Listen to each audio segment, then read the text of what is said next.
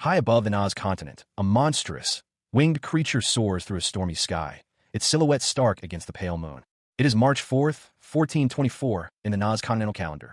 Below, a skeletal demon, its red flesh exposed, claws at the air, surrounded by a swarm of smaller, bat-like creatures. A fierce battle rages across a desolate landscape. A warrior, clad in gleaming armor, clashes swords with a horned demon, sparks flying as their weapons meet. The flames of the stallion great war engulf the Naz continent, consuming lives and leaving only ash in their wake. The Demon King's army is unstoppable. Despair reigns supreme. Then, unexpectedly, a lone warrior appears, defying the seemingly insurmountable odds. The scene shifts abruptly. A close-up shows a brutal clash between warriors and demons. The camera focuses on a computer screen displaying the title Paradiso, an online game. The text below reads, "Access us online now." The image depicts a virtual reality RPG, Paradiso, where players fight a demonic army. The game's promotional material showcases a blonde-haired king, his crown gleaming, and a knight's sword, alongside a Tomb Raider's bundle.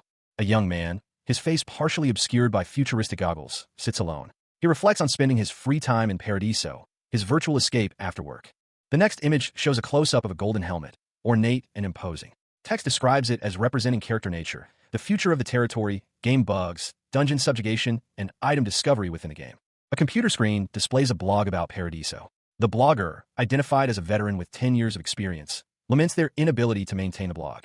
The scene shifts to a man slumped over a desk, his expression one of defeat. He reveals that he has recently died. The man, now seemingly in a bed, is shown in a state of shock and disbelief. He exclaims about dying at 30 without ever having a date. A maid approaches him, concerned. He is sweating profusely. The maid asks if he had a nightmare. The man is still in bed, eyes wide with a look of horror. A disoriented young man, his face a mask of confusion, awoke in an unfamiliar room. He mumbled, "Sorry, but who are you? And where am I?" He sat up in bed, still bewildered. A young woman in a maid's uniform stood beside him, her expression a mixture of concern and curiosity. She questioned him silently, her brow furrowed. The scene shifted to an imposing brick building, a grand academy. A question mark floated above the image, reflecting the lingering uncertainty.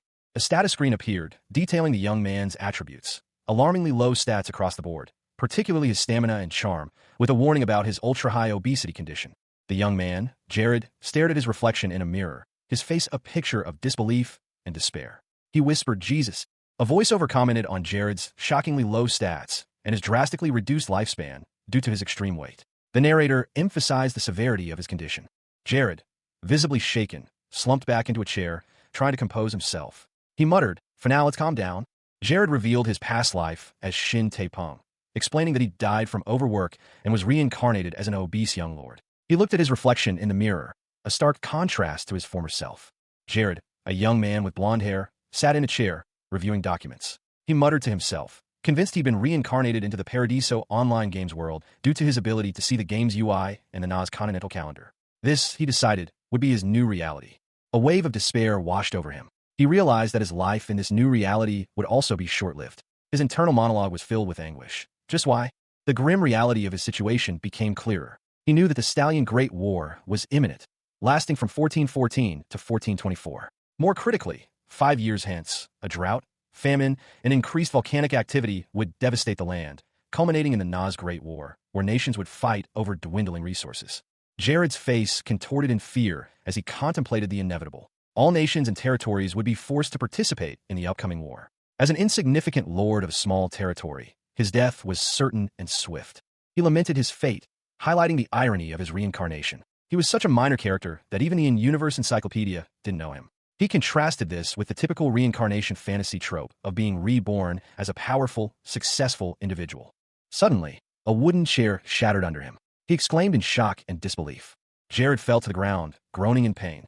He looked into his past memories and saw himself as a child, little Jared, a flower boy. Despite everything, a glimmer of hope remained within him. A large, fair-skinned man with blonde hair strained, his face contorted in exertion. He grunted, "This is the honey trick that I alone am aware of. I can use this as bugs." He continued, breathlessly, "Overwhelming advantage of knowledge. I can get a better future than anyone else if I use this." The man's expression shifted to one of grim determination. He mused, "Since it's like this, let's just aim for the strongest warrior who becomes a great monarch after unifying the world. This is my life goal this time." The scene shifted to a large, ornate library. A maid with vibrant teal hair hummed happily as she wielded a feather duster, her movements light and efficient. She commented, "Let's clean it nicely so my lord can use the office comfortably. It's been long since the last time he came here, though." The maid continued her cleaning, her movements swift and precise. Suddenly, the blond man from earlier burst into the room, shouting, "Hayes!" The maid, startled, exclaimed, "My lord." The blond man frantically searched the room, muttering, "Not here. Not here either. No, no, here too." A stout man in a white robe frantically searched through a cluttered room. He questioned a young woman with vibrant turquoise hair, dressed as a maid. "What are you looking for?" The maid, holding a feather duster, explained that she was looking for a keepsake given to her by her deceased father. She then presented the man with a necklace containing a small, ornate pendant. The man was surprised, exclaiming internally, "Damn me, I put that important thing thoughtlessly." Relieved, the man accepted the necklace. "Anyways, it's good. Thanks for finding it," he said. The maid beamed, expressing her delight at being helpful. She eagerly offered further assistance, asking, "Do you need me for something else?" The man politely dismissed her, requesting, "Please go out for now." The maid, slightly puzzled, turned and left the room. Once outside, she paused, sensing something different about her employer. A moment later, a smile returned to her face. She realized he seemed full of spirit. She skipped down the hallway, full of renewed energy. A young man with blonde hair let out a soft sigh, his lips slightly parted. He held a glowing amulet, a magical artifact left by his father, designed to accelerate his magical growth. He clenched his fist, preparing to use it. The amulet pulsed with bright energy. He explained that this was his only advantage as a fourth-class magician.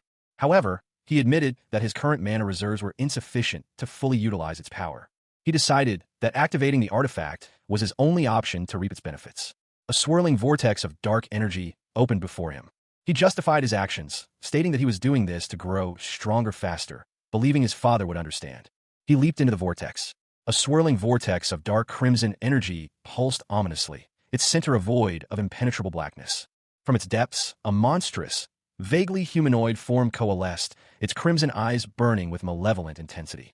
The being was cloaked in shadowy tendrils that writhed and pulsed with the same dark energy as the vortex. A sudden, violent impact rocked the unseen surroundings. Something, or someone, had struck the creature. A young man with blonde hair, his face partially obscured, glared at the being. "Who is the foolish human who called me?" he demanded. The blonde young man continued. It came out. "The being you can only meet once in your lifetime." The monstrous form revealed itself fully, its features horrifyingly grotesque. "Oh ho, are you the one?" It hissed, its voice dripping with malice. The young man, clearly terrified, fled. "Evil spirit Isabella," he screamed. Isabella addressed the fleeing young man. "Foolish human, what's the wish that made you call me?" To be continued. A young man with blonde hair, his features sharp and determined, stood defiantly. He had summoned something powerful, something dark. "Who is the foolish human who called me?" A voice boomed, echoing with ancient power.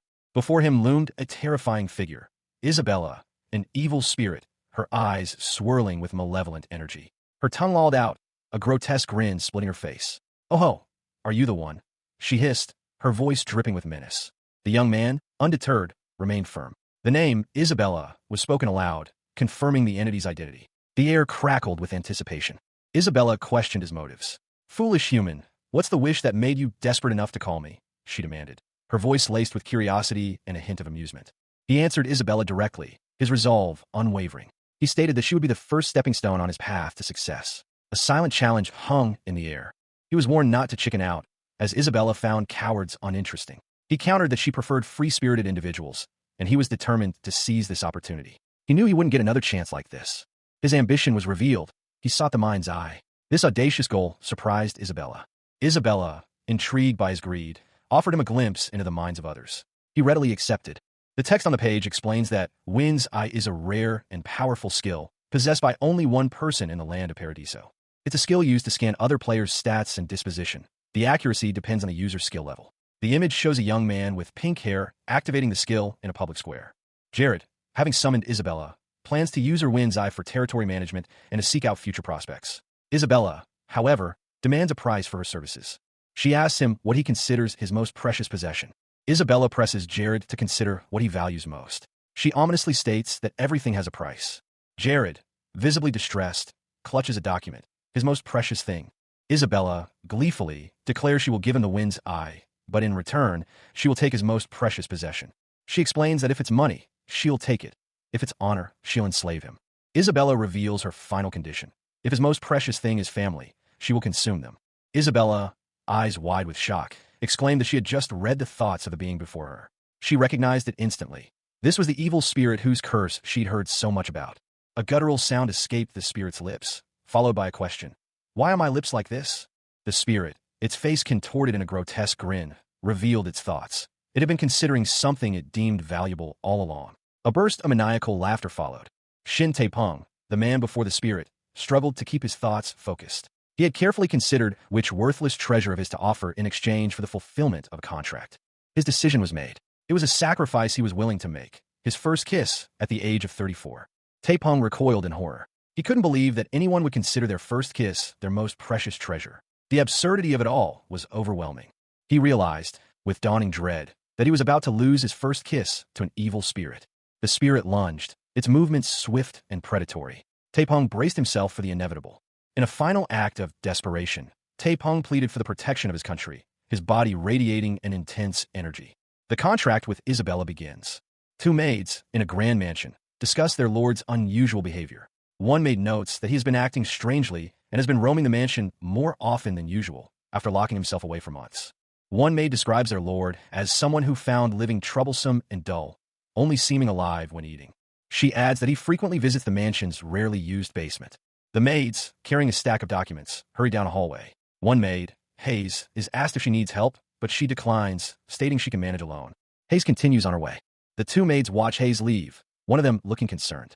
Hayes arrives before her lord, presenting him with documents about the territory and its vassals. A stout, blond man with a stern expression shouted at a young woman with teal hair who was carrying a stack of papers. He commanded her to stop. The teal-haired woman's status was displayed, surprisingly high loyalty, but low in other attributes.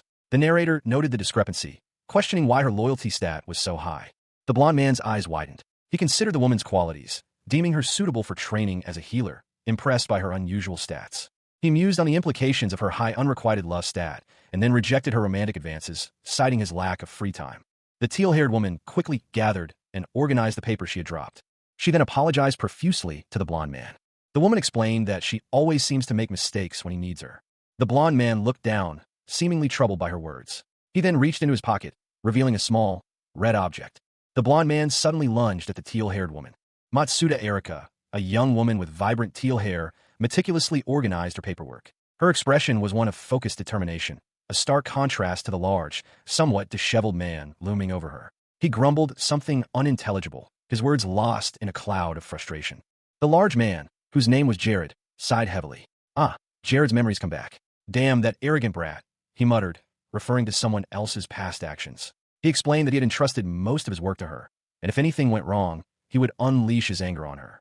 Erika, though not responsible for the past mistakes, braced herself for his outburst. His eyes narrowed, his face hardening as he shouted, "Hayes!" Jared raised a hand, seemingly to strike her. Erika flinched, fear evident in her wide eyes. But instead of striking her, he lowered his hand. "I'm sorry, Hayes," he said, his voice laced with genuine remorse. He continued, apologizing for his past mistakes and acknowledging the hardship she had endured. He expressed gratitude for her unwavering loyalty. Jared declared a complete change of heart, promising to never again show his pathetic side. He stood in his study, his back to Erika, a sense of newfound resolve in his posture. He turned to her, a hopeful expression on his face. "Could you please give me your trust one more time?" he asked. Erika, though clearly moved, responded softly, "My lord, I'm sorry."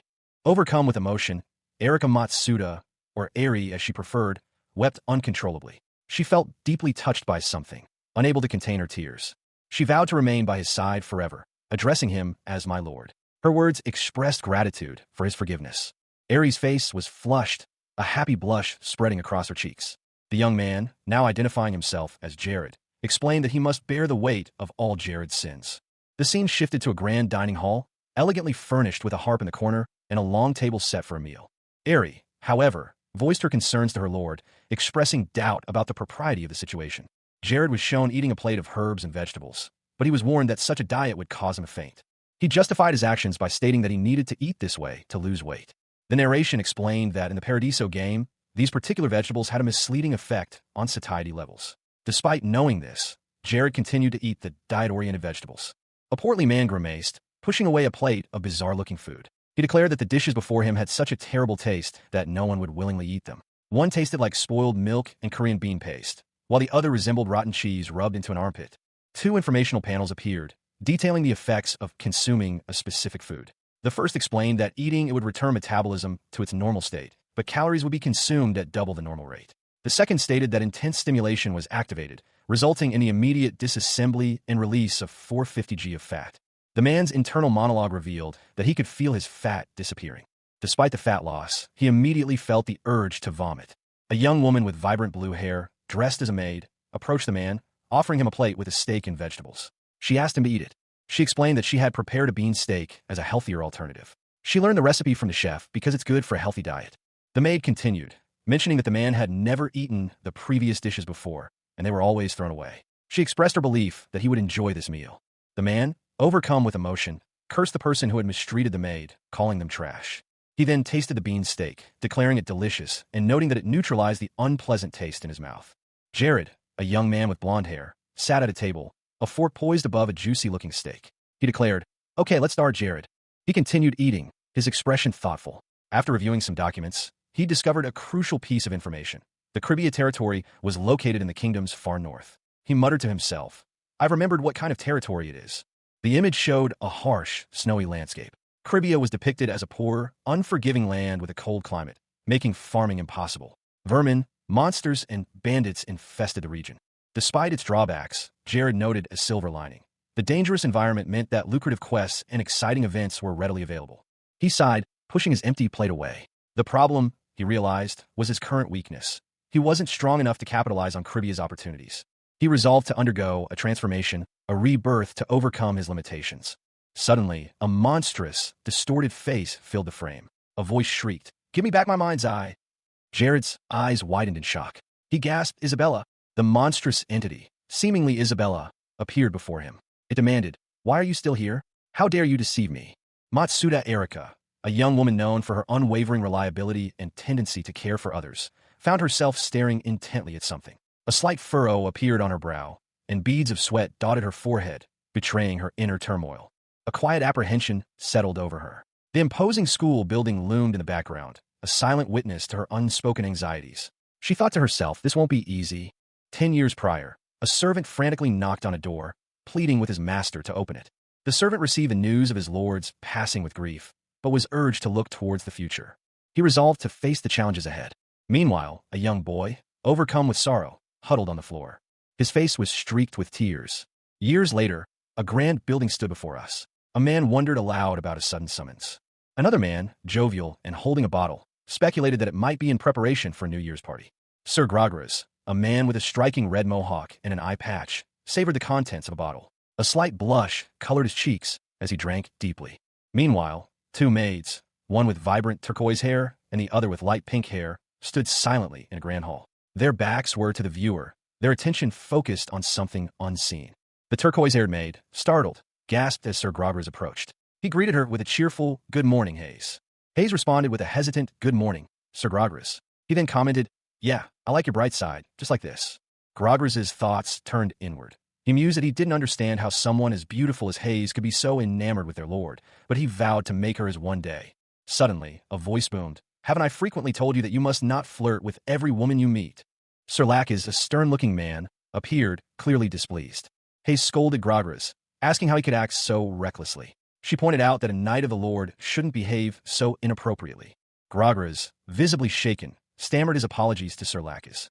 A man with a striking red-brown hair, a distinctive eye patch, and a military-style coat muttered F***CK. He then addressed an unseen individual, questioning their audacity in lecturing him, the city's chief guard.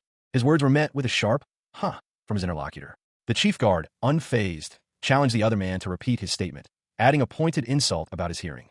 An older man with a distinguished mustache and beard intervened, urging them to cease their argument, as a lord was expected to arrive shortly.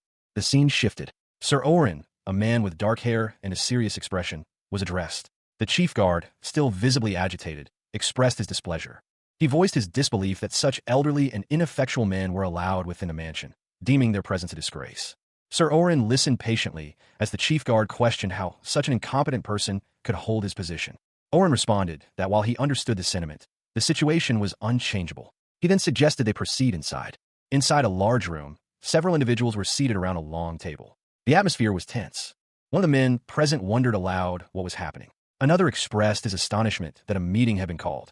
A stout, blond man with a serious expression sits at a large desk, reviewing documents. He appears to be deeply engrossed in the papers before him, his brow furrowed in concentration. A thought crosses his mind. Asterisk, he's also reading the report we submitted just now. Asterisk. The scene shifts to another individual, a man with fiery red hair and a striking eye patch, holding a bottle of liquor. He observes the blond man from a distance, a smirk playing on his lips. He muses, and he looks thinner now. The red-haired man approaches the desk, addressing the blond man with a question laced with sarcasm. My lord, why are you reading a report that doesn't suit you? The red-haired man continues, suggesting a change of activity. He proposes, you should wrap up this meeting now and have a drink with me. He adds, with a sly grin, I brought a rare liquor with me. I bet you'll love it too. The blond man considers the offer, pondering the suggestion of liquor. His internal monologue reveals his thoughts. Liquor? A liquor. The red-haired man, ever the opportunist, presses his advantage. He says, yes, let's drink. I'll call the pretty girls for you too. A third man, dark-haired and stern-faced, observes the interaction with disapproval. His thoughts are revealed. That punk seduces the Lord every time this meeting is held, so the Lord will laze around with him. I'll stop him no matter what the consequences, for the glory of Cribia. A portly man, his face flushed, pointed an accusing finger. How dare you come to this meeting while drunk? Are you out of your mind? His words were met with a stunned silence, broken only by a sharp intake of breath from the man addressed. The silence was then punctuated by a burst of laughter. Why don't sulk? Didn't I share a drink with you not long ago? The portly man's laughter abruptly ceased. A flash of light erupted as the other man muttered, magic missile. He watched as the projectile struck its target. I'll turn a blind eye on your degrading act this one time only. The man with the projectile glared. I don't care if it's you, my lord. I won't forgive a person who uses magic against me. Let's move to the next topic. The portly man sighed. Chief Guard, Gragas, are you satisfied with your wealth now, after abusing the authority that I gave you to extort a bribe from the merchant you threatened? Gragas's expression hardened. What the? You have harmed many of this territory's residents because you're blinded by greed. A surge of energy emanated from him. They can't believe in the government of this territory because they're losing their wealth. Illegal tax collection. An unseen accuser leveled a serious charge. Human trafficking, they spat, is sickening. I've also heard that you take my subjects and train them as your private soldiers. The accused, a portly man with blonde hair, responded with a casual flick of his wrist, conjuring a fireball. Fireball, he stated simply. His eyes narrowed. He addressed his opponent. I'll call it even after I have completely burned your face. This is for your liquor bottle, but for this sin. The blonde man launched a fiery attack, and a horrified cry escaped the victim. The victim, a man with red hair and an eye patch, retaliated with his own fiery blast. The resulting explosion engulfed the red-haired man. Despite his desire for revenge, the blonde man declared, I really want to kill you, but to execute the law fairly and strictly I'll be satisfied with this for now. The blonde man, seemingly satisfied, announced, today, Gragas will be removed from his position. He further vowed, I will be thoroughly investigating all of the corruption that happens in this territory. A group of men knelt before a portly lord, their faces etched with remorse. My lord, please forgive us who have neglected our duty. We've committed a grave sin. Meanwhile, a man observed the scene with a thoughtful expression. He muttered to himself, he beat Graga, who is skilled at battle, in one go. That's the power of a deep understanding of magic from a fourth-class magician of the Yukals family. The lord, seemingly unfazed by the gravity of the situation, continued. Also, that dignity is the same as the previous lord, Viscount Barrett. Addressing the man who had been observing, the lord declared, I'll announce you as the new public order chief guard of Cribia. The man looked surprised, stammering, Pardon? My lord, how can I? The man, regaining his composure, bowed deeply. I'll follow your command. The lord sighed, a troubled expression crossing his face. He addressed the assembled men. This is the lord's command. Is there anyone who is against this? A chorus of no resounded through the room. Despite the outward show of support, the lord voiced his concern. The problem is that I can't find people who I can use as my right and left-hand men. An older man, with a prominent nose and handlebar mustache, chuckled softly. The lord, however, remained resolute. Let's take it slow. I have a mind's eye to guide me. 1 month later, a snowy scene unfolds in a quaint town. The image focuses on a row of traditional buildings, their gabled roofs dusted with snow. A speech bubble reads, You can't. Inside, a desperate man pleads with someone unseen, clutching his hands together. He explains, I can't do business anymore if you take that money. Please, I beg you. A figure, wielding a knife, silences the man. He states, Shut up. That's why you should have paid the street tax when I asked you nicely. Just stay still and don't cause a ruckus. 2 other men discuss the situation. One observes, I haven't seen Sir Gragas collecting tax money these days. The other replies, Didn't he just go on vacation to a warmer place? The knife-wielding figure pockets some coins from a bag. instructing, "Don't spend that money, even if he hasn't come to collect it. Keep it safe." The other man replies, "Yes." A doorbell rings. Ding dong. The two men react to the sound. One says, "Ding dong. Hey, check that out." Peering through a doorway, a man asks, "Who are you?" A cheerful, overweight man waves from the other side of the door. A man with a stern expression and a shaved head watched a child, his brow furrowed in confusion. He muttered to himself, questioning the child's unusual behavior. The man's face contorted in anger, his eyes narrowed as he prepared to unleash his fury. A burly man, his face contorted in a grimace, recoiled violently. His mouth gaped open, a spray of saliva and blood misting the air. He flew backwards, the force of the blow sending him sprawling. A figure with silver hair stood over him, a fist clenched, ready for another strike. Another man, his features sharp and angry, approached. "How dare you insult our lord?" he roared. "You must all have a death wish." The chubby man in the green coat shrugged. "I don't mind the insult," he said. He continued, "But there are people who are collecting an illegal street tax from citizens and merchants." His expression hardened. "Catch all of them, and don't let any escape." The man with the sharp features bowed his head. "I will obey your orders." He smirked, a chilling expression. His companion beside him whispered, "Huh, new chief guard?" A man, his face partially obscured by a fur-lined hood, hurried through the snow-covered streets. He clutched a heavy sack, his breath misting in the frigid air. He seemed anxious, glancing nervously over his shoulder. He quickened his pace, the sack bouncing against his back with each stride. The snow crunched under his heavy boots as he made his way towards a sturdy, timber-framed building. Suddenly, a portly man in a military-style uniform appeared, a mischievous glint in his eyes. He casually announced, "Magic missile."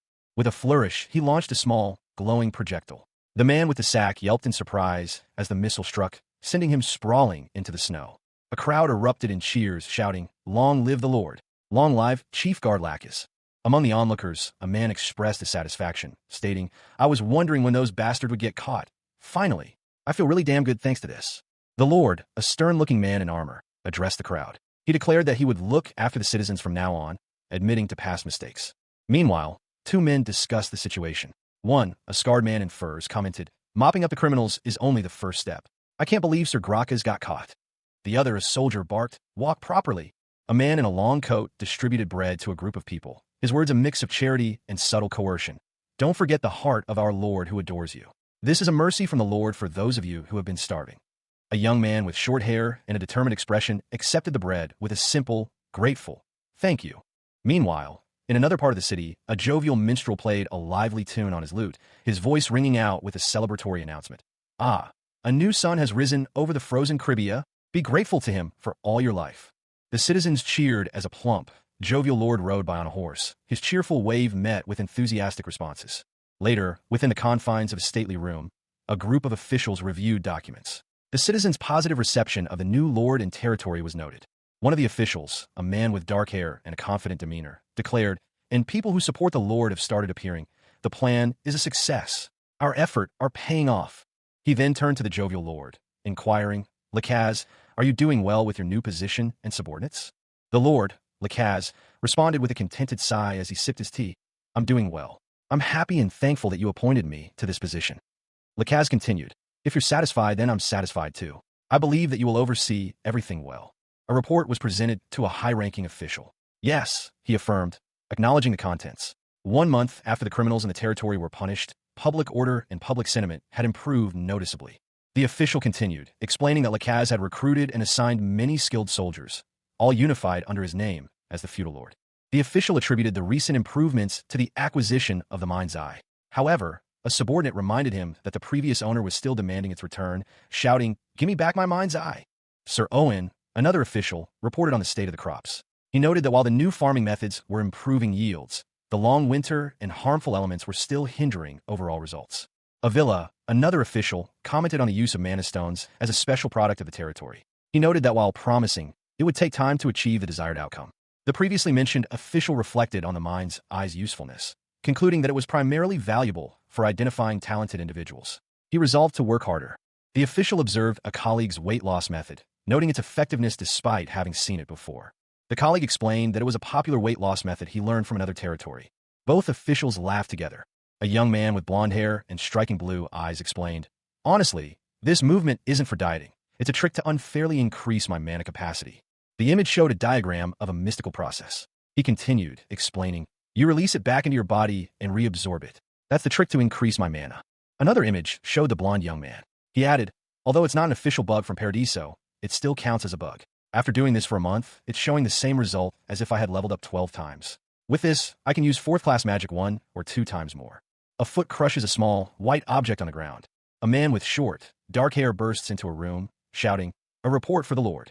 He reported to the blonde young man and 2 other men. The search party my lord sent has found a bandit camp inside the coal mine. The blonde young man's eyes widened in alarm. The text below the image indicated a time jump, 1 year ago. 2 swords clashed violently. A fierce battle ensued between a red-haired man and a man with light gray hair.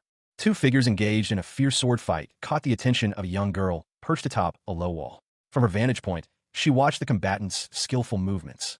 The girl, Lena, leaned against the wall, her expression one of quiet fascination. She commented to herself on their impressive swordsmanship. Suddenly, 2 figures emerged from the shadows, their faces obscured. They addressed Lena, warning her to stop watching. One of the figures, a man with reddish-brown hair, explained that being caught would result in a scolding from their superior. Lena, unfazed, confidently replied that she was faster than her companions and could easily avoid detection. She then expressed her admiration for another girl's strength. The scene shifted to a conversation between 2 unseen individuals. One expressed surprise at Lena's age, noting she would soon be working as a maid.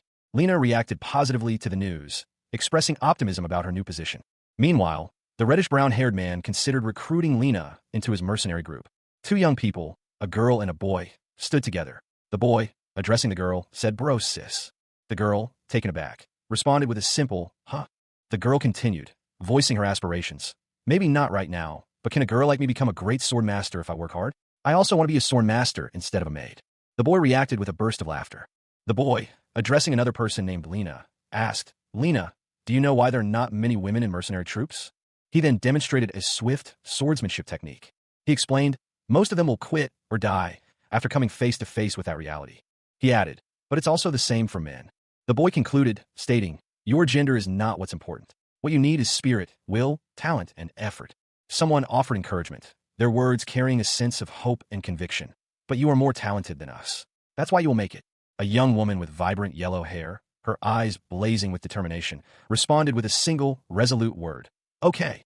The scene shifted. The young woman now appeared distressed, her face etched with pain and fear, repeating a word that suggested despair. She was bound, alone in a dark, confined space. Whispering words of desperation, she called out for help. "Bro, cease." Her distress intensified, a cry of anguish escaping her lips. A character profile for someone named Hayes was shown. She's described as calm, peaceful, a loyal vassal, and a skilled cook, though also possessing some hypersensitivity. The story concluded with a to-be-continued message. A young girl with vibrant blonde hair watched from a distance as a man and 2 younger children walked away. The man, appearing to be their father, held the hands of a boy and a girl, the latter of whom he called Lena. The scene shifted to a close-up of the man's face, a gentle smile gracing his lips as he spoke. He expressed his gratitude to the girl, referring to her as an angel sent to their orphanage and urging her to work hard for them. The girl responded with an enthusiastic affirmation. Suddenly, the tone shifted. A sinister-looking man appeared, his words revealing a dark truth. The orphanage director had sold the girl into servitude. The girl's hands, now bound in chains, clenched into fists, a clear sign of her defiance. She was not merely a maid, but a slave, the men around her cruelly reminded her. One of the men cracked his whip, preparing to strike. The whip fell, connecting with the girl's back. She cried out in pain. A young woman with vibrant yellow hair, shackled and distressed, vehemently denied the accusations. "No," she insisted, "the director is not that kind of person." The scene shifted to a bleak, stone cell. She explained, "It's been a month since I was sold to the slave dealer. Mostly I've spent my time locked in this cell. I've only left the cell to be punished." A young person with striking red hair, also imprisoned, leaned closer, their gaze intense. "Are you from Majorca?" The red-haired individual continued, their tone grim. "Then you were destined to be a slave from the start." The yellow-haired girl reacted with alarm. "What do you mean?" A flashback revealed a public auction. A man in a suit addressed the crowd. "Most of the orphans in Majorca are sold as slaves. The lord of that place ordered that." The red-haired youth pressed their advantage. "The director of your orphanage is on their side too, so just give up." The yellow-haired girl refused to yield. "No, I won't ever give up. I will escape from this place no matter what happens." The red-haired youth scoffed, "Silly brat. Don't you want to get out of here?" The red-haired youth offered a hand and introduced himself. "I've never thought about that. My name is Monty. Let's get along in this hell till we die." The harsh reality of their situation was laid bare. One girl, her blonde hair a stark contrast to her dark attire, criticized her companion's speech. Your way of speaking is really discouraging, she stated, her words sharp. The other, with vibrant red hair, simply replied, I'm only accepting reality. Time passed. A month later, the two girls were shown in a dimly lit, cavernous space. They carried baskets, their movements suggesting a shared task. Mani and I got close quickly. One of them observed, a hint of camaraderie in her tone. The scene shifted to reveal other figures, confined within a cage-like structure. Their stillness was striking. The other slaves act just like lifeless dolls. One of the blonde-haired girl's companions noted, her voice filled with a sense of grim observation. Despite the bleak surroundings, a determination hardened the blonde girl's expression. She spoke, her voice firm. No matter what condition those slaves are in, they'll still be easily sold. Her resolve was unwavering. A close-up revealed her intense gaze. I won't give up, she vowed silently, her eyes burning with defiance. The conversation continued. One of the girls commented on the state of the land. Crabia has become a terrible territory, just like Mallorca. Her companion added, Mani teaches me a lot about the world that I'm unaware of. It's become worse because of the incompetent new young lord and the harsh climate. The red-haired girl, Mani, shared some information. I heard it from that trash. I have a good hearing. Like that. She continued, explaining the local situation. There are a lot of monster hunters in Crabia, but not many mercenaries. So that bro, insists you often talk about won't go there. Uh-huh. Thanks for informing me. The scene opens with a young woman with vibrant yellow hair, her expression a mixture of defiance and weariness. Chains bind her wrists, a stark contrast to her fiery gaze. A man with crimson hair and equally intense eyes stands before her, a cruel smirk playing on his lips. It's my first time meeting such a stubborn slave like you, he declares, his tone laced with amusement and a hint of menace. The camera focuses on the crimson-haired man's face, highlighting the intensity of his gaze. His eyes, a striking shade of violet, seem to pierce through the viewer. The setting shifts dramatically. A desolate, snow-covered landscape unfolds, revealing a small, crude structure nestled against the mountainside. The scene is stark and unforgiving, a world of ice and shadow. A year has passed. The yellow-haired woman and the crimson-haired man are now 15. They are in a dark, confined space. The woman sits beside the man, who is bound and appears to be asleep. She seems concerned. She whispers a single word, Mani. The woman's concern deepens. She observes the bound man, noting his condition. He's burning up. It will be a problem if he doesn't get better, she worries aloud. Meanwhile, in a separate location, a man with gray hair and a relaxed demeanor sits, enjoying a drink. He comments on a recent event. That arrogant Gragas, he boasted that we just need to trust him, but he got caught by that piggy lord.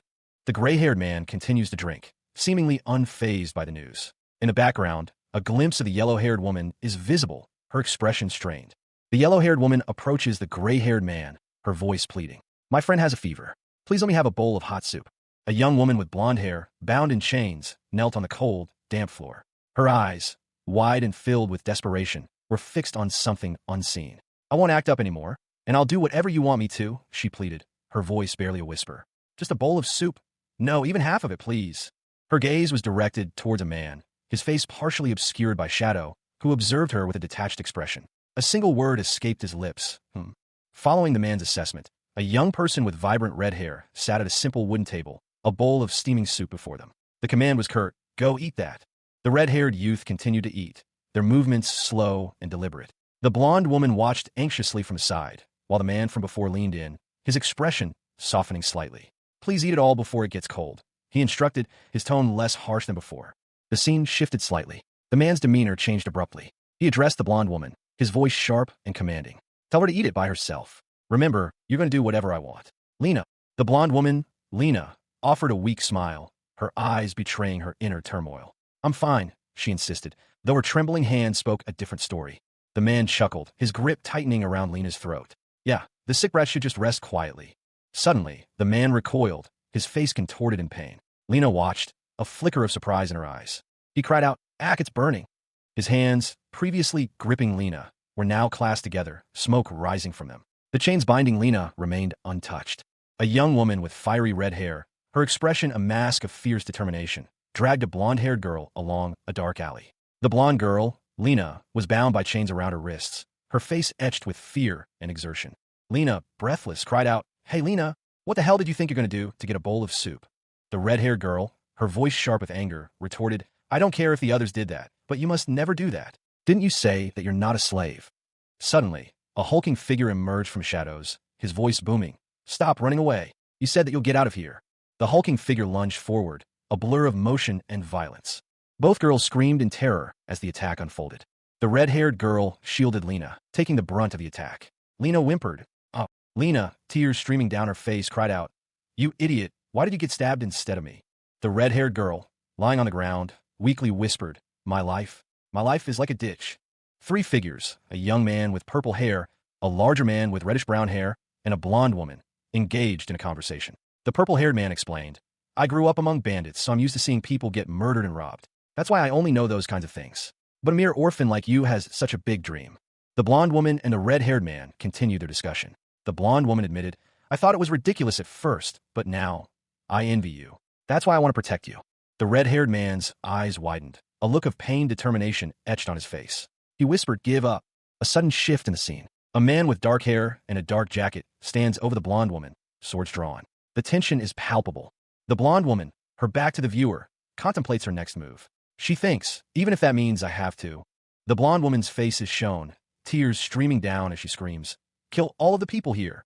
The dark-haired man reacts with shock and horror to the blonde woman's outburst. He cries out, "Yeef." Enraged, the dark-haired man grabs the blonde woman, yelling, "How dare you look at me with that look in your eyes?" The dark-haired man, his face scarred, explains his rage. "My face was burnt by your friend. Now I just want to kill a nuisance like you." A fierce battle raged. One combatant, his face contorted in exertion, gripped his sword tightly. He questioned the nature of the searing pain inflicted upon him. Can that even be categorized as a burn? His opponent, a figure engulfed in flames, roared in agony, "You ache." The fiery figure was reduced to ash. The first combatant surveyed the scene, a grim satisfaction etched on his face. Now it looks properly burnt. A desolate, snow-covered landscape stretched before them. The wind howled, carrying snowflakes that danced in the frigid air.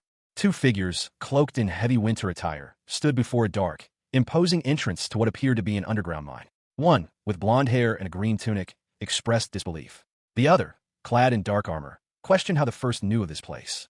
The blonde-haired man explained that their former caretaker, Gragas, was gone, and that the bandits were likely using the mine as a hideout to lull their incompetent lord into a false sense of security.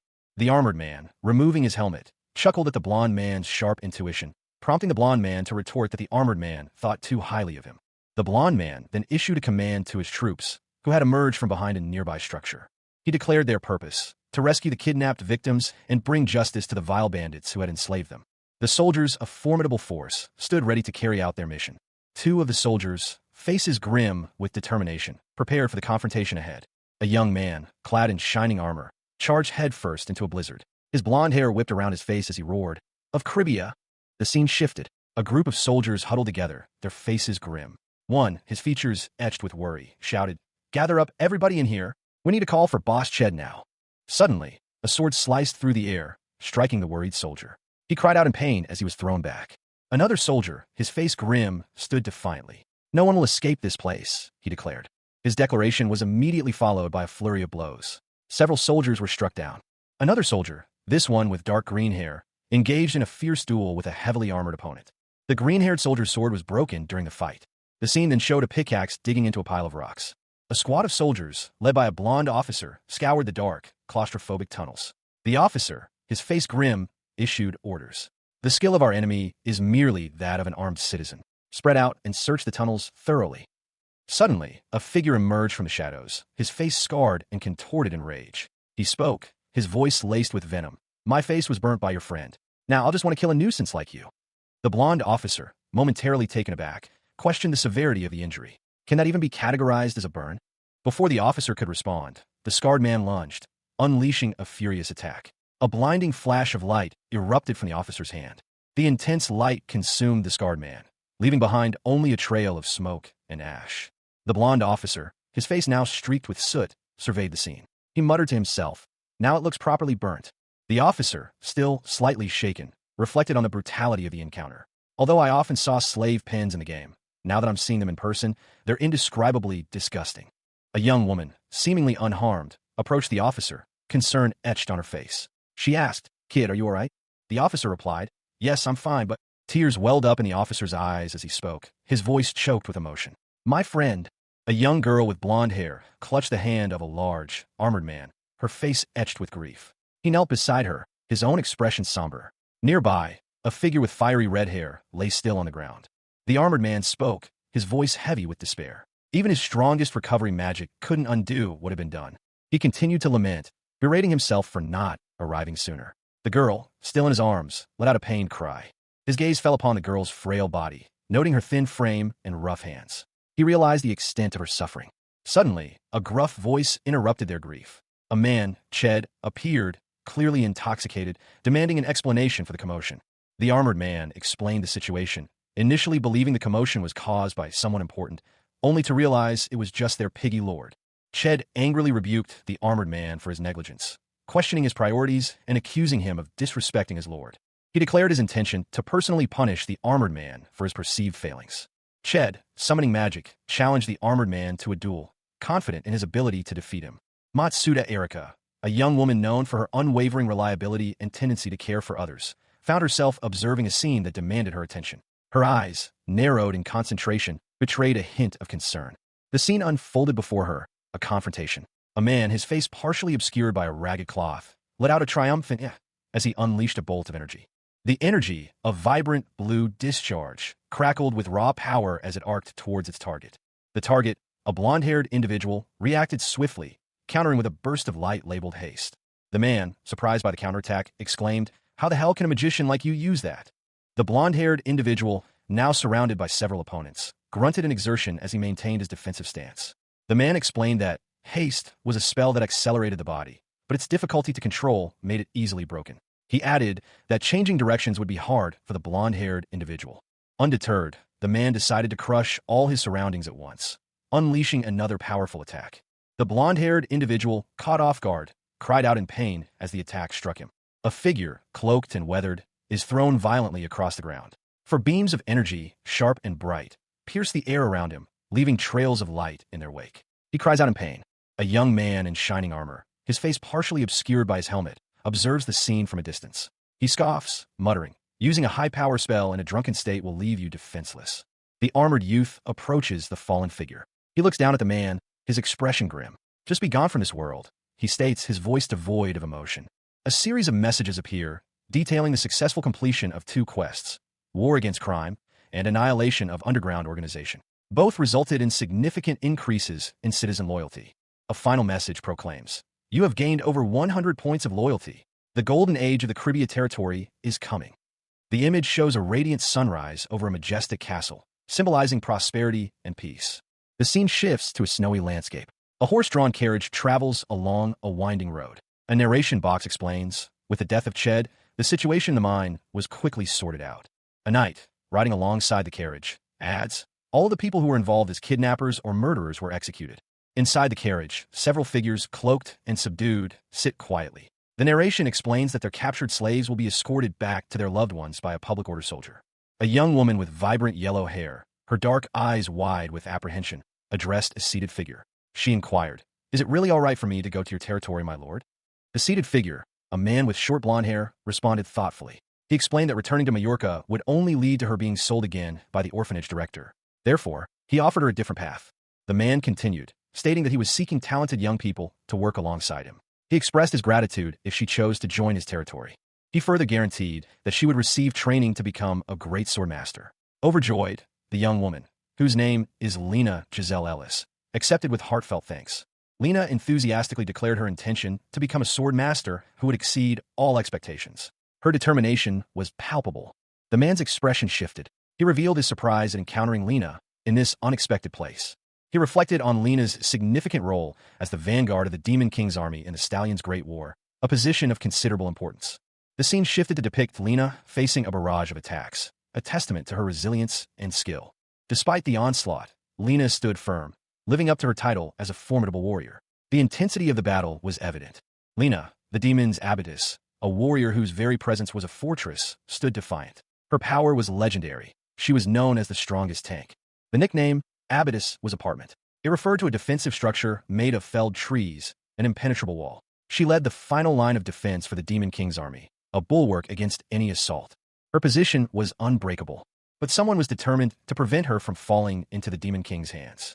The unseen individual planned to use Lena's strength for their own purposes, preparing her for an upcoming war and making her a rising star in their territory. Meanwhile, a different kind of conflict brewed. The speaker worried about the illegal activities of their troublesome neighbor, Majorca, including slave trading, which threatened to destabilize the region. Their frustration mounted as they questioned where the corrupt Herdwis had spent the money. In Majorca, the ruler was irritated by the growing praise for Cribia. He vowed to personally cleanse Cribia, seeking revenge for a fallen friend. A quaint town nestled beneath a looming mountain range was bathed in the soft glow of the moon. The night was quiet, save for the occasional distant sound. A lone figure, a guard in shining armor, patrolled the cobblestone streets, his torch casting dancing shadows on the ancient buildings. He seemed vigilant, his gaze sharp and alert. From above, a dark shape moved swiftly and silently across the rooftops. The guard, despite his alertness, remained unaware of the approaching danger. The shape, a hooded figure carrying a heavy sack, leaped gracefully from one rooftop to another, their movements fluid and precise. The figure paused momentarily, surveying the gap between two buildings before continuing their silent journey. They disappeared into the darkness between the buildings, leaving only the quiet night behind. The hooded figure reappeared on another rooftop, their silhouettes stark against the moonlit sky. They continued their silent progress through the town. The scene opens with a young man, blonde hair windswept, gasping for breath. He's clearly exhausted, his face contorted in exertion. He continues running, his blonde hair a blur behind him. Determination etched on his face, he pushes onward. The young man, Lena, is nearing the end of a race. A slightly overweight boy and a tall, dark-haired man watch from the sidelines. This is the last lap, Lena thinks to herself, pushing through the final stretch. As Lena slows to a stop, the dark-haired man approaches. He asks, "Lena, how are you? Doesn't it feel nice to run every morning like this?" Lena replies enthusiastically, "Yes. It was always cold and stuffy when I was in the mine." The man smiles and adds, "Let's keep training up our stamina, and I'll choose a teacher for you soon." Later, Lena is enjoying a meal. A letter arrives, causing him to pause. A letter from Oren and Avila. Lena reads the letter while a servant attends to him. A woman, presumably a maid, expresses her curiosity. Lena summarizes the letter's contents. "Hichem, it seems like it's going well. Well, to put it simply, it seems like Oren has succeeded in cultivating a crop named Latrilla. The Cribia territory's food supplies, previously imported from other regions, are now being supplemented by local monster hunters. This new arrangement promises significant cost savings. Avila, a key figure in this development, has seen a dramatic increase in monster hunter activity within Cribia's borders. His mana stone sales have more than quintupled. He reports that Cribia's financial situation is improving rapidly, and soon the entire continent will learn of their success. Meanwhile, a guard approaches Avila's superior, bearing urgent news. The guard reports the discovery of a dead monster, found that very morning, not far from the city. Similar discoveries have been made elsewhere. Avila's superior is shocked and angered by this news, questioning who would dare to abandon a dead monster within their territory. The image reveals the grim discovery. A large, dead wolf-like creature lies sprawled on the ground, its body marred by violence. Avila's superior expresses deep shame and regret for not paying closer attention to public order. Avila consoles his superior, pointing out that, thankfully, no citizens were harmed in this incident. He notes that Cribia's vulnerability stems from its small size and lack of city walls, making it easy for trespassers to enter. A young man with blonde hair and piercing blue eyes pondered aloud. The high-quality craftsmanship of the recent crime scene suggested an outsider was responsible, but the motive remained unclear. He mused, but what will the culprit gain by doing this? The scene shifted to a desperate plea. A young man, his face etched with worry, begged a stern-looking man in dark clothing for help, his words laced with urgency. "Please help my mom. I beg you." He continued his desperate plea, offering himself as collateral. "You can sell me for money. Please save my mom." A young woman with determined brown eyes and dark hair confronted a gruff-looking man. She firmly rejected his offer, stating, "No matter what you offer, I don't have the medicine you need. Stop bugging me and just go away." The gruff man gasped, clearly surprised by her defiance. Meanwhile, the blond young man from earlier appeared, his attention drawn to the commotion. Bystanders whispered, "It's the Lord, my Lord." The young woman, her eyes welling up with tears, explained her desperate situation. "My mom is sick from Ronella's disease." The blond young man's expression shifted to one of concern upon hearing the diagnosis. "Ronella disease?" The young woman continued, explaining the necessity of a specific medicinal herb, and the gruff man's refusal to sell it. He, in turn, insisted on his innocence. The narration box added that Ronella's disease is nearly impossible to cure. The conversation between two individuals revealed a dire situation. One, seemingly a doctor, explained that a certain herb was unavailable, making treatment impossible.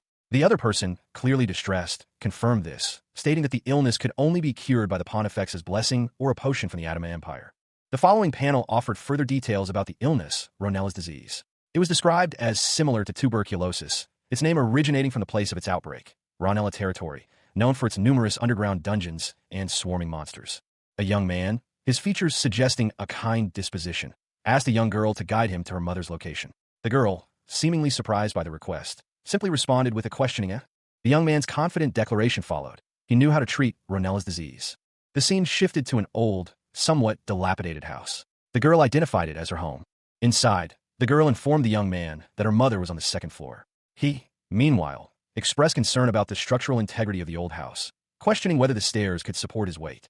The young man proceeded upstairs, calling out for his mother. He found his mother, who appeared unwell, and a younger girl. He reassured her that he had brought someone who could help. The mother, however, responded with despair, stating that she could not afford the treatment fee and asked the young man to leave. A young man with blonde hair sits alone, a troubled expression on his face. He mutters to himself, "Only 7 months left. She really is on the road to death." He then adds, more firmly, "I don't need any payment. Please rest assured and trust me." The scene shifts to a young woman with brown hair, her face alight with concern. She speaks urgently to someone off-panel. "Mom, this guy isn't a doctor, but the feudal lord. The lord will save you, Mom." The blonde young man from the previous scene enters the room. He addresses the brown-haired woman, saying, "Ah, long time no see, my lord. Do you know me?" The blonde young man continues, his tone apologetic. "Ah, that was the time I was still immature. I apologize if I wronged you back then." He then cautions the woman, "You should not stay near me. You might get infected by this terrible disease." The brown-haired woman replies with quiet determination, "Don't say that. I'll be all right." She then asks, "Mia, can you please bring a wet towel for me?" Mia, unseen but implied by the dialogue, is presumed to be nearby and readily compliant. The blonde young man watches her leave, a thoughtful expression on his face. The blonde young man approaches a window, his back to the viewer. He seems to be looking out at something. He looks out the window and quietly states, "As I expected." From a high window, a young man with blonde hair peered down at a monstrous corpse lying in the street below. He questioned an unseen companion, "Mary, did you often deal with monsters?" The unseen Mary responded, explaining, "That's right. I used to work as a chef in a high-rank expedition team that dealt with selling monster corpses." The blonde young man listened intently as Mary continued her explanation. She stated that while contact with an infected person wouldn't spread Ronella's disease, handling monster corpses often led to infection. However, the symptoms wouldn't be noticeable until the disease worsened. Mary then revealed that the young man's condition had deteriorated due to a monster corpse found near his house. The young man, now visibly distressed, worried aloud, "Who would do that? Then am I going to die?" Just then, 2 maids enter the room. One, carrying a bag of herbs, announced, "My lord, I brought all of the medical herbs you asked for." The other maid, holding a small case, simply added, "Didn't I tell you already?" The blonde young man, reassured, stated, "I won't leave your side until your condition improves, so just entrust your treatment to me." The young man, deeply grateful, responded, "Thank you. I don't know how I can pay this debt." The blonde young man smiled and said, "Let's think about that after you're cured." From a rooftop, a cloaked figure observed the scene below, scoffing, "Huh, you'll make a new cure for this? Utter nonsense." A soldier, his eyes blazing with an unnatural light, vehemently disagreed with his companion. "I disagree," he stated. "Our Lord has never failed us before."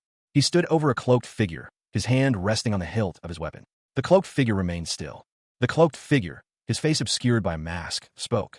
"Look," he said, "just as my lord predicted, the culprit has come back to the scene of the crime." The soldier's eyes widened, his gaze intense. He seemed to be contemplating the implications of the cloaked figure's words. The cloaked figure tilted their head slightly. "Why? Are you curious?" High above, a figure clad in dark armor, his eyes glowing with an eerie light, addressed his subordinate. He confidently declared that their lord had never failed them before. The subordinate, partially obscured by a dark hood and mask, calmly pointed out that, as predicted by their lord, the culprit had returned to the scene of the crime. The armored figure's eyes narrowed, his gaze intense. He questioned the subordinate's curiosity. The scene shifted to a bedroom. Rolanna and Nicole were mentioned. Rolanna and Nicole sat with a maid, preparing herbs. The maid commented on how easy the 3 herbs were to find and expressed disbelief that they could cure Ronella's incurable disease. A young woman, frustrated, explains that she found a cure for Ronella's disease on the Paradiso Games bulletin board. It's a compounding formula, obtained from a herbalist who couldn't tolerate the arguments of their colleagues. She's pleased to have access to this cure, which wasn't supposed to be released for another 10 years. The scene shifts to a dimly lit room. A young woman, Mary, lies in bed, seemingly ill. A man, her lord, is tending to her. Mary expresses her curiosity about why her lord, a high-ranking noble, is personally caring for a commoner like herself. The lord, his face partially obscured, remains silent for a moment. He reflects that those who have experienced pain understand it best. He then wonders if he might have been infected by Ronella's disease previously. The lord answers Mary, stating that he grew up healthy due to his family's love and care. However, he adds that his mother didn't limit her affection to him alone. The truth was laid bare. His family had been impoverished, and his mother, unable to afford proper medical care, had been diagnosed with terminal cancer only after her condition had progressed to the final stages. The image of his mother, frail and lying in a hospital bed, her hands already useless, haunted him. The memory was a stark reminder of his helplessness. More than sadness, he felt anger. A burning rage at his own powerlessness to prevent such a tragedy. 15 years had passed, yet the guilt remained, a heavy weight on his shoulders. He was there because he understood Mia's pain, a pain he knew all too well. He wouldn't let her experience the same suffering. He wouldn't let her lose her mother. Meanwhile, on a rooftop overlooking the town, a confrontation unfolded. Two figures clashed, their blades meeting in a flurry of motion. The fight was fierce, each blow carrying the weight of desperation and determination. The clash of steel echoed through the air, a blur of motion, a whirlwind of swordplay. One figure, clad in dark armor, moved with brutal efficiency, his blade a silver streak against the crimson backdrop of the fight. He grunted, muscles straining as he parried a vicious blow. His opponent's attack was relentless, a furious storm of steel. The armored warrior's eyes widened in surprise as the blade sliced through his defenses. He felt a sharp pain, a searing heat. He stumbled back, his grip on his sword loosening. His opponent, a figure cloaked in shadow, pressed their advantage, their movements swift and precise. The cloaked figure's thoughts raced. He is thoughtlessly trying to restrain me with brute force. A plan formed. I'll aim for his weak point. With a sudden burst of speed, they moved to exploit the opening. The cloaked figure launched a swift, decisive attack, and I'll send him off with one attack. The armored warrior was sent sprawling, his body impacting the ground with a heavy thud. With a final, powerful kick, the cloaked figure sent their opponent reeling. The battle was over. A masked figure, their eyes wide with fury, let out a sharp cry of frustration. The intensity of their expression was palpable. His opponent, a man with piercing eyes and a grim expression, scoffed. "Is that all you've got?" He sneered, his voice dripping with disdain. He hadn't even tried to dodge the attack. The masked figure lunged again, their movements swift and precise, but the man effortlessly deflected the blow. "How dare you go against your superior with such pitiful skill?" he roared, his voice echoing with contempt.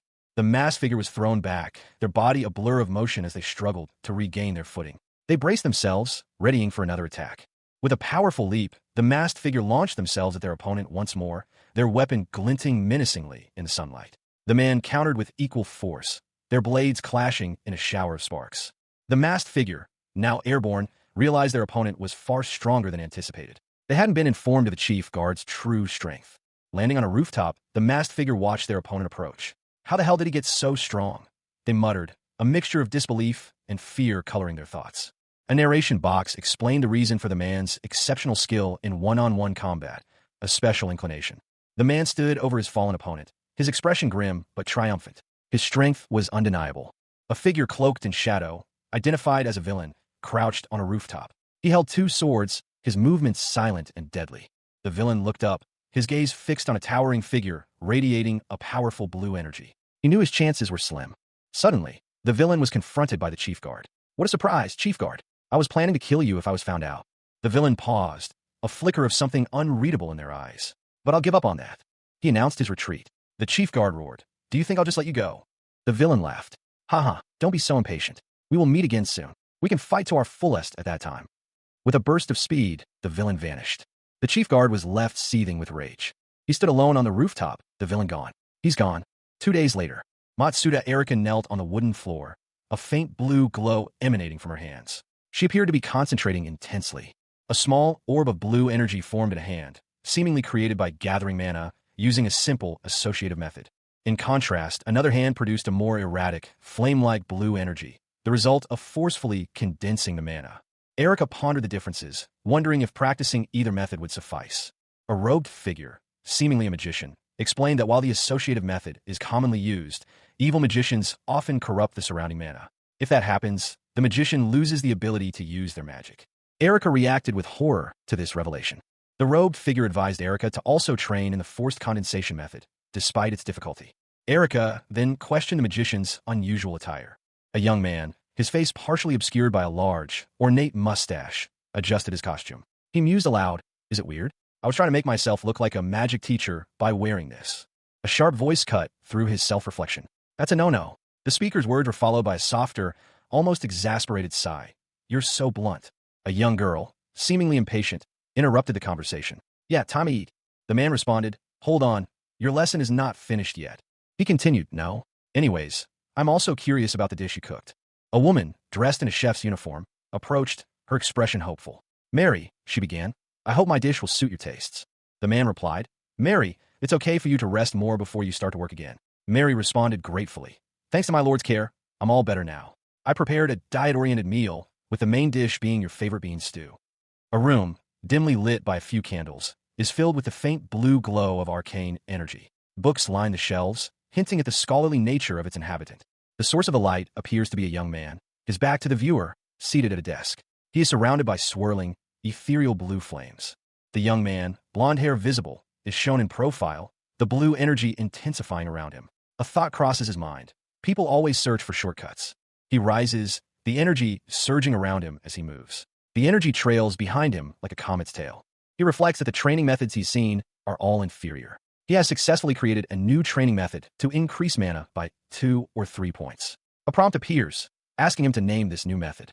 He muses that what separates true masters from those who merely dabble is the ability to transform a shortcut into their own unique path. He considers a name for his new method, a blend of rugged training and magical mana training. He decides on a name, noting that since this is the first of his footprints in this world, it should be fitting. He settles on the name Bug Player, a term for someone who exploits shortcuts to gain an advantage. The literal translation is that he alone enjoys all the benefits as a bug player. A monstrous figure with sharp teeth and a long tongue loomed over the scene. Her eyes glowed with an unnatural light as she spoke. I have been peeking in on the secret training methods of many magicians, but your method shows an interesting difference. Below her, a young man with blonde hair and striking blue eyes looked up in surprise. The monstrous figure continued, her words seemingly directed at him. She stated, I can, although normal people won't be able to see it. I can also say that you're cheating because you're unnaturally good at drawing raw mana into your body.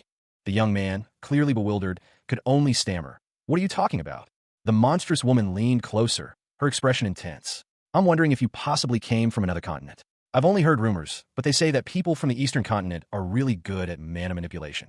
The young man, seemingly remembering something, replied, Mention it. I remember a story from my ancestors that in their time, there was a myth which said something like that. A narration box appeared. The Eastern continent was a big expansion for Paradiso that had been ambitiously worked on for 5 years. The young man added in a thought bubble, I died before that expansion was released, although I was really looking forward to trying it. The monstrous woman continued, A lot of interesting things happen when I hang out with you, so I've been curious about you. She then suggested, I'm thinking we should take it easy and talk to each other for a while. After all, you're the only one who can see me. The scene opens with a woman, her expression a disturbing blend of manic glee and predatory hunger, addressing an unseen individual. The mind's eye is mine, she declares, her words dripping with unsettling confidence. She then adds with a dismissive wave, Never mind that. You can keep it. Let's just consider it a wedding present for my future husband. The woman's unsettling grin widens, her eyes gleaming with an unnerving intensity. She continues, her voice laced with a hint of unexpected self-awareness. At first, I didn't really like that fat body of yours. The focus shifts to a young man, his face a mask of startled discomfort. The woman's voice, though unseen, continues, But you look acceptable now that you've lost some weight. The woman's hand reaches out, her fingers gently caressing the young man's chin. Her words carry a possessive undertone. If you're this caliber of man, then it won't be a problem for me, who died as a virgin, to take you as my partner. The young man's eyes widen in alarm. The woman adds, a playful lilt in her voice. Also, you gave me your first kiss, remember? The young man bolts, his face a picture of sheer terror. The woman, undeterred, calls after him. Wait for me, my love. The scene shifts. 2 individuals are discussing a third, Lena. One observes, Lena's achievement has come faster than I expected. The other agrees, she's really talented. I'm impressed by how you managed to see that child's potential. A woman with vibrant teal hair holds a letter, a thoughtful expression on her face. She muses, I think that by the end of this month, I won't have anything else that I'll be able to teach her. That's the content of Sir Lacaz's letter. The scene opens with a young man, blonde hair neatly styled, his expression a mixture of seriousness and concern. He's dressed in a dark, almost military-style uniform. He speaks, his words carrying a weight of responsibility. The expiration date for him, being the strongest person in Cribia, will come at the end of this month. She must be exceptionally talented. He sits in a plush carriage seat, opposite a young girl with vibrant turquoise hair. She holds a document, her expression attentive. He instructs her, Please tell Lacaz that I'll look for a good teacher for her soon. The girl responds with a cheerful, Yes. The young man then reflects, a slight frown touching his lips. It seems that I recalled a few good candidates for the position just in time. The carriage speeds through a wooded area, the trees blurring past. Suddenly, an arrow whizzes past the turquoise-haired girl, narrowly missing her. She reacts with a startled expression. The blond young man reacts instantly, a surge of energy emanating from his hand. The girl cries out, My lord. The girl, now holding a spear, shouts, "Protect the Lord." More arrows fly, but the young man deflects them with ease. He observes, by the looks of it, the ambushers are bandits. Do they really think they can catch me? The girl continues to try to protect him, shouting, "Protect you." He yells back, "What are you doing? It's dangerous." She responds defiantly, "But it's my duty to protect you, my lord." A young woman with vibrant teal hair, her expression a mixture of exasperation and concern, is firmly held by a blonde-haired man. He snarls at her, his words sharp and commanding. "Stop struggling and stay put. If you try to leave this carriage, I'll beat you myself. Don't express your devotion by acting recklessly." The carriage is suddenly attacked. Arrows whiz past, narrowly missing the occupants. The blonde man, still holding the teal-haired girl, reacts instantly, his face contorted in anger. "Who are these small fries who dare to shoot us?" he shouts, his voice filled with rage. One of his companions warns, "Sir, it's dangerous here." A spectral, menacing creature appears, offering its help. The blonde man, however, refuses, his resolve unwavering. "No, I'll take care of this myself." He prepares to defend himself. He unleashes a powerful magical blast, creating a protective shield around himself. Through the shimmering energy, he surveys the scene. A large group of attackers is visible in the distance. Among the attackers, one of the archers reports to their leader, "Leader, there's a magician." The leader, a powerfully built figure wielding a large axe, confirms their suspicions. As expected, a magician was riding with them. "Masked brat asks for our services." The blonde man, seemingly aware of the leader's presence, speaks. "Mask? Seems like you're talking about the magician I met before. I can hear you. All magicians are worthless. I'll give an example to this newbie." The blonde man attacks with a swift, powerful magical slash. A blur of motion. A figure, clad in dark purple, is sent sprawling by a powerful blow. The attacker's weapon, a scythe-like object, glows with an ethereal purple energy.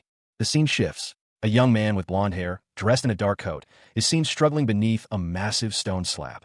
He strains against its weight. He is attacked again, the purple-clad figure swinging their weapon in a wide arc. The blonde-haired man barely manages to defend himself. The blonde-haired man counters, a bright blue orb forming in his hand. He unleashes a blast of energy. His attack is deflected. The purple-clad figure scoffs, stating that such a weak attack is useless against their magic. The purple-clad figure delivers another powerful blow, sending the blonde-haired man reeling. The blonde-haired man activates a shield, a translucent blue barrier appearing before him. It shatters upon impact. The blonde-haired man, despite his injuries, taunts his opponent, commenting on their title of murderer of magicians. A flurry of blows ensues. Both combatants exchange a series of powerful strikes. A fierce battle raged. One combatant, his face obscured by shadow, moved with lethal precision. He knew he had to keep the pressure on. Any pause would invite a counterattack. His opponent, a figure in dark robes, laughed. "How is it? Too hard to stop my attacks?" he taunted, his words laced with cruel amusement. Two onlookers, clad in armor, watched with a mixture of fear and fascination. The robed figure continued. "With this, I will make you run out of mana." Suddenly, the tide turned. The robed figure's attack was deflected. He stared, incredulous, as his opponent revealed a magical artifact, a wand. "Look at this," the opponent said. "Ain't it a magical artifact?" The wielder of the wand, a young man with blonde hair, declared, "I'll take this." His physical strength surged as he seized the wand. The blonde young man's companion watched, surprised. This magician, did he always have a big build like this? He wondered, his gaze fixed on a sudden increase in his ally's size and strength. The robed figure, his body now visibly weakened, hissed, "I've already countered all of your body, straightening with my magic."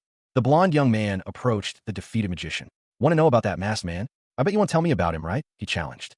The masked man pleaded, "No, wait. I'll give you information about my client, if you will spare my life." The blonde young man, axe in hand, considered the offer. "Really? I want to hear it, but—" A young man with blonde hair, his face partially obscured by shadow, vehemently declared, "I won't trust the word of a criminal." To be continued. A young man with dark hair, confined within a dimly lit cell, muttered to himself. He reflected on his misfortune, stating that a merchant without money couldn't buy luck, and that this old saying had proven true in his own life. His frustration grew, and he angrily blamed his predicament on employing cheap guards. He felt he had no one to blame but himself for his current situation. Meanwhile, another young person, also imprisoned, spoke about the man in the previous panel. They confirmed that he was a skilled medicine merchant, implying that he would likely have many guards with him. The scene shifted to show two figures, one large and imposing, the other smaller and cloaked. The larger figure held a large axe. They were discussing a transaction involving a bag of medicine. The cloaked figure explained that the medicine had cured all the residents of the Caribbean territory. This information was clearly significant to the transaction. The cloaked figure continued, noting that the medicine's ease of mass production meant the merchant would likely try to gain favor with Ronella. The scene then showed two figures, seemingly guards, discussing the merchant's impending arrival. They confirmed that their information came from an underling. A young man with blonde hair, his face partially obscured by shadow, glared defiantly. He declared, "I won't trust the word of a criminal." The command rang out, "Kill him." Simultaneously, a bright flash of energy erupted from the blonde young man's hand, aimed at a shadowy figure wielding a large blade. Observing the scene from a distance, a young woman with dark hair and striking green eyes widened in disbelief. Her internal thought echoed. He really appeared. The blonde young man, now clearly visible, stood resolute. His expression was one of determination as he silently declared, "A warrior who will save me." A young man with dark hair, his face alight with a grateful smile, expressed his appreciation. He said, "I appreciate your thanks." He then embraced the blonde young man, who looked uncomfortable. A young woman with teal hair watched the scene with a mixture of amusement and concern. The blonde young man requested, "But can you give me some space?" The dark-haired young man apologized, blushing profusely. He explained, "Sorry, I unconsciously did that because I was so happy." A horse-drawn carriage traveled along a dirt road. A voice narrated the events leading to the current situation. "You came to Cribia because our magic stone market is a hot topic now, but you got ambushed by Tog and robbed of all your money." A young man with blonde hair, dressed in a dark, formal-looking coat, apologized for the lack of security in his territory, explaining that insufficient travelers on those roads were to blame. Meanwhile, another young man, this one with dark hair, recounted how he had nearly died before being saved by his lord. He identified the savior as Archneys, a top NPC from the Eastern continent who had purchased a kingdom with his wealth, a shrewd businessman with a talent for predicting market trends. His reputation as a trendsetter had drawn many aspiring merchant players. The blonde young man pondered Archneys' presence near the northern border, questioning why such a prominent figure from the east would be there. He then approached the dark-haired young man, acknowledging his financial difficulties and offering him a proposition. The dark-haired young man considered Archneys an exceptionally influential figure, advising caution and suggesting securing his favor. The blonde man proposed a deal. Instead of share of profits, he requested 2 wishes be granted. The dark-haired young man agreed, but warned that the wishes might be rejected depending on the circumstances. He was confident, however, that his instincts were correct and the wishes would be granted. A young woman with dark hair and expressive eyes introduced herself. "The first one is, please call me Aki," she stated, adding, "I'll tell you my other wish next time." Elsewhere, a blonde young man with a blank expression reacted to something unseen. He simply muttered, "Okay, man." In Ranella territory, a person with silver hair and a hooded cloak observed the bustling city. "I thought Ranella would be a dull place, but it's much more splendid than I imagined." They reflected. A discussion unfolded regarding the territory's potential. One person noted, "But there is no way humans would give up on the great wealth the region offers to them." Another agreed, "Once the problem of Ranella's disease is settled, this territory will have a big potential for future development." "I see." 2 individuals conversed. One expressed gratitude, saying, "Thanks to you, I'll be able to start my business in a good location." The other responded modestly, "I'm just trying to pay you back, but to be honest, it's still not enough." The blonde young man inquired, "Is that the medicine you'll be selling for Ranella's disease, my lord?" The other replied, "It is not yet." A notification appeared. Production of a rare medicine has been completed.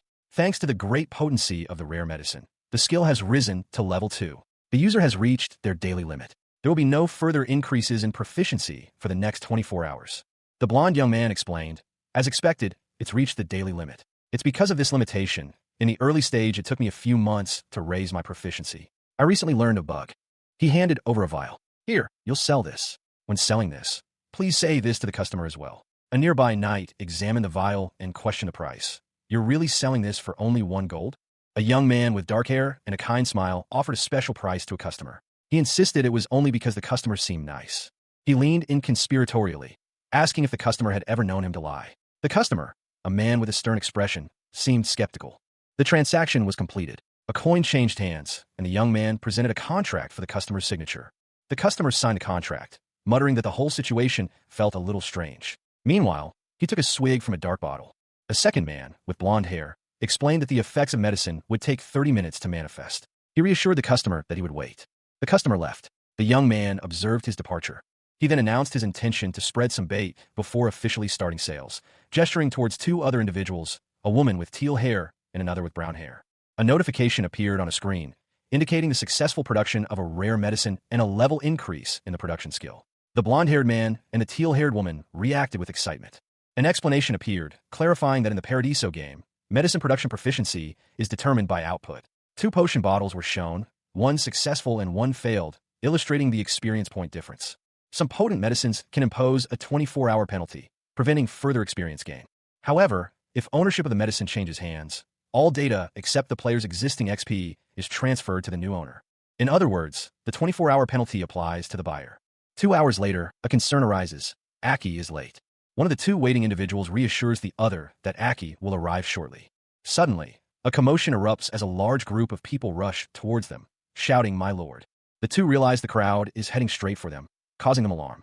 Amidst the chaos, a young boy cries out, urging someone to sell him medicine quickly. A heated argument erupted amongst a group of people. Two individuals, one with blonde hair and the other with vibrant teal hair, fiercely contested for the first position in line. The teal-haired one insisted, "No, me, I'm the first." The blonde-haired individual observed the scene, commenting, "God has aided them. I bet God grants a blessing on their territory." Meanwhile, a man with reddish-brown hair expressed his own opinion. "I didn't go there because I didn't think there was a future for them, but I heard the Lord has come to his senses and he manages the territory quite well now." The scene shifted to a bustling marketplace. A dark-haired man announced, "Guys, Aki will be selling the medicine right here. But after today, you'll have to visit the Caribbean territory if you want to buy the medicine." Several individuals eagerly consumed a red liquid from bottles. One of them stated, "It will be a nice playground for all of you hunters." The blonde-haired man and the teal-haired girl from earlier watched as a dark-haired girl explained the pricing of the medicine. She pointed out that the medicine, available for 39 gold, was significantly cheaper than the 100 gold price in the Adama Empire. To be continued. Snow fell softly on the quaint, snow-dusted town as night descended. A large, well-lit building stood out amongst the others, its warm glow a beacon in the twilight. Inside, a young woman with teal hair lay in bed, seemingly asleep. Meanwhile, in another room, a blond young man reviewed his accounts. The profit from recent medicine sales was considerable, 12,250 gold, or approximately 49.8 million won. He mused on the wealth of monster hunters. Suddenly, a voice interrupted his thoughts. He was questioned about his late-night wanderings. A young man with dark hair and a small scar near his eye entered, holding a single gold coin. He explained that he had come to collect his remaining wages. The blond man asked if he had any wishes. The dark-haired young man boldly proposed to become his vassal and manage a trading company under his direct supervision. The blond man considered the proposal. He commented on the young man's audacity, having been recently robbed, yet still possessing such ambition. Despite this, he admitted to already considering the young man as a potential vassal, though he acknowledged the difficulty of the position. The text on the page detailed the speaker's assessment of someone's rise to power, their vision, greed, boldness, and above all, sheer luck. The position, however, remained unfilled. Two figures, one with blonde hair and the other with dark hair, conversed. The dark-haired one repeatedly expressed their gratitude. The blonde one responded that they would be returning to their territory the following day. The blonde-haired individual, now alone, commented on the pleasant warmth of a spring breeze. He reflected that in his own territory, such a breeze always felt cold. The scene shifted to show him standing on a porch overlooking a moonlit landscape. A young woman with teal hair and a maid-like outfit learned that her medicine mixing and potion-making skills had reached level 35, unlocking automated production and intermediate mana potion production. She discovered that using a costly automaton, she could produce a large quantity of medicine daily, resulting in substantial profits. A man with glasses and a serious expression explained that because the medicine was only sold locally, hunters who came from mana stones also stayed to hunt in the Nightmare Forest. This increased the supply of mana stones and decreased the number of citizens harmed by monsters. Two men discussed the positive impact of the medicine's sales, noting that merchants from the region were now coming to their territory due to the spreading rumors. The Caribbean territory had prospered beyond even Jared's most ambitious projections. Its advancements in medicine had propelled it to international renown. Meanwhile, a lone rider urged their horse onward, the animal's hooves drumming a steady rhythm against the earth. A young woman with fiery blonde hair, her face contorted in a mask of furious concern, confronted the rider. "Where in the world are you going alone?" she demanded, her voice sharp with worry. She noted the rider was heading towards a desolate place, devoid of life and marked only by icy winds. Her worry intensified. The thought that the rider might be contemplating suicide sent a fresh wave of panic through her. "Beloved," she pleaded, "don't do this." The rider, a young man with blonde hair, responded curtly, "I'm going to hunt Luke, the Lich." The young woman's rage exploded. "You crazy brat. That's far worse than suicide." She explained, "A Lich is a powerful, cursed black magician. If you're caught, he'll steal your soul and turn you into an undead creature." He smiled, seemingly unfazed by the danger. "What's the plan to fight him?" Luke, it turned out, was a lich sealed within the Silver Mountain, a fortress of his own making. In the Great War in Paradisos, a figure was chosen by the Demon King. His seal was lifted, granting him eternal life. To overcome the wrath of Lich Luke, players must proceed through the main story of Paradisos. Luke's growing power renders him nearly invincible. making him impossible to defeat with swords or magic. However, holy power remains a viable means of ending his life. A lone knight on horseback rides through a snowy landscape. The knight, observing a strange individual, remarks on their unusual nature. He wonders if they might be a god in disguise, or perhaps a visitor from another world. The individual's response is dismissive, suggesting such an idea is absurd. A towering ice castle dominates the landscape. The knight and the strange individual search for a specific location, uncertain of its precise whereabouts. The knight expresses difficulty in locating a small gap, questioning whether it exists within this reality. The strange individual observes from a distance. The knight is teased for his intense search. He explains his mission to capture the Lich, but his current actions seem unrelated. He is reminded that Diluc's lair is high in the mountain. The knight points out the frozen corpses at the entrance, highlighting the danger of the location. A gloved hand, seemingly emanating a faint, reddish glow, pressed against the cold, stone wall. The word secret appeared above the hand, hinting at something hidden within. The scene shifted to reveal a narrow passage. A monstrous figure, its eyes glowing menacingly red, was partially visible, its body obscured by shadows. A young man with blonde hair, Jared, peered into the darkness, his expression one of cautious excitement. Above him, a text box declared, "A secret passageway exists." Jared, still in the passage, spoke of a shortcut bug he had found, expressing satisfaction at its usefulness. A small, ghostly figure with glowing red eyes floated beside him, seemingly observing. The passage opened into a vast chamber overflowing with gold coins and chests. Jared stood proudly, surveying his surroundings. He explained that this bug had led him to Diluc's secret hoard, welcoming the viewer to this hidden treasure trove. Jared and the ghostly figure marveled at the sheer amount of treasure.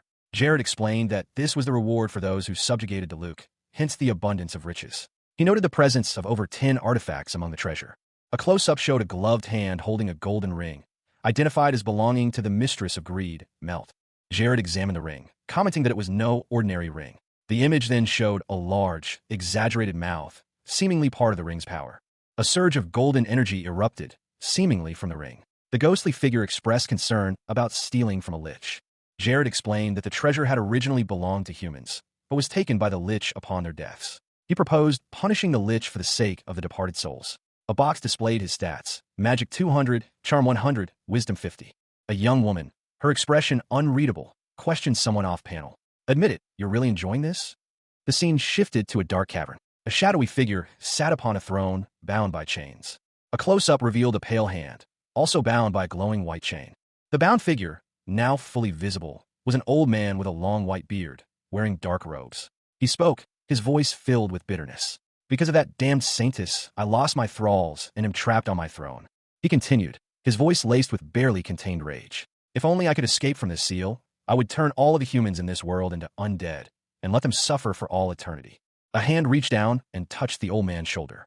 A voice, sharp and dismissive, cut through the old man's monologue. "Oh, you old gizzard, if you are bound to the seed of reflection, then you're supposed to be reflecting on your wrongdoing. Don't just fantasize about your wickedness." The old man looked up, his eyes wide with surprise. He asked, his voice trembling slightly, "Who are you?" A young man with blonde hair and a determined expression stood before the old man, his sword glowing with an intense light as he attacked. The young man declared confidently, "I'm this world's rising hero." A fiery chain, crackling with infernal energy, whips through the air, leaving a trail of burning embers in its wake. The scene shifts to a shadowy figure, cloaked in darkness. He muses, I'll change the question and ask it again." He continues, "Where did you come from, and how did you pass through all of my magical illusions and traps?"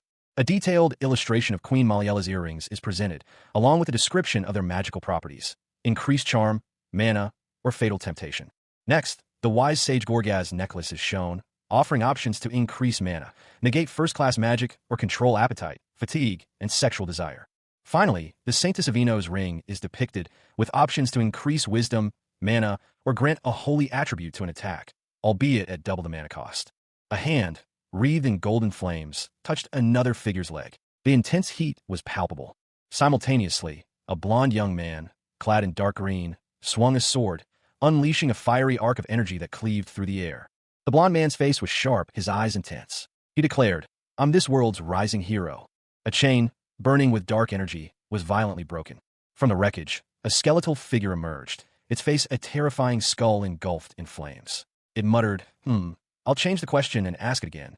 The skeletal figure, now fully revealed, demanded, "How did you pass through all of my magical illusions and traps?"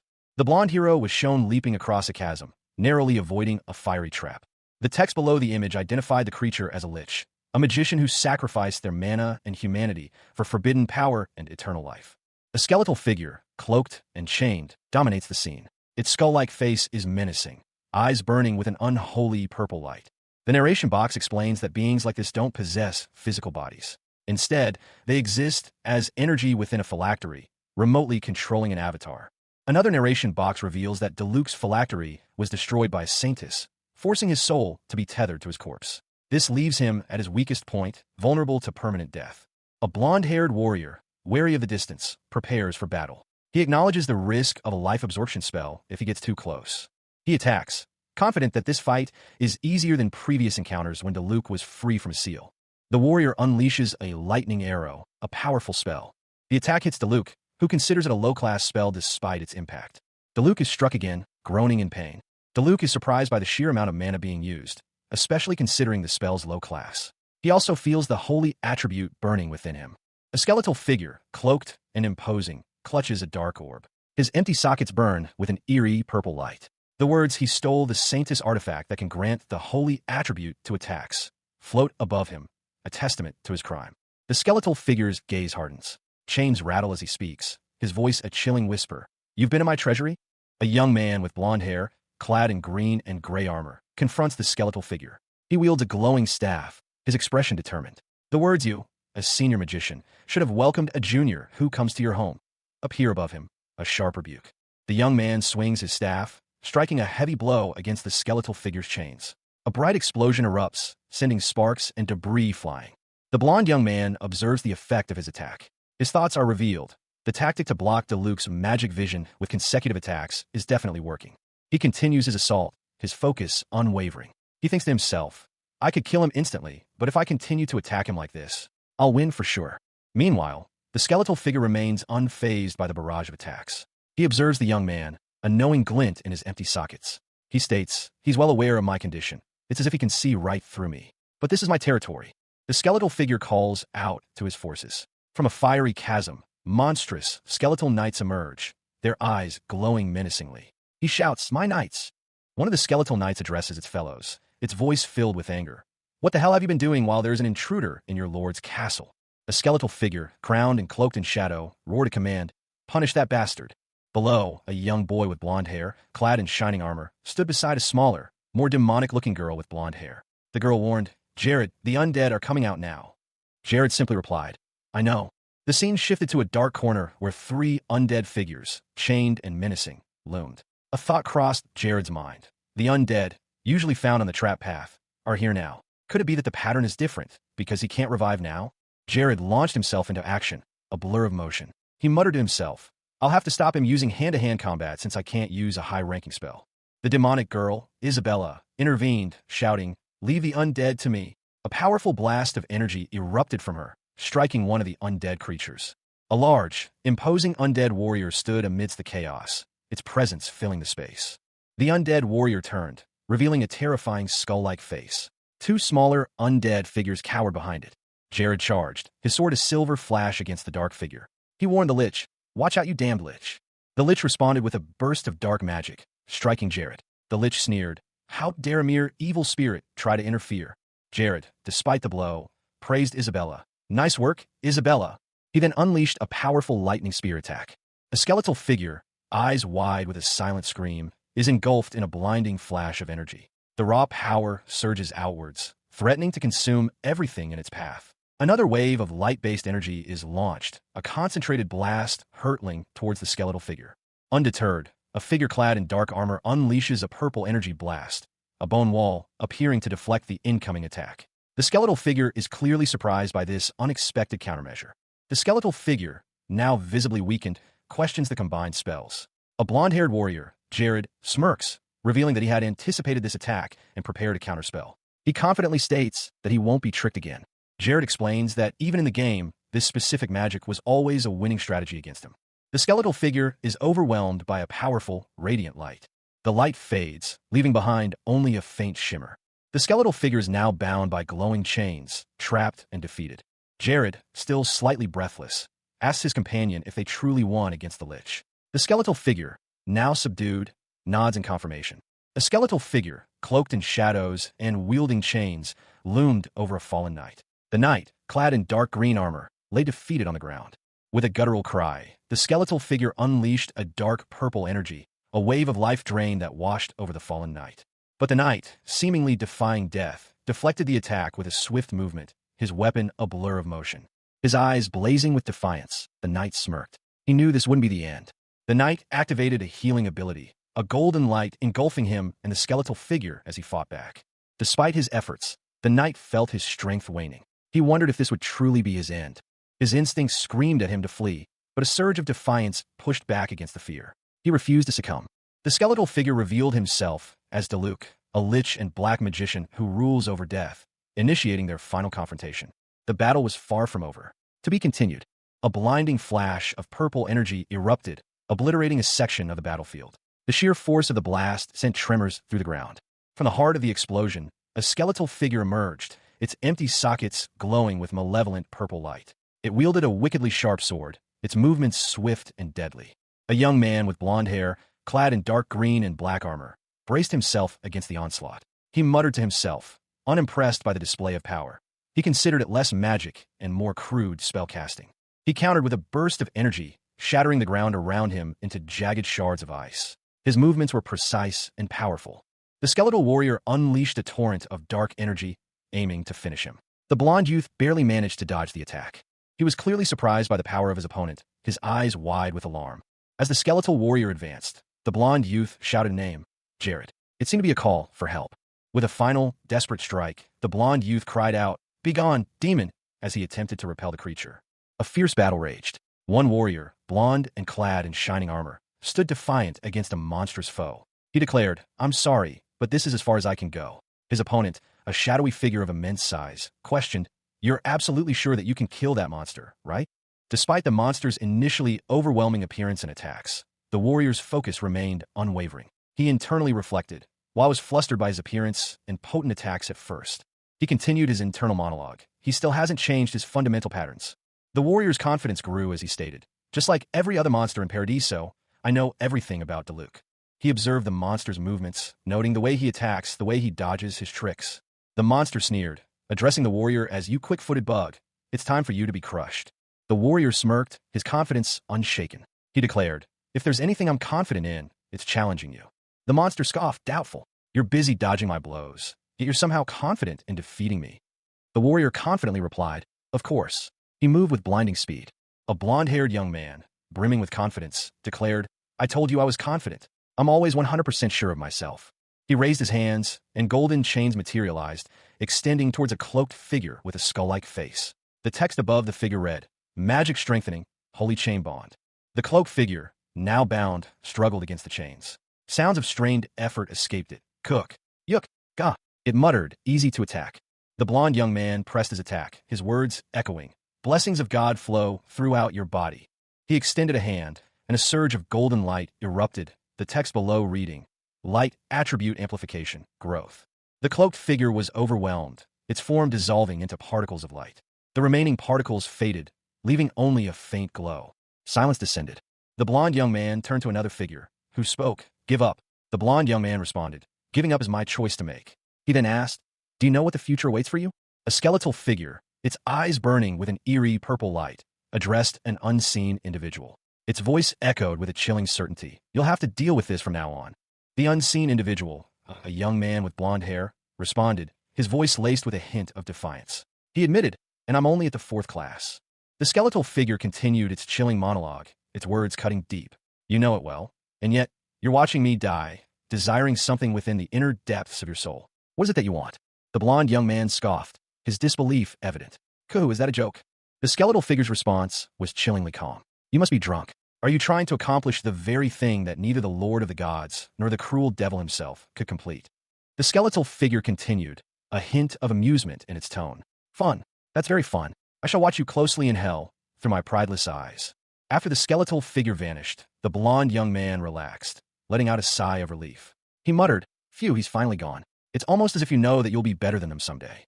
He examined a bracelet on his wrist, a look of satisfaction on his face. He thought, "I needed this bracelet desperately, but this is far better than I could have ever imagined." Suddenly, another individual, a girl with white hair and red eyes, pointed excitedly toward the book. Jared, there's a weird book over here. A young man with blonde hair, clad in dark green and gray armor, examines a book he found near a corpse. A small, ghostly figure floats nearby, commenting that it looks like something the dead lich left behind. The man notes that he's never seen a book drop from a Deluxe corpse before. A question arises. Is it possible for a resurrected being to have a relationship with its master? And is it impossible to deny the master's orders? The blonde man answers affirmatively. The scene shifts to a woman with long blonde hair and glasses, who angrily exclaims that this contract makes her the man's slave. She is clearly displeased with the situation, lamenting that this wasn't the type of relationship she was looking for. She angrily demands to know what the man is trying to make her do. The blonde man explains a 3-step plan. Use curse magic, fend off as best as possible, and rinse and repeat, increasing magic resistance and tolerance. The woman is shocked and asks if he likes that kind of thing.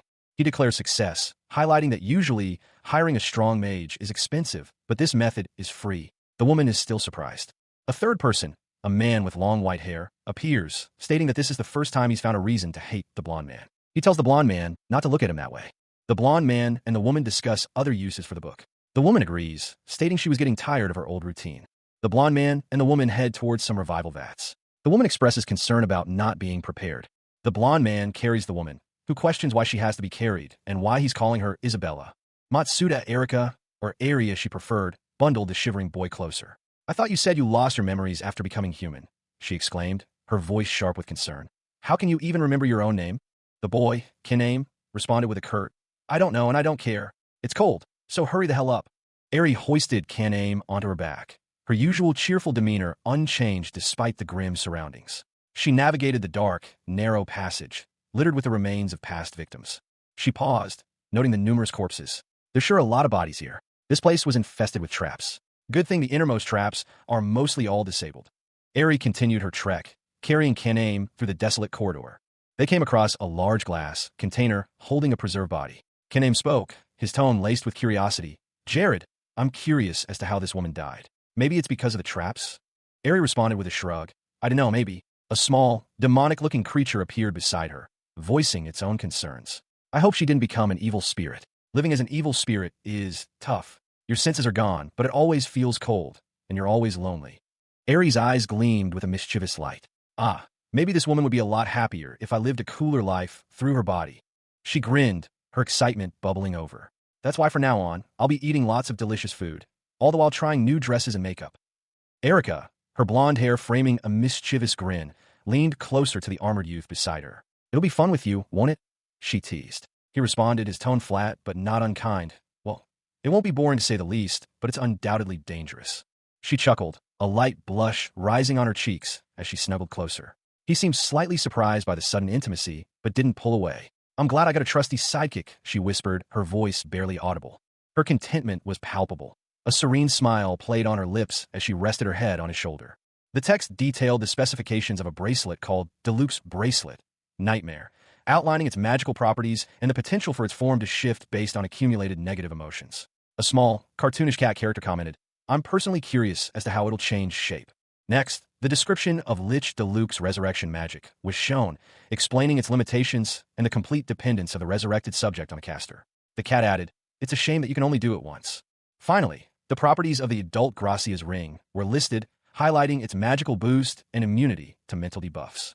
The cat character concluded, one of the pieces. An illustration depicted a figure successfully navigating a trap course. The accompanying text explained that the one who leaps over traps, title, and its associated stat boost.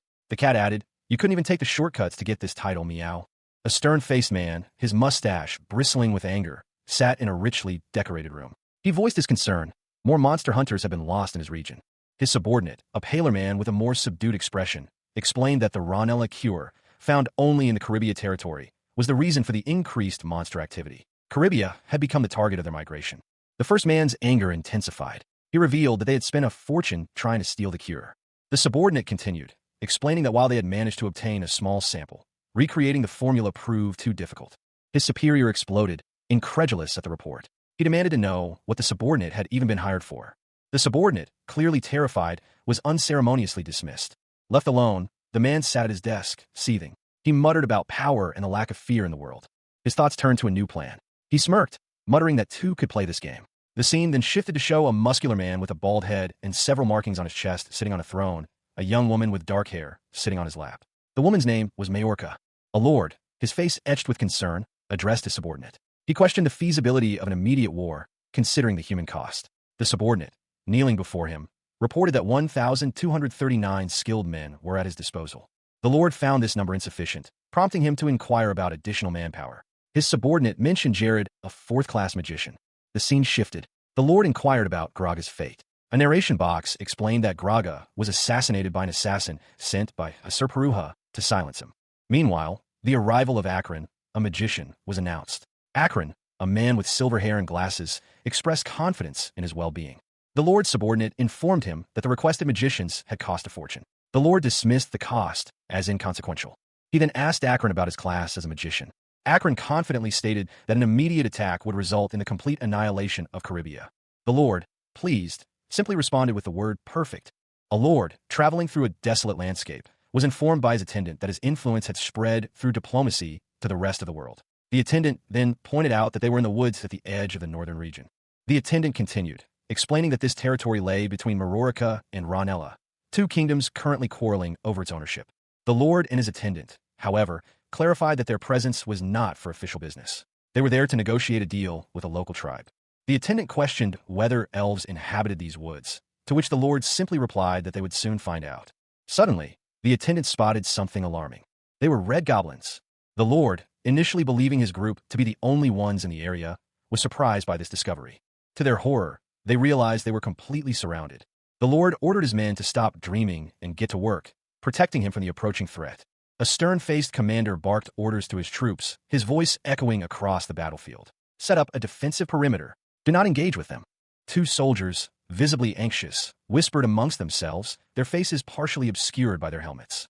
A man in glasses observed the scene from a distance, a look of disbelief on his face. He muttered to himself, questioning the wisdom of setting up a perimeter against what appeared to be goblins.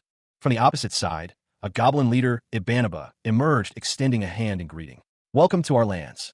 Ibanaba introduced himself, emphasizing his position as the leader of the goblins. The man in glasses, still observing, noted Ibanaba's ability to speak the Nasu dialect, a surprising detail.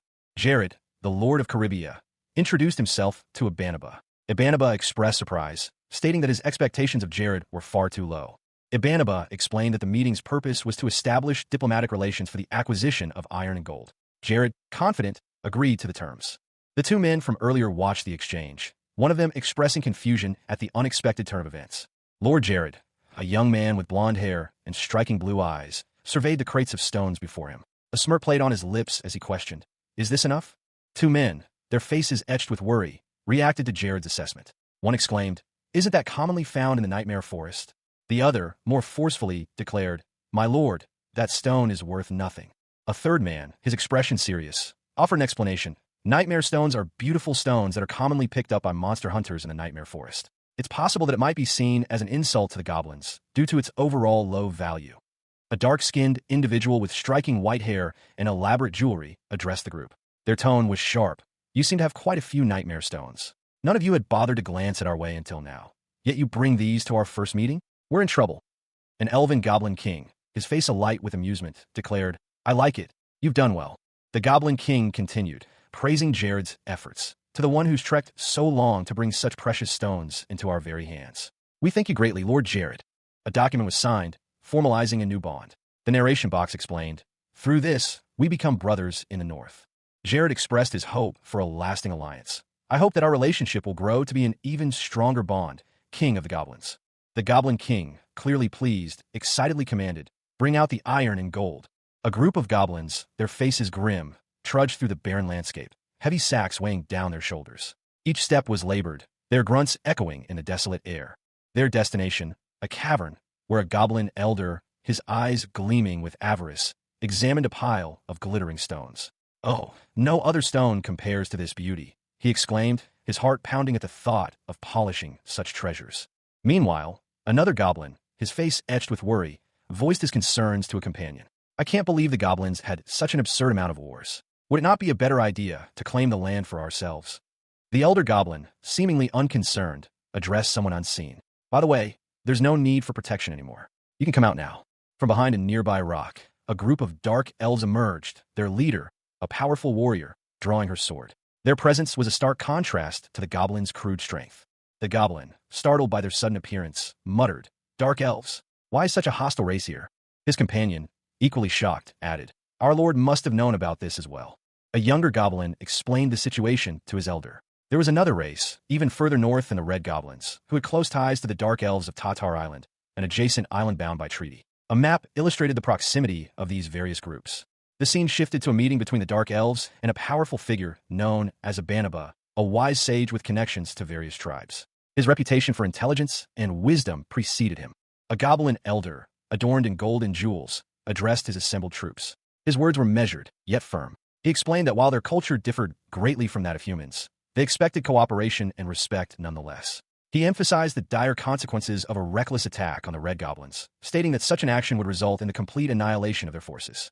The scene shifted to two human figures, seated by a fire, sharing drinks. One, with spectacles, expressed astonishment at the news that the Red Goblins valued nightmare stones as highly as gold. His companion, with blonde hair, inquired about the source of this information, his tone curious. The next image showed a boisterous celebration.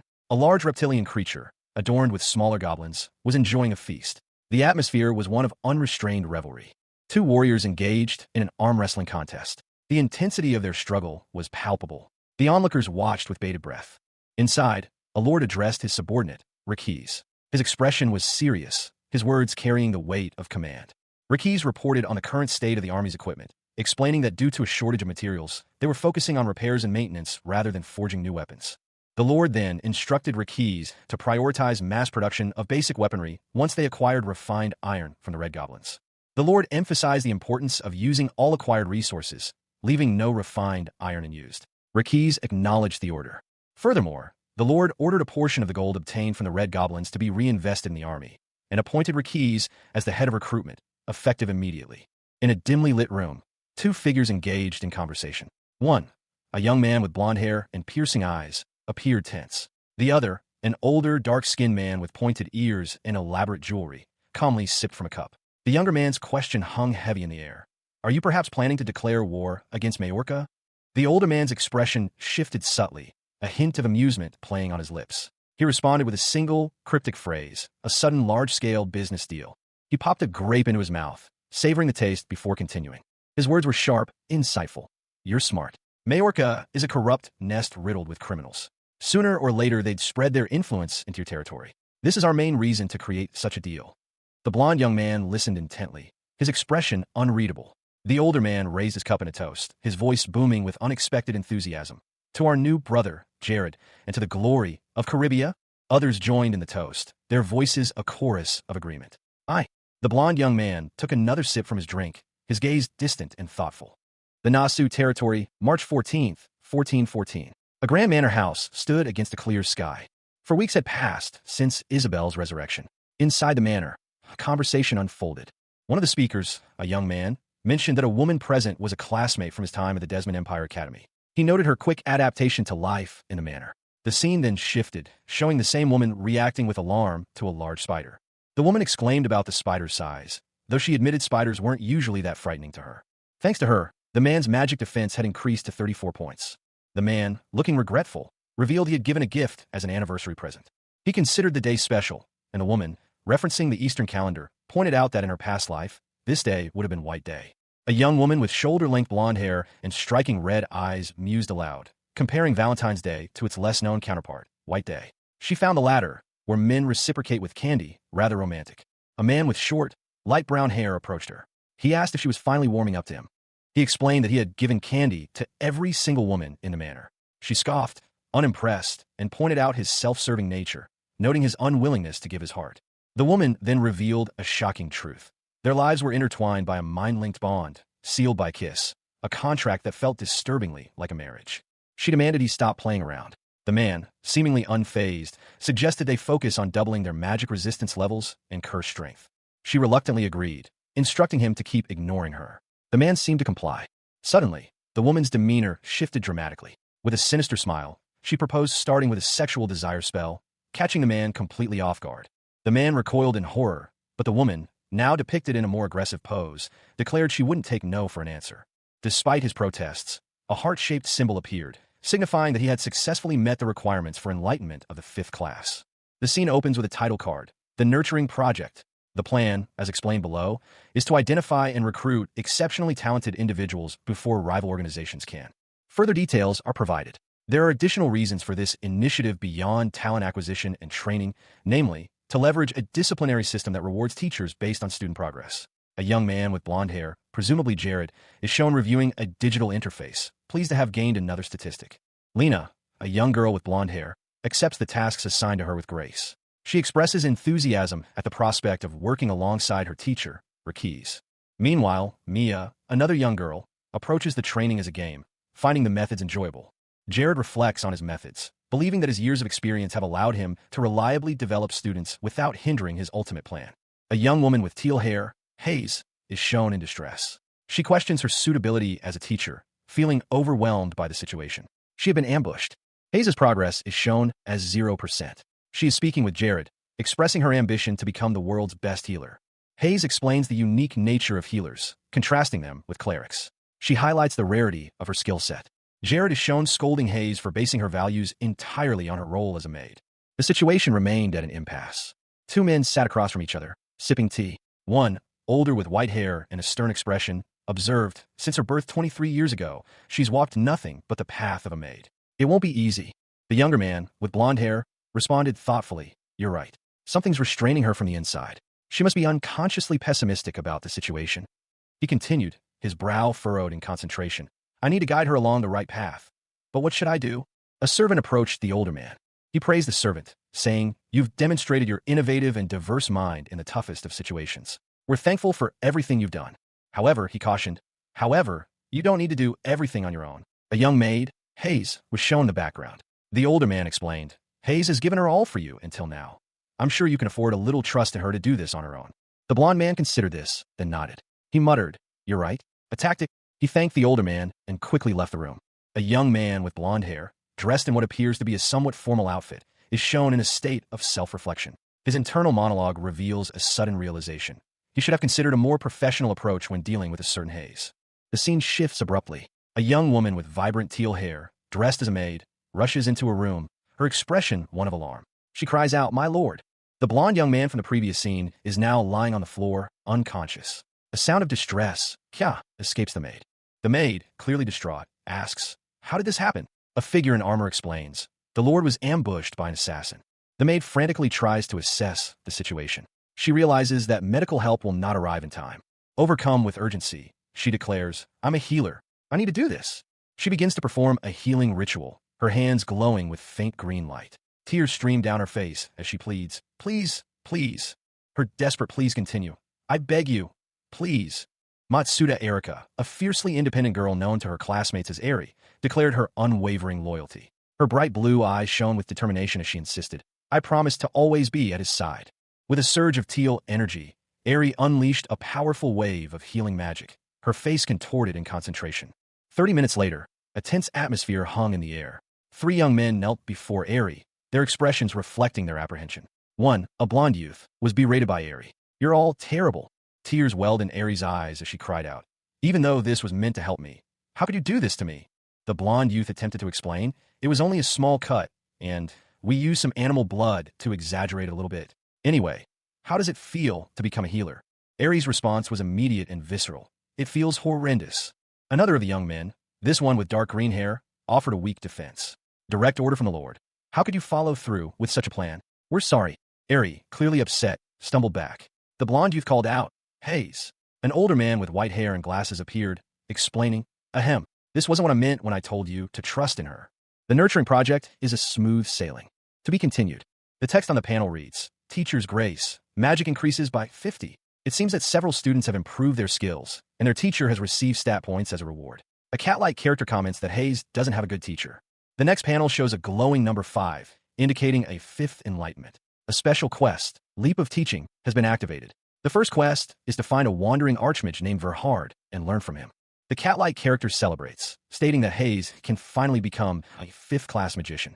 The scene shifts. Two figures are engaged in a tense conversation. One, seemingly a superior, suggests that killing Jared is the most efficient way to avoid unnecessary bloodshed, but that war is costly. The superior instructs the other to infiltrate the manor, spy on Jared, and assassinate him if the opportunity arises. The subordinate, fueled by a desire for revenge, vows to kill Jared, having missed too many opportunities in the past. He attacks Jared. Jared is ambushed. The attacker is injured and calls for haste. Jared escapes.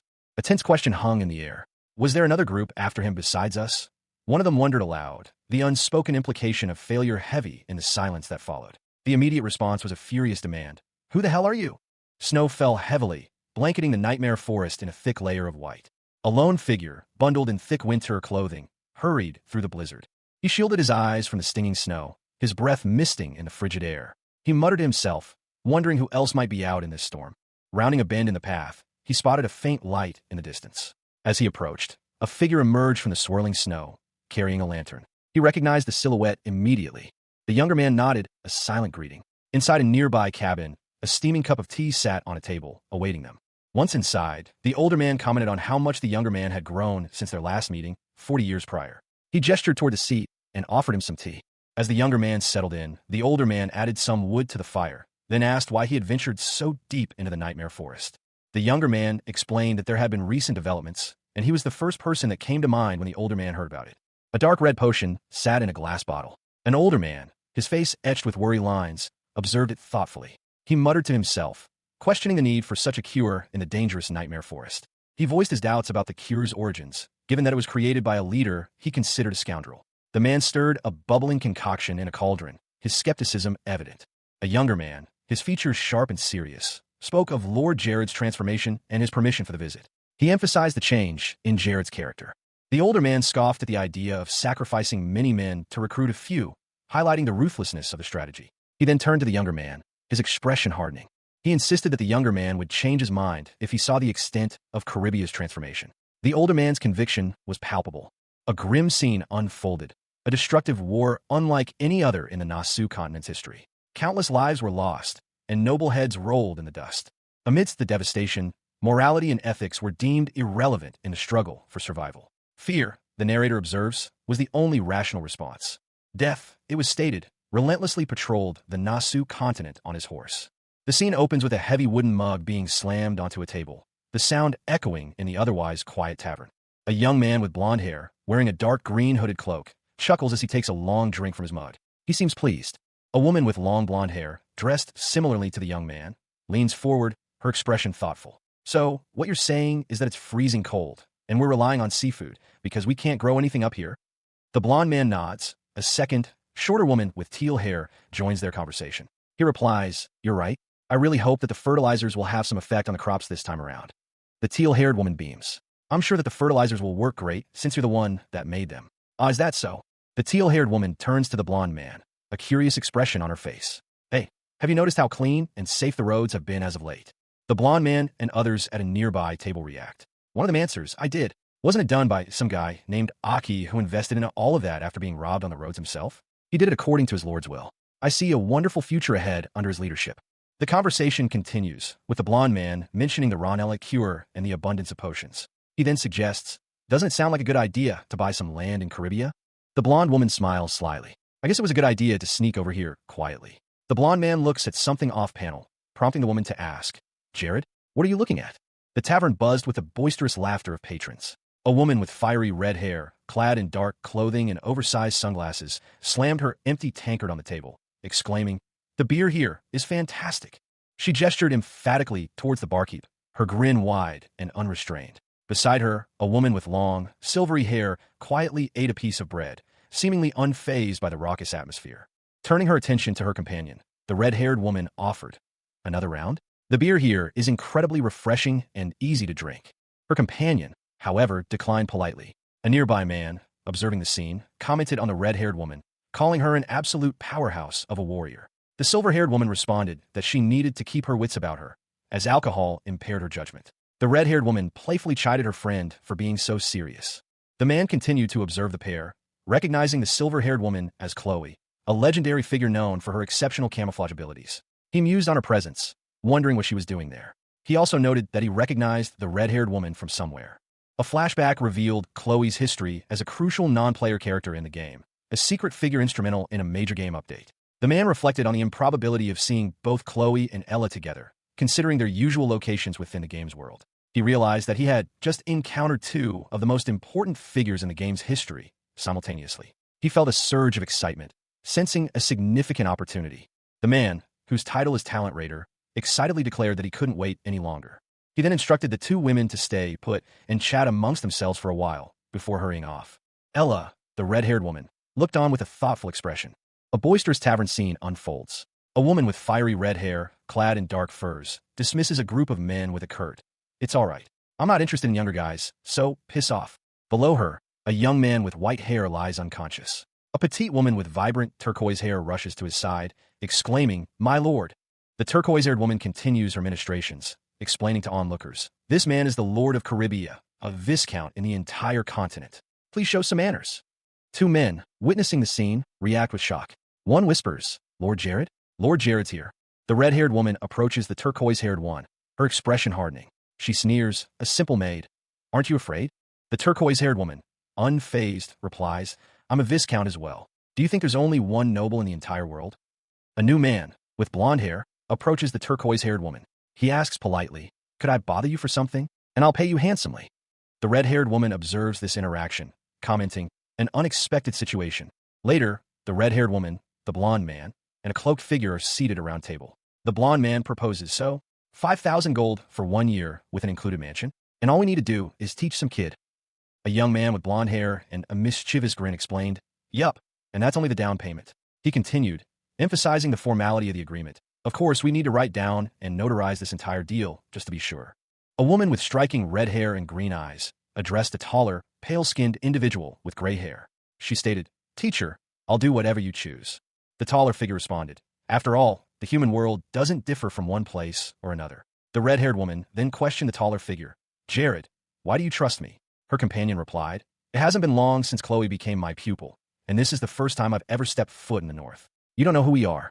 The blonde young man's eyes narrowed slightly as he said, "Money's the only way I can really entice you two to stay." His thoughts continued, "They'll help me as long as I throw money their way. Around 1,000,000,000. I'm giving them a chance that they'll decline my offer." The red-haired woman smirked. "Out of everything so far, that was by far the sexiest remark I've ever heard." The red-haired woman accepted the offer, stating, "I accept." The gray-haired figure then asked, "Now, where's the child you spent 5,000 gold on?" Later that night, under a crescent moon, the blonde young man reflected, "I solved the issue of finding Lena a teacher." The scene shifted to a large building at night. The blonde young man thought, "In the past, I'd be pretty exhausted by now. But thanks to Gorza's necklace, I don't feel tired anymore." He continued his internal monologue. "All of my experiences and knowledge of Paradiso is slowly becoming lost as time goes on. Earlier today, I had completely forgotten what Chloe looked like. A monstrous, shadowy figure loomed over a small, almost childlike creature. The creature, seemingly trapped, struggled against unseen restraints. Its captor, a being of immense darkness, spoke of leaving a record behind, a message in Korean, a language unknown in this world. The knowledge of the world, it seemed, was contained within a single book, Paradiso. Its cover, simple yet elegant, hinted at the secrets held within. The imposing brick structure of the academy loomed in the background as two young figures toiled in the foreground. One, a blond boy with determined features, strained mightily, pulling a large log. His companion, a girl with pale skin and dark hair, jogged alongside, seemingly effortlessly.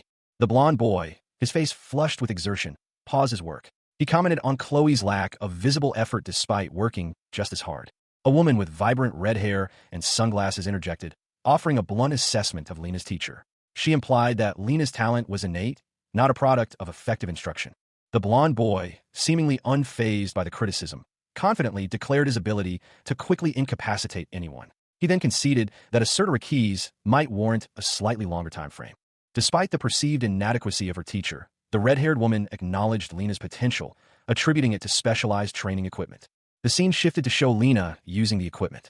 4 targeted elemental magics, released by the device, were shown in action. Lena's training focused on mastering shield use, as evidenced by the intense impact shown on her shield.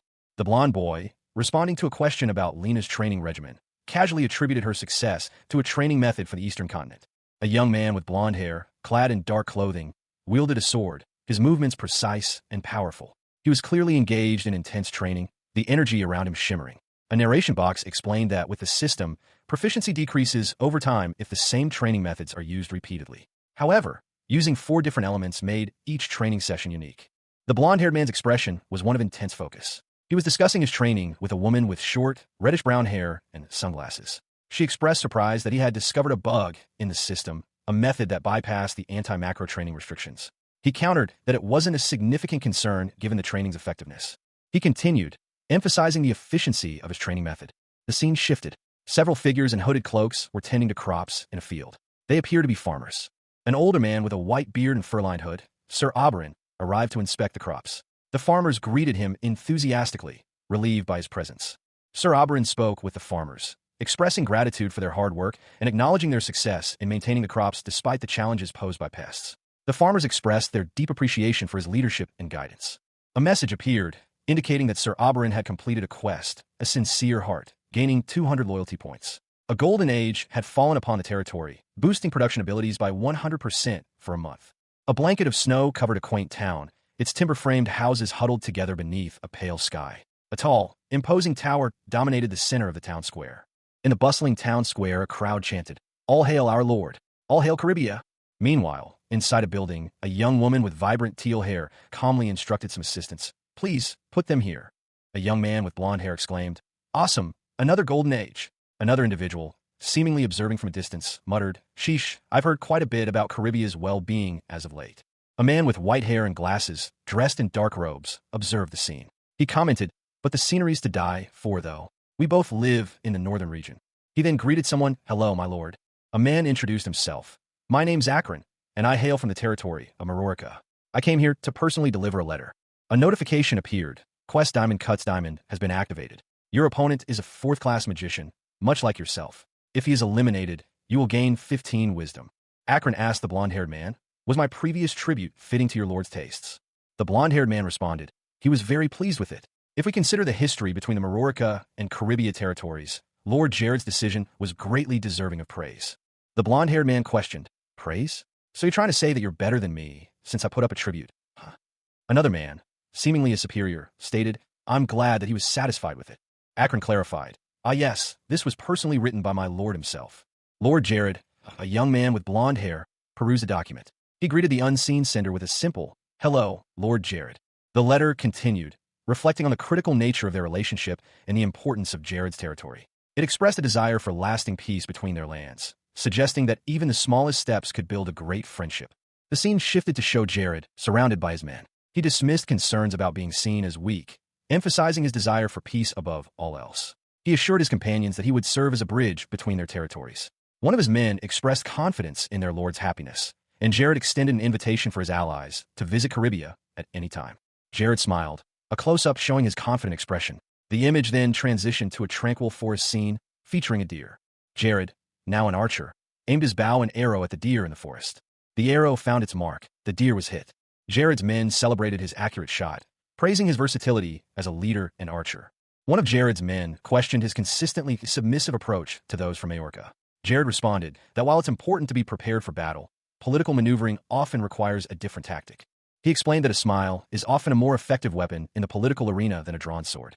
A man with dark hair and a stern expression questioned his subordinate. He wondered aloud if the enemy's carelessness stemmed from an assumption of their own invincibility, or if it was a deliberate tactic to mask their true intentions.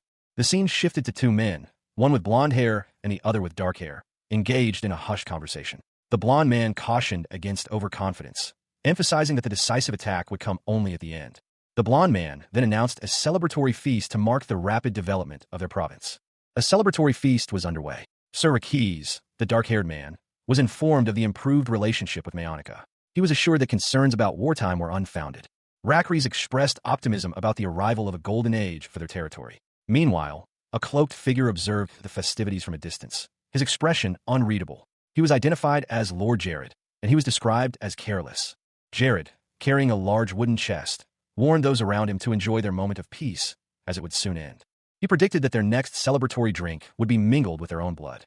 The blonde man, observing Jared's departure, realized the spy's true intentions. The blonde man acknowledged the presence of spies within their territory. He marveled at Jared's skill in camouflage, noting that he would not have been able to detect him without the use of his mind eye. The blonde man revealed a chilling realization. The day the spy reported information was the same day Hades himself would march on their land. A knight, clad in dark armor, knelt before his lord, his head bowed low. He stammered an apology, acknowledging his lapse in attentiveness. With that, a month passed uneventfully. April 29th, 1414, early morning. A commanding roar shattered the quiet. The order was given, attack Caribia. A triumphant warrior, astride his horse, declared Caribia soon to be his. To be continued. The sprawling mansion stood silent, its opulent interior a stark contrast to the events about to unfold. Sunlight streamed through the large windows, illuminating a grand hallway and a formal dining room, both currently empty. Outside, a young woman with vibrant blonde hair and striking red eyes surveyed the training grounds. She noted the unusual quiet of the mansion. She questioned a tall, pale woman with elf-like features about the whereabouts of the others. The elf, Lena, seemed uncertain, prompting the blonde to turn her attention to another woman. This woman, with fiery red hair and dark sunglasses, expressed her annoyance at the lack of warning before potential war. She wondered about the blonde's thoughts. She then considered loosening up, just in case. Suddenly, a fiery projectile streaked across the sky, impacting a watchtower and causing a significant explosion. The attack was swift and decisive. A soldier on horseback shouted the order to retreat as the watchtower crumbled and tankers began their withdrawal. The question of pursuit hung heavy in the air. A commander, astride his horse, surveyed the battlefield. His expression was grim. "If I knew it was going to be this easy," he muttered, "I would have invaded Caribia sooner." Below him, a soldier reported on the state of his troops. "This is their alcohol storage, sir. Their soldiers have been drinking." The commander then addressed his troops, his voice ringing with a forced confidence. "Hear me, brave soldiers of Mayororica. Let us charge directly into Caribia at this pace." The scene shifted. A woman cradled a crying infant, her face etched with worry. An elderly man looked on, his gaze filled with despair. "It was still peaceful up until yesterday," he lamented. Another man, younger, stood beside him, equally distraught. "What kind of disastrous situation is this?" On the battlefield, a soldier reported urgently to his superior officers. "The 4th defensive line has been broken through. They will soon arrive here, sir." One of the officers, a young man with blonde hair, looked concerned. He spoke to another officer, a man with darker hair and a stern expression. The blonde officer said, "We should get moving soon." The other officer responded, addressing a man named Rakiz. "Rakiz, if they manage to break through this line, then the land is done for, so I implore you to do your best." A young woman with teal hair approached the blonde officer, her voice laced with frustration. "Why are you not bringing me along, in a war as important as this? Please bring me along with you." The blonde officer hesitated, then replied, "I cannot, but I have healing abilities." He explained his reasoning. "War is a place where a single mistake can lead to your demise. It's too dangerous. Indeed, your ability is a very rare and useful skill. However, I cannot drag you into a situation where I could lose you, just because I wanted to use your skill." Erica, a young woman with striking teal hair and intense golden eyes, posed a question to her companion. Her expression was one of earnest concern. "Is there anyone who would want to lose a comrade?" she asked, her voice laced with genuine worry. Her blonde-haired companion, a boy with equally striking blue eyes, responded with a calm assurance. He explained, "It's natural that you don't want to lose them. You've been next to me my entire life." The boy, his face set with determination, continued, his words revealing his unwavering resolve. "In order to protect the ones who are important to me." He extended his hand to Erica, his gaze unwavering. "So please trust me." His words were a plea, but also a statement of unwavering faith in her abilities. Erica, her eyes glistening with a mixture of trust and determination, responded with a single, heartfelt word. "Yes." A sudden shift in the atmosphere was palpable. The boy's earlier calm demeanor vanished, replaced by a surge of anxiety and frustration. His shoulders slumped, his face contorted in a grimace. Erica, ever vigilant, immediately addressed the boy's distress. She pointed out, "If you're a healer, then you shouldn't be going out to war. You should be here, healing the injured instead." The boy, regaining some composure, responded with a reassuring wave of his hand. "My lord, I shall be here, prepared for anything. So please, leave it to me." Erica nodded, her expression softening. A silent understanding passed between them. She would stand by him, prepared for whatever challenges lay ahead. Prepared for anything. A knight, clad in dark armor, declared, "That's right, all the preparations are set." The scene shifted to a sturdy stronghold, geographically advantageous. However, a grim assessment followed. "The number of our soldiers is just a measly 300. The knight continued his report, adding, "And finally, 100 peasants who have received no training at all." Despite the dire numbers, the knight expressed his gratitude. "To all of you who have stepped up after hearing the news of insufficient troops, I give you all my most sincere thanks." He explained further, "Our lord has even gone to the lengths of bowing his head to those Bastaks wishing only for peace, and even after trying his best, they still lust after Caribia. Their number of soldiers that have received only basic training reach up to about 1,200. Two figures discussed the situation. One offered, "Those of you who are not soldiers are free to leave if you wish." Simply being here with us has provided a lot of help. The other responded, Rakis, let's leave this place together. Caribia is done for. The past lord and the present lord, Jared, is too naive. One of the men declared, I shall stay here. His companion reacted angrily. How can you still say that even after being demoted to such a lowly position, Caribia will not make it through the harsh winter that's to come? It's over. The first man sighed. Then I suppose that I, as citizen of Caribia, will soon meet my end as well. Do as you wish. Just don't become a vengeful spirit and appear before me later. Another soldier pleaded, Please do not say such words. We will protect our land with our own two hands. That's right. Thanks to our Lord, living out here in these barren lands has finally become easier.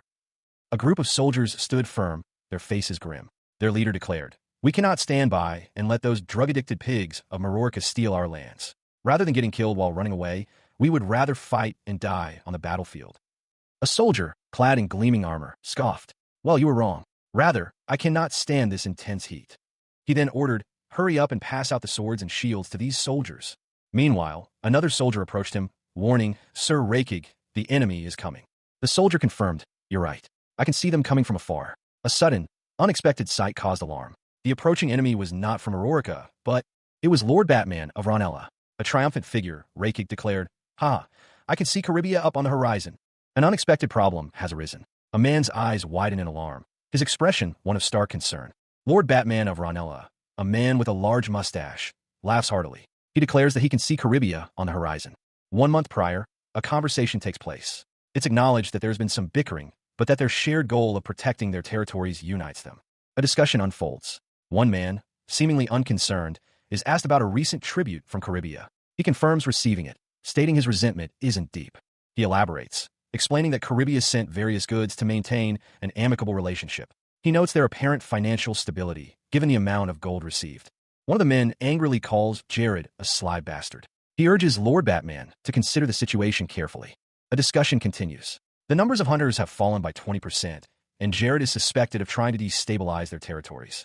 Two figures are seen in discussion. One, with a stern expression and a prominent mustache, observes, The guy's scared, since even though his territory is advancing, they aren't ready altogether by that much. The mustachioed man continues, That's why he's trying to buy peace through money. A third individual, a man with glasses and a staff, enters the scene.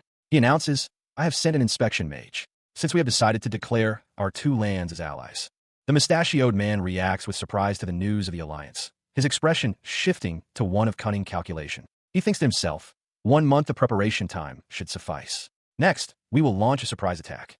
The two men discuss their strategy. The mustachioed man exclaims, Let us forge a united front. We mustn't invade in a half-assed manner. Let us trample over Jared and his group. The narration states that Batman and Horgoz formed an alliance, creating an allied force of over 3,000 soldiers. Despite the outward appearance of mutual understanding, the narration reveals that each leader had different objectives. The mustachioed man declares, You're next. I'll seize all of your territory as well. The scene shifts to show a military force approaching a distant location.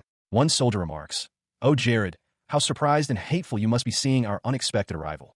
The approaching soldiers confront Jared's forces. One of them declares, However, what can I say? Your insolent, barbaric actions have resulted in shortening your very own life. Even if you attempt to stop me, it will be all for naught. A triumphant figure, clad in shining armor, addressed his troops. His voice boomed across the field. As we speak, Horogoz's army has surrounded the lands around your territory. He continued, his words dripping with scorn. How foolish of you to deploy your army at the main front without even recognizing a byway nearby your own territory. Your land is done for. Two armored knights stood stoically before the enemy. One of them removed his helmet, revealing a look of confusion. A nearby commander, his face etched with disbelief, sputtered, Ha! Who the hell are you? The knight questioned his companion. It's not Lord Jared? Then where's the real one? Suddenly, the knight realized the grim truth. He cursed, Shit, it was all a trap.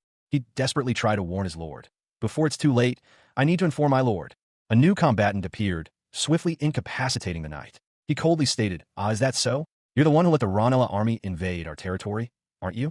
They even knew my identity. Then, was the information that I received all false? The sound of cracking bone echoed as the new combatant delivered a fatal blow. Two figures stood silhouetted against the night sky, their conversation hushed but serious. The words, the two lands send a united force to attack, hung heavy in the air.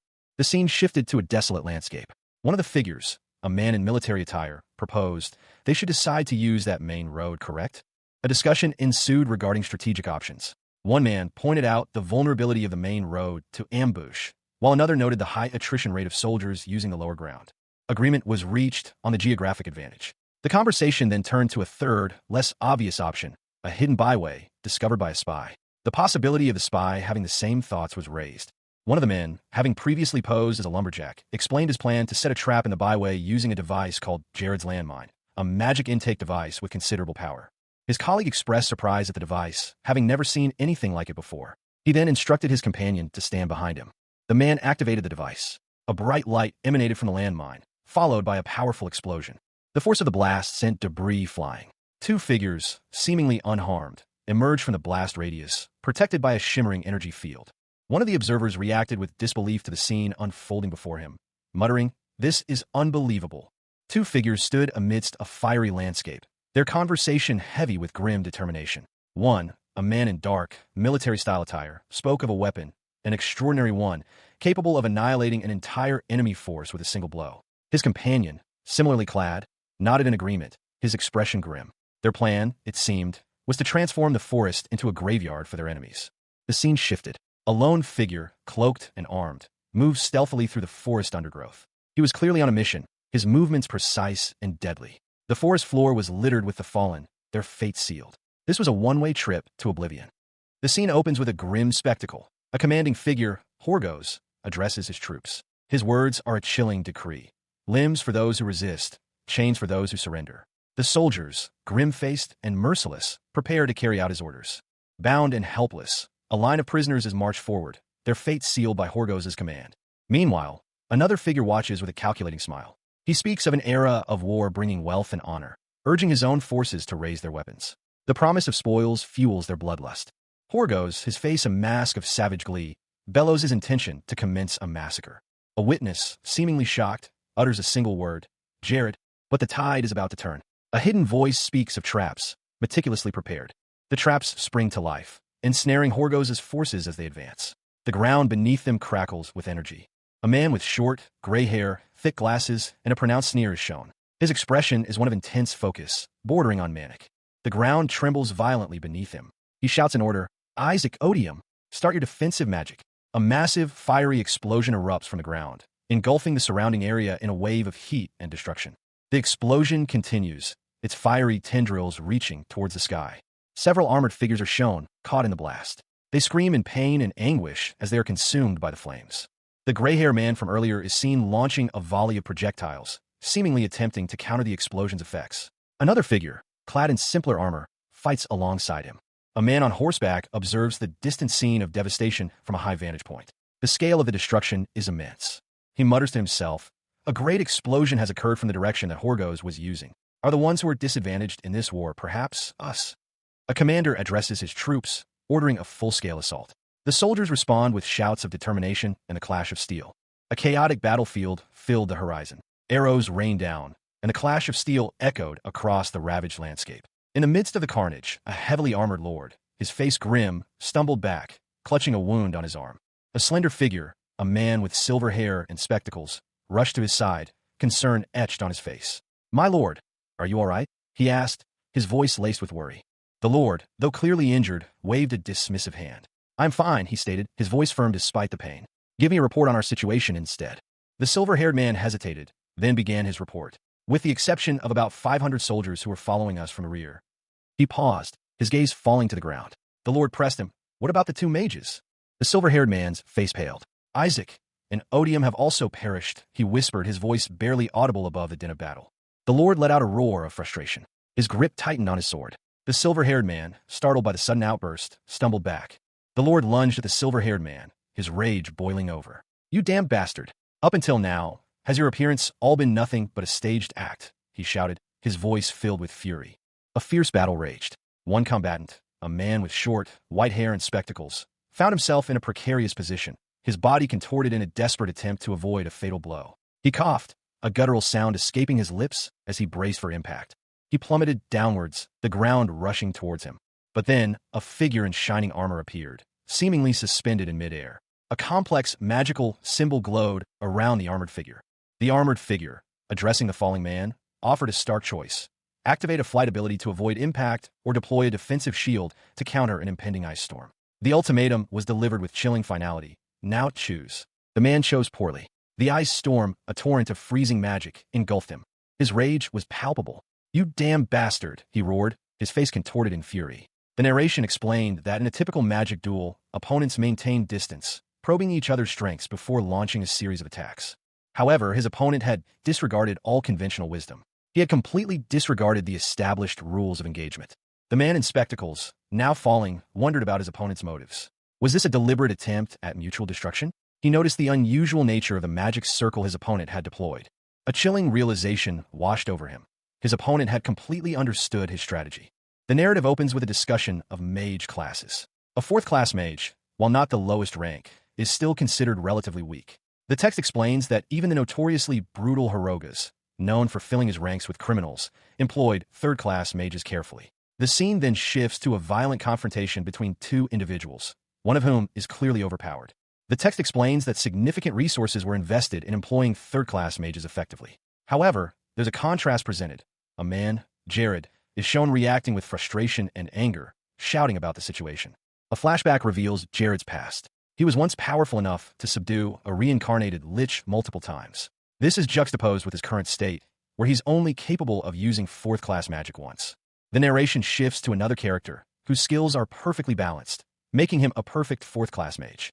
Despite his close combat shortcomings, this mage, whose name is not yet revealed, engages Jared in a magical duel. He boasts about not losing to Jared. The unnamed mage attacks Jared with a powerful magical blast. Jared is clearly injured and surprised by the attack's power and precision. The mage comments on Jared's approach. The mage reveals that he saw through Jared's strategy. He used teleportation magic to escape Jared's attack. The mage accuses Jared of attempting to use his own attack against him. The mage used a dimension door to escape the attack, leaving Jared to crash. A man with white hair and spectacles, clad in dark robes, cackled. He addressed his opponent, a blonde-haired warrior in armor. "I believe that pattern was a fourth-class spell, but to think that you knew how to apply it on a level like this. Impressive." The robed man continued, a mischievous glint in his eyes. He explained his strategy. "However, I have seen through your tricks. Using the opening from that previous attack, the one to fall through and use Dimension Door first, is now mine." With a flourish, the robed man unleashed a burst of golden energy, shouting, "Akron, Kikek, just try to. Now it's your turn to choose." The warrior, Akron, found himself facing a fiery vortex. The robed man's voice echoed, "Whether to stop my attack or to stop your fall." The robed man's smile widened, revealing sharp teeth. He taunted Akron, If you get hit by my flames, it'll be over for you. Nonetheless of the choice you make, it looks like everything leads to your death." Akron braced himself, a determined expression on his face as he prepared for the inevitable. Akron fell into the portal. The robed man watched, pleased with himself. He mused, "I did it. Even if he survives my attack, he can't use the portal after I use it first. If he does choose to fall into the portal, the moment that he does, he will fall victim to my attacks." Suddenly, the robed man was impaled by numerous spears, his expression shifting from smugness to shock and pain. A young woman with short hair appeared, looking confused.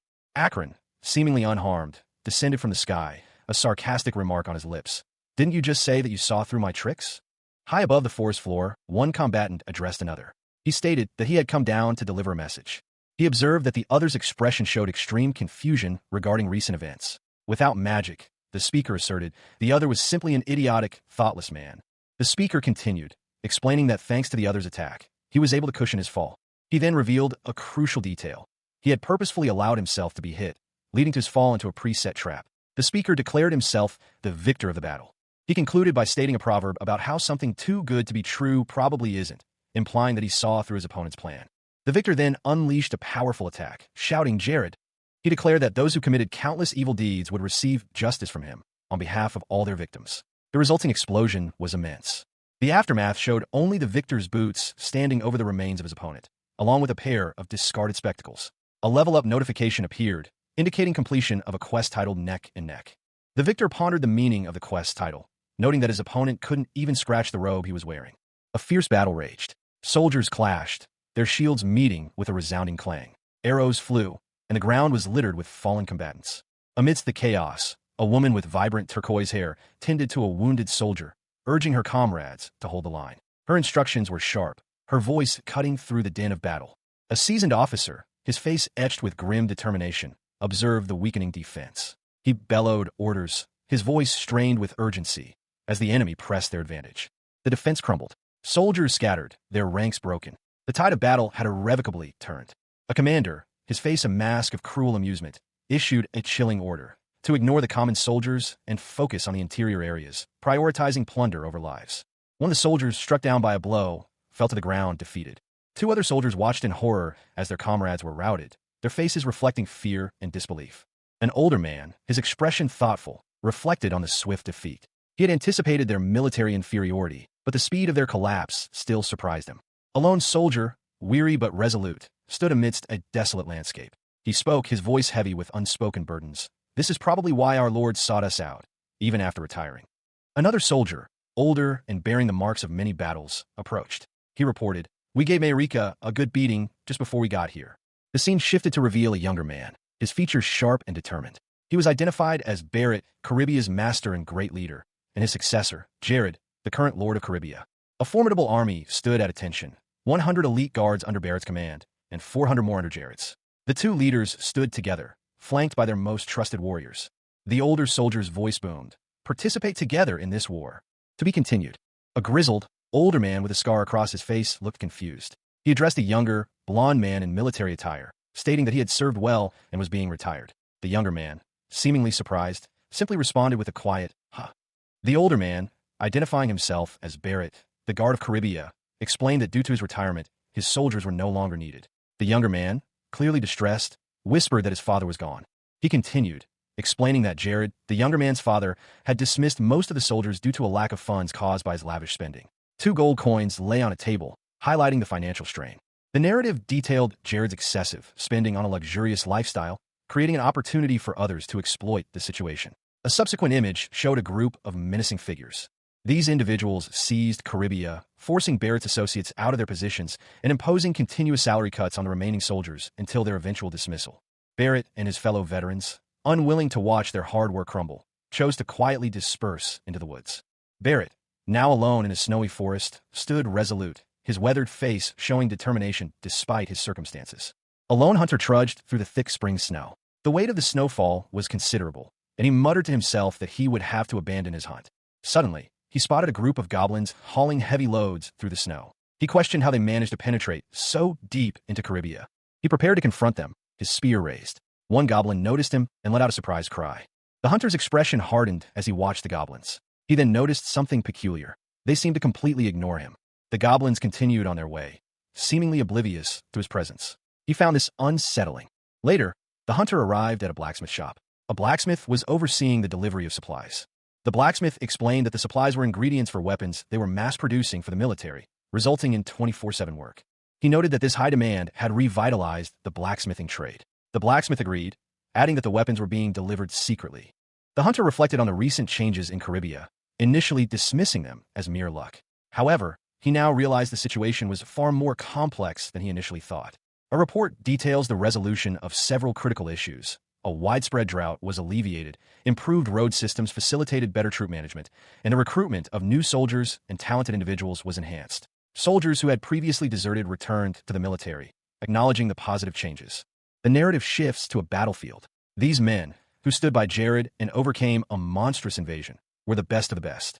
The scene changes to show the stark contrast between the American army and the Ron Allen army. The American soldiers possessed unmatched experience and skill, a fact made evident by the many fallen Ron Allen soldiers on the ground. A American commander observes the defeated Ron Allen soldiers, commenting on their previous worthlessness. The Ron Allen soldiers, desperate, plead for their lives. The Ron Allen army retreats in disarray. Another American soldier criticizes their commander, Horgo, for failing to anticipate the ambush. Horgo, enraged, curses his misfortune. Suddenly, Jared appears. Horgo's subordinate is surprised to see him, expressing concern for his well-being. Jared easily defeats Horgo's subordinate, mocking his weakness and challenging him to a proper fight. A blonde-haired man, radiating confidence, held aloft a glowing golden disc, its surface etched with intricate symbols. He addressed an unseen opponent, his voice carrying a hint of challenge. "Fine, but you better come down too." The next moment, a fiery explosion erupted from below, engulfing the area in a wave of intense heat. Soldiers, clad in bronze armor, desperately fought to protect a figure, their leader, from the onslaught. Their cries of "Protect the Lord" echoed amidst the chaos. The blond man descended, his face now partially obscured by dark markings. He commanded the soldiers to back off, his voice sharp and unwavering.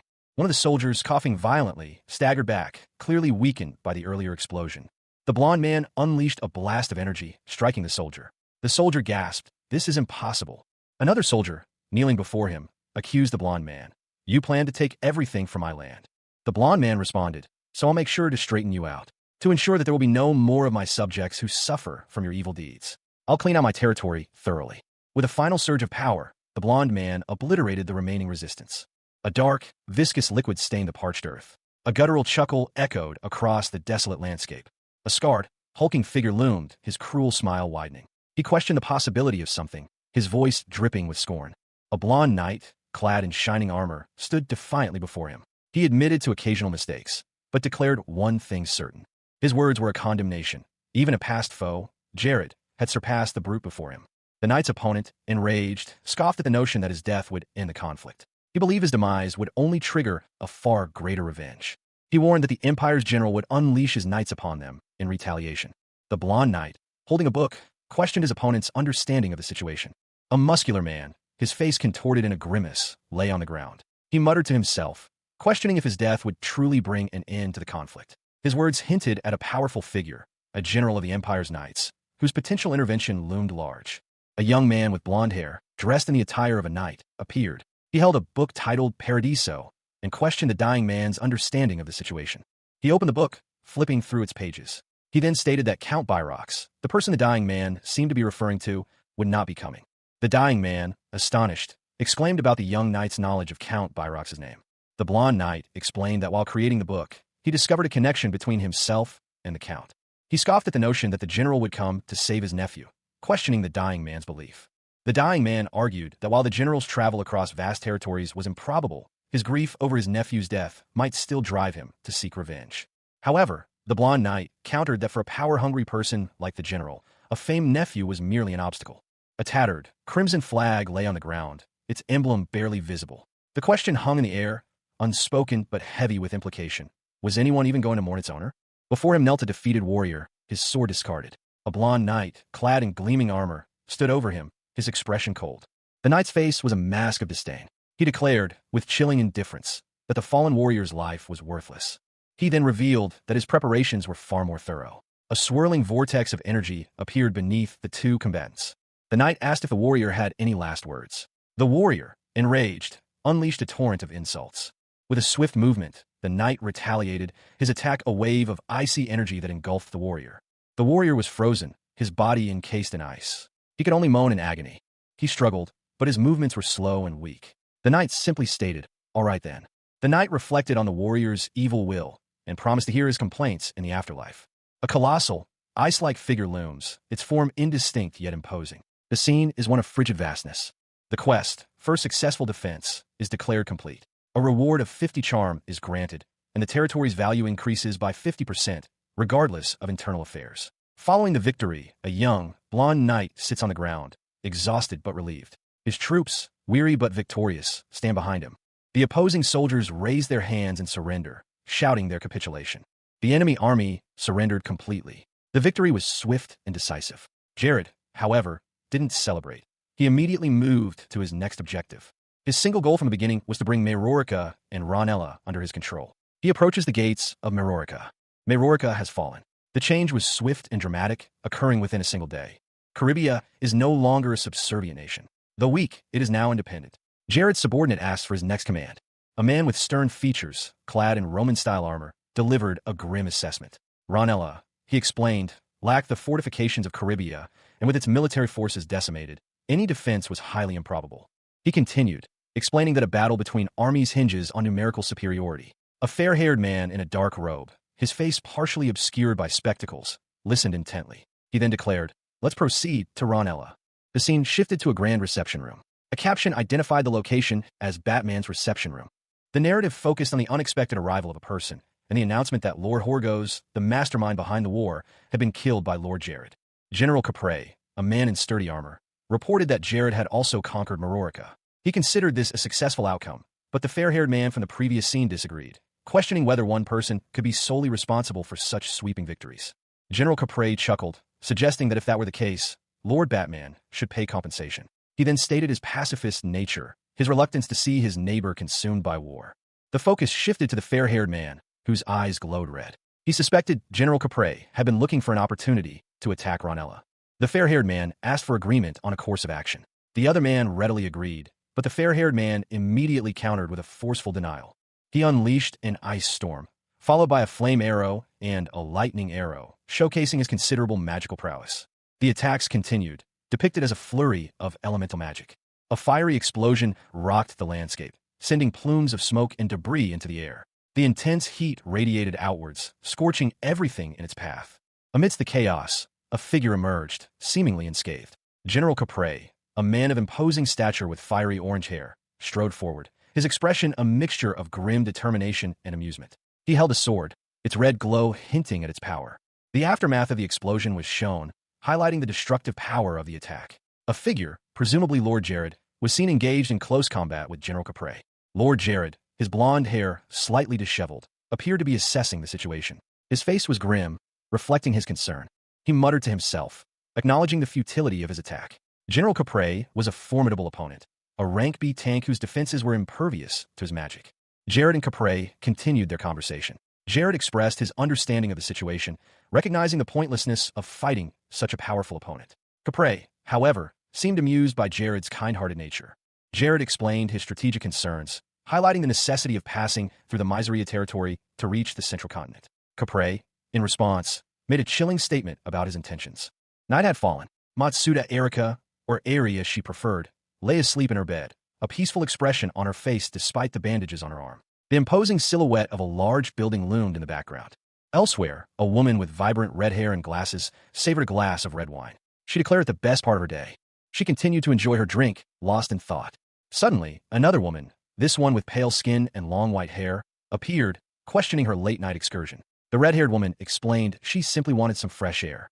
The white-haired woman noted her friend's distracted behavior throughout the day, wondering if the ongoing war was weighing on her mind. She denied it, revealing that she was actually pondering why Lord Jared hadn't sought her assistance. Her companion offered an explanation.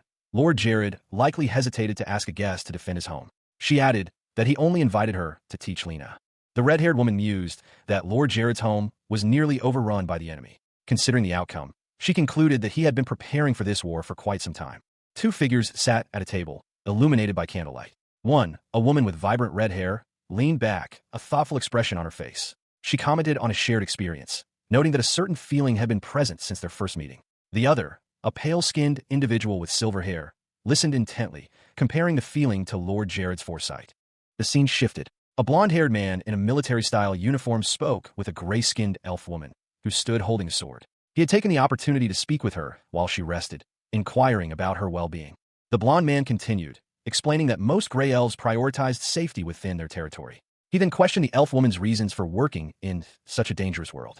A gruesome image flashed, a hulking, dark-skinned orc, his face scarred and menacing, wielding a bloody axe. The blonde man knew of the tragic fate that befell the elf woman's father at the hands of these black orcs. The focus shifted back to the red-haired woman, who questioned whether the gray elves were the only ones aware of the events. She clarified that her knowledge came directly from the blonde man. He had not only shared information, but also offered advice, to consider the larger picture rather than focusing solely on revenge against the black orcs. The red-haired woman and the silver-haired elf continued their conversation, impressed by the blonde man's knowledge and insight, wondering how he knew so much. The red-haired woman suggested that if the silver-haired elf remained interested in the blonde man, there would be ample time to observe him further in their territory. She also instructed the elf to inform her of any other unusual feelings. The silver-haired elf was startled, seemingly having a sudden realization. The red-haired woman, meanwhile, was about to offer the blonde man some wine. An elf-like creature, his expression grim, explained why freedom was the best, directly addressing someone unseen. He stated that this was the reason for the nasty rumors surrounding that person. The scene shifted to a backstreet alley in Marorica, focusing on a large, imposing building. Inside, a man with silver hair and dark clothing lamented a significant loss. He had lost many soldiers and a considerable sum of money in a failed operation. The silver-haired man, along with his masked associates, prepared to leave Marorica immediately. Their trading routes were secured, and they were moving on to Ronella. He was moving quickly. Meanwhile, in a different location, Jared, a blonde-haired man in military attire, was approached by the silver-haired man, who identified himself as Jared. Jared questioned the silver-haired man's haste, prompting an explanation about a new job. Information about Prua, level 51, was displayed, highlighting his reckless nature and possession of the artifact Tears of Mahart 3. The silver-haired man also possessed the space warping clock. Prua, impatient, declared his intention to take down the silver-haired man and his allies, launching a magical attack. An artifact activates, its energy swirling within a pocket watch-like device. The space warping clock's magic abruptly stops. A blonde-haired man, seemingly unaffected, observes the scene. He is questioned about the cessation of magic and whether another mage, Prua, is also immune. He replies simply, no. The blonde man explains that he possesses an artifact capable of slowing magic within a 20-meter radius. His opponent, a man with silver hair, points out that this artifact is ineffective against 5th-class magic, while he himself is only a 4th-class mage.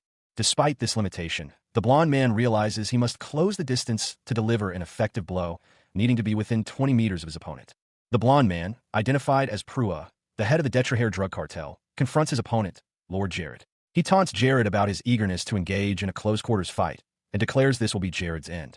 Jared, unfazed, proposes a business deal. He will pay Prua 3 times the amount he previously paid to Horgus in exchange for Prua's cooperation. Jared's offer is interrupted by the arrival of another man, who angrily accuses Jared of daring to make such a proposition. The newcomer explains that allowing Prua to leave would allow the Detrahair's influence to spread throughout the northern region of the Nas continent. A vision of the future is shown, depicting Lena as an impenetrable wall and Prua as the Demon King's advisor. Prua agrees to Jared's terms, stating that they must take down those who would threaten the security of Majorca, their new territory. A tense standoff unfolded. One man, his face etched with grim determination, held his sword aloft. He questioned his opponent. Is negotiation impossible? His opponent, a figure of power and authority, sneered. Has beating Akron gone to your head? It's past your bedtime, so I'll be putting you to sleep now. Suddenly, a shift in the balance of power. A young man, his hand adorned with a golden bracelet, muttered, I too. The bracelet pulsed with dark energy. A voice echoed in his mind. If your level is lower than your opponent's, your strength and wisdom will be doubled. Conditions have been met. The 5th option of Diluc's bracelet will now be activated. His strength and wisdom doubled. The young man smirked. According to the 5th option, my strength and wisdom will be doubled. A blonde-haired young man in ornate green and burgundy attire, his expression one of fierce determination, launched himself forward, a surge of energy emanating from him. He moved with surprising speed and agility. He was met by a swift counterattack from a figure clad in dark clothing, his hair stark white. This second individual moved with a brutal efficiency, their movements precise and deadly. The clash of their weapons echoed through the air, a testament to the intensity of their struggle. The white-haired figure's attack was labeled Recklessness, Stage 1. The white-haired combatant unleashed a flurry of blows, his movements blurring into a whirlwind of motion. The attack was swift and relentless, a rapid rampage as it was described. The blonde-haired man, despite his initial advantage, found himself on the defensive, his opponent's speed proving too much to handle.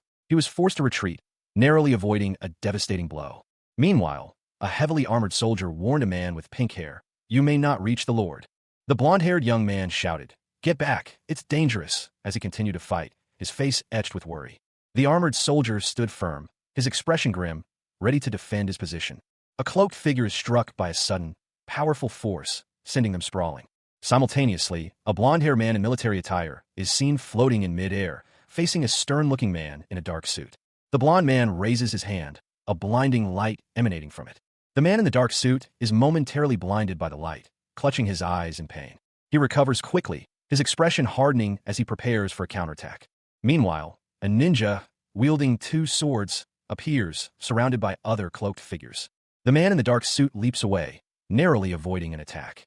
He observes the blonde man, commenting on his skill in both magic and close-quarters combat. The blonde man's magic is described as unusually fast and powerful.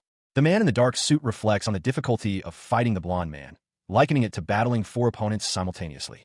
A pair of hands, adorned with rings, clasped together. The owner, unseen, expressed their admiration.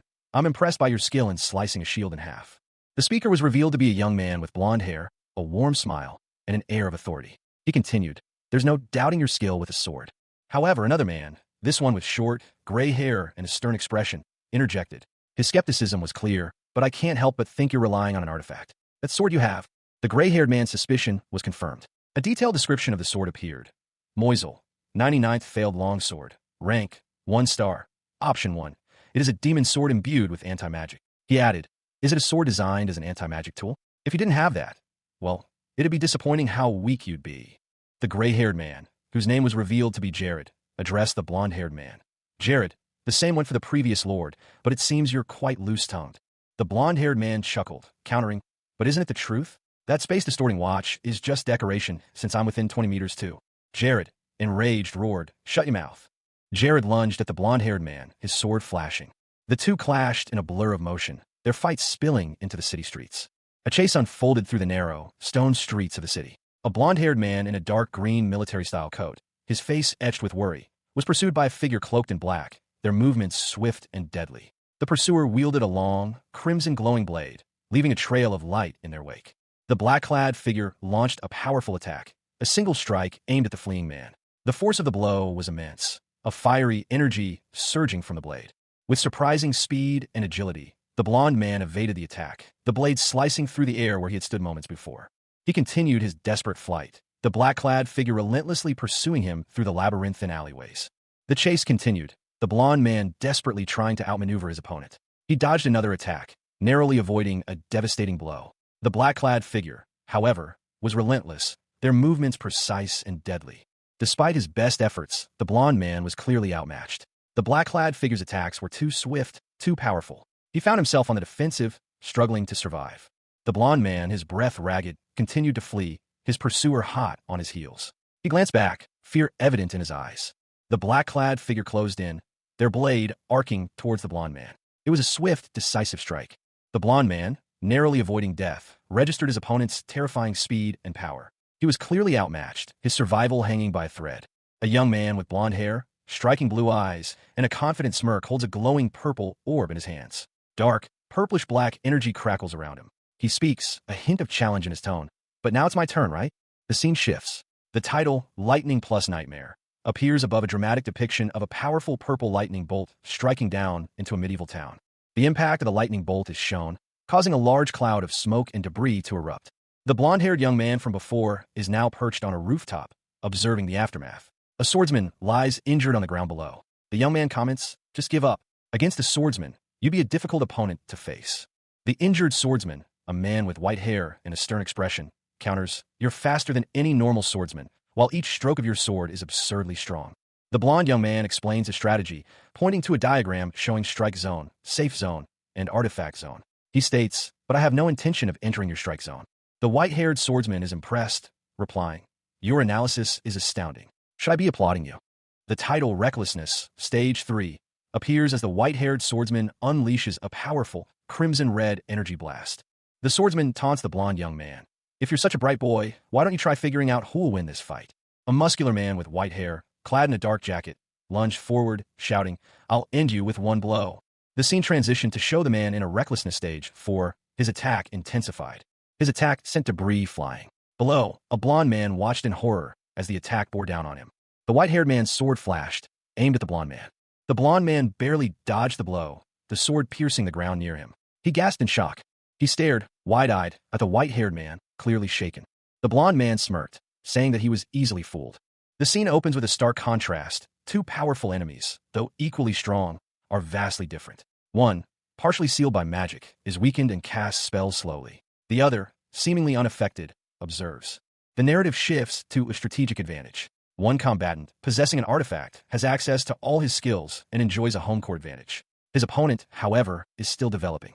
Despite his opponent's power, a calculated strategy is employed. By skillfully using magic, he slowly chips away at his opponent's health. This approach, however, is not easily transferable to other opponents. Faced with a difficult situation, Jared focuses on his opponent's special ability, Recklessness. This ability acts like an accelerator, boosting physical capabilities in stages. Such an ability is a perfect weapon for Jared, whose base stats are low. He taunts his opponent, urging him to use Recklessness. The taunting continues, highlighting the opponent's previous boasts of strength and questioning his current struggle in close combat against a mage. Time is of the essence. A desperate cry rings out. "Jared!" Prua's judgment had been clouded by Recklessness. The scene shows the immediate aftermath of a magical confrontation. Jared, his face contorted in fury, stands over a fallen Prua, a purple magical sigil still faintly glowing on the ground between them. Jared had used space magic to impale Prua with his own blade. Prua, wounded and shocked, could only gasp. "How did you?" Jared, seemingly unfazed, calmly retorted, "Never heard of keep a cool head and a warm heart." Prua, in his dying moments, reflects on the folly of those who misuse money and drugs. Jared offers a parting gift, a final insult, before Prua expires. Jared comments on the addictive nature of the substance, noting that people will risk their lives for it. He then delivers a final blow, ending Prua's life. Jared declares Prua's sentence beheading. He explains that attempting to undermine a nation's future is an unforgivable crime. A quest log appears, confirming the completion of tiger hunting. The loyalty and public order of Marorika increase by 100, but the deaths will continue unless the root cause is addressed. The scene shifts. A masked figure engages in a fierce sword fight with a knight in a town square. A soldier reported to his superior, "My lord, we've suppressed the rest." Despite this success, the soldier acknowledged, even if Prua led Marorika's most prominent criminal organization, others are still operating in this nation. Their superior, a man with striking blonde hair and piercing blue eyes, declared, "If any breaks, we'll clean them all up." His gaze hardened as he issued a chilling order. "If any of them oppose you, don't you dare let them live. Take down their heads before all else." The order was swiftly followed. Several figures were shown being subdued. The blonde-haired man's declaration echoed, "This land will no longer be ruled by crime." One of the soldiers, visibly exhausted, muttered, "My lord had always." Another soldier observed, "But this time, rather than showing us wisdom," he continued, "he's shown us his sharp, decisive, and quick-to-act nature. The appearance that my lord gives off." A figure, cloaked and imposing, stood silhouetted against a radiant, golden light. The observer, unseen, voiced their awe. "Is that the rising of an emperor?" The camera focused on a man's face, his expression a mixture of surprise and apprehension. A golden inscription appeared, detailing a prophecy. As his loyalty has reached 200, he will achieve the first awakening. A young man with blonde hair and striking blue eyes sat amidst a chaotic pile of paperwork. He groaned, "Ugh, this place is just a complete, pasty mess." He then muttered to himself, "I don't have the time to wrestle with this paperwork." He steeled his gaze, declaring, "There are two things I need to do." He continued his internal monologue, outlining his priorities, and finding a skilled expert who can mine Chaldea, one of the underground resources. A description of Chaldea appeared, a particularly difficult ore to mine, only found 13 years in the future, stronger than iron. He thought, if we can get our hands on it first, we'll be able to shoot to the top in terms of weaponry. He recalled a past event.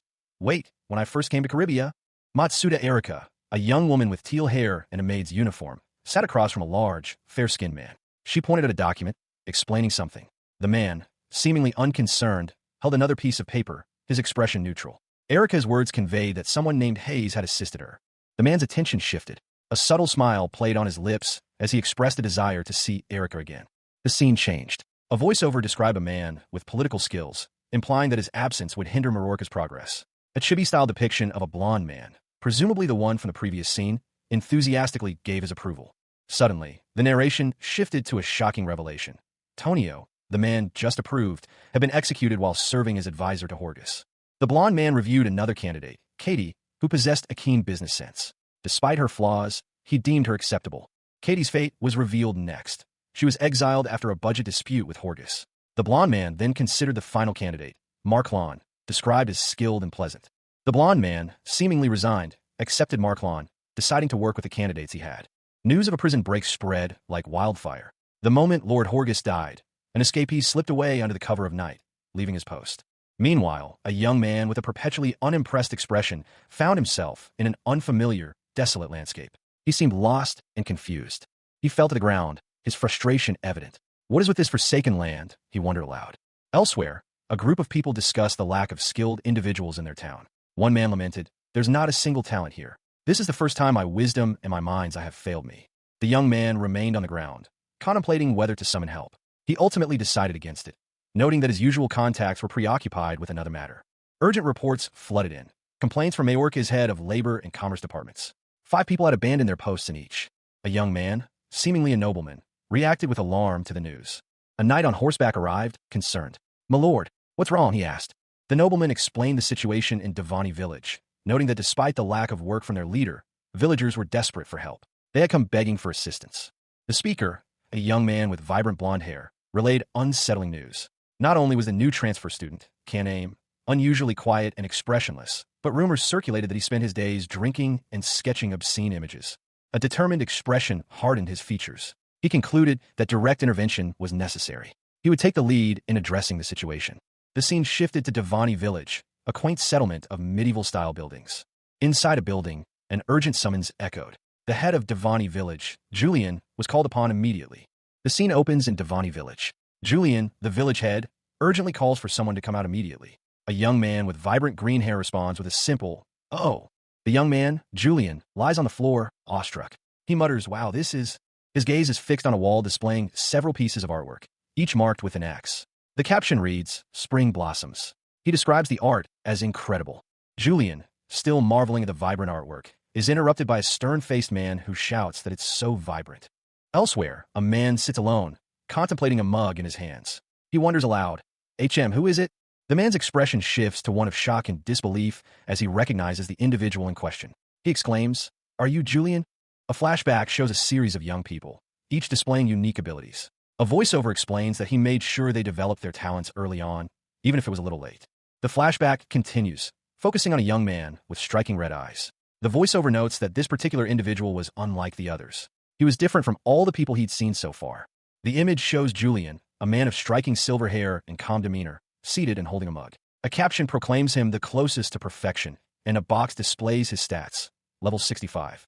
He confirms his identity, then inquires about the reason for the interruption. A box details his skills, administrative expert, sage of management, and displacement of work, along with his normal qualities, successful career, money, and alcohol. His wisdom has grown due to a synergy of his special qualities. Elsewhere, a blonde-haired man, Sir Rakis, requests a moment to speak. Another man, observing, wonders about Rakis's thoughts, noting his hidden skill despite his outward appearance. Rakis demands to know why Julian has done nothing for the village. Julian, seemingly unfazed, replies that he is not being paid to do so. Julian explains that the village work is trivial, beneath his capabilities. He reiterates his disdain for such insignificant work, deeming himself above it. Rakis, still seated, calls out Julian's name. Rakis asks Julian if he truly believes the work was beneath him. Julian confirms this. Rakis presses Julian, questioning whether his inaction stems from unwillingness or inability. A young woman with long, silver hair sits alone, sipping from a mug. A look of quiet contemplation, perhaps even weariness, rests on her face. She mutters to herself, I don't want to. The scene shifts to show her speaking with a man with short, blonde hair. He questions her methods. With supervising me from his side? A sudden, sharp sound startles the pair. The blonde-haired man looks around, clearly surprised. The silver-haired woman, however, seems more alert, asking, Is someone there? The silver-haired woman instructs someone off-panel to gather information immediately, promising to review even minor cases. Meanwhile, another woman with shoulder-length blue hair is seen meticulously organizing several photographs. She asks the blonde-haired man for help taking down the pictures, explaining that she had simply stuck them up without much thought. He chuckles nervously. The blonde-haired man and the silver-haired woman work together to remove the photographs. She urges him to hurry, but to be careful.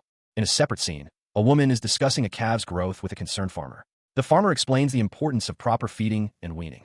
Elsewhere, two individuals discuss the economics of grain milling, focusing on the impact of labor costs on the final price.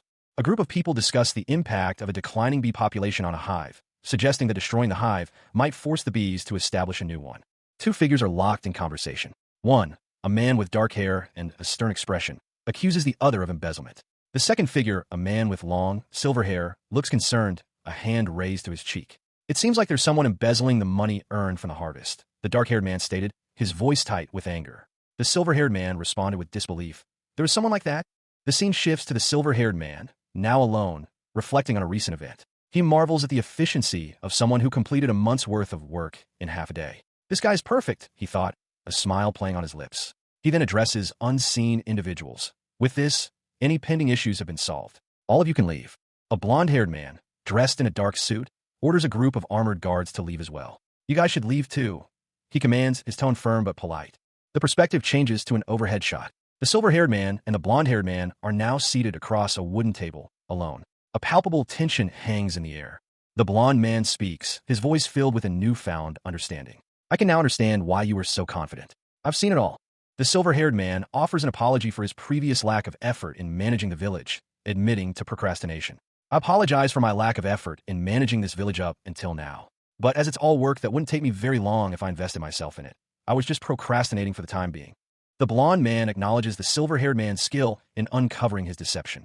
Well, you managed to figure me out, he states, a hint of respect in his tone. He then makes a request. I have just one request for you.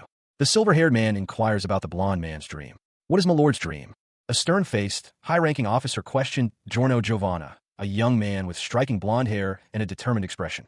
What's a grown-up like you thinking of something like that? He demanded, referring to Giorno's declared dream. The officer continued, explaining that Giorno's exceptional performance on the Empire's entrance exam was the reason for his presence. However, he expressed his concern that Giorno's ambition seemed driven by vanity rather than a genuine desire for the nation's growth. A statement appeared. Any leader's ambition should be greater than the ambitions of their people combined.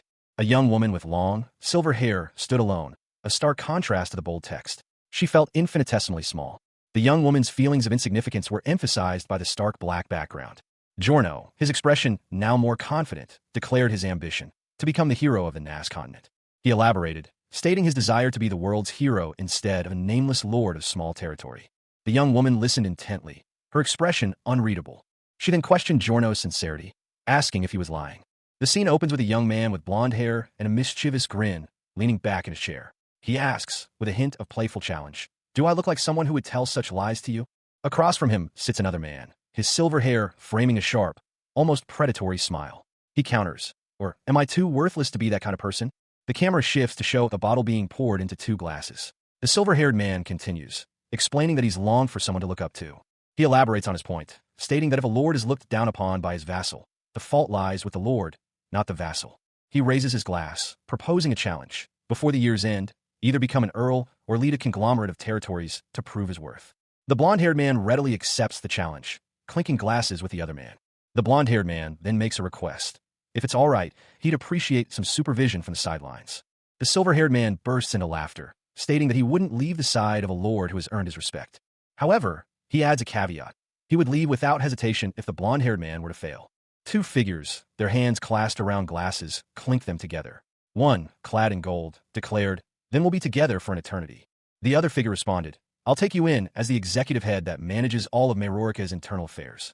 A character profile appeared, introducing Mia. Her special qualities included mana perception and control, while her normal qualities were described as filial and experimental. The scene shifted to Caribia, a town with a medieval European aesthetic. Inside a mansion, a maid anxiously wondered aloud, when will my lord return to his mansion? It was clear that the lord intended to install a single vassal as the executive head to manage an entire territory. This was discussed by 2 men, one older with a white beard and the other younger, wearing glasses.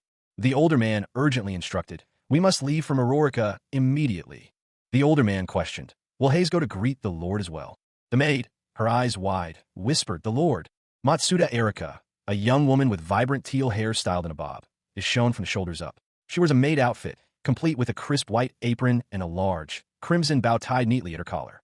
Her expression is serious, her gaze fixed on something unseen. The image displays a simple, to-be-continued message, indicating the end of this segment of the story. Following Julian's appointment as executive head, Meroica quickly stabilized. One man, with blonde hair and a serious expression, sat at a large desk reviewing documents. He muttered to himself, reflecting on his recent workload. The harder Julian worked, the harder he pushed himself, to the point of living in the office for the past week. A maid, her footsteps light, approached the door. She announced her arrival. A young woman with vibrant teal hair, dressed in a maid's uniform, entered carrying a tea set. She greeted the blonde-haired man with a cheerful, "My lord, I've prepared some tea made from the Carlicas flower." She explained that she'd heard the tea was good for dieting, so she brought some. The blonde-haired man, however, mentioned that his diet was over. A second man, with silver hair, entered the room. He offered to massage the blonde-haired man's shoulders, urging him to rest and take some time off. The blonde-haired man, however, insisted he was fine. The silver-haired man countered that overworking would negatively impact his ability to focus, again advising him to rest. The blonde-haired man conceded, stating he would meet with the other vassals and return. The silver-haired man acknowledged this. My vassals in Caribia, having heard rumors of the young administrator, came to see for themselves. They worried that such a young official would cause trouble managing the territory. They observed the young administrator, a woman with long silver hair, meticulously reviewing documents. An extra cup of tea sat prepared. She was offered a cup by one of the vassals. The maid, Erika, vehemently refused. Erika explained her refusal, concerned about propriety in front of her superior. Her superior reassured her, stating that when they were alone, such formalities were unnecessary. Erika, relieved, agreed to proceed carefully. Tea was poured and served. The 2 sat together, enjoying their tea. He commented on the tea, describing it as hazy. He then asked Erika if she would consider giving up being a maid. Erika was shocked and confused by the unexpected question. The young maid, her teal hair, a vibrant contrast to her crimson bow, tilted her head, a look of utter bewilderment on her face. "Is this the work of a maid?" she questioned, her voice laced with disbelief. The blond young man, his expression a mixture of surprise and slight annoyance, responded hesitantly, "No." "Oh." The maid, still in her maid uniform, gazed around the impeccably clean interior of the grand hall. A thought struck her. Could it be that the whole interior being so clean when I arrived was because... She continued her thought, her cheeks flushed slightly. The blond young man listened intently, a hint of a smirk playing on his lips. Of mastering cleaning magic. The blond young man spoke, his tone shifting to a more serious one. Since you're healer now, you could be promoted to a higher position. The maid's expression turned apprehensive. You can have another maid to be taking care of you, my lord. The young man muttered, a slight frown on his face. Hayes. His frustration boiled over. He snapped, damn it, just listen to me for once. Can't you follow any orders? The maid, her resolve hardening, declared, if I have to stop being a maid, I'll stop being a healer too. What do you think you're saying? The young man's eyes widened, a look of dawning realization and perhaps fear crossing his features. He whispered death, despair, plans, God. A mysterious green glow emanated from an ornate necklace, displayed prominently in a richly decorated room. The necklace pulsed with an otherworldly energy. The scene shifted. A young man with blonde hair and intense eyes and a girl with vibrant turquoise hair stood in hushed conversation. Mirror. Underground. The girl's expression was one of apprehension. Resurrection. The focus returned to the glowing necklace, its intricate design now clearer. The image emphasized its three-pronged structure and central green gem. The necklace lay on a polished table in the same opulent room, now seemingly abandoned. It had fallen, the chain dangling loosely. The young man and the turquoise-haired girl were discussing the necklace. He explained that it was a criminal's artifact, the tears of Mahart III. She listened intently. The young man's face was obscured by shadow, but his posture suggested a grim determination. He revealed the necklace's true purpose, a key to ancient catacombs beneath Majorca. The pair stood in a library, the blond young man suggesting they venture out. He expressed a desire to visit a specific location in Majorca since his arrival. The turquoise-haired girl agreed, noting his superior sense of direction. A question mark floated above her head, indicating a slight uncertainty. The scene transitioned to a picturesque small town, Morales, in the kingdom of Lentius. A figure in the distance was called out to Sir Beltan. A messenger, his cap askew, approached a sturdy wooden door. He knocked sharply, announcing, Sir Beltran, you have a letter. Inside, a young man named Beltran examined the letter. He mused, you got some pretty big packages coming in too. Any idea what it is? I wonder. I don't know the person who sent it.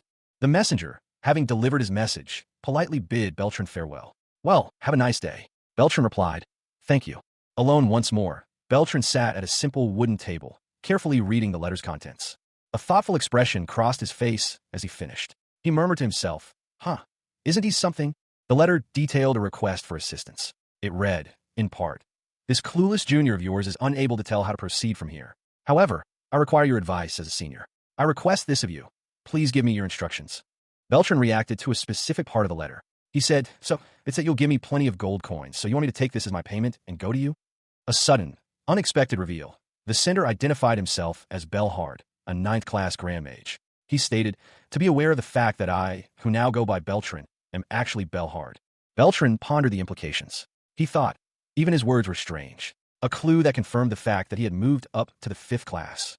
The observation hung heavy in the air, a stark contrast to the quiet contemplation of an elderly man. His profile, etched with the wisdom, or perhaps weariness, of years, spoke volumes. Even the most brilliant minds, he mused, often struggle to navigate the intricate steps required for advancement. The scene shifted. A hand, holding a sealed letter, dominated the foreground. A voice, laced with both curiosity and a hint of disbelief, questioned the recipient's eloquence. The name, Jared, was repeated, a silent affirmation of the letter's contents. A burst of laughter echoed, cutting through the previous scene's quiet intensity. Two figures, a younger man with blonde hair and a more mature, bearded man, engaged in a heated discussion. The younger man's words, laced with disbelief, questioned the capabilities of someone referred to as Barrett's useless son. The older man countered, dismissing the notion as improbable, given the son's demonstrated abilities. A hand, glowing with ethereal blue energy, filled the frame. The image then shifted to reveal the source of the magic. An older man, his face etched with the power he wielded. He was a grand mage, the image confirmed, and the subtle flickers of power in his palms spoke of his mastery. The man's words, spoken with quiet confidence, emphasized the inherent skill required for such abilities. The scene changed to a dark forest path. Two figures, the blonde-haired man and a woman with bright blue hair, walked side by side. The woman voiced her unease about the unsettling atmosphere of the forest. The man, however, reassured her, stating that the absence of any immediate villains meant they were safe. The blonde-haired man continued, acknowledging the slightly creepy atmosphere, but dismissing it as unremarkable. His confidence, however, seemed a touch forced. The online forum for the game Paradiso buzzed with speculation. Players were desperately searching for the location of Duma Heart's catacombs, a hidden area within the game world. One player lamented their fruitless search, skipping meals and even bathroom breaks in their quest. Meanwhile, a Paradiso developer, identified only as par_programming_log, posted a seemingly innocuous selfie on social media. The image showed him at his computer, sipping a drink. However, a keen-eyed player noticed something in the reflection of the developer's monitor, a glimpse of the catacomb's location. The reflection revealed a secluded area, marked by a large, ancient-looking tree with sprawling roots. Following the clue, two figures approached the location. One, a blonde-haired man, seemed to be leading the way. His companion, a woman with teal hair, trailed behind, expressing some uncertainty. The blonde man, seemingly confident, declared the location to be correct. His companion, however, noted that aside from the green trees, the area appeared unremarkable. Suddenly, the ground beneath them began to shift. Sand cascaded down, startling the woman. The blonde man, eyes blazing, instructed his companion to stay close. He sensed danger. From the depths of the earth, a colossal, ancient being emerged, its presence filling them with dread. It roared a challenge. A young man with blonde hair and striking blue eyes, clad in a dark green hooded jacket, sat on the ground, his gaze fixed intently on something unseen. Dust motes danced in the dim light, filtering through the sparse foliage overhead. A close-up revealed a pair of intense eyes, partially obscured by shadow, belonging to someone observing the young man. The words, "You are," hung heavy in the air, unspoken yet palpable. A colossal, sand-like figure emerged from the depths of a catacomb, its voice echoing with an ancient power. Two figures, a young man with blonde hair and a young woman with light blue hair, stood before it, clearly startled by the sudden appearance. The blonde young man, Jared, found himself on the ground, dust swirling around him. He looked up, his expression a mixture of surprise and apprehension. The giant being's gaze narrowed, focusing intently on him. A single word hung heavy in the air. "You are," the giant continued, its voice a low rumble. "A cursed one not belonging to this world, appearing before me." Jared's eyes widened in alarm. He clearly felt threatened. The giant commanded, "Disperse now. The moment our curses resonate, the world itself will come to an end." Jared pondered, a question forming in his mind. "My heart knows who I am?" He continued his internal monologue. Is he speaking to the me that exists inside Jared's body? I think he had a similar dialogue in the game, so it's hard to tell. A tense exchange unfolded between two figures. One, a young man with vibrant blonde hair and piercing blue eyes, questioned the other, an older man with weathered features, about something extraordinary. The older man, however, abruptly silenced the conversation, declaring, "We shall speak no more." The older man then issued a stern warning. "Do not disturb my slumber." His words were followed by a comment from the younger man, who observed that the older man's manner of speaking was remarkably similar to something he'd encountered in a game. Undeterred, the blonde young man made a final remark. "Like I won't be getting anything out of you now. Shall we meet again later?" He then gestured with his hand, several glowing orbs of energy swirling around him. The older man's response was chilling. "So you've chosen death." A swift, decisive attack followed. The older man was struck by a powerful blow, leaving him seemingly defeated and dissolving into dust. The aftermath revealed a dark cave entrance, partially obscured by debris and roots. Approaching the cave were the blonde young man and a young woman with vibrant teal hair. The young man suggested, "Let's go inside." The pair ventured into the darkness of the cave. The scene opens in a grand hall, its architecture hinting at a place of significant importance. A young man with blonde hair sits at a large table, studying intricate maps spread before him. He hums thoughtfully, a slight frown furrowing his brow. A young woman with vibrant teal hair, dressed in a maid's uniform, approaches him. Her expression is one of eager attentiveness. She inquires if anything was overlooked in his meticulous work. The blonde young man considers her question, a thoughtful expression on his face. He reflects on the maps he's created, seemingly satisfied with his work. He assures her that his work is complete and accurate, a confident smile gracing his lips. The maid expresses her admiration for his skill in map-making, revealing that she learned the craft from her father. The young man compliments her talent. He comments on the practical value of her skill. The maid beams, delighted by his praise, readily expressing her pleasure at being helpful. The conversation shifts. The young man inquires about the arrival time of a head chef named Mary, while a brief glimpse into a kitchen reveals other staff members discussing her impending arrival. The maid informs him that Mary will arrive in 2 days. She then offers to cook for him that very day, expressing her eagerness to do so even at midnight. Matsuda Erika, a girl known for her reliability and care for others, dashed across the room, her maid outfit billowing slightly behind her. She called out to a young man with blonde hair and glasses, "Please wait for just a moment." The blonde young man, seemingly unfazed by Erika's sudden appearance, observed her with a slight smile. He mused to himself, "Her excessive drive worries me sometimes." The scene shifted to a dimly lit catacomb. Erica and the blonde young man, whose name is revealed to be Kaname, explored the labyrinthine tunnels. Kaname explained, I explored around half of the catacombs with haze. Only the safe areas without enemies were unlit, but it was so cryptic that preliminary investigations were necessary. A terrifying visage filled the next panel. A monstrous figure with glowing green eyes, described as the ancient tomb of Mahart, also known as the Mirror Dungeon. A disembodied hand, clutching a glowing green amulet, appeared. A voice, seemingly belonging to the monstrous figure, boomed. If you were to slay Prua, the Demon King's advisor, you would be able to access the Mirror Dungeon quest. The panel then showed Prua, a drug dealer, whose wealth and power were explained. He had become a magnate thanks to artifacts stolen from the Mirror Dungeon.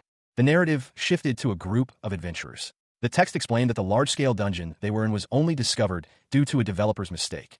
Many guilds had gathered to attempt clearing the notoriously difficult dungeon, hoping to be the first to claim the glory. Finally, a triumphant group photo showed the successful adventurers celebrating their victory, their collaboration having led to the dungeon's instantaneous clearing. The man's face was a mask of terror, eyes wide with a stark, desperate fear. Sweat beaded on his brow, and his mouth hung open in a silent scream. That's what everyone thought. But the reality was far grimmer. He sat defeated, amidst the wreckage of a battle far beyond his capabilities. The towering figure of Mahart, the boss, loomed over the fallen soldiers. His armor gleamed, a testament to his overwhelming power. They had been annihilated. After such a devastating defeat, many banded together, forming a guild union to once again challenge the dungeon's depths. The renewed assault was met with the same brutal outcome. Soldiers fell, one by one, before the might of Mahart. They had failed again. A young man with blonde hair studied a complex map, a pendant resting beside it. His expression was serious, almost grim. He reflected on his past efforts, deeming them laughably inadequate compared to the challenge ahead. He knew a single mistake could be fatal. A few days passed. The scene opens on a grand, ornate room. Sunlight streams through unseen windows, illuminating dust motes dancing in the air. Two ornate candle stands flank a pair of imposing double doors, their dark wood intricately carved with swirling patterns. A young woman with vibrant turquoise hair, her expression a mixture of concern and curiosity, leans against a wall. She whispers to herself, her words laced with worry. My lord has been acting strangely lately. The camera focuses on a young man with blonde hair, meticulously polishing a vase. He mutters to himself, his tone suggesting a justification for his actions. He's been cleaning and calling it training. The blonde young man is now shown holding a sword, a look of quiet satisfaction on his face. He explains to a shorter, dark-haired boy, he's been stockpiling weapon artifacts he's not using. I bought up all the weapons with the holy attribute. The turquoise-haired girl peers from behind a nearby easel, her eyes wide. The blonde young man continues, his voice low, and he's been drawing, calling it part of his studies. The turquoise-haired girl, alone now, tilts her head, a thoughtful expression on her face. Why is that? She wonders, before a sudden realization dawns on her. I don't know, but there must be some reason. The dark-haired boy approaches the blonde one, a curious glint in his eyes. He asks, his voice friendly but inquisitive, My lord, have you been learning how to draw recently too? The blonde young man turns to the dark-haired boy, a sly smile playing on his lips. He says, his tone suggesting a business proposition. Aki, since you're here, could I ask you to look for someone willing to buy some drawings? The dark-haired boy's eyes widen in surprise, a blush creeping onto his cheeks. He explains, his voice slightly flustered. All the obscenities that Julian has been drawing have just piled up, so I want a way to take care of them. A young woman with short, dark hair smiled sweetly, her eyes sparkling with mischief. She murmured to herself, I'll search for a reasonable customer. The scene shifted to a lavishly decorated room. Two men, one with silver hair and the other with blonde hair, observed stacks of papers. The blonde man questioned, But why have you been drawing these anyway? The silver-haired man chuckled, explaining, I've had some time to myself at night recently, so? The blonde man looked surprised. He exclaimed, he's already found free time in his schedule? He doesn't even have Sage's gorgeous necklace. So how? A bug. A soldier in armor reported, someone hailing from Caribia has arrived at the manor. Tell them, I'll be there soon. A maid with teal hair and a crisp uniform approached the blonde man. She asked, Did you call for me? The maid and the blonde man sat at a table, engaged in conversation. The maid inquired, The place you're heading out to, it's the ruins you went with me to before, right? The blonde man nodded, then added with a worried expression, I'd just be dead weight if I went too, wouldn't I? The place I'm heading to this time is better. Two figures, a young woman with vibrant teal hair and a young man with blonde hair, engaged in a serious conversation.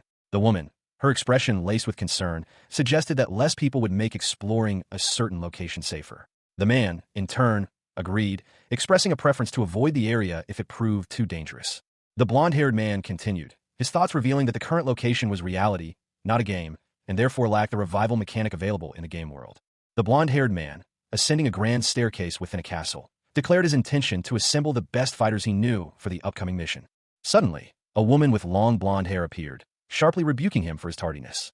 3 formidable warriors stood before him. The blonde-haired woman, a powerfully built woman with dark hair, and an elf-like woman with gray hair. They were the fighters he had summoned. 2 figures approached a dark opening at the base of a large tree. One of them questioned if this was the right place, receiving a curt confirmation. The blonde-haired figure explained that they had already explored the dungeon's interior, so all that remained was to follow the map. The blonde-haired individual, holding a map, urged that they finish quickly and return home. A hooded figure, their face partially obscured, addressed the blonde-haired one as Milord. Meanwhile, the blonde-haired one and another woman discussed the raid. The blonde-haired one explained the roles of Isabel and the teacher, noting the darkness and wondering if they had brought a lantern. The woman understood why the 2 were there. The hooded figure questioned their own presence there. The blonde-haired one responded that the hooded figure was the most important person present. The hooded figure looked thoughtful. Deep within a labyrinthine tomb, 4 figures moved through the oppressive darkness. One of them, a woman with fiery red hair, expressed her disdain for the forces of darkness. She declared her hatred for the demon kingdom, the blood of darkness, and the church of darkness. Another figure, a man with blonde hair, questioned their motives. He pointed out that their presence in this tomb was unlikely to be driven by mere curiosity about the strength held by the darkness. The blonde man clarified his intentions, stating that he was only interested in a specific artifact and held no interest in the strength of darkness itself. The red-haired woman, relieved, commented that if his intentions had been otherwise, a fight would have been inevitable. The blonde man echoed her sentiment, expressing relief at avoiding conflict. The red-haired woman then made an observation about the blonde man's unwavering devotion to the light, prompting him to question whether this was a flaw. A blonde woman pointed towards a distant light, indicating that they were nearing the end of the labyrinth. Mahart, a young man with blonde hair and striking blue eyes, explained the dungeon's layout. Beyond the labyrinth, he stated, lay a single path, requiring passage through each chamber in sequence. The party stood before a massive, imposing dungeon entrance, flanked by stone lions. A group of soldiers stood guard. Inside, rows of clay soldiers, their faces featureless, stood rigidly at attention, armed with spears. Mahart instructed his companion, a woman with fiery red hair, to use the strategy he'd previously outlined. She nodded, then proceeded to perform a black body summon. A clay soldier looked down in surprise as the dark energy erupted from the ground. The dark energy swiftly consumed 2 of the clay soldiers. Another clay soldier watched in alarm as its comrades were destroyed. The remaining clay soldiers charged forward. A young man with blonde hair, dressed in military attire, stood on a bridge. His expression was serious, almost pensive, as he looked towards a small, golem-like creature. Across the bridge, a woman in a long, dark red robe stood poised, her gaze fixed on the golem. She seemed to be waiting. The blonde young man now walked confidently down the bridge, flanked by several golem soldiers. He seemed completely at ease amidst them. Suddenly, he raised his hand, and a surge of blue energy erupted from his palm, pushing back the golem soldiers. The energy blast struck the golems, causing them to stumble and falter. The young man's power was clearly significant. The golems, damaged and disintegrating, crumbled into dust. The young man stood victorious. But then, a figure emerged from the dust cloud, a woman cloaked and hooded, wielding 2 swords. She moved with lethal grace. The blonde young man, slightly surprised, noted that the attack had been focused solely on him. He wondered why. He speculated that the attackers prioritized dark mages and sorcerers, perhaps due to the familiar magic he possessed. He proposed a plan to use magical stones as a disguise. A heavy, ornate door, etched with a symbol resembling a stylized hammer, dominates the scene. The metal is dark and aged, hinting at a history of untold events. The door creaks open, revealing a bright, almost blinding light beyond. The sound of the opening door is emphasized by onomatopoeia. Emerging from the light are 4 figures, their faces obscured by large, round, earthen-toned masks. They stand in a somewhat haphazard formation, their attire varying from simple robes to more elaborate armor. One of the masked figures groans, a sound of discomfort or exertion escaping from beneath their mask. A long corridor stretches before them, lined on both sides by dozens of soldiers, all wearing identical masks and armor. The scene is imposing and suggests a vast, well-organized army. A close-up shows the detail of the soldiers' armor and weaponry, emphasizing the uniformity and military precision of their formation. A woman with vibrant red hair and sunglasses observes the scene, her expression one of awe and disbelief. She remarks on the sheer number of soldiers present, estimating them to be at least 2,000. Another masked figure questions how she possesses this information. The woman explains that the disguise will work as long as their face is the same as the soldiers. The woman and one of the masked figures stand before the vast army, the scale of the force further emphasized by the perspective. A young man with blonde hair, his face partially obscured, stood in contemplation. He mused that there were always at least 2,500 clay warriors stationed there, a number increased to 2,504 to compensate for the missing gatekeepers. The scene shifted to a chaotic battle. A fierce warrior clashed with several clay warriors, the text explaining that the previous raid team had been bogged down in a confusing fight. Another voice observed that a smaller team had succeeded where a larger one had failed. The perspective changed to show a group of clay warriors. A voiceover explained that their small numbers made them less suspicious, and that this was crucial for their mission. The narration continued, attributing their ease of passage to the disguise effect of Chloe's masks, allowing them to proceed without conflict. Two figures in clay warrior disguises exchanged a brief, confident exchange. One declared that nothing had happened. A different individual, with gray hair and striking eyes, expressed relief that their masks had been helpful, calling the ability an absolute necessity. One of the disguised figures commented on the ease and fun of dungeon raids, while another noted the inability to see the face of the mask wearer.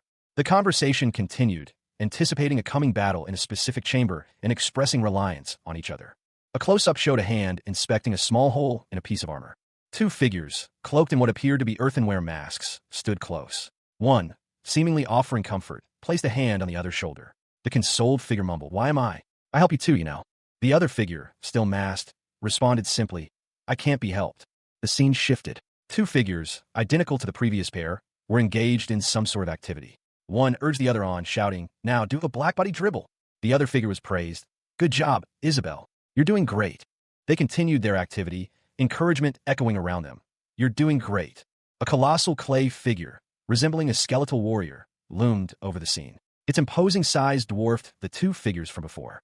Observing the giant, one of the smaller figures commented, "These guys feel pretty similar to undead, but a little different somehow." A skeletal figure and one of the clay figures stood together, puzzled. A narration box explained, "It's because they're born out of curses that aren't of black magic." A flashback revealed a powerful figure, tears streaming from his glowing green eyes as he spoke. Before the monarch Mahart entered his slumber, he cursed his subjects to attain a form that wouldn't. The image depicts a horrifying transformation. A creature, once humanoid, is now a grotesque parody of its former self, its flesh melting and dripping like candle wax. Its features are distorted, its expression one of pure agony. The text explains that this transformation occurred because it was difficult for the subjects to retain their original appearance, resulting in most of them losing their original form and becoming clay figures. The scene shifts to a different location. A woman, clad in dark clothing with a fur collar, observes the clay figures. She muses that if these figures are the king's subjects, he's not a very likable king. Another figure, seemingly a soldier, cautions that some of the clay figures manage to retain parts of their original bodies, emphasizing the need for caution. The perspective changes, focusing on a large, imposing clay figure resembling a warrior. Its face is a skull-like mask, devoid of any expression. A closer view of the warrior's face reveals empty eye sockets, adding to its unsettling nature. The focus shifts to a single, large eye, glowing with an ominous red light. It seems to belong to a being hidden within the darkness. The clay figures, including the warrior, stand before this unseen entity, their expressions unreadable. Suddenly, one of the clay figures is violently thrown upwards, its body contorting in an unnatural manner. The remaining clay figures look up in alarm as the figure falls back down towards them. A figure, clad in what seems to be heavy, antiquated armor, is engulfed in a blinding flash of light and a violent explosion. The force of the blast sends debris flying in all directions. A colossal, earthen figure hurtled downwards, its bulky form a terrifying sight against the pale sky. The creature's descent was punctuated by a series of powerful impacts, shaking the very ground. Below, a group of figures, their faces obscured by peculiar, round masks, braced themselves for the impact. One, clad in a dark, hooded cloak, stood out amongst the others. The earth giant slammed into the ground, creating a massive explosion of dust and debris. The force of the impact was immense. Amidst the chaos, two figures, one in a dark cloak and the other in a red tunic, launched themselves into the air, escaping the immediate aftermath of the impact. They landed some distance away, the cloaked figure anxiously asking the other, "Teacher, are you okay?" The cloaked figure explained, "A huge thing just attacked us." As they spoke, a monstrous, skeletal figure emerged from the crater left by the earth giant's impact. The masked teacher pondered, "Has the dungeon changed as it turned into reality?" The skeletal figure lunged, its attack causing a young woman with a mask to cry out in fear. A colossal clay warrior, its earthen form scarred and cracked, lunged forward, its massive fist aimed at a smaller figure. The smaller figure, clad in dark, hooded garb, barely had time to react. The smaller figure, however, deftly sidestepped the blow. From a position of relative safety, they shouted a warning. Everyone, get away from the clay warrior. The impact of the mist below sent tremors through the ground. The clay warrior stumbled, its momentum carrying it off balance. Seizing the opportunity, the hooded figure launched a swift counterattack. Their movements were a blur of motion as they spun, a gleaming sword arcing through the air. A blinding flash of emerald energy erupted from the hooded figure's sword, a spiraling beam of light that struck the clay warrior. The energy beam tore through the warrior's defenses, leaving a trail of destruction in its wake. The force of the attack sent the clay warrior reeling backward. It crashed into a nearby wall, shattering into countless fragments. Amidst the dust and debris, a new threat emerged, a towering, skeletal machine with glowing red eyes. Two figures stood amidst a stark, desolate landscape. One, with vibrant blonde hair and piercing blue eyes, bore a look of disbelief. The other, with fiery red hair partially obscured by stylish spectacles, wore a grim expression. Even if we say that it's resistant to electricity, the redhead stated, his voice laced with a hint of frustration. It didn't even flinch. Suddenly, a colossal, earthen golem burst into view, its movements surprisingly swift and powerful. Its stony form was imposing, a skull-like visage dominating its chest. The redhead, his eyes narrowed, leaned in, a predatory glint in his gaze. How about we see just... The golem's massive fist slammed down, narrowly missing its target. A small, almost insignificant figure barely dodged the blow. From the golem's hand, a voice boomed, "Hail Mahart." The golem's attack continued relentlessly. The small figure, clearly outmatched, braced for another devastating blow. A close-up revealed a soldier, his helmet cracked and damaged, staring up at the golem in stunned silence. The golem's immense size dwarfed him. The golem let out a low growl, its single red eye fixed on the soldier. The creature's menacing presence filled the space between them. The golem turned its attention elsewhere, its massive form moving with surprising agility. Two more figures, clad in armor, watched from distance. The golem continued its advance, its heavy footsteps shaking the ground. The two armored figures remained vigilant, prepared for whatever might come next. Two figures, cloaked in what appeared to be crude, earthenware masks, stood facing each other. One, slightly taller, possessed striking blue eyes visible through a small opening in the mask. The other remained expressionless. The taller figure questioned something, and the scene abruptly shifted. The perspective changed, revealing a large, imposing clay golem. Its skeletal features were stark against the muted background. A voice, seemingly belonging to the taller masked figure from the previous scene, observed that this was no ordinary clay doll. The golem emanated a crimson aura, its power palpable. The voice continued, explaining that there was a minuscule chance of a large clay doll becoming invincible. This was no ordinary creation. A blond young man with piercing eyes appeared, casually dismissing the event. He explained that the probability was only 0.4%, so it was easily forgotten. One of the masked figures expressed disbelief at the existence of something invincible. The blond man clarified that the dolls were made with a curse, resulting in terrible side effects. A shadowy figure with glowing green eyes appeared, manipulating the golem like a puppet. He explained the limitations of these cursed creations. They are bound to a specific area, or they die if their creator does. Their intelligence might also be compromised. The blond man instructed the masked figures to remove their masks. He assured them that the golems would become docile. The masked figures removed their masks, revealing two women. One of them mentioned a passcode, "Hail Mahart." The blond man then engaged in a brief conversation with one of the women, expressing his appreciation for the unexpected gleanings from the experiment. Three figures, cloaked in shadow, walked down a long hallway. The architecture suggested a place of power, with tall columns and intricate stonework lining the path. As they approached a large curtain, a voice boomed, "Intruders." The curtain revealed a bizarre sight. A large, ornate dish held aloft by numerous grotesque, humanoid figures. One of the figures explained, "This is the great Maharet's sanctum." A two-headed figure, identified as Maharet's chief priest, sun and moon, appeared. They addressed the intruders with disdain. "What disrespectful people." One of the intruders, a blonde woman, instructed her companions, Ella and Chloe, to get the priest's attention. The priest, seemingly changing their demeanor, called for a warm welcome for everyone. Suddenly, the humanoid figures began to move with unnatural speed and agility. Ella, wielding a sword, engaged the creatures. Chloe, startled by the sudden attack, shouted in alarm. Matsuda Erika, or Eri as she preferred, watched in disbelief as several shadowy figures lunged towards her. She exclaimed, "Why are they only coming for me again?" Suddenly, a blur of motion erupted from the shadows. A dark-haired, elf-like figure, wielding twin blades, appeared, moving with terrifying speed.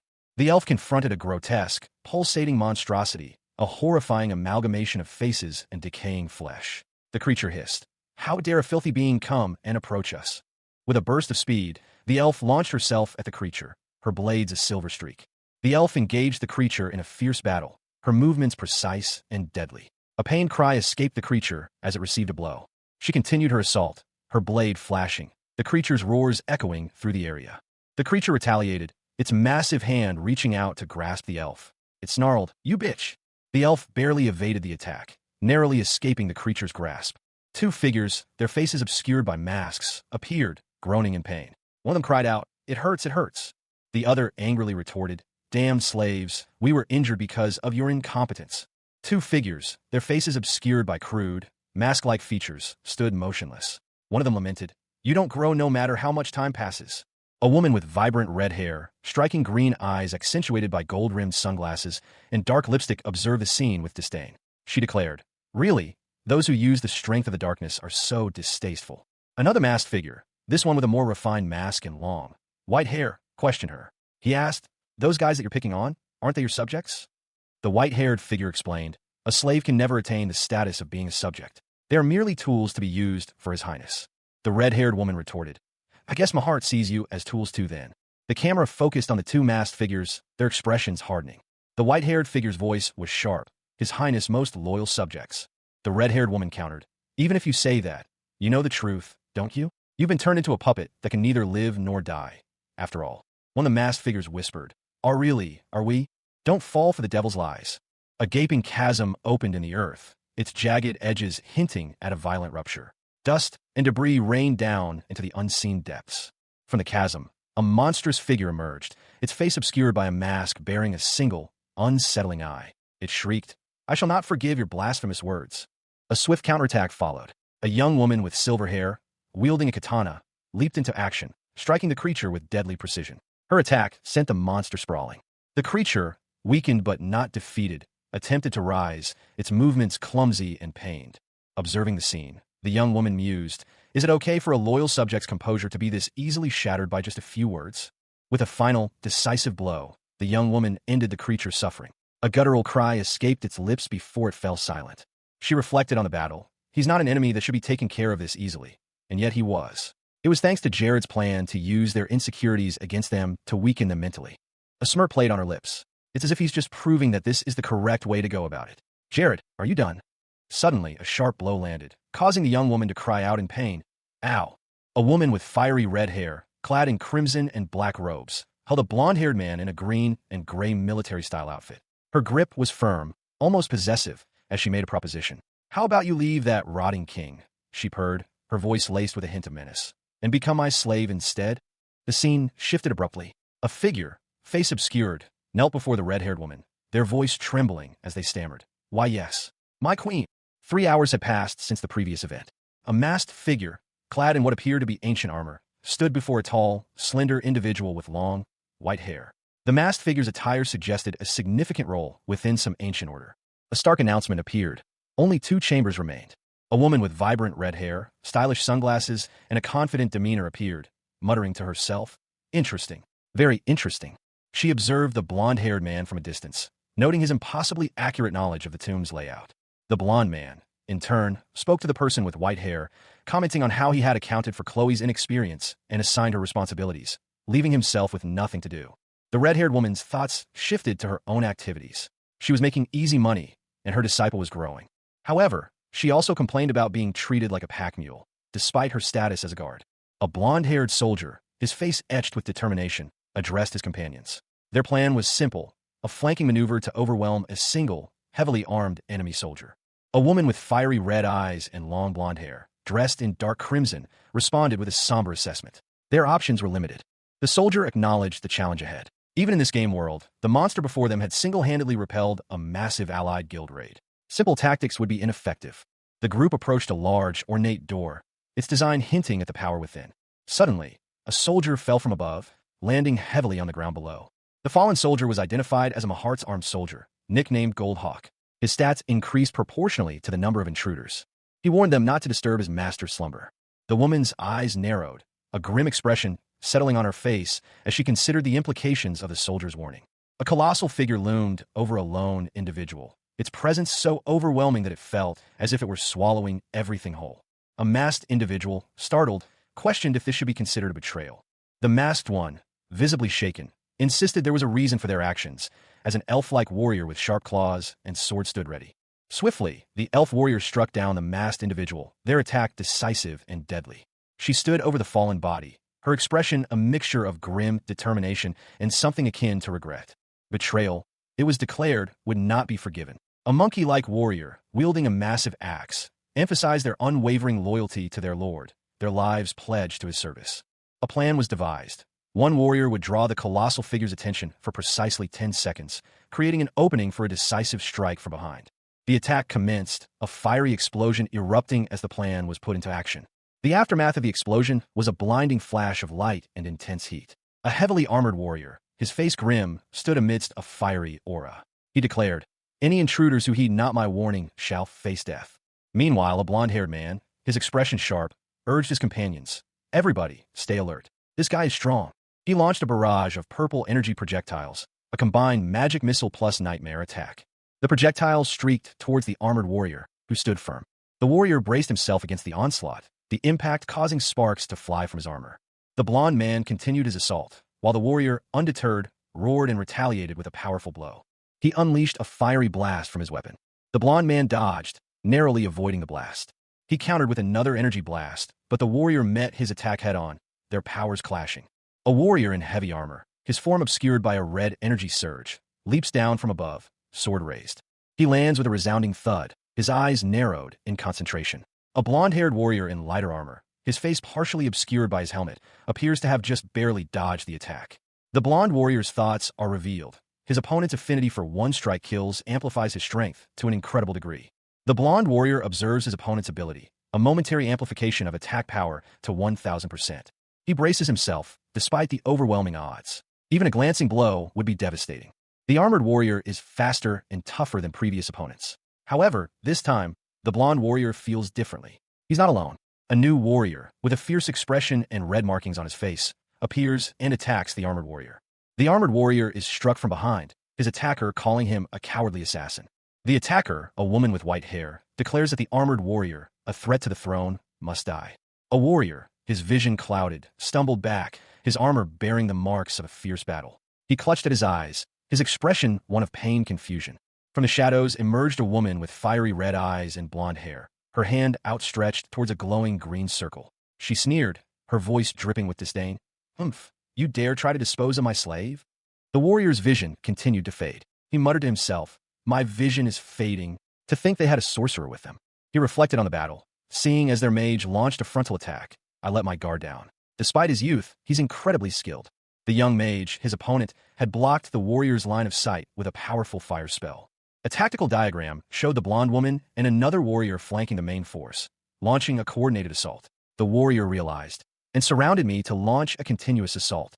He acknowledged their strategy, a truly magnificent strategy only possible with limited numbers. The warrior was overwhelmed, dark energy erupting from him as he was attacked from multiple directions. The elf warrior delivered a final blow, sending the large warrior crashing to the ground. A fierce battle raged. A colossal warrior, clad in heavy armor, swung his massive spear, the wind whistling past as it cleaved the air. His opponent, a lithe mage, weaved through the attack with practiced ease, purple energy swirling around her hands. The mage continued her assault, launching a series of rapid spells. More warriors joined the fray, their weapons clashing against the mage's magical defenses. Black ravens circled overhead, adding to the chaotic scene. A blinding flash of light erupted as the mage unleashed a powerful spell, engulfing one of the warriors in a fiery explosion. The warrior, scorched and groaning, stumbled back, his armor cracked and smoking. His eyes glowed with a malevolent red light. He muttered to himself, his voice strained, "This is dangerous. At this rate, my decaying body will not hold much longer." He formulated a plan. If I take down just one of them, they'll be unable to maintain their continuous stream of attacks, and their formation will falter. With renewed determination, he roared, "Now!" He charged towards the blonde-haired mage, his intent clear, to overwhelm and defeat her. The warrior lunged, his spear aimed at the mage. The mage, however, reacted swiftly, a blue energy enveloping her as she moved with incredible speed. A figure, clad in dark armor, his face partially obscured by shadows, stood vigilant. His eyes, glowing with an eerie orange light, scanned his surroundings. The word detection appeared starkly against his visage. Suddenly, a blonde-haired warrior lunged forward, his battle axe whistling through the air. The armored figure reacted instantly, deflecting the blow with a swift, precise movement. The blonde warrior stumbled back, his face contorted in pain and surprise. He was clearly caught off guard. The armored figure's gaze narrowed. He seemed to assess the situation, a single exclamation point punctuating his silent observation. 3 identical blonde warriors stood before him, a clever illusion. That was a good move, one of them conceded, but I was prepared for that, so it was pointless. To be continued. 10 minutes. A short but seemingly long time. Ella watched silently as a fierce battle unfolded before her. 2 blonde warriors fought valiantly against a powerfully built, dark-skinned opponent. Had they fought together, their victory would have been assured. However, Ella's instincts told her otherwise. Whether it was jealousy from watching Jared show his aptitude as a teacher, or simply because she believed in him, Ella remained uncertain. She observed Jared and another warrior from a distance. Though she didn't know quite well why she did this, there was no doubt in her mind. She knew. The powerful opponent's expression shifted, revealing a hint of vulnerability. As a result of her decision, in this battle of life or death, these 3 were growing at a terrifying rate. The powerful opponent lamented, "It seems that in the end my body has failed me." He continued, expressing his preference to fight in his true body, but acknowledging that was impossible. A scarred warrior, clad in heavy armor, addressed an unseen opponent. Out of respect for their victory, he offered a single piece of advice: leave. He continued, explaining that in their current state, they wouldn't even be able to breathe properly in the Emperor's presence. However, he added a caveat. If they chose to continue despite this warning, they would surely meet again. A woman, her expression a mixture of surprise and concern, observed a strange piece of cloth-like material emerging from the warrior's body. Another individual, examining the material, identified it as Rold's mirror armor, warning that equipment from a grave might carry a curse. The warrior, however, rejected the notion of a curse, tossing the armor aside. The woman questioned his certainty, prompting him to explain that it was a unique piece of armor in Nass. The blacksmith's armor, imbued with the soul of Rold, was described. It would create a force field, rendering arrows useless against the wearer. Its thin, cotton-like texture was highlighted, allowing it to be worn under other armor. 3 individuals, 2 women and a man, examined the armor with interest. The 3 individuals decided on the armor's new owner. One of the women, with bright red hair and sunglasses, seemed particularly pleased with the decision. A blonde man, the apparent new owner, expressed his long-held desire for the armor. Another woman, with dark hair, commented that the early bird gets the worm. The blonde man pondered the armor's origins. He recalled a past game where the creator claimed to have made the armor himself. A muscular man, seemingly the original creator, confirmed that he had indeed made the armor, despite receiving a large amount of raw materials. The blonde man acknowledged the absurdity of the situation, but accepted it as a matter of the past. The 3 individuals stood before a large imposing door, adorned with a lion's head. A blonde-haired warrior, clad in dark green and gold armor, addressed his companions. He declared his intention to proceed alone, instructing the others to remain where they were. One of the companions, a woman with fiery red eyes and long blonde hair, reacted with alarm. She warned him about the dangers of facing Mahart 3 alone, emphasizing the devastating power of his curses. The warrior calmly responded to her concerns. He displayed a ring on his finger, explaining that he possessed Saint Gracia's ring, a powerful artifact. A detailed description of Saint Gracia's ring appeared, highlighting its magical properties, a 100-point increase in magic and protection against negative mental debuffs. The warrior, still seated, reassured his companions that he wasn't simply ordering them to stand idly by. He had a specific task for them. He pointed to a small hole in a wall, revealing a glimpse of a grand, tiered structure beyond. He instructed his companions to absorb the demonic energy Mahart would release during their battle through that opening.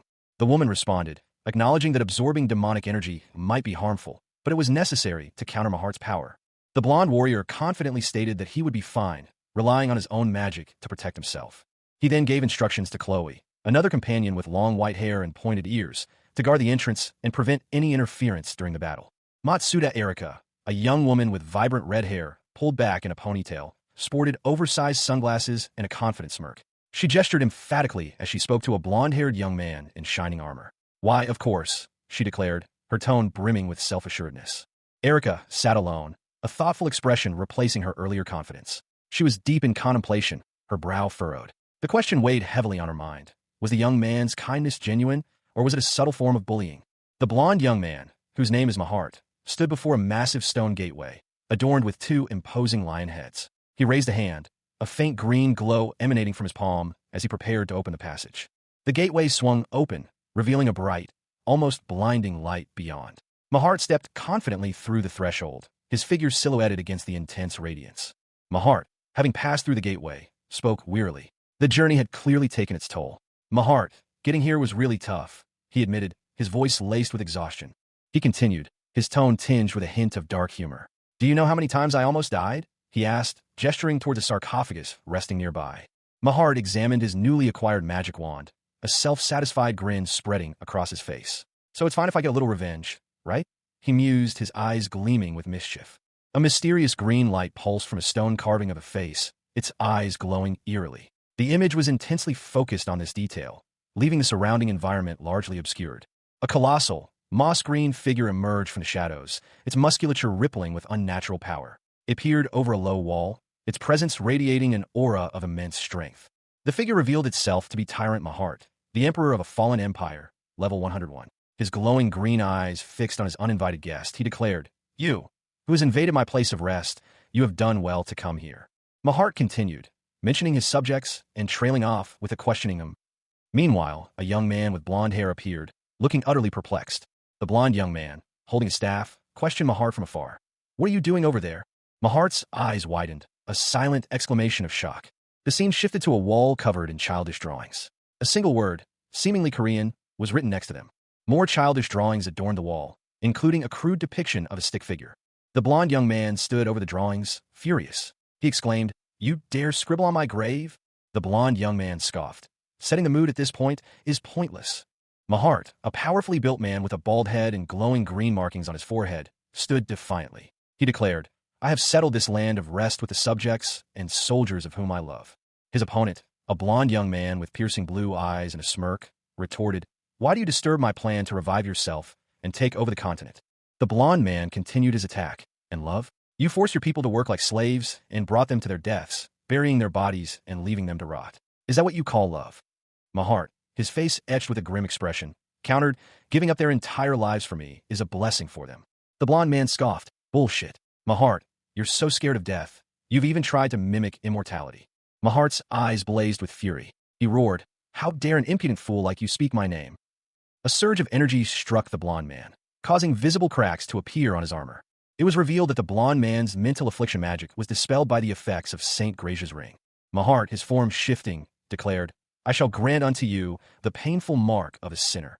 A blonde-haired warrior, clad in dark green armor, braced himself against an ominous, skull-shaped entity emanating from a shadowy vortex. The creature pulsed with malevolent energy, its form vaguely humanoid, yet undeniably monstrous. He recognized the threat immediately. It's a stigma that'll eat away your HP until you die, he muttered, his expression grim. Even if he dodged, it would pursue him relentlessly. There was no escape.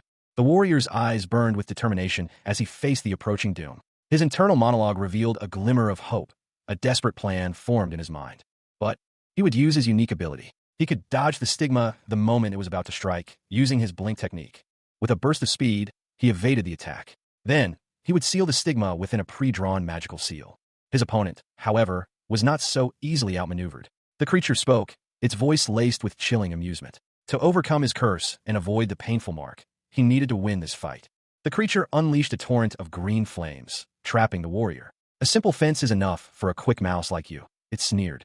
The creature loomed over him, its words heavy with finality. Until one of us dies, you will not be able to escape from this place. A figure cloaked in shadow, his face obscured, offered a proposition.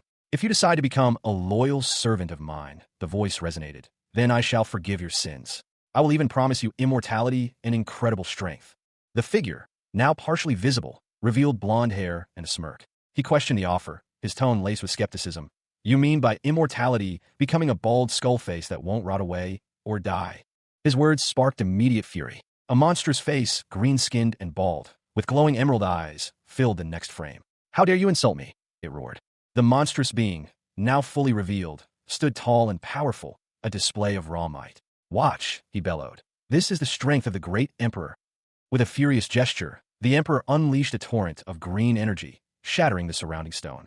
The blonde-haired figure was caught in the blast, barely managing to avoid the worst of it. He cried out in pain, Wag. The attack continued, culminating in a devastating explosion that engulfed the blonde figure.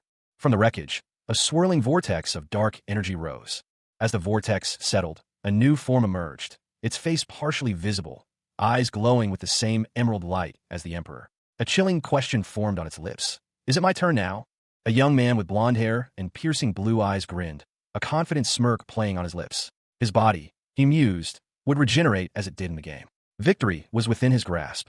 He could win this. But a sudden jolt of pain shot through him. His magic was draining away, a stark reminder of the battle's brutal reality. From above, a powerful figure emerged, his voice echoing with disdain. He scoffed at the notion of a mere soldier besting a king. The blonde-haired man reacted instantly, unleashing a barrage of attacks. A space-warping clock, a lighting spear, and a nightmare spell, all aimed at his opponent. The king, however, was unimpressed. He noted the interesting artifact the soldier wielded, a hint of amusement in his gaze. The king stood amidst a field of glowing green spears, a chilling display of power. He dodged the onslaught, his movements a blur of speed and precision. The soldier was clearly outmatched. The king watched as the soldier struggled against the overwhelming power of the green spears, his fate seemingly sealed. To be continued. Chapter 34 begins with a fierce battle. Jared faced a drawn-out, hellish fight. Magic, far stronger than his own, relentlessly pounded him. Despite his intense focus, both his body and mind neared exhaustion. He reflected on the fight, unsure how many times he'd nearly died.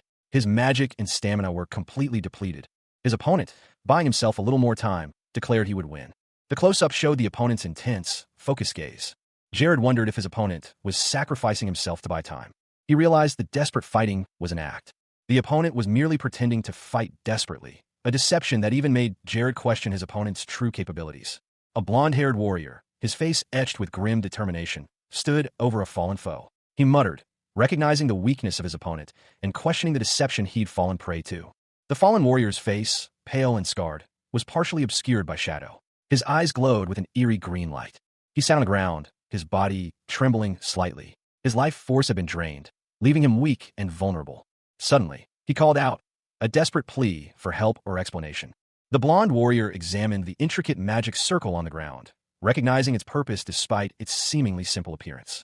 He realized the truth. The fallen warrior had been trying to conceal something from him, a painful mark that had been sent back to him via the magic circle. A surge of green energy erupted from the fallen warrior, a final desperate act. The blonde warrior observed the event, understanding the warrior's actions. The blonde warrior reacted to the revelation, a mix of surprise and perhaps a hint of satisfaction. A muscular, green-skinned humanoid with glowing green eyes unleashed a swirling vortex of purple energy from his hand. He sneered, calling it a cowardly trick. From a rocky outcrop above, a blonde-haired man in dark clothing retorted, "Cowardly trick? It's your own creation, you know." The blonde man, now on the ground, groaned, "How unpleasant." He blinked, and a surge of bright blue energy enveloped him. He stood, clad in shining armor. With a powerful upward thrust, the blonde man launched a glowing purple chain, labeled Soul Chaser, towards his opponent. The green-skinned humanoid was struck and sent hurtling downwards. The blonde man landed hard, groaning, "Ugh, you just slammed me back down."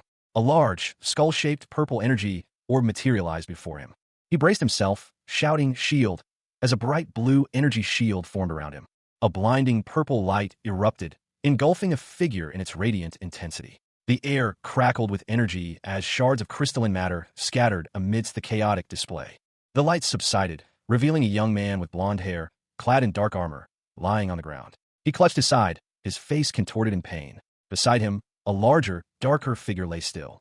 He looked up, his gaze meeting a colossal leg descending towards him. The sheer size of his opponent was overwhelming. With a swift, brutal movement, the large figure struck the blonde-haired man, sending him flying back. A white flash marked the impact. He landed hard, spitting blood. His eyes burned with anger as he glared at his attacker. "I've entertained this farce of yours, and this is how you repay me," he seethed. He coughed, a ragged breath escaping his lips. His attacker responded, "No, you should have never stepped foot here to begin with." The ground was stained crimson with blood. A cruel smile twisted his lips. "Then you might have lived just a little longer," he hissed. A warning blared, a stark orange box against a white background. The message was clear. Your remaining stamina reserve is at 10%. You must evacuate your current location and receive proper medical or magical treatment. The source of the warning was immediately apparent. A young man, blonde hair plastered to his forehead, his face a mask of pain and exertion, stood amidst a swirling golden magical aura. Blood crusted his cheeks and lips, but his eyes burned with fierce determination. He gritted his teeth, his blonde hair a stark contrast to the dark, menacing figure looming over him. The creature, with its green skin and glowing eyes, sneered. "How annoying," it hissed, its words dripping with contempt. The creature tightened its grip, "and your crude methods have been bested. You have nothing left." Its voice was a low growl, devoid of any emotion. Despite the pain, the young man clenched his fist, his knuckles white. He struck out, a desperate blow aimed at the creature's face. Have you no more strength in your arms as well? The creature asked, its voice laced with cruel amusement. The creature retaliated, its hand glowing with an eerie green energy. Die and join the dead. It roared, its attack imminent. The young man parried the blow, a grim expression on his face. He muttered to himself, good thing I switched the hand, I put my ring on. A shadowy figure, its skin a mottled green, eyes glowing with an unnatural light, addressed its opponent.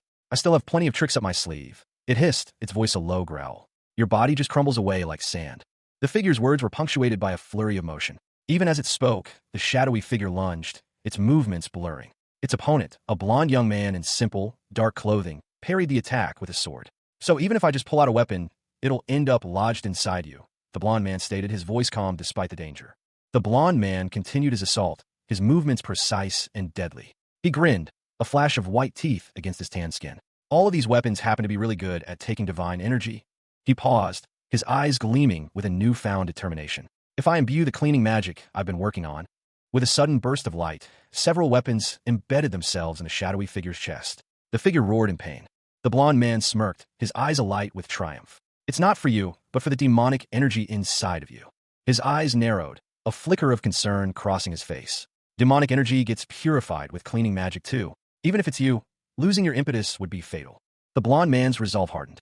I'll purify all the demonic energy in every crevice of your body. The shadowy figure, its body racked with pain and fear, cried out, protect me.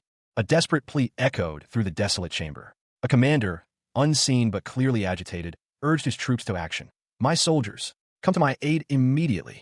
High above, a figure descended swiftly, two gleaming swords held aloft. She moved with lethal grace, a blur of motion against the drab background of the soldiers below. In response to the commander's call, the soldiers, clad in heavy, earthen armor, began to converge on the descending warrior. Their movements were surprisingly swift and coordinated. The warrior impacted the ground with a violent thud, sending a shockwave through the chamber. Dust and debris erupted as she braced herself for the oncoming soldiers. She stood defiant, her eyes burning with fierce determination. You won't be able to pass through here, she declared, since I was asked to guard it. The scene shifted to reveal a heavily armored figure, its face obscured by a helmet with glowing green accents. A realization dawned on the figure. All nearby soldiers had been defeated. A blonde-haired warrior, his expression a mixture of surprise and suspicion, appeared. He questioned aloud, was it his allies? A towering, green-skinned figure emerged, radiating an aura of immense power. He raised a hand, commanding, don't interfere. The green figure summoned his forces with a guttural cry. My immortal soldiers, my soldiers who have transcended life itself, arise. A booming voice echoed across the desolate battlefield. So which lowly soldier will rise to me? The voice belonged to a towering figure, barely visible within a swirling vortex of green energy. He declared, I have the grand duty of conquering this continent ahead of me. From the depths of the vortex, a lone soldier emerged, his sword gleaming. He muttered, what a coincidence. He stood before the colossal figure, his stance unwavering. The soldier declared his intentions. I aim. His voice resonated with newfound confidence. To take over the continent as well. A wave of green energy erupted as the soldier unleashed a powerful attack, his laughter echoing amidst the chaos. Aha ha ha. Observing from a distance, a woman with fiery red eyes and long blonde hair gasped. Jarl. The woman watched as the dust settled, revealing a lone figure standing amidst the devastation. High above, a volcano smoldered against a bruised, twilight sky. Below, Lord Jared of Caribia lay prostrate, his blonde hair a stark contrast to the grim earth. He had faced the immortal emperor, a being of grotesque power, his skin a patchwork of scars, and his eyes glowing with an unnatural green light. The emperor declared with a booming laugh, ha ha ha, I truly am the immortal emperor. The emperor paused, his laughter fading into a thoughtful silence. He muttered, well, that's how it should be. But then, a horrifying transformation began. The emperor's body started to decay, his flesh melting and dripping like wax. The process was agonizing, yet the emperor seemed strangely content. He whispered, I like this. Meanwhile, unseen feet approached the scene, boots crunching on the rocky ground. Suddenly, rocks rained down from above, a small avalanche triggered by the unseen presence. Jared, still alive but weakened, looked up in surprise as the rocks fell around him. A voice called out, Jared. Jared had faced the man, and now he awaited his fate. A stark declaration hung in the air. Who once ruled the continent with blood and fear. A young man with blonde hair, a cruel smile splitting his scarred face, is shown. His eyes gleam with a manic energy. The scene shifts to reveal him lying within a dilapidated structure, the sky visible through a gaping hole in the roof. The caption reads, in one. He raises a triumphant fist, shouting, "I won." Debris falls from the damaged ceiling around him. The aftermath of a momentous battle lay before them, a gaping chasm in the earth, testament to the power unleashed. Three figures stood at its edge, their expressions a mixture of awe and exhaustion. One of them, a blonde-haired warrior, seemed to be the focus of attention. A young woman with fiery red hair and sharp features, her face contorted in a fierce expression, addressed the blonde warrior. She insisted that he not die, threatening to curse him if he did. A smaller figure, partially obscured, commented that he wouldn't die from his injuries. The woman, her eyes blazing with intensity, leaned closer, calling out to the injured man, using a term of endearment. She anxiously inquired about his condition, her concern evident. He groaned in response, barely able to utter a single word, a desperate plea for help. His eyes, bloodshot and filled with pain, revealed a grim determination. He was clearly struggling, but his gaze held a fierce resolve. The woman, still fiercely protective, gave him a sharp instruction. He must retrieve an ancient grimoire from a secret room. He responded with a curt, almost defiant, agreement. Meanwhile, the other two members of their party observed from a distance, one of them commenting on the blonde warrior's apparent recovery. The continent of Nas, June 1st, 1414. Life in Majorca has returned to normal following a recent tomb raid, 23 days prior.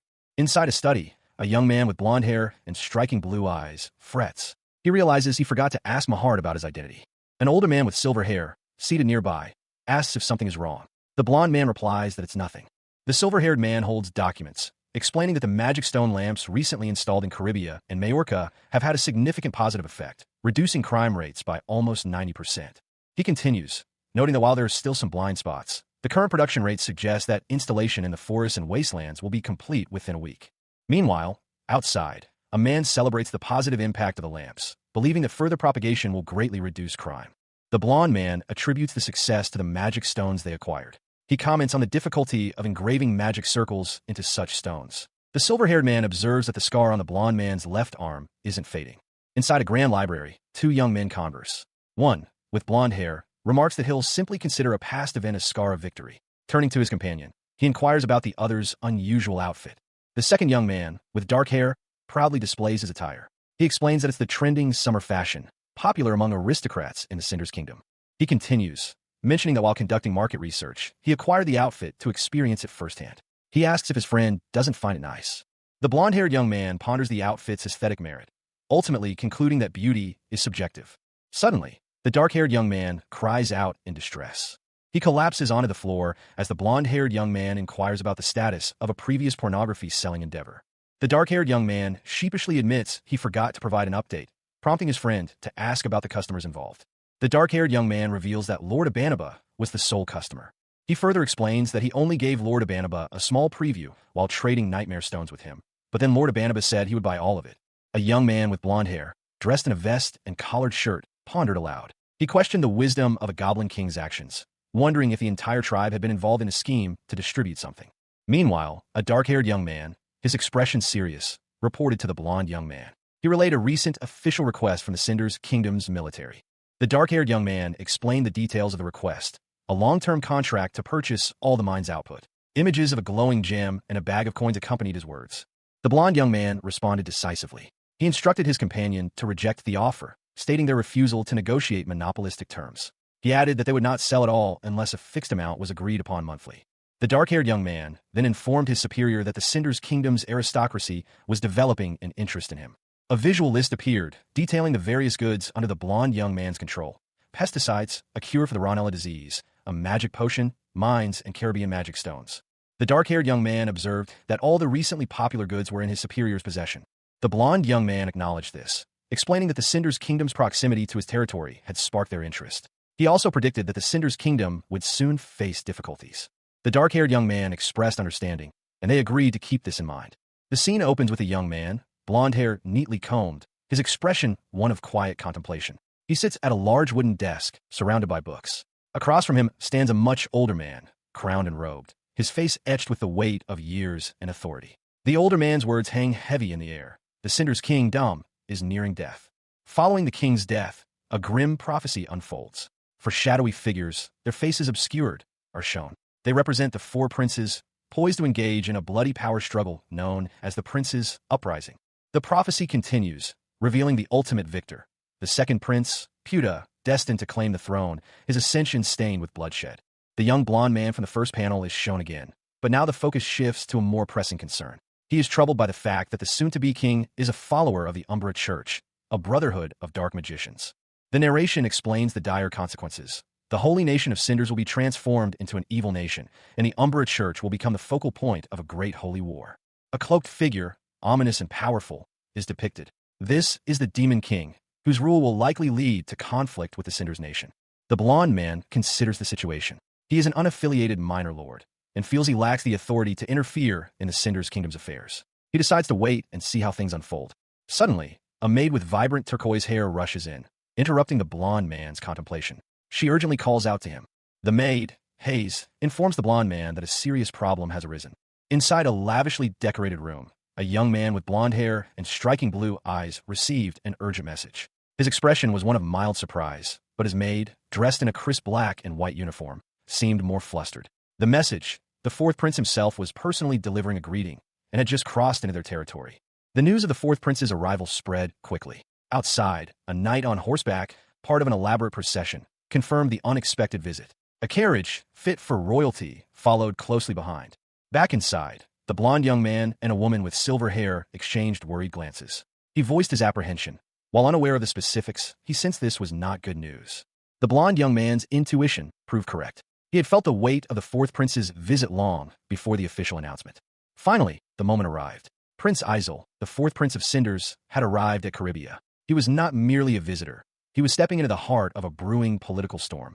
Prince Isel and Lord Jared met for the first time. Prince Isel, a striking young man with vibrant red hair styled in a braid, introduced himself with a charming smile. He was the fourth prince of Cinders, and clearly pleased to meet Lord Jared. Lord Jared, the blonde young man, responded politely, offering his greetings to the prince. A narration box revealed that Jared possessed exceptional traits that drastically amplified his magical power. A formal invitation, sealed with red wax, was presented. The message within conveyed His Majesty's request for the recipient's presence at his upcoming birthday celebration. Lord Jared, a man with auburn hair and a regal bearing, politely asked if he might read the letter. His companion, whose identity remains unknown, readily agreed, stating that was precisely why he had brought it. Jared's gaze fell upon the letter, his expression thoughtful.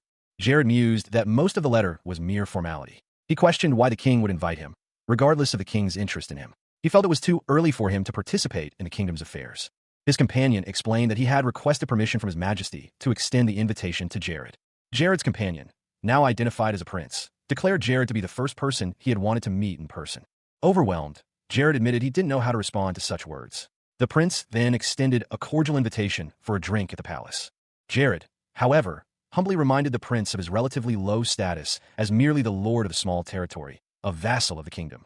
He expressed his gratitude, but politely declined, explaining that further conversation would be uncomfortable for him. Prince Isel's sharp, emerald eyes narrowed, a flicker of something akin to calculation in their depths.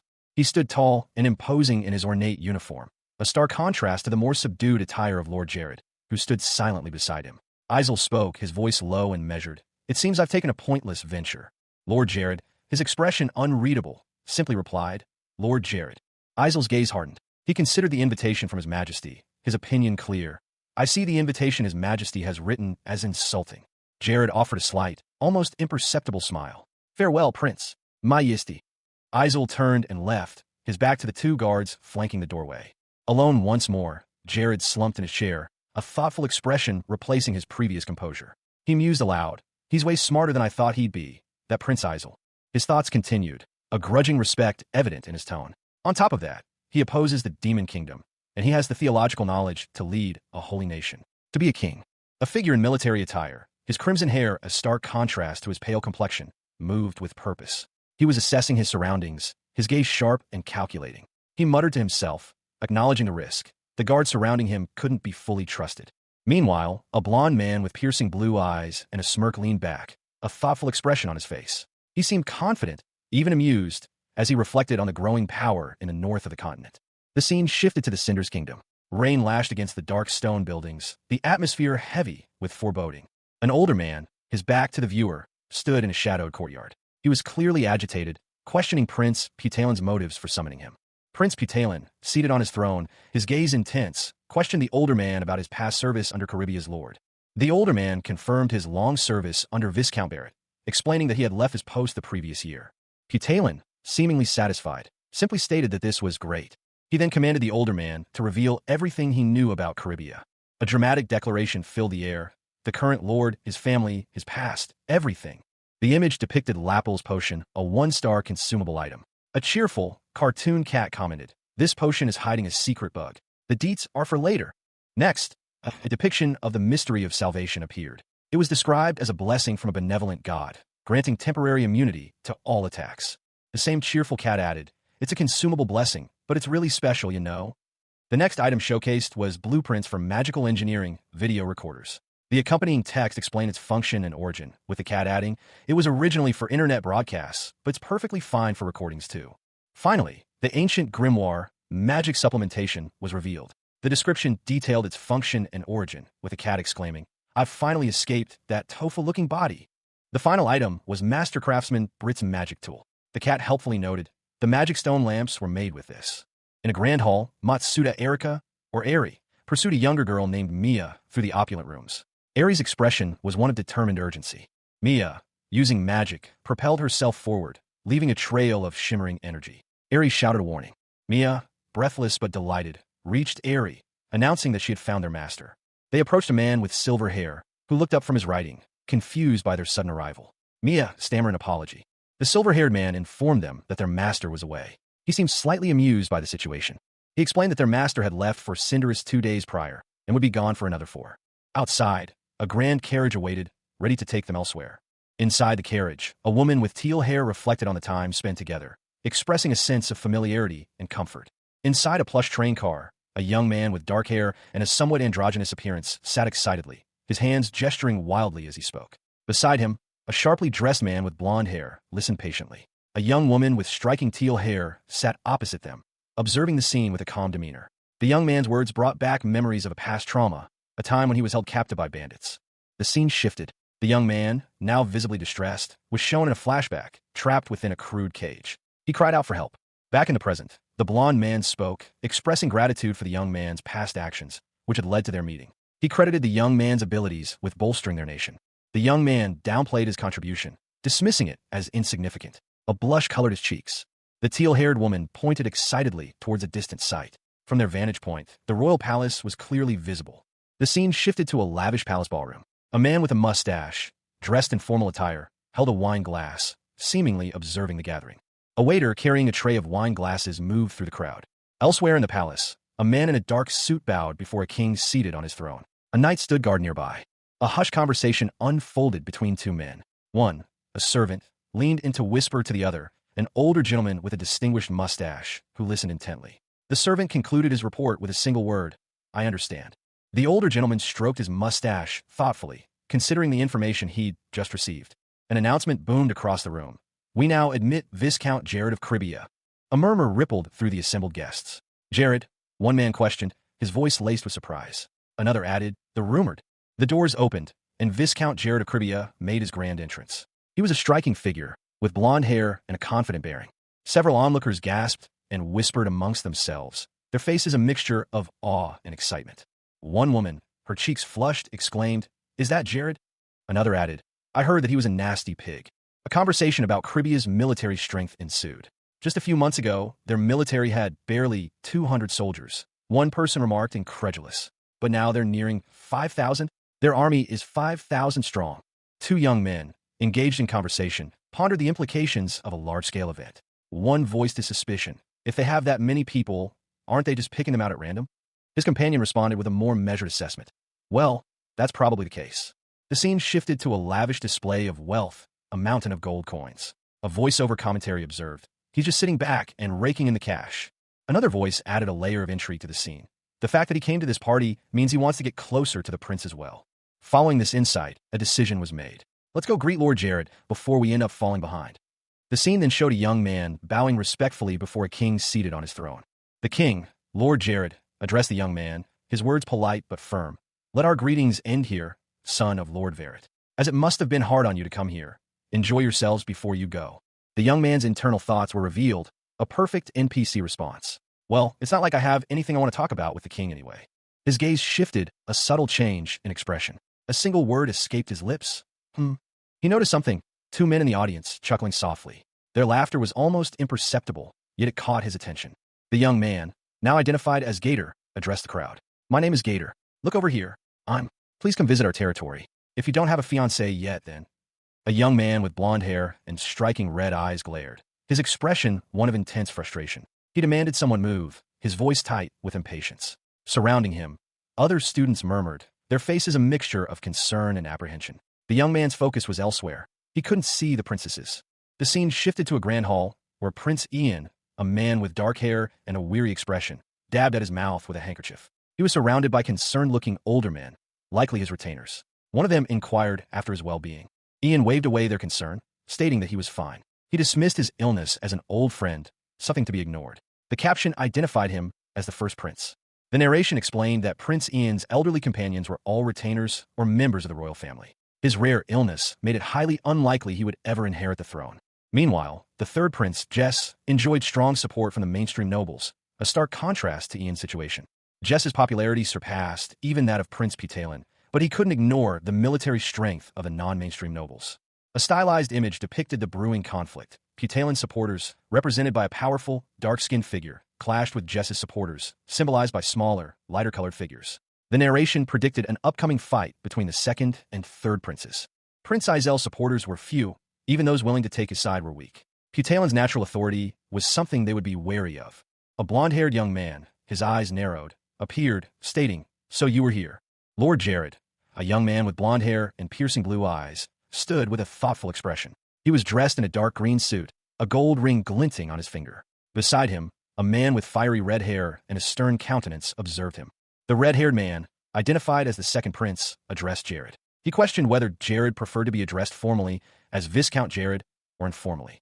A third man, with short, neatly styled brown hair, watched the interaction between Jared and the second prince from a distance, a look of mild concern on his face. Jared expressed surprise at seeing the second prince again, noting that he had unexpectedly found himself in the second prince's company. Jared then politely indicated that the second prince could address him however he felt most comfortable, even simply as Jared. The second prince explained that he had heard Jared was invited by Izel and that he had long wanted to meet Jared, prompting him to arrange this meeting. From a higher vantage point, an unseen individual observed the three men below, expressing their disapproval with a single, dismissive sound. Meanwhile, the fourth prince, Izel, and the youngest princess, Maria, discussed their brother's intentions to win Jared's favor. In an opulent room, Jared, a nobleman with blonde hair and piercing blue eyes, sipped wine. He remarked to his companion, expressing surprise at the level of attention he was receiving despite his relatively low standing. His companion, a man with fiery red hair and intense green eyes, countered that Jared was, in fact, a prominent figure in their nation, his recent annexation of Majorca being a testament to his influence. Jared's companion continued, noting the irony of Jared's claim to be uninterested in rumors, given his recent actions. Jared chuckled, attributing his success to luck, downplaying his own strategic prowess. He admitted that his territory had previously been the weakest in the north. His companion, however, disagreed, sensing a shared ambition between them. He felt a connection with Jared. The red-haired man's intense gaze focused on Jared, his eyes conveying a sense of assessment. He concluded that Jared was an ambitious man. He then explained that Jared's recent territorial gains were a result of desperate struggles following an invasion. Jared acknowledged the assessment, accepting the description of his ambition. The red-haired man then suggested a future meeting, indicating that he had several matters to discuss with Jared. In an opulent room, a man with fiery red hair and striking green eyes stood, his expression unreadable. Scars etched across his face hinted at a violent past. Behind him, a blond man in a dark suit moved silently, his back to the viewer. The camera angle shifted, focusing on the blond man. His light eyes held a similar intensity to the redhead's, though his expression was more subtly guarded. The red-haired man remained in the background, his presence still felt.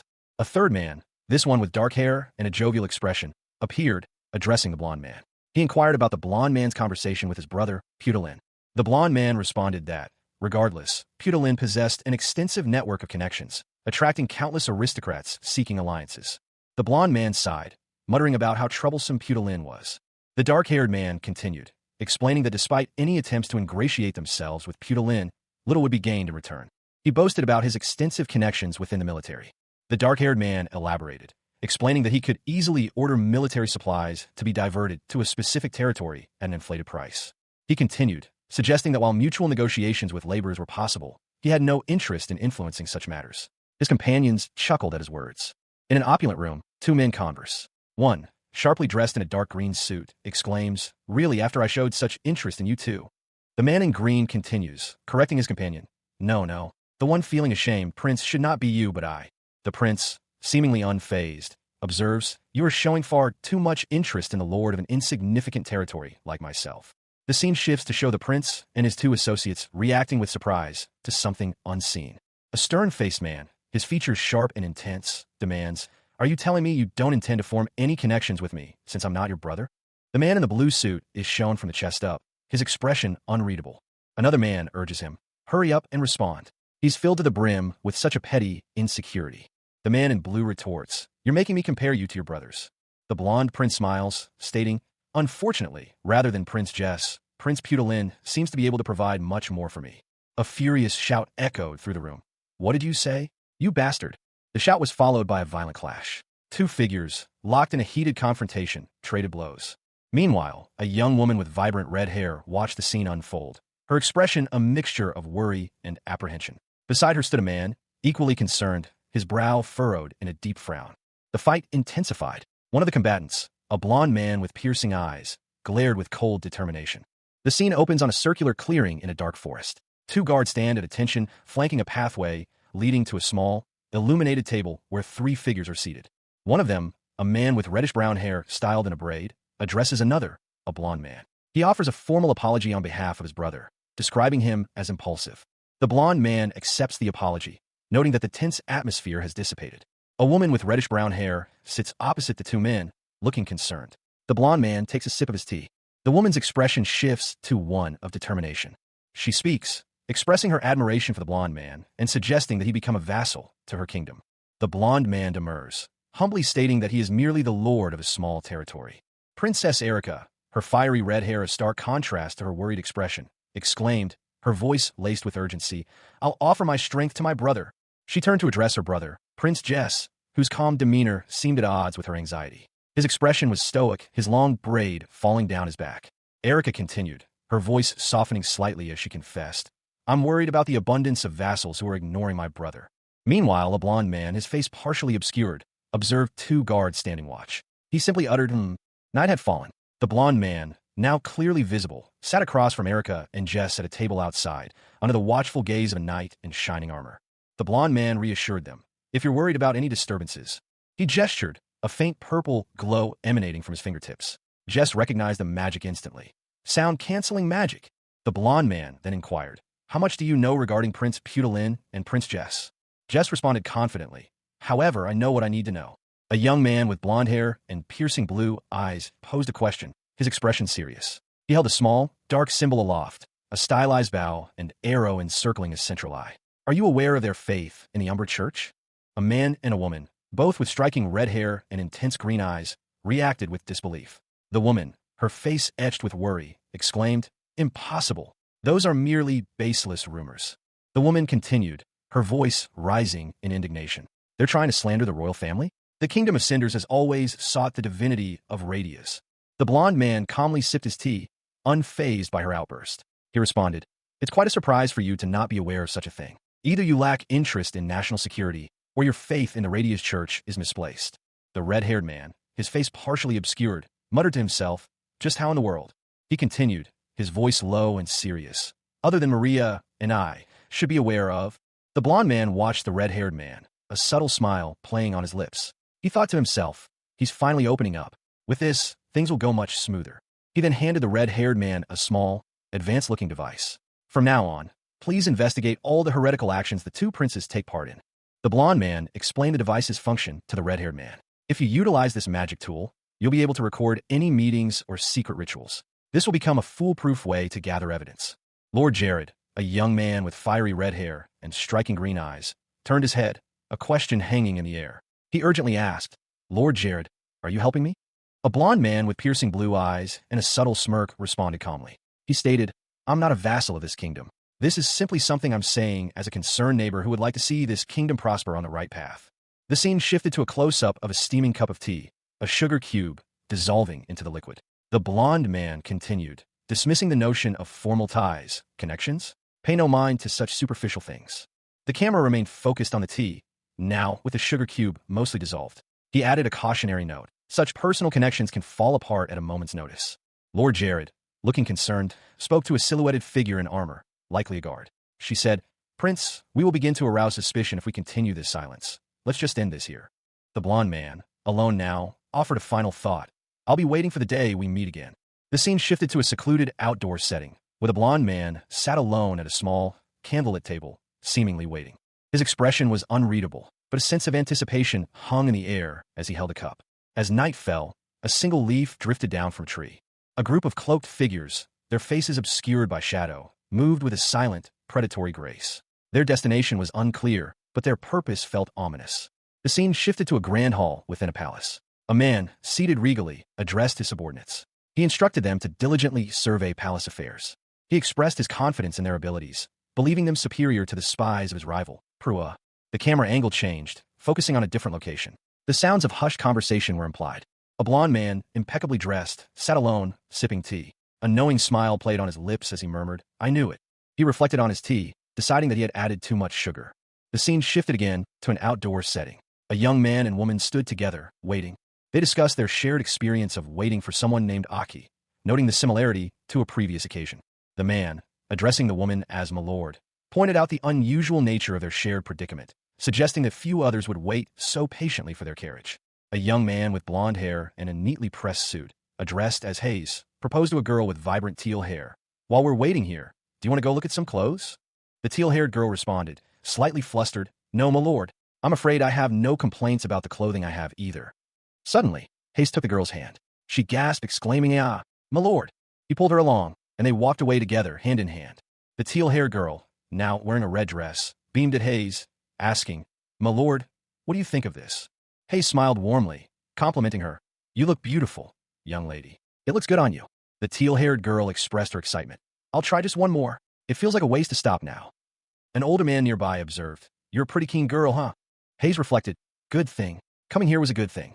An emergency notification blared across a stone tablet, etched with ominous symbols and framed by flickering flames. The message spoke of an impending invasion of the Caribbean territory, an event tied to a celestial alignment occurring annually on July 1st.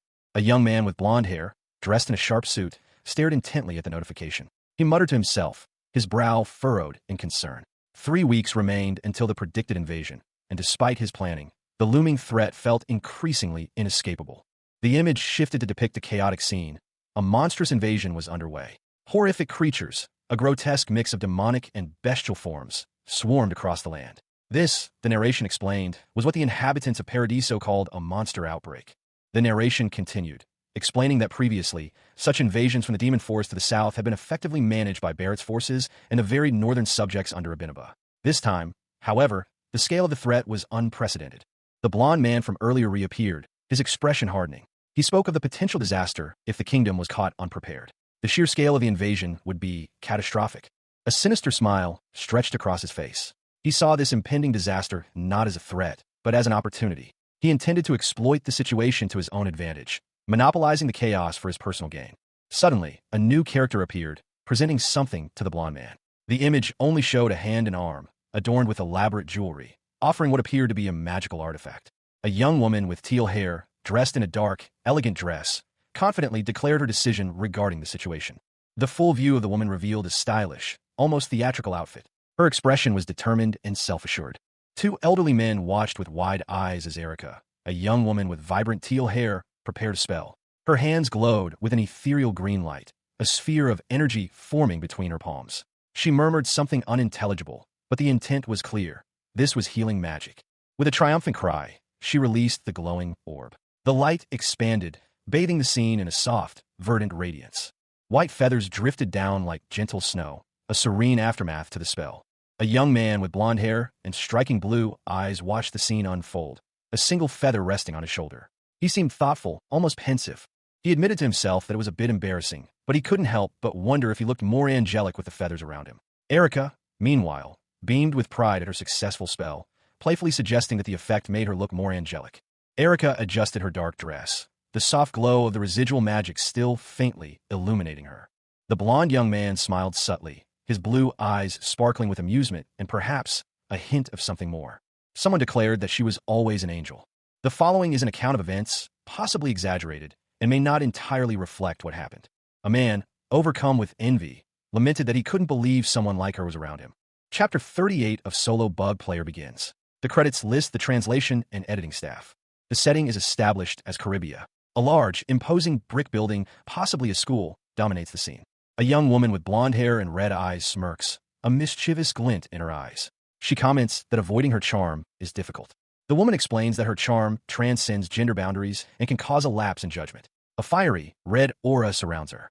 The blonde woman reflects that her increased susceptibility to charms might be due to absorbing Mahar's strength. She intends to overcome this. A bright, ethereal figure appears, causing the blonde woman to pause. She seems surprised by this unexpected event. The blonde-haired woman is shocked to see a maid-like figure, possibly a vision or illusion, resembling her inner fantasies. She questions if it is her. The maid-like figure, seemingly surprised by the blonde woman's presence, clarifies that it is a misunderstanding. The blonde woman realizes that Isabel must have summoned the maid-like figure. Two girls, one with vibrant teal hair and the other with blonde hair styled in pigtails, were engaged in a conversation. The blonde girl, her face contorted in a grimace, expressed her disapproval of the teal-haired girl's choice of companion, deeming him obscene. She suggested that the teal-haired girl should seek a purer partner instead. The teal-haired girl, now blushing deeply, defended her choice of attire, stating that there was no reason she couldn't wear such clothes. However, she conceded that it might be excessive. The blonde girl's expression turned furious. She vehemently disagreed, shouting that the teal-haired girl should take things slowly. A man with blonde hair, addressing someone named Isabel, reported that he had managed to overcome a charmed state. However, he lacked the strength to completely overcome it and requested more intense training from Isabel. The blonde girl, Isabel, reacted angrily to the man's request, calling him a perverted bastard and attacking him. The scene shifted to a dark forest at night, identified as the Forest of Nightmares. A voiceover reflected on the unusual circumstances of the current hunting expedition, noting that this was the first time they had hunted while lined up in this particular formation. The scene changed to show a group of people gathered in what appeared to be an inn. A large, scarred man spoke, commenting on the abundance of people sleeping outdoors due to the newly built inns being full. He found the current situation surprisingly easy. The Ranella Territory's dungeon was on the verge of collapse. Two soldiers, their faces etched with worry, discussed the dire situation. One soldier, irritated, questioned the audacity of someone passing by them. The other soldier, however, recognized the individual, exclaiming that he was the Lord, a figure of great importance in Caribia. The soldiers watched in surprise as the Lord approached a heavily guarded area. They noted his recent habit of visiting restricted locations, including the Forest of Nightmares. The Lord walked alone across a desolate landscape. He pondered why Caribia, unlike Ranella, had failed to innovate in the past. The answer, he realized, lay in the frequent monster outbreaks. The Lord examined a glowing purple crystal. He reflected on the achievements of Viscount Barrett, who had transformed a wasteland into a thriving territory. Despite this progress, the Lord knew that the demon army's annual attacks consistently destroyed the fruits of their labor. The Viscount's greatest desire was a force strong enough to halt the demon army's advance. He knelt, defeated, amidst the devastation. A young man with blonde hair and piercing blue eyes kneels before a glowing blue orb, his expression grim. He mutters to himself, "That kind of strength hasn't been gathered yet," but his hand, adorned with a gold ring, rests on the orb. He speaks, a quiet reassurance. "Caribia is now safe, so you could be at ease now." He rises, his back to the viewer, as several more orbs ignite around him, bathing the area in an ethereal blue light.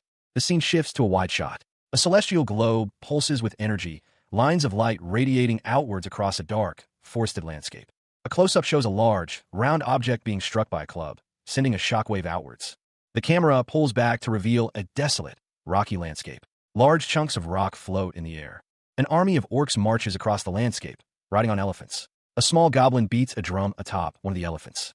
A hulking ogre, his face a mask of unsettling calm, declared, "Today is the blessed day that was permitted to us." Two more ogres, seated on a crude cart, echoed his sentiment, adding, "We'll eat up any humans we see and offer any spoils or food to that man. We are the greatest in the world." A third ogre, clad in armor, stood before a swirling crimson portal. He seemed to be overseeing the preparations. The image then focused on the leader, his name revealed as Crundle, the blue ogre commander. From the portal, a group of ogres and goblins emerged, their movements suggesting a sudden, violent surge. They charged forward with savage intent, their battle cries echoing the ferocity of their advance. One of the ogres spotted a lone figure ahead, exclaiming, "There's a human in front of us. How unlucky for him to be wandering around in front of the gate." The ogre lunged at the unsuspecting human, sneering, "You're mincemeat." The human, however, braced himself, his expression hardening. A colossal elephant, adorned with ornate trappings, lumbered through a swirling vortex of crimson energy. The beast carried a palanquin, its occupant obscured by shadow. Inside a dimly lit chamber, two imposing figures in demonic armor conversed. One, a hulking brute with a pale face and horns, reported, "Commander, the soldier should have cleared out the area by now." The larger demon, his face a mask of grim determination, responded, "We should hurry and move to the closest place that humans." He was interrupted by his companion's sudden caution. "Wait, check the surroundings. Where are we?"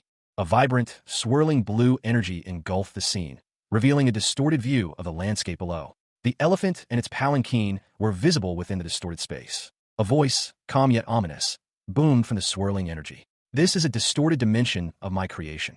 I made it from the same principles as that of a dimensional door using magic stones. Don't you think it sets the atmosphere pretty well?" The voice continued, explaining the nature of the distorted dimension. "I've made it so the walls are recursive and you pass through one and back into this space. Simply put, you'll never escape from this place." One of the demons questioned, "Is this your doing?" A new character, a blond man in regal attire, appeared. He introduced himself. "Yes, I, Jared, have come here to greet you demon army fellows as a human representative."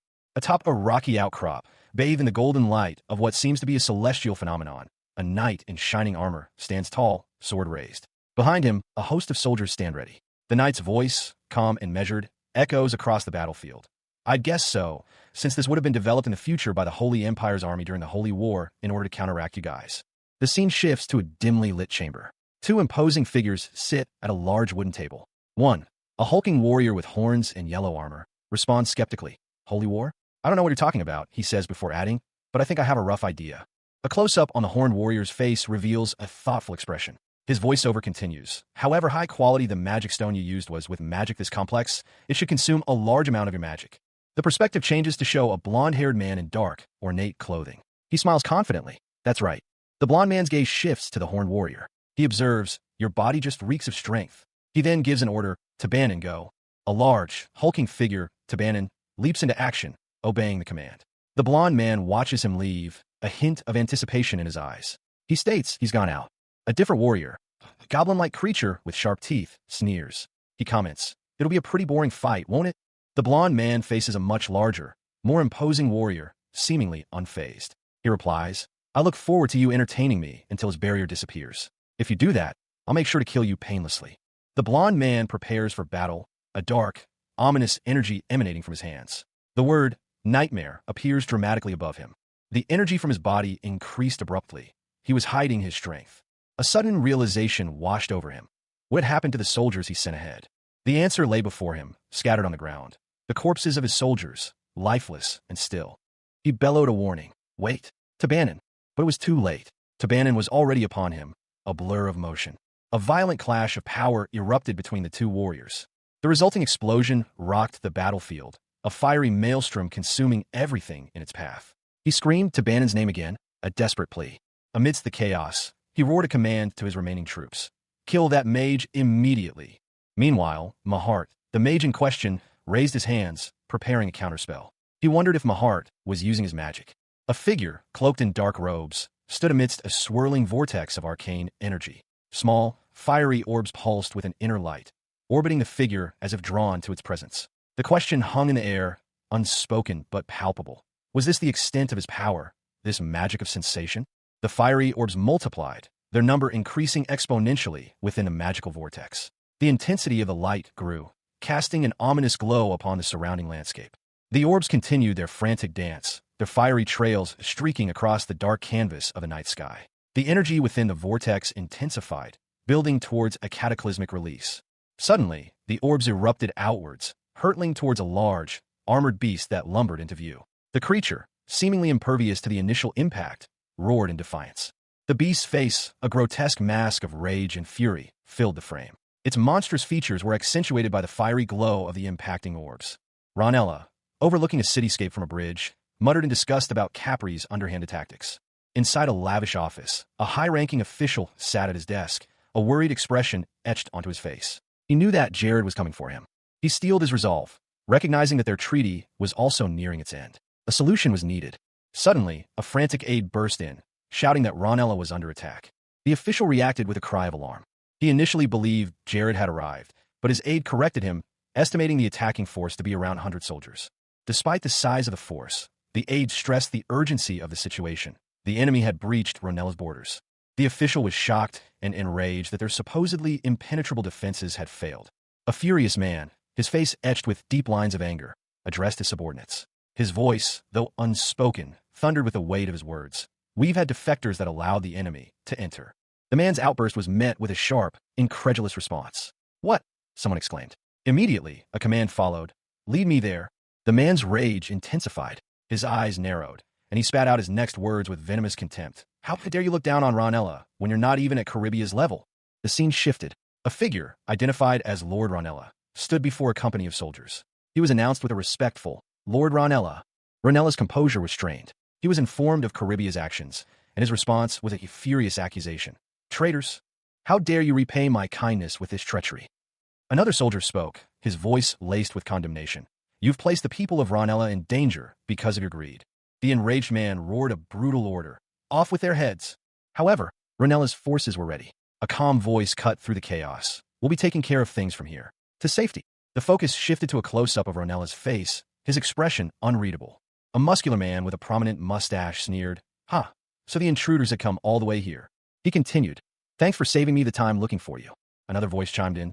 "Oh my, you've stolen the words right out of my mouth." A sudden, intense burst of flames erupted. Two monstrous figures, engulfed in fire, charged forward. A blonde-haired man in dark attire unleashed a wave of fiery energy. He countered with a magical projectile. The blonde man was struck by a spear, the impact sending him flying.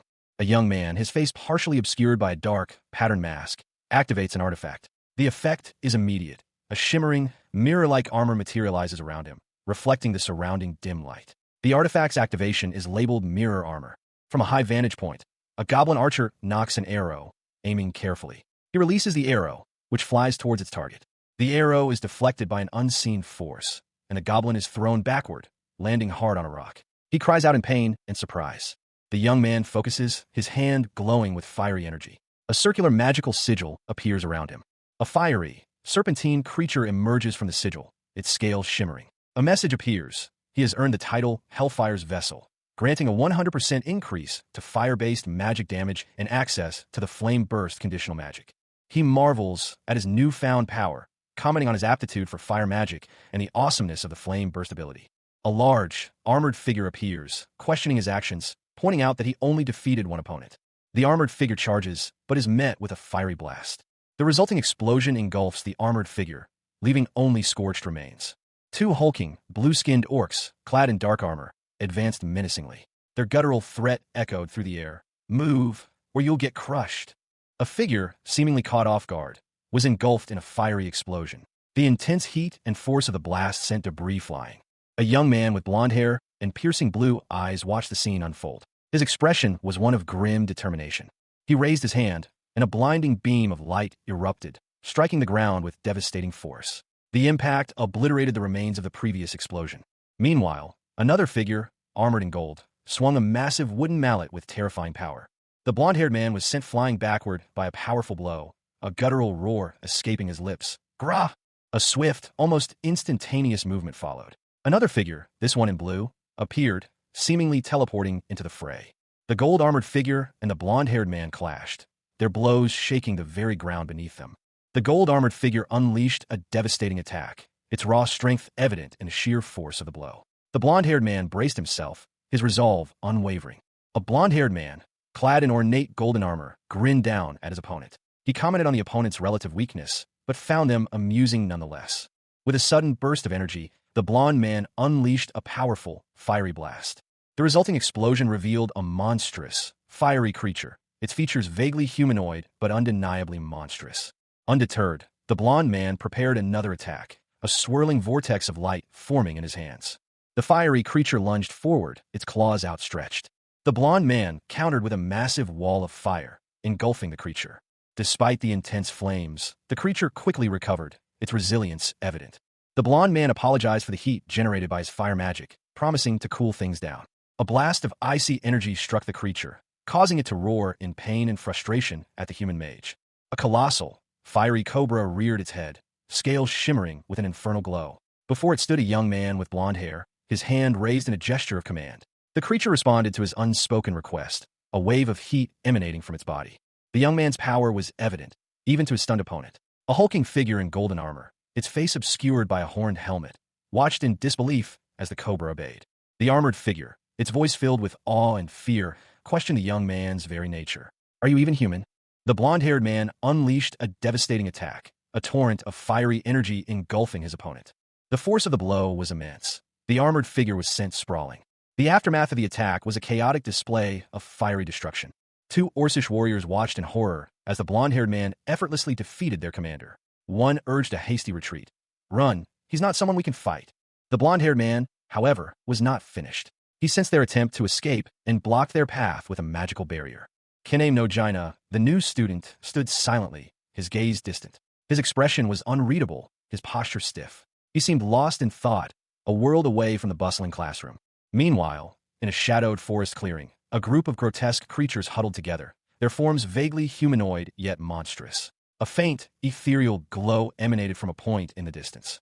One of the creatures lay injured on the ground, its small body contorted in pain. The others loomed over it, their expressions menacing.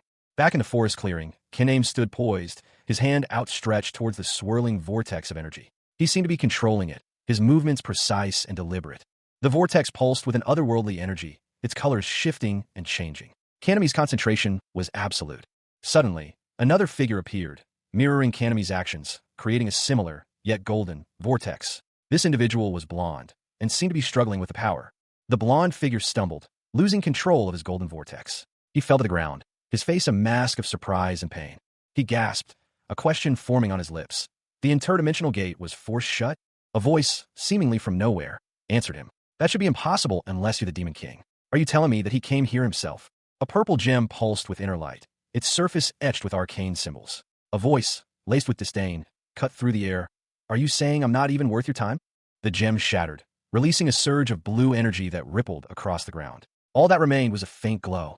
A young man with blonde hair, Jared, sat wearily on the ground, addressing someone unseen. He sighed, "Phew. Father, does this failure look any different now?" Jared remained seated, his expression one of exhaustion and defeat. A figure loomed in the background, partially obscured by shadow. A stern-faced man with a mustache, his features etched with worry, spoke. His words were filled with disbelief. For only a few dozen soldiers to penetrate my defenses. The man's words were interrupted by a confident reply. You really don't know what you're talking about. We're the Caribbean Army. A group of elite soldiers, the Aggressio Royal Guard, stood proudly, their armor gleaming. One of them added, and on top of that, we're the strongest platoon, handpicked by the Lord himself. A soldier addressed the worried man. Well, let's stop the chatter, Mr. Criminal Batman. Another soldier approached, explaining, My lord had commanded me to make sure we bring you in as roughly as possible. A caption below stated, With this, Caribia has annexed Ronella as well. The achievement screen displayed a skull and crossbones emblem, signifying the Monster Slayer title. A small, cartoonish cat character commented that it was about time for a new title, implying the player had just earned it. The accompanying text detailed the title's effects. A 250% increase in magic damage against non-human entities and a permanent 500-point boost to magic. Next, the screen showed the upgrade to Mind's Eye Duel, unlocked after reaching level 50. Its new abilities included Visual Disturbance Nullification, allowing the player to see through visual obstructions, and Weakness Analysis, which increased the chance of attacks hitting enemy weaknesses and doubled the chance of a fatal blow. The same cat character expressed surprise that a seemingly useless skill had turned out so effective. The story concluded with a to-be-continued message. 3 months had passed since the previous events. A young man with blonde hair and a serious expression stood in a forest, his gaze fixed on something in the distance. He muttered to himself, a hint of anticipation in his voice. You're here. From behind a tree, a young person with reddish-brown hair and a concerned expression emerged, addressing the blonde young man. Lord Jared. The young person continued, their voice heavy with sorrow. What happened to the king was regrettable. Jared responded, his tone sharp. So you knew. It happened so suddenly. The reddish-brown-haired young person seemed tense, their hand clenching. Jared, observing this, asked a question. He politely but firmly requested, Could I ask you to inform me in detail about any happenings at the royal palace? The reddish-brown-haired young person responded, relaying information they had received. According to the Pontifex, it seems he won't last past this month. A young man with blonde hair, dressed in dark green, stood amidst a forest. His expression was serious, almost grim. He mused to himself about the alterations he'd caused to history, specifically mentioning Prince Ian's shortened lifespan. He continued his internal monologue, outlining 3 crucial factors he needed to consider. First, someone would soon approach him. He knew Prince Butane would come, though he was uncertain about Prince Jess. His second concern involved Prince Izel, whom he intended to keep out of the impending civil war. The third point involved delaying the war itself, using the opposition of Ian's faction to his advantage. A woman with vibrant red hair appeared, listening intently. Two older men, sharply dressed, were shown in discussion. They spoke of Prince Ian's men and their deep ties to the royal family, suggesting a reluctance to engage in civil war. The blonde young man's third point was further elaborated, delaying the civil war by exploiting the opposition to Ian's faction. A stylized image depicted the three princes, Jess, Ian, and Putane, locked in tense confrontation. The scene shifted to a forest. A woman with red hair and a blonde man were shown, observing a deer. The blonde man spoke of a plan to strike decisively, while advising caution until then. The red-haired woman expressed gratitude and apologized to the blonde man, whom she addressed as Lord Jared. He dismissed her apologies, stating that it wasn't the time for such pleasantries. A report on the Caribbean territory status is displayed. Rank/affiliated nation, E/none. Agriculture, 211/300. Commerce, 257/300. Public order, 412/500. Science, 211/300. Fidelity, 287/300. Population, currently 5048. A concluding statement reads, "Good, things are going smoothly." A young man with blonde hair examines a data slate. He explains that the internal affair figures are adjusted according to the lowest territory, making them appear low, but they're right in the middle. He concludes that his territory is about equal to Count Capri's Myzerian territory. The young man continues his assessment, noting that while annexing other territories increases the burden on Julian, Abila, and Oberon, he still needs more talent. The blonde-haired man worries aloud about the consequences if Julian becomes overworked and sick, stating that the management would fall apart. He contemplates how to find more talent. Musing that life is tough. Suddenly, a voice shouts, "I'm he, you bastard." The young man, startled, asks, "Who's?" An older man with a long white beard appears, questioning the young man's intense stare. The older man is identified as Belhard, a 9th-class Grand Mage, whose level is too high for the young man's mind's eye to acquire information about. Sir Belhard, a young man with blonde hair and bright blue eyes, knelt before a woman, his face etched with apology. He explained that he hadn't expected her to travel so far to see him. An older man with long white hair and a stern expression observed him. He stated that while he had asked Belhard to come, simply leaving would be unsatisfying. He had been watching Belhard's actions in the territory. The older man continued, commenting on Belhard's aggressive expansion of his territory, contrasting it with his father's peaceful nature. Belhard, surprised, asked if the older man knew his father. The older man, dismissing the topic of Belhard's father, explained that he was there to offer advice, as requested. Belhard expressed his gratitude for the visit and eagerly awaited the advice of his elder. Belhard insisted on needing the older man's advice. However, the older man firmly refused any long-term commitments, stating he wouldn't become affiliated with anyone or be tied down. Belhard, understanding, assured him he had no intention of asking for so much. Two figures sat atop a rock, overlooking a vast expanse of grassland. One, younger, listened intently as the other, older, began to speak. "Listen carefully," the elder instructed, his voice carrying a weight of experience. "Back when I had just become a 5th-class mage." The scene shifted to a field of daisies, bathed in soft sunlight. The narrative continued. "I was no more than Shin Taepung, a simple office worker." A young man, carrying a basket overflowing with greenery, stood beside an older, bearded man. They appeared to be in a rural setting. The narrative jumped to a different scene, showing a group of soldiers. The older man's voice resonated. "Out of my desire to survive, grew this territory." The scene shifted again, this time to a young girl sharing a meal with a woman who seemed to be her caretaker. The older man continued his story, explaining how he had grown alongside his territory. A dramatic shift in the scene showed a muscular man standing triumphantly over a defeated opponent, a large army behind him. He declared, "No, I simply realized something." The man, now shown imprisoned, reflected on his transformation. "I was no longer Shin Taepung, but instead the Caribbean territory's Lord Jared." The final scene showed a group of women, seemingly amused by something. The imprisoned man's thoughts continued. The citizens weren't mere NPCs, but instead living, breathing humans. The narrator, a seasoned warrior who had faced death countless times, reflects on his journey. He had overcome his fear of death and now fought to protect those around him. He clarifies that his skill didn't breed arrogance. Instead, the knowledge of his enemy's strengths filled him with anxiety and fear. The narrator, his face etched with worry, contemplates the overwhelming odds he faces. He is surrounded by figures in white robes, symbolizing the formidable power of his adversaries. Despite his many plans and strategies, he acknowledges his inherent human flaws. Two other figures, a man and a woman, listen intently to his words in a grand library. Therefore, he emphasizes the need to gather trustworthy companions. Two young women, one with blonde hair and the other with teal hair, smile confidently. The scene shifts to a young man with blonde hair, his expression serene as he states his reliance on his companions. An older man with a long white beard stares in astonishment at a sudden, bright light emanating from a distance, questioning what it could be. A young man with blonde hair and bright blue eyes addressed an unseen figure, his voice filled with a nervous energy. He reported, "Sir Belhard, I just reached the 5th class." The unseen figure, identified as Sir Belhard, responded with incredulity. "How do you reach the 5th class just after listening to somebody talk and explain some basic principles for a bit?" The young man, seemingly surprised by his own quick advancement, confirmed, "It's true, though." As he spoke, a purple glow emanated from him, revealing an invisibility spell. Sir Belhard reacted with a surprised wag. Sir Belhard's astonishment grew. He exclaimed, "He reached the 5th class just by listening to me talk for a bit? Even I wasn't able to do something like that." Sir Belhard pondered the implications. He mused, "Those magic stones and that medicine aren't any ordinary feats. Is this kid different from that bear who had such clearly defined limits?" Meanwhile, the young man continued to experiment with his newfound abilities. He thought to himself, "A disciple like this might be worth teaching. I'll have to try out teleportation later too. I'll be able to feel ambitious as a teacher as well." Sir Belhard, however, remained skeptical. He stated, "No, if he's destined for greatness, he'll find some way to improve on his own. He'll do plenty, even as entertainment." The young man, sensing Sir Belhard's intention to depart, asked, "Are you planning to leave already?" Sir Belhard confirmed his departure.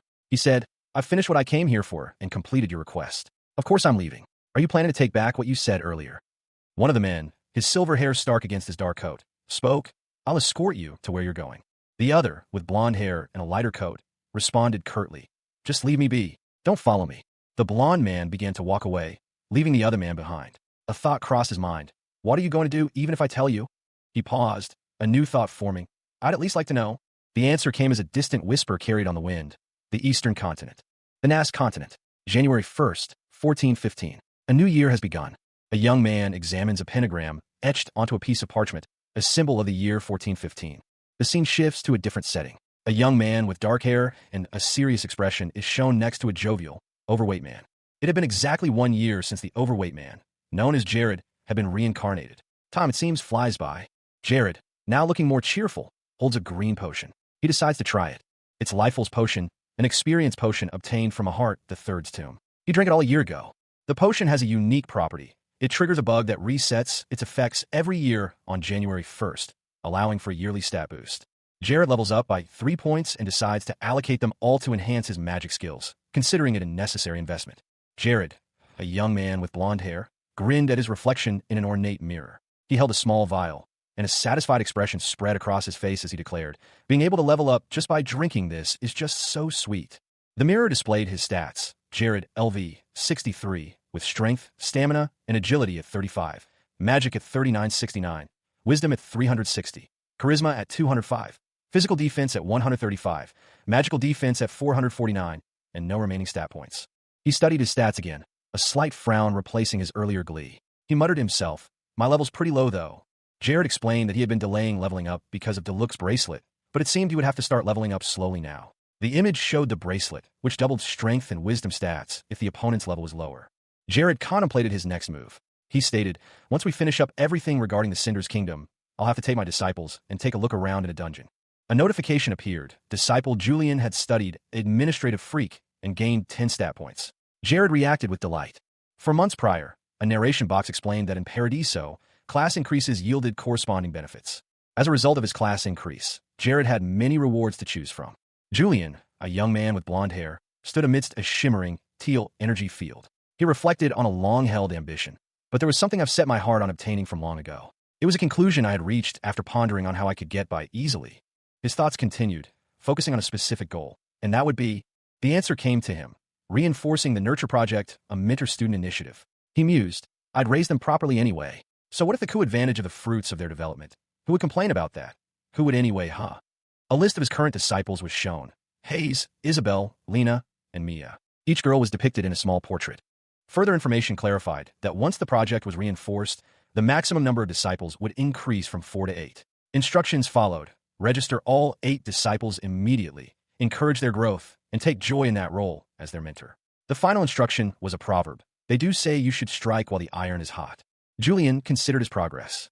Aki, a woman with long, gray hair, reported on her own progress. Julian has learned to use a few tricks instead of doing his administrative duties by the books. After all I've learned from you, my lord, having you as my mentor would be a given. Aki continued, expressing her enthusiasm. Is that a disciple? Is that like a slave contract? How shameful, my lord. Rakiz, a man with brown hair, also reported his progress, and Rakiz has overcome the obstacle that is the limitations of his age and has seen incredible growth. My improvements have all been thanks to you, my lord. A young man with blonde hair and striking blue eyes, considered a bit of a prodigy, pondered aloud. He questioned the nature of a proposition, his expression a mixture of curiosity and skepticism. A contract? The response came from a woman with long, silvery white hair and pointed ears, her features sharp and somewhat severe. She clarified, yup, a mentor-student contract. I'm not suggesting this without a reason. It's like a small pledge, a promise that I'll teach you some more useful combat knowledge. The young man's internal thoughts revealed his perception of the situation. He sensed a deliberate emotional distance maintained by his potential mentor. He appeared to be considering the offer, a slight smile playing on his lips as he held a piece of paper. He then conceded, let's just give up on, my lord. The scene shifted to focus on the woman's feet as she walked, setting a contemplative mood. The young man, still holding the paper, posed a direct question to the woman. Can you truly make me stronger? He confidently asserted, of course I can. I'm prepared to responsibly answer any question you might have for me. The woman, however, seemed unconvinced, her expression unreadable as she gripped her sword. She muttered, that's what a. The young man's voice rose in alarm. He exclaimed, mentor is... Chloe? What are you trying to do? A young man with blonde hair, clad in knightly armor, presented a document to a young woman with long, light pink hair and pointed ears. She examined it carefully. The woman, Chloe, explained, I was taught that any important contracts ought to be signed in blood. The knight, visibly distressed, exclaimed, tell me that kind of stuff beforehand. Chloe, kneeling before him, pleaded, my lord, with knowledge and various experiences that Miss Ella is unable to give me, please teach me how I can get stronger. The knight sighed, Chloe. He continued, though I was unable to say so, I've always wanted to receive your guidance, my lord. The knight winced, pricking his finger. He muttered, I lost focus after getting lost in my thoughts. Ugh, a reforging job is just too hard. For now, let's just focus on finishing this up. A young man with blonde hair, dressed in a dark green jacket and a crisp white shirt, sat hunched over a large wooden desk. He meticulously worked on something small, a faint purple glow emanating from his fingertips. The room was a study, lined with towering bookshelves overflowing with leather-bound volumes. His task involved several small artifacts, a gold ring, a simple white band, and a delicate necklace with a crimson pendant. He was carefully assembling them, his brow furrowed in concentration. The process, he mused, was quite troublesome. He explained to himself that the difficulty stemmed from limitations on how many artifacts could be equipped at once and where they could be placed. The idea of wearing a ring on his toes, for instance, was absurd. Despite the challenges, he found the process of refashioning artifacts to be surprisingly intuitive. He held up a small, newly created ring, a glint of mischief in his eyes. He considered the process a loophole to exploit. The artisans of this world held a superstitious belief that disassembling artifacts would incur divine wrath. However, the young man knew the real danger lay in the lack of knowledge required to do it properly. He continued, explaining that for him, the risk was minimal. He possessed specialized tools, making the process relatively easy, but there were still inherent risks.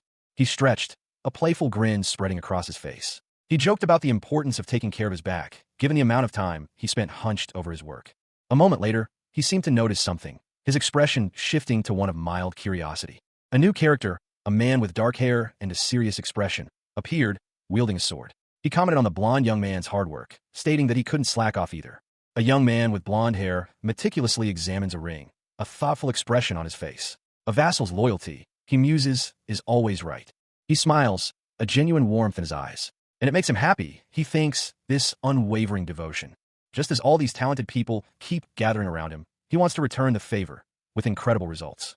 He envisions his goal, right now, by becoming this vast world's protagonist.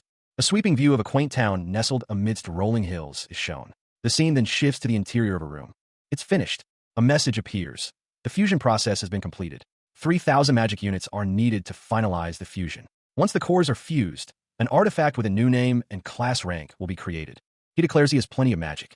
The newly created artifact, the Bara Ring, is revealed. Its abilities are described. Ultra-fine disassembly, capable of disassembling artifact containing cores with a disassembly rank of 7 stars and higher, and innate skill, special fusion. While fusing artifact cores, there is a 10% chance that a special skill option will be granted to the artifact. A young man with blonde hair and a cheerful expression examined his hands. He exclaimed excitedly about acquiring 2 new crafting skills, deeming his efforts worthwhile. He continued, pleased at the prospect of easily reforging the artifacts he'd obtained from Ahart III's tomb. The scene shifted to a grand room. A maid approached the blond young man, announcing it was time for his midnight training. She informed him that Chloe had come to see him. The maid identified herself as Hayes. He asked Hayes to tell Chloe to wait for him at the training grounds. Hayes cheerfully agreed. The blond young man realized he was late for training due to his focus on reforging. He noticed someone staring at him from outside the window, causing him to panic and rush off. Outside, a young elf-like person with white hair blushed, looking down. The scene shifts to the Kingdom of Cinders, a majestic city silhouetted against the twilight sky. Its imposing architecture hints at a history both grand and perhaps shadowed. Inside, a young man with vibrant red hair sits at a desk, a worried expression etched on his face. He mutters a name, barely audible, Lord Jared. He holds a piece of paper, which he brings to a candle flame. The paper ignites. The young man watches intently as the paper burns, his expression unreadable. The flames engulf the document completely. The image shows a detailed description of a Bara ring, an artifact with various stat-boosting options, and a caption explaining its reforging with tools created by the artisan Bara. A description of the strengthened mentor's grace is displayed, detailing the increased number of disciples and stat point rewards for a mentor whose disciple, Rakiz, mastered quick-form swordsmanship. The scene opens with a gloved hand, palm up, as if beckoning. A voice unseen declares, "Now let's start." Instantly, a fireball erupts from the unseen hand, striking a young man with blonde hair. He is wearing dark, almost black clothing. The impact sends the young man sprawling. A powerful kick follows, aimed at another figure. The blonde young man, seemingly unfazed, grins. He shouts a warning. "You better dodge, Chloe. I'm not going to go easy on you." Chloe, a woman with long, reddish-brown hair, responds calmly. "Should the opportunity arise, I won't hesitate to retaliate, my lord." The blonde man urges her on. "Then go for it." Chloe, a young elf with pointed ears and pale skin, scowled as she practiced her swordsmanship. She muttered to herself, "No matter what kind of attack I throw at him, he defends it effortlessly. I've never experienced anything like it." Her frustration mounted as she continued her training. She was clearly struggling against her unseen opponent. Suddenly, Chloe cried out in surprise, a blush rising on her cheeks. A young man with blonde hair and bright blue eyes approached her, concerned. He asked, "Is something wrong, Chloe?"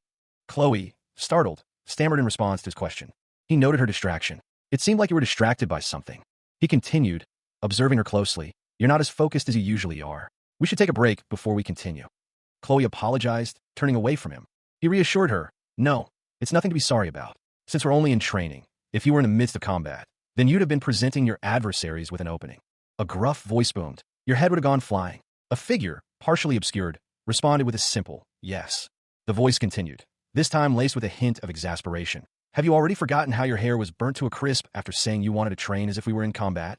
A young person with pale skin and pointed ears, their hair a shade of silvery white, responded dismissively. "That's irrelevant. I don't put any thought behind the clothes I wear or how I grow out my hair." Another individual, this one with blonde hair and a more youthful appearance, chuckled. "Make another mistake. You could go from a bob haircut to being bald." A third person, unseen but clearly present, exclaimed, "My lord."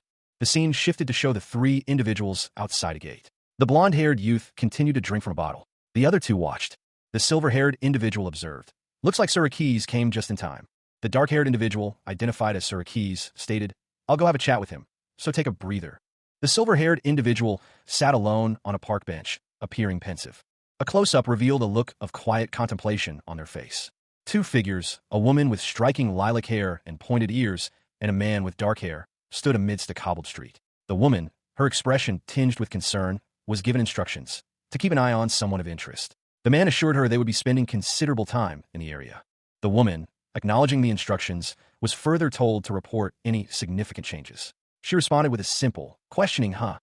Later, the lilac-haired woman sat alone, a troubled expression on her face. She wondered aloud why she felt such compulsion. Approached by a man, she apologized for disturbing him so early. She then nervously inquired if she had interrupted a date. The man, accompanied by another, clarified that they were engaged in training, not a date. The lilac-haired woman accepted this explanation. One of the men, impatiently, urged the other to get to the point. The man responded, confirming that the civil division in the Cinders Kingdom was escalating. He explained that what had begun as a minor dispute within the royal family was rapidly escalating into a full-scale war. The imminent threat of war loomed large. News of a conflict reached the ears of a high-ranking military official. "Is that so?" he mused, as a subordinate reported. "With the influential powers split between the North and the South, war has broken out between the second and third princes." The officer, seemingly unfazed, simply nodded. His subordinate continued. Things have unfolded just as you've predicted, my lord.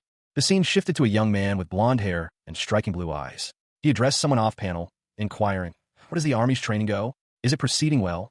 His question was answered by a report on the Army's progress. Yes, after highly intense training for the past 6 months, even the new recruits have improved enough to prove useful in combat. The conversation continued, focusing on another group's contribution. Olsen Ursen and the partisans have. The report continued, detailing the partisans' activities, been keeping in step while participating in training as well. The blonde-haired young man listened intently, a hint of anticipation in his expression. Then, another individual, a man with dark hair and a serious demeanor, spoke, and the dark-haired man presented a sword. "You've specially forged for me, my lord." The blonde-haired young man's eyes lit up. "Oh, the Chaldean sword." He beamed with delight. "You like it?" A knight, clad in dark armor, reported to his superior, a blonde-haired knight in lighter armor. "Yes, I've had problems with shattering even high-quality steel swords." The blonde knight responded, "Oh, I was worried as it was simply an experimental piece, but it seems those worries were unnecessary." The blonde knight continued, his expression softening slightly. He added, "I'd be glad if that sword were understood as even a small tribute to your efforts." The dark-armored knight accepted the compliment with a nod. "Yes, I thank you with all my heart for granting me such a grand sword. With this, I will eliminate all enemies that threaten the Lord." The blonde knight chuckled. "Seems like you trusted a fair bit." The dark-armored knight then added, "Yes, my lord. Also, there's something else I must report to you." A purple magical aura emanated from the knight's hand. The scene shifted. The blonde knight, now addressing a superior officer in a dark, formal uniform, spoke. "Regarding the case that the Knights of Agrizio have investigated." The blonde knight gestured to the officer, granting permission. "You may speak freely now." The officer, clearly relieved, reported, "Sir, after our observations, we've made a huge breakthrough." He held up a device. "With recording devices we had installed on the outskirts of the territory, we caught them red-handed attempting to spread their forbidden mystic arts at the outskirts of our territory." A military officer reported on the results of a recent operation. After a surprise raid on an enemy base, they captured several individuals alive. Subsequent interrogation confirmed their identities: dark mages from the Umbra Church. A young man with blonde hair and piercing blue eyes reacted with a smirk, muttering, "Great." The officer announced, "We got them." The implications of their success were grave. Eradicating the dark faiths will be a cause strong enough to start a war. The national religion, the Cinder's King's Holy Lady's Church, was explained. The cults that rejected it, especially the dark churches involved with dark magic, were targets of rejection. Two men, one with fiery red hair and the other with brown, discussed the ramifications. If a power existed that believed in or protected the Umbra Church, that power would be unable to earn the kingdom's protection. The red-haired man continued, emphasizing that whoever protected the Umbra Church will be denied the kingdom's protection. The blonde-haired man from earlier chimed in. If a neutral territory between Cinder's kingdom and their territory practiced a dark faith, the kingdom wouldn't protect it, allowing them to take revenge and expand their influence. A small, cartoonish depiction of a king and a soldier illustrated this point. The red-haired man looked confused, then apologized, explaining that he had been lost in thought. A blonde knight, his expression serious, questioned his companion. "So, who's behind it?" A map of the region was shown, highlighting the territories of Akron, Mudillion, and Letitia, all bordering the Cinder's kingdom. The knight's companion simply responded with a non-committal "Hm." The blonde knight frowned, a thought troubling him. Things are progressing too quickly. He continued his internal monologue, analyzing the situation. If things were progressing normally, the Umbra Church would still be laying low. I'll have to consider everything about the Umbra Church as being 3 steps ahead of normal. His companion, concerned, asked, "My lord, what will you be doing now?" The knight, looking at a device, stated, "We'll need to raise public awareness eventually." He then outlined his plan. "After that, we'll launch an attack focusing on those 3 territories. The harsh training we put our troops through was partially for this, after all." The knight explained his military strategy. "For this war, we'll mobilize the aggression royal guards and the rest of the army." His companion approved. "A wise decision, my lord." The knight smiled grimly, thinking to himself, "What perfect timing. It's time for me to make my move now." A soldier, reporting to his superior, stated that he would leave the recording devices in Syracuse' care. Syracuse responded with an enthusiastic affirmation. Syracuse, clad in gleaming armor, smiled confidently as he received the devices. Behind him, another soldier stood, also smiling. Syracuse confidently declared his intention to justify the war, clearly and on a large scale. He then addressed someone named Chloe, suggesting they end their training for the day. Chloe, seemingly alone, wondered if she had made someone wait too long. 3 months had passed since Caribia declared war on its neighboring territories. The result was a swift and decisive victory. Akara, Midilin, and Letica were utterly defeated, unable to mount an effective defense against Caribia's superior forces. Their leaders surrendered unconditionally. Leading the charge were the Aggression Royal Bodyguards and Olsen's detached forces. However, the individual who truly instilled fear in the hearts of Caribia's enemies was Commander-in-Chief Jared. Jared, who had turned 26 that year, had achieved a level of military prowess far beyond what anyone could have predicted at such a young age. News spread that Prince Padalin had sought refuge with the Umber Church. The revelation caused a stir among those who heard it. From within a grand hall, a young man with fiery red hair, his back to the viewer, gazed out a large window. Below, a lively crowd of people cheered enthusiastically. He muttered, barely audible, the word brother. Turning, he addressed a young woman with similar hair, her expression a mixture of concern and curiosity. He asked, "What are you thinking so deeply about?" The woman, her name Myra, responded simply, "Myra." She continued, explaining her worries. She confessed, "I was worried about what would happen if Jared were to have suffered defeat. If I'm to be honest, I think I'm more anxious than a lord." The man reassured her, "Don't worry, brother. According to the reports, he's seen nothing but victory." Myra offered her own analysis. She stated, "I believe that part of the reason for his victory is due to him spreading recordings of the followers of the Umber Church. He did do that after spreading that kind of evidence. Those behind it weren't even able to lift a finger, much less come up with an appeal. It seems like that's the reason why the territories on friendly terms with them weren't doing anything as well." The man nodded in agreement. He remarked, "Just as you've known, brother, our kingdom promotes the Radius faith absolutely." Myra simply replied, "Yes." The man concluded, "And these recent events were most definitely a warning." Two figures stand in shadow, their faces partially obscured. One speaks, his voice low and serious. "To our two brothers, before they take a path they absolutely must not tread." The scene shifts to an imposing palace, silhouetted against the twilight sky. Stars begin to pepper the darkening heavens. Inside the palace, a man with fiery red hair reclines on an ornate chair, fast asleep. He is dressed in rich, golden clothing. A crumpled letter lies nearby.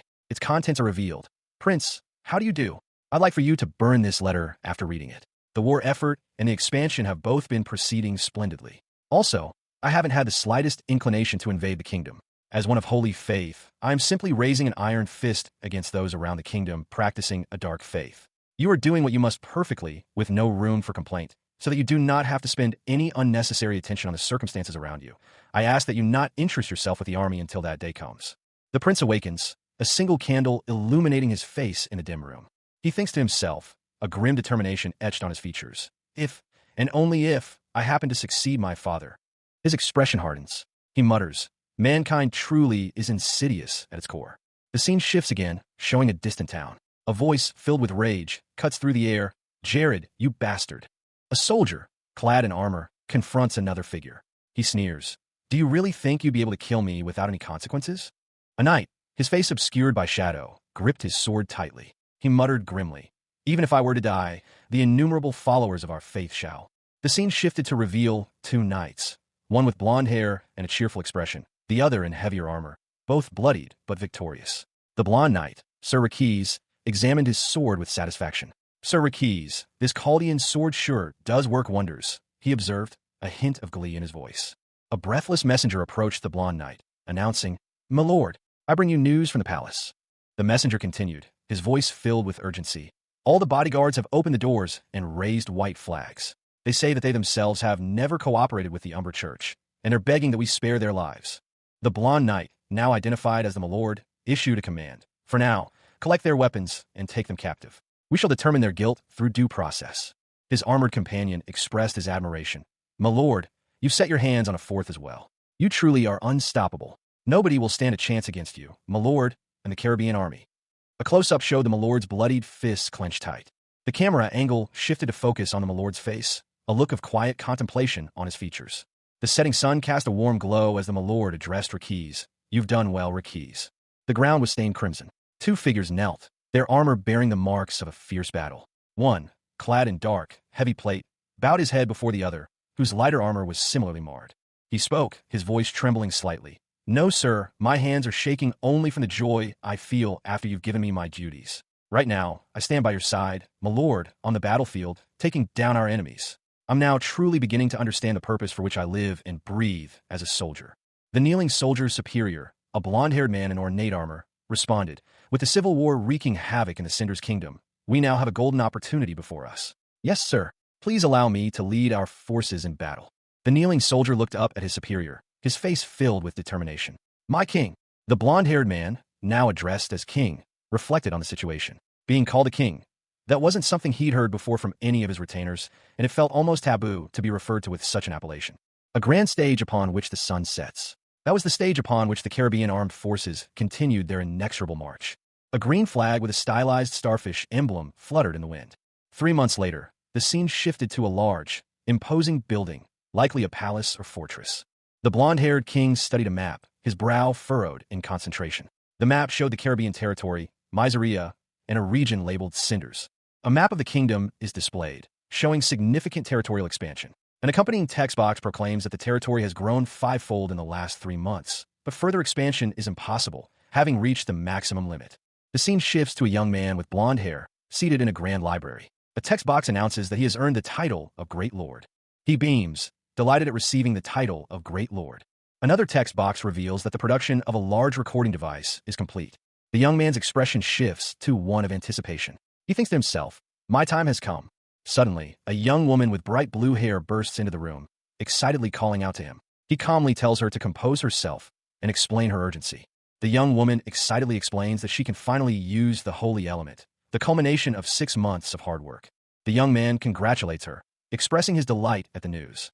A demonstration of the holy element's healing capabilities is shown. It's explained that combining it with normal magic doubles the healing effect. A graph displays the exponential increase in healing power based on level. The text above explains that the higher a healer's level, the more extreme the difference in their abilities becomes. A young woman with teal hair, dressed as a maid, addresses a blonde young man. She explains that a bracelet inflicts damage through a curse.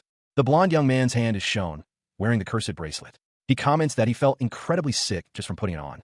His other hand, wearing a ring, is shown. He explains that this ring recovers the stamina he loses from the curse, allowing him to constantly train by wearing both.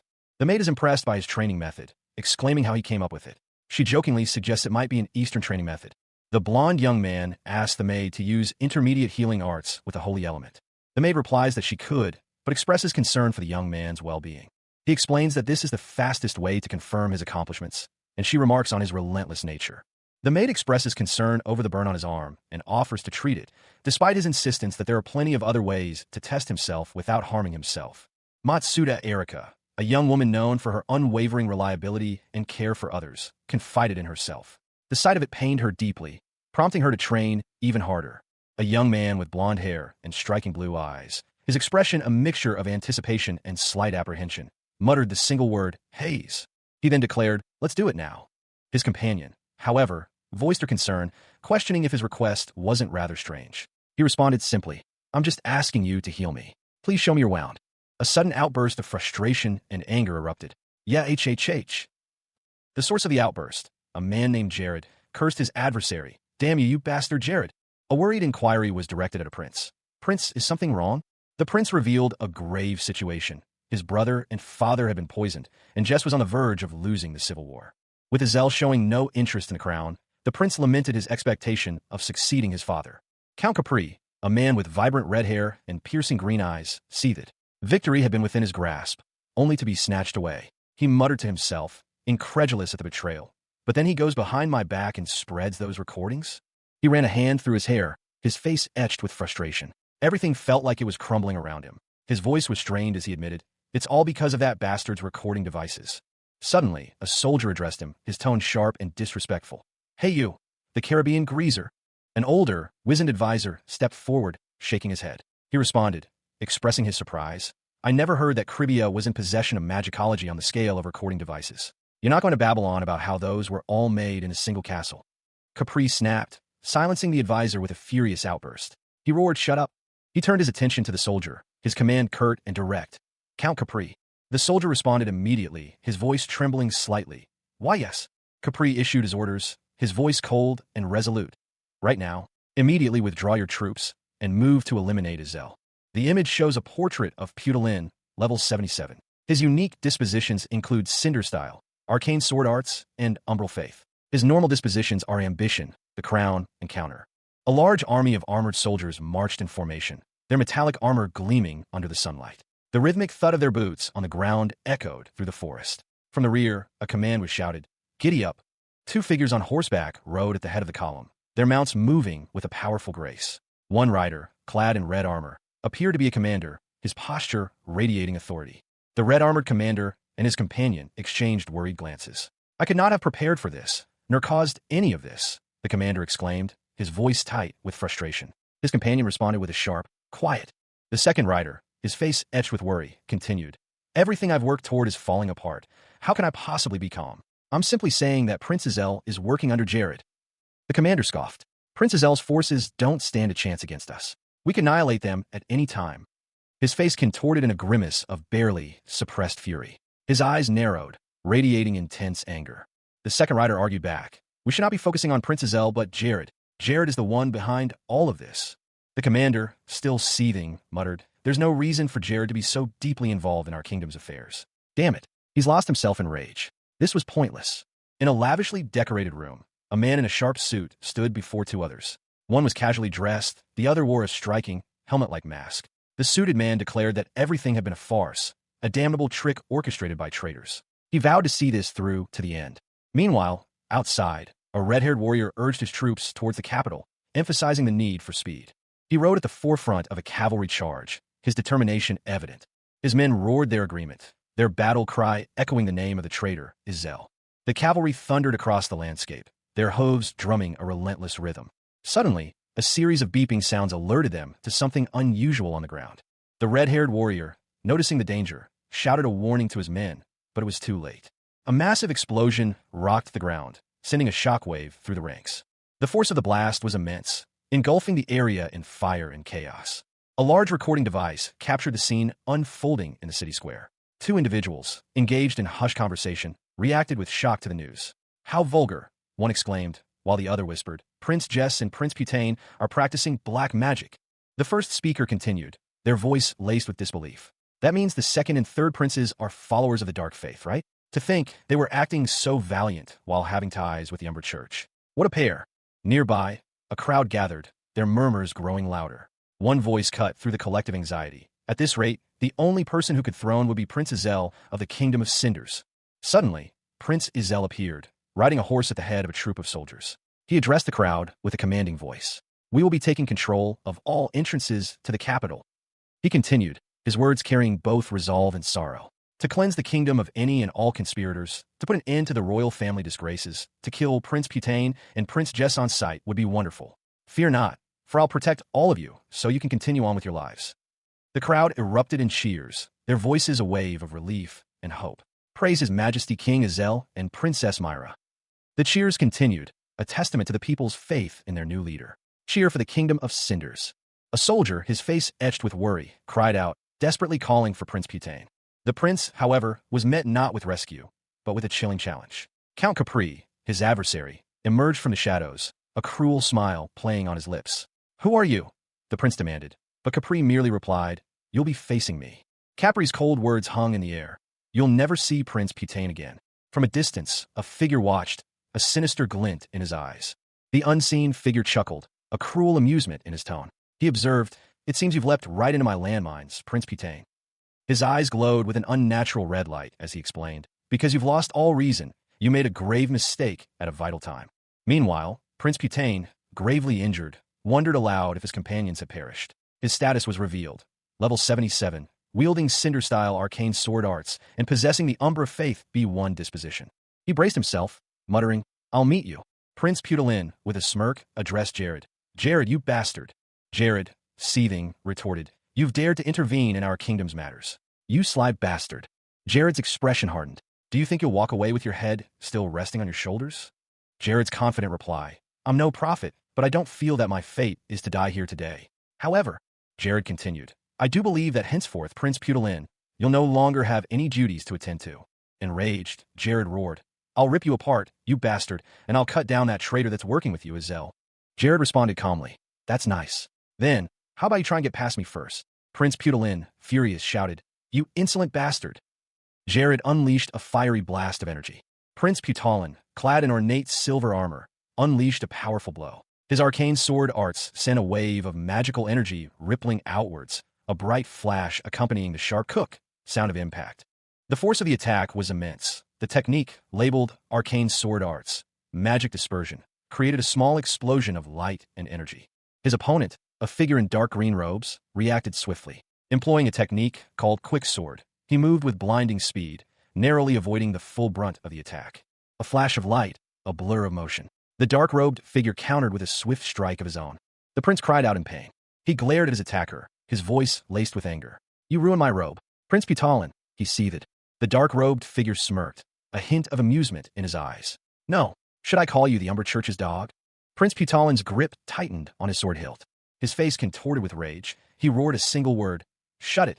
A fierce clash of steel echoed through the air. One combatant, a young man with blonde hair, cried out in pain as a sword sliced through the air near his face. He grinned, a mischievous glint in his eyes. "Well, it's my turn now." With a flourish, he summoned a swirling ball of fire in his hands. His opponent, a figure clad in dark armor, countered with a swift strike. "Your magic stands no chance against my cinder-style arcane sword arts," he declared. The blonde young man watched, a thoughtful expression crossing his face. He mused. Well now, is he talking about his anti-magic armor and his special anti-magic sword arts? The blonde young man smirked, a hint of arrogance in his voice. "If I didn't have the looks bracelet, then that might have been a little bothersome." He warned his opponent, "Don't leave yourself wide open." The armored figure lunged forward, only to be met with a swift counterattack. With a burst of speed, the blonde young man evaded the attack, leaving his opponent momentarily stunned. The armored figure muttered to himself, "What's going on? I can't do anything but defend myself. He's only a fourth-class mage. I should have the advantage here." The blonde young man, panting slightly, asked, "What's wrong, Prince? You're not tired already, are you?" A blonde-haired man, clad in dark green and gold armor, grinned, a mystical circle glowing in his hands. He seemed confident, almost smug. His opponent, a red-haired warrior in lighter armor, scoffed. "You fool! How utterly ridiculous! Did I not say that my arcane sword arts specialize in anti-magic?" The red-haired warrior continued his advance, undeterred. "However many times you use this same magic against me, I'll simply cut it down." The blonde man's expression shifted to one of surprise. A burst of flame erupted from the red-haired warrior, a flame burst technique. The red-haired warrior roared in pain as the flames engulfed him. He muttered, "A fire demon?" From the flames, two demonic faces emerged. The red-haired warrior gasped. It resurrected. The fire demons lunged at the red-haired warrior, who cried out in agony. He fought back, shouting, "Back off, you evil fire demons." But he was clearly overwhelmed. The blonde man prepared another attack, icy blue energy gathering in his hands. A figure half-masked and crimson-haired roared in fury, their eyes blazing with an intense, almost supernatural light. Meanwhile, another combatant stood poised, a powerful energy emanating from them. Then, with a focused motion, they unleashed a fiery projectile. It was a flame arrow, a technique of considerable destructive power. The arrow struck its target, sending the enraged figure sprawling. The impact left a searing mark, and the attacker's eyes glowed with an ominous golden light. A swirling vortex of energy crackled into existence, its ethereal glow illuminating the desolate landscape. From its depths, a figure emerged, a warrior clad in golden armor, his blonde hair catching the light. He drew back a bow, a fiery arrow forming at its tip. "Flame arrow," he announced, the words echoing in the stillness. The arrow streaked towards its target, a figure in dark, tattered armor, who barely managed to deflect the blow, collapsing to the ground. The fallen warrior's eye blazed with an inner light, a golden spark within a green iris. Another surge of energy erupted, this time a crimson vortex. The warrior, his body radiating power, shouted, "I repel." He unleashed a wave of energy, a brilliant teal force that pushed back the crimson vortex. A crimson figure, engulfed in a blinding flash of light, cried out in pain. The force of the impact sent tremors through the very ground. He collapsed, his armored body shuddering with the effort of staying upright. A sword lay discarded nearby. The fallen warrior examined a dark stain spreading across the earth. He muttered to himself, "It doesn't make any sense." Another figure, clad in shining armor and a dark green cloak, approached slowly. He seemed unhurried, almost casual, in his movements. The newcomer's face was visible now, revealing sharp features and piercing blue eyes. He spoke, his voice calm and measured. "Repel flame arrow." The newcomer continued, explaining, "But I took advantage of the recoil right after that force missile. This is the result of you not seeing the forest for the trees. I'm referring to how you abandoned the radius done for the church, of course." The fallen warrior ground his teeth, his face contorted in frustration. He cursed repeatedly. "Damn it! Damn it! Damn it!" He reached out, a trembling hand, his fingers brushing against the scorched earth. His voice cracked with barely controlled rage as he demanded, Where is Count Capri?" The other knight responded, "Capri won't be coming." A crimson-haired warrior knelt in the sand, a dark stain spreading across his armor. He had failed. The words of his accuser echoed in the desolate landscape. "This is the consequence of you attempting to take the easy way out by borrowing the Umbra Church's strength." He coughed, a pained sound escaping his lips. His thoughts turned inward. I was destined to raise a kingdom greater than there ever was. Rather, the Radius Church's old-fashioned doctrine. I felt that the Umbra Church's doctrine was more. A blond-haired man, clad in armor, examined a glowing red necklace. An artifact. The necklace, a crimson gem radiating light, was held in a gloved hand. The blond man's voice was filled with dawning realization. Cloezi's red light necklace. Cloezi is... A description of Cloezi appeared. In Paradiso, he was the Umbra Church's leader, a scheming lunatic obsessed with pushing the boundaries of magic. He was ruthless, willing to sacrifice anything to achieve his goals. The blond man continued his analysis. I can't scan this artifact's options, but if this is Cloezi's doing, then its purpose is obvious. It was used to take control of Prince Putane's mind. A new character, a heavily armored warrior, appeared, his face grim. He shouted, Don't get in my way. He stood defiantly, his weapon raised. He declared, I won't allow you to take one step towards where my lord is. The two warriors clashed, their weapons meeting in a shower of sparks. A warrior, his face etched with grim determination, clashed swords with a mysterious foe. He muttered to himself, his voice tight with exertion. This guy. What's with him? He's fighting back against my red moon sword. Suddenly, a blinding flash of energy erupted from the mysterious opponent. The warrior cried out in pain as he was thrown back. He landed heavily, his body trembling. A horrified whisper escaped his lips. He's dead? Meanwhile, a group of soldiers arrived on the scene, their faces a mixture of shock and grief. One of them exclaimed, My lord, ugh, we were too late. They killed Count Capri. Another soldier, his voice filled with defiance, declared, Don't you dare shy away from them. Let's show them what the rearguard is capable of. But before they could act, a squad of elite soldiers, the Aggression Royal Bodyguards, appeared, their leader stating coldly, I'm sorry, but that won't be happening. The bodyguard leader continued, explaining, My lord has commanded us to exterminate all those who follow the darkness. The scene shifted to a gruesome aftermath. A soldier lay dead, blood staining the earth. His last words were a desperate plea. Save me. The battle concluded swiftly. Completely surrounded, Putalin's soldiers had their weapons confiscated and were promptly taken captive. Thus, Putalin's army was utterly destroyed. Although he escaped the death penalty, Putalin would spend the remainder of his days imprisoned. Upon hearing this news, Jess escaped the kingdom, and any further information about him vanished. Following Jared's advice, Izel waited until the opportune moment to reveal himself, and he alone reaped the rewards. It was in this way that Izel became the successor to the 9th's rule. He is now greeted by his loyal subjects. Jared, kneeling before the newly crowned Izel, offered his greetings. Izel welcomed Jared, stating that he had been awaiting his arrival. Izel praised Jared's efforts in ending the civil war and securing his ascension to the throne.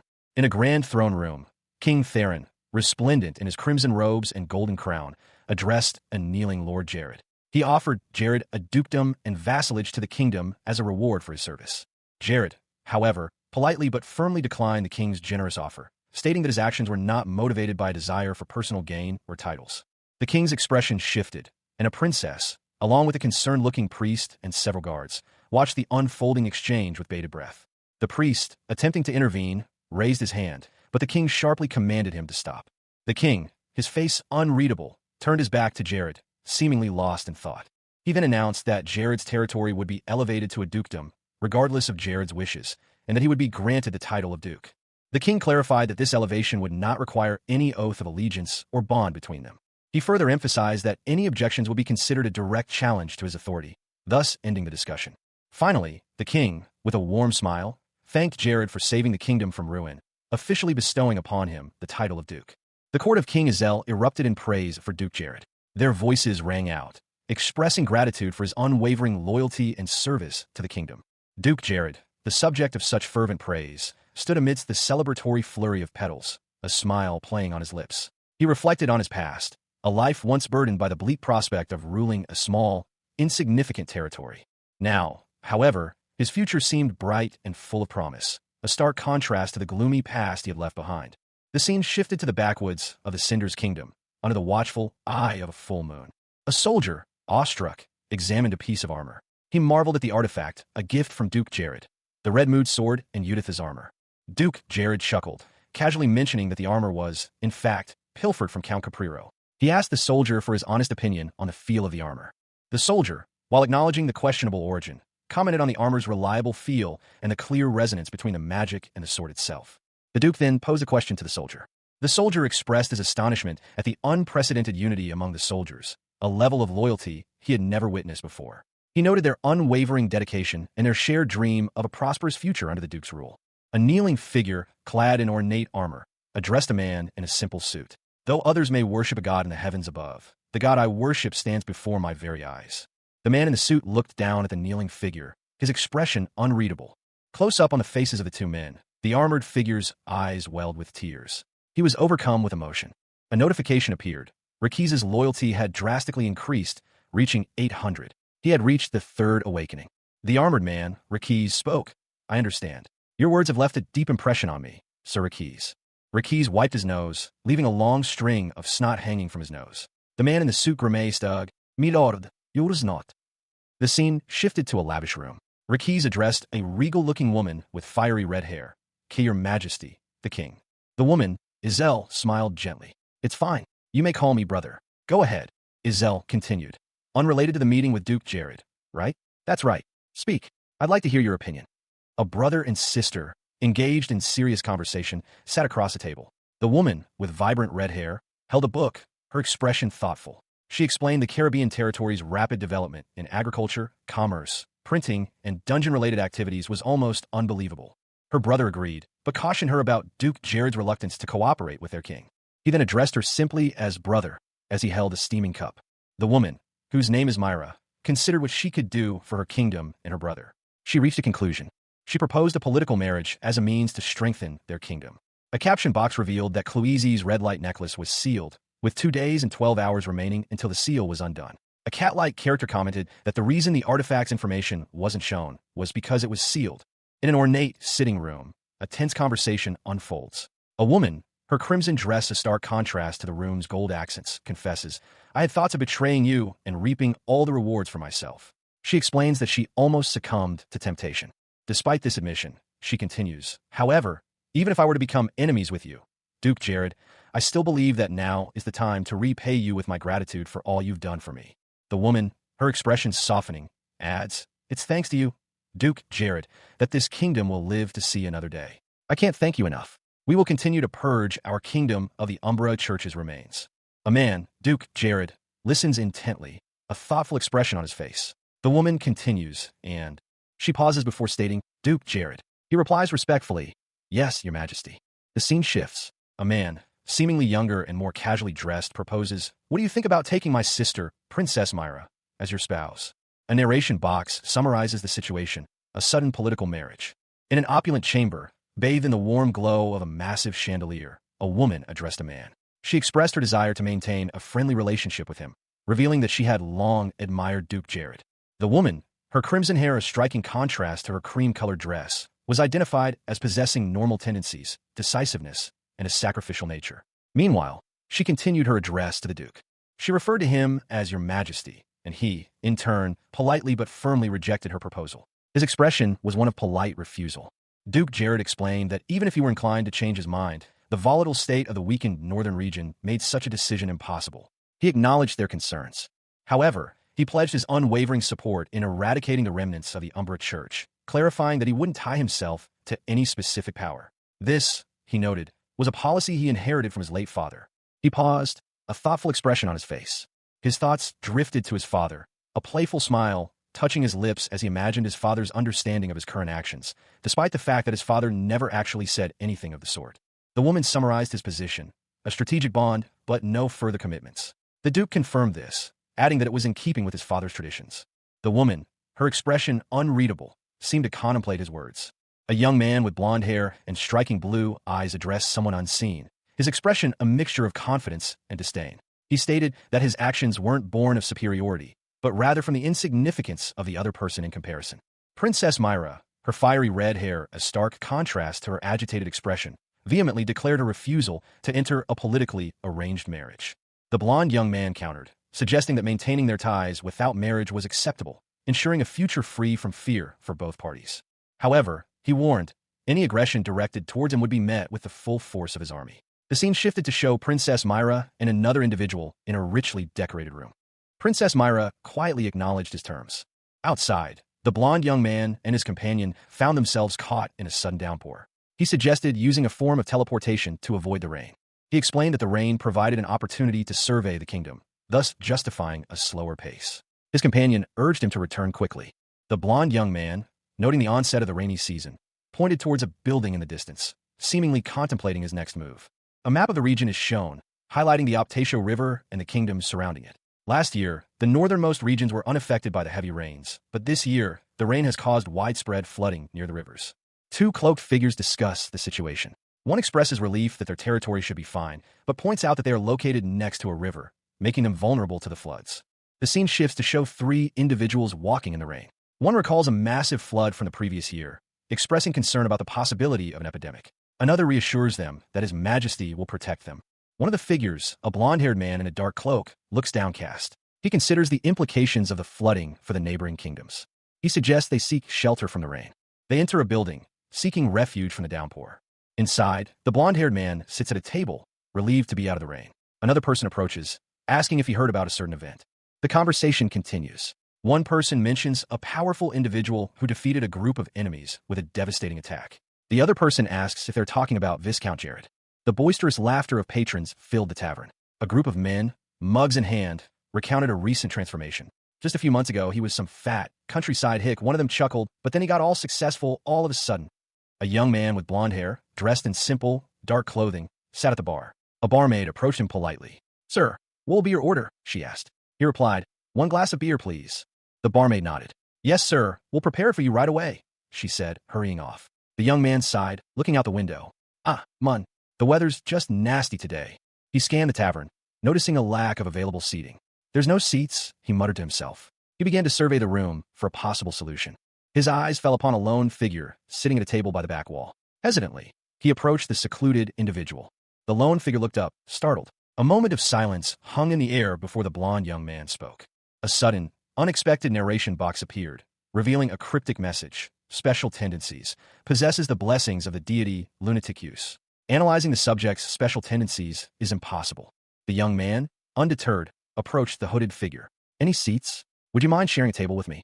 The hooded figure's internal thoughts were revealed. A deity's blessing. Lunaticus, one of the deities in Paradiso. If he has the blessing of a deity, then he's a real protagonist. But I don't have any great goals. A young man with blonde hair and a cheerful expression approached another individual. He stated that he sensed no hostility from the other. He invited the other to sit, suggesting they at least introduce themselves. The blonde man, holding a cup, identified himself as Kaikal. The other person, whose face was mostly obscured by a hood, responded by introducing himself as Jared and also inviting the other to sit. Kaikal reacted with surprise to the name Jared, expressing disbelief and questioning the other's identity. Jared confirmed his identity, but asked Kaikal to lower his voice. Kaikal expressed his honor at meeting such a famous person. He then asked for a beer. Jared sat down on a bench. Kaikal formally introduced himself as Kaikal of the Dukedom of Charlotte, though he admitted his family wasn't particularly notable. Jared reacted with surprise to the mention of the Dukedom of Charlotte. Jared clarified that he was referring to the large southern territory of Duke Bahaman Charlotte. Kaikal confirmed this. A group of people sat around a table, engaged in a hushed conversation. The Duke of Charlotte's influence was the topic. Its extensive reach into the kingdom's southern business districts was noted, along with the surprising lack of information on a certain Kaikal, possibly due to the Duke's numerous offspring. The scene shifted to a tavern. A young man with blonde hair and striking blue eyes sat at a table. He placed a coin on the table, paying for his beer and the beer of another customer. Two men reacted with surprise and gratitude to the unexpected generosity. One of them explained that the young man had paid for both their drinks. The blonde young man insisted it wasn't necessary, but accepted another drink with gratitude. He seemed somewhat embarrassed by the attention. One of the men expressed surprise at discovering they were the same age. The blonde man reacted with embarrassment, explaining his lifestyle and lack of formal swordsmanship training. He confessed to a life of wandering and freelancing, lacking the refined skills of a formally trained swordsman. The conversation turned to envy. The blonde man expressed his admiration for the power and influence of a duke managing such a large territory, contrasting it with his own lack of confidence. The tavern was dimly lit, the air thick with the smell of ale and sweat. A young man with blonde hair, his features sharp and determined, sat alone, nursing a drink. His gaze was distant, lost in thought. He mused. He could be the real protagonist. I want to see what path a man with the support of the deity will take. Another man, older and with darker hair, approached, offering a friendly toast. Then, "Where will you be going now?" he asked. The blonde man replied, explaining his plans. He mentioned hearing about a mercenary group forming a raid team for the underground caves of the ruins. He considered this the best way to get rich quickly, given their reputation for tackling the most challenging dungeons. He wondered aloud about the Eridun mercenary group, known for their talent and grit, but also for the bad rumors surrounding them. The older man confirmed the rumors, explaining that the Eridoon mercenaries were known as gritty because of the high risk of injury in their dungeon raids, leading to many being cast aside. The conversation shifted to the location of the dungeon, the underground caves of the ruins, a notoriously difficult dungeon located in the northeast region of the kingdom. The blonde man recalled it being one of the top 3 most hated dungeons in Paradiso. The blonde man recognized the names of both the dungeon and another location, the Demon Army's Refuge, as places he'd like to raid. He admitted there were too many dungeons he wanted to explore. The two men exchanged parting words, the older man wishing the blonde man, who identified himself as Kaikao, a safe return. The older man, a duke, wished him prosperity. The blonde man, Kaikao, expressed his pleasure at finally having a drink with the duke, a long-held wish. As he prepared to leave, the duke asked if he was going already. Inside a tavern, 2 figures converse. One, a blonde man in dark clothing, explains, "I got a lot of things to prepare. I was just going to travel through the rain." He continues, his expression softening slightly. "If you ever have the chance, please come to Caribbean. I'd like to return the favor of this drink with some more." The blonde man rises his back to the viewer as the other man speaks. "Until then, Duke." He exits the tavern. The other man calls out, "Take care." As the blonde man walks away, he thinks to himself, "Let's meet again, Kaikao." Suddenly, the blonde man clutches his head in pain. What's this? This sudden headache. Rain lashed against the windows of a quaint building, the downpour a steady rhythm against the aged wood. Inside, a young man clutched his head, a sudden, sharp pain seizing him. He gasped, "What is this sudden headache?" His vision blurred, a single, piercing blue eye dominating his field of vision.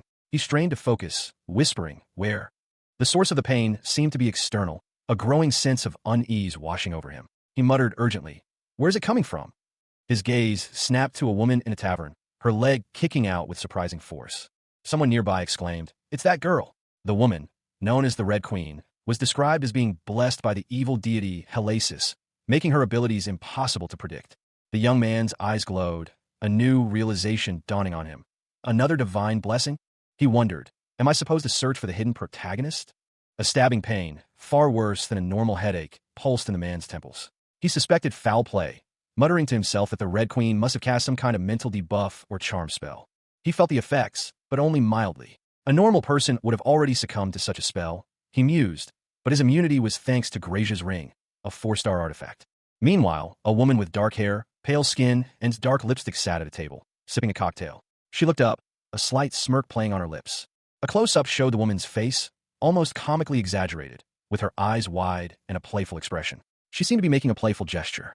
The angle shifted, showing her hiding her face behind her hands, still with a playful expression. Back with the man, he grumbled about how none of the gods had offered him their hand in victory, despite his own success. He then took a large gulp of ale. He demanded the Red Queen leave, clearly agitated. She was leaving already, it seemed. A bald, muscular man in a dark red, sleeveless top spoke, confirming that it was time to go. A woman with dark hair and gothic attire is being fitted for something by a tailor. The tailor remarks that the group she's with doesn't seem to have any special skills, only sword skills honed over time.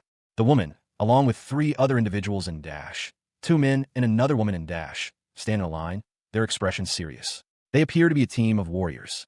The dark-haired woman addresses the group, questioning their identities. Kaikao, Red Queen, just were you guys? One of the men, blonde with striking blue eyes, remains silent, taking a drink from a flask. The dark-haired woman muses, "Oh, how fun." She then proposes, "Let's meet again." A grotesque, goblin-like creature is shown, a level up message appearing next to it. The blonde man comments that this year's events are starting out rather boring, noting that last year's events were far more exciting. He speculates that there are about half as many events this time around. A gloved hand held a dark, crystalline object, pulsating with inner light. The owner's thoughts echoed. It's time to reuse the dimensional door bug. With a bug that'll never be fixed, the right thing to do is to abuse it. The scene shifted to a young man with blonde hair, his back to the viewer. He mused, but this space getting cut in half is a little worrying. Did their leader get nervous? He shrugged, seemingly unconcerned. Well, whatever. To celebrate my 70th level up, let's balance my stats for once. Images flashed across the panel, showing various characters.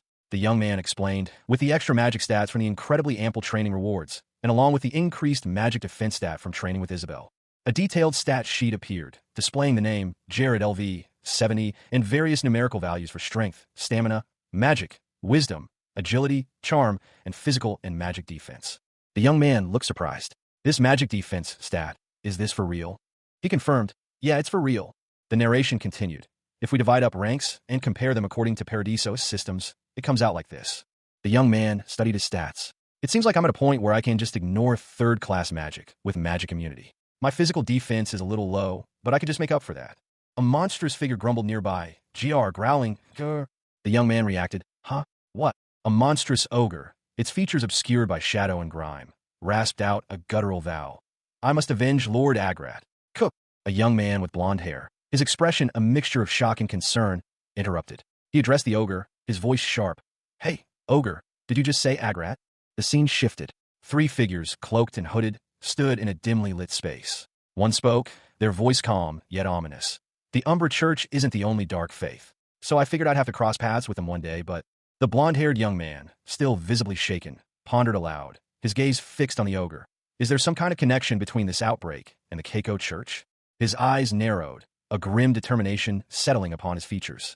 He concluded, his voice low and serious. It looks like there's a need to look into not only the Umbra Church, but the Keiko Church as well. The setting changed to an imposing brick building, a grand institution of some kind. The blonde-haired young man's voiceover echoed. Who wanted to see this that badly? Inside, the scene revealed a high-tech facility. Labels indicated the presence of Ronella medicinal herbs, high-grade magic potion, synthesization equipment, and Jared's landmine production equipment. The blonde-haired young man and a woman with shoulder-length blonde hair stood in awe before the advanced machinery. The young man exclaimed, "Whoa, this is incredible." The woman, her expression serious, observed the intricate workings of a device. She commented, her voice firm, "Whatever you think up, you always go above and beyond for it." Inside a dimly lit apothecary, a young man with blonde hair meticulously examined a small vial. He turned to a young woman with shoulder-length blonde hair, her expression serious. "Well, that's how it is. How's your charm training going?" The young woman, her eyes narrowed in concentration, replied, "I've mastered up to the 3-star charms, and I'm just getting through the 4-star charms. It's hard to learn even a single one." The young man grinned, his eyes sparkling. "You could easily make a living with just what you've learned so far." The young woman scoffed, her hands raised in exasperation. "What? I'm not training to learn charms, just to make a living off of them." He looked at her, a thoughtful expression on his face. She waited for an explanation. The young man continued, his voice low, "That fate. Why haven't you told me about it?" 65 years prior, a scene of a young woman tied to a stake was shown. A crowd of people surrounded her, shouting accusations. The crowd roared, "Witch! A witch! Sorcerers are wicked! Leave our pure empire now!" The woman screamed as flames engulfed her. The crowd chanted, "Praise be to the pure, Transyllian empire." A fiery inferno raged. The words "slaughter the demons and protect the empire's honor," echoing amidst the flames. A young woman with blonde hair, her expression unreadable, stated, "It's better for you not to know." She continued, "That's the truth. I'm not saying it to make you want to know." A young man with blonde hair spoke, "Isabel. She's skilled in magic, and she has a cheerful personality. Maybe because of her specialty in charms. She's growing darker the more she trains." The blonde woman worried, "It's making me feel a little guilty. Even if it's a little, how can I make her cheer up?" The blonde young man said, "All right, let's forget about that. Is there a problem with your magic management?" The blonde woman responded, "I can't use it haphazardly, but if I ration it, I can last in battle for long enough." Isabel's stats were displayed. Strength 29, stamina 41, magic 108, and so on. She asked, "Why, is something wrong?" She explained, "I'm planning to go on a dungeon raid soon. It'll require a level of focus comparable to Mahart, the 3RD's tomb." The blonde young man reacted with disbelief. "Seriously?" The blonde woman anxiously asked, "Where is it?" 2 young people, a boy and a girl, are engaged in a conversation. The boy, with spiky blonde hair, gestures enthusiastically. The girl, with long, light brown hair tied in a ponytail, listens attentively. The boy explains that they're discussing the demon army's refuge. The girl expresses that she's heard of the place and intends to prepare thoroughly for whatever challenges lie ahead. She resolves to be self-reliant this time. The boy, having finished his explanation, states that he will be leaving soon. The girl, now visibly more cheerful, thanks him for his company. He observes her improved mood with a satisfied smile. The scene shifts. The blonde-haired boy is now seen entering a room, his footsteps echoing softly. He stands before a wall of shelves filled with various glass containers and strange, dark, cage-like objects. He pauses, seemingly deep in thought, before a large bookshelf. He appears to be examining something closely, his expression thoughtful and intense. A look of sudden realization crosses his face as he discovers something new. He holds up a device that seems to record information. A young man with blonde hair, wearing glasses, sat in a library, lost in thought. He appeared to be pondering something deeply, his brow furrowed in concentration. His eyes widened slightly, a sudden realization dawning on him. An idea struck him. Had a plan. He grinned, a bright, almost mischievous expression on his face, as he held up a device that resembled a sophisticated projector. The young man, still holding the device, explained that his current environment lacked sufficient cultural content. To remedy this, he intended to use the device, described as a military imaging device repurposed for cultural enrichment, to show a movie. He considered the potential impact of his plan, focusing on the emotional response it might evoke from the audience. A tense negotiation unfolded. One party demanded 500 gold coins monthly, citing their established viewership. The other, clearly unimpressed, countered with a demand for a position above the general administrator. The initial offer was dismissed as foolish, a mere movie proposal, utterly nonsensical. Yet, the speaker insisted that nothing could surpass the power of sincere words. The scene shifted to a young man with blonde hair, seated on an ornate couch. He lamented the lack of anyone capable of fulfilling the previous speaker's demands. He sighed, acknowledging that he had no choice but to meet this final candidate. The location changed to the Arkans pub, in Cribia. The scene then transitioned to the pub's interior, where a lively atmosphere was evident. An announcement was made. A special guest speaker, Valdez Handspeeder, had arrived for the peak hours. Valdez Handspeeder, standing before a sizable crowd, began his speech, receiving enthusiastic applause. He continued his address, his words carrying weight and importance. Meanwhile, a young man in a dark green cloak, his face partially obscured by the hood, sat observing the speaker. Someone nearby addressed him as my lord. The young man in the cloak reacted with a slight start, his companion expressing excitement and a sense of belonging. The cloaked figure hushed them. The scene opens with a man passionately addressing a crowd. He gestures emphatically, his words carrying conviction. The way the great Cribia territories are continuously moving forward. Let's talk about that. The camera angle shifts, showing a young man with blonde hair and bright eyes, a subtle smile playing on his lips as he observes the speaker from below.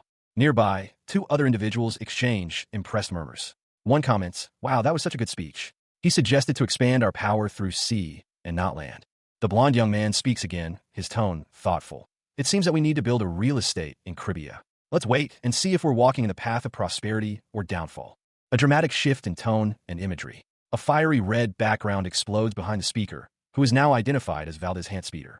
The image suggests power and perhaps menace. A narration box reveals Valdez's past.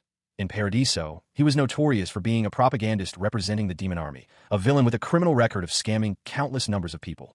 The narration continues, describing the impact of Valdez's charisma. A lot of people fell for his magic and stood on the side of the Demon King.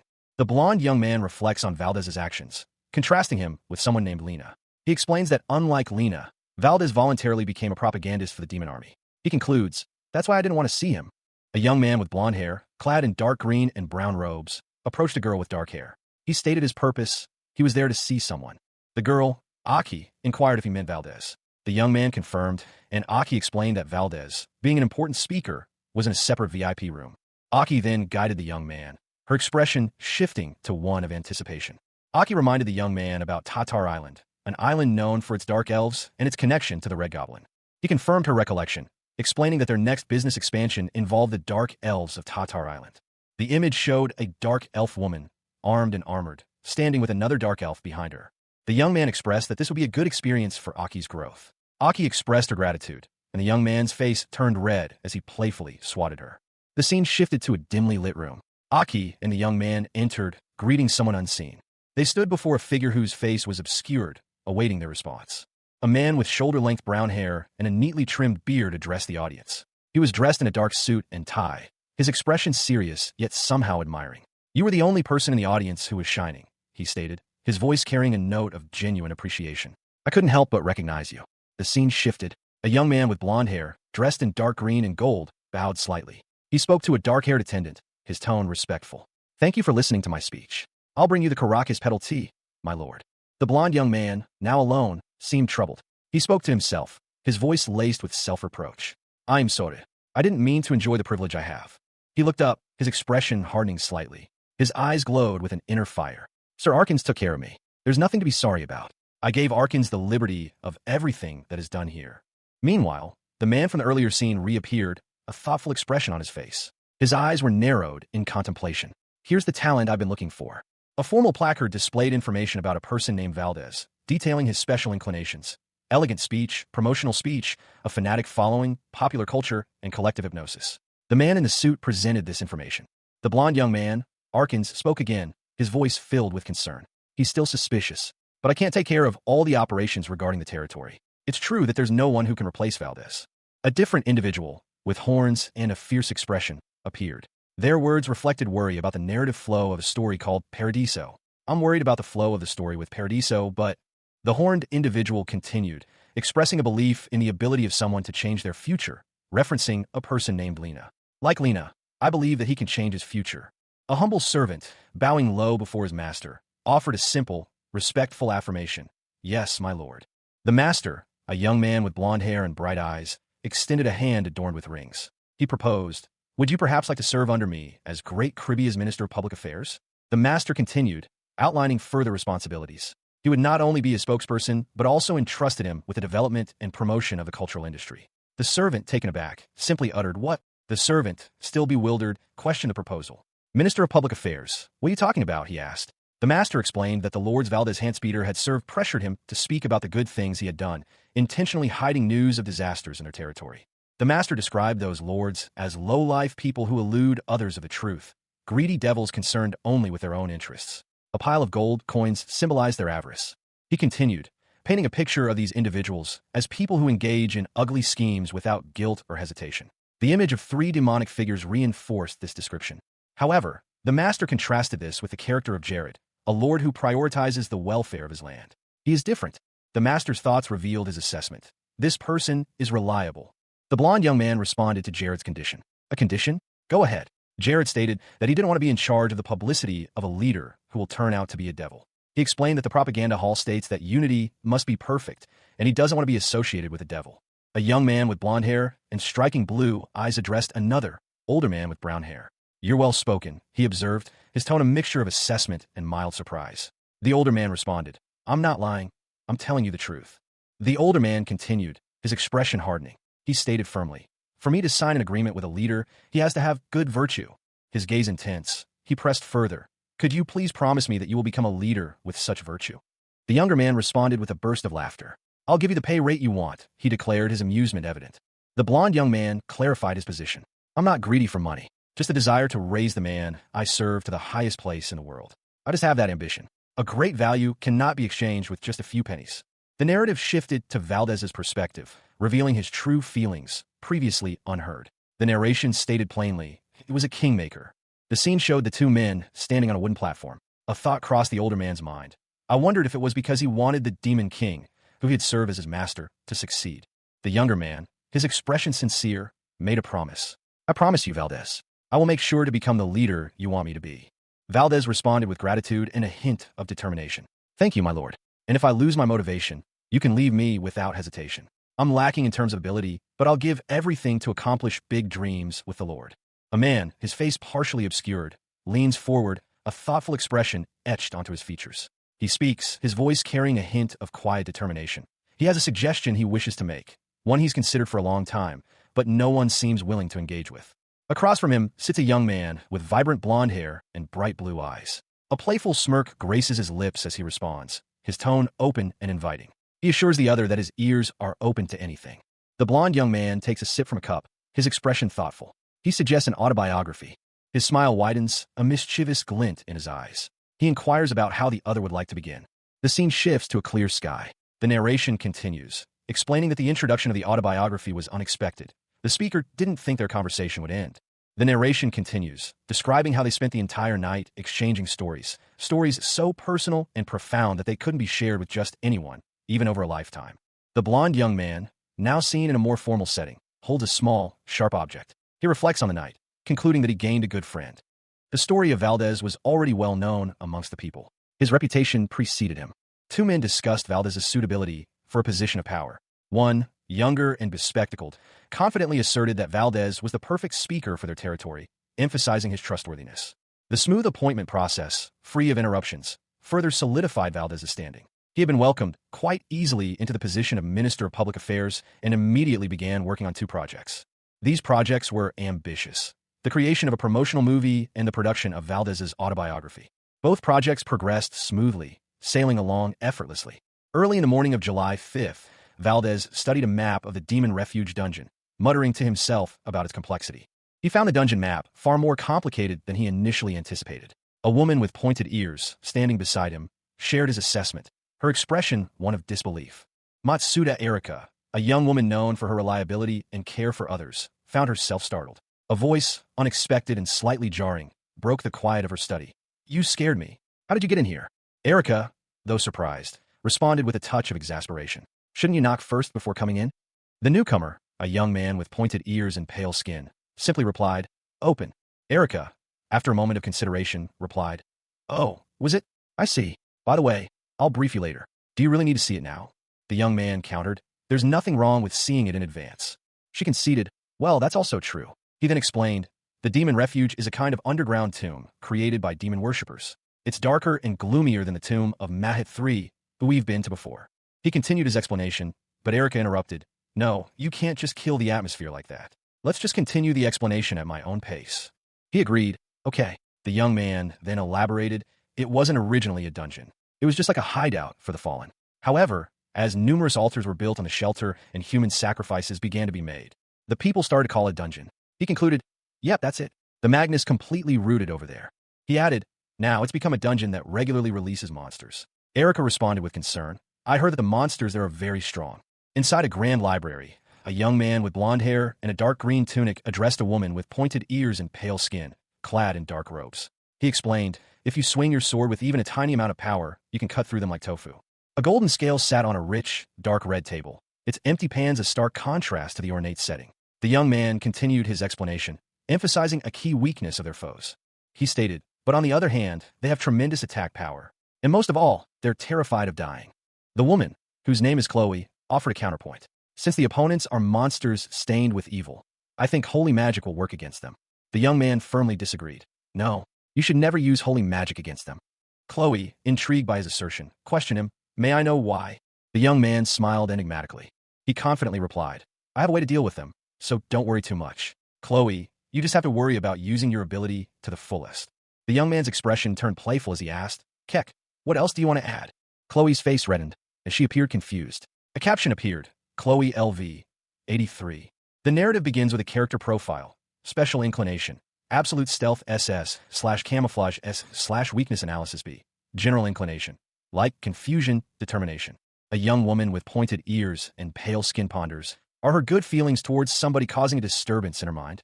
She continues her internal monologue. I guessed it right, but who's the target? There are quite a few handsome men in the Egregio guards, so maybe she has feelings for one of them.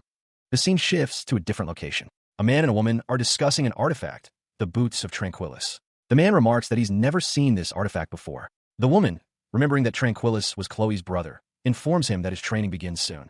The man cheerfully tells Chloe to go in first, promising to see her after the briefing. Chloe agrees. The location is identified as the east side of the mansion annex. A person concludes the instructions.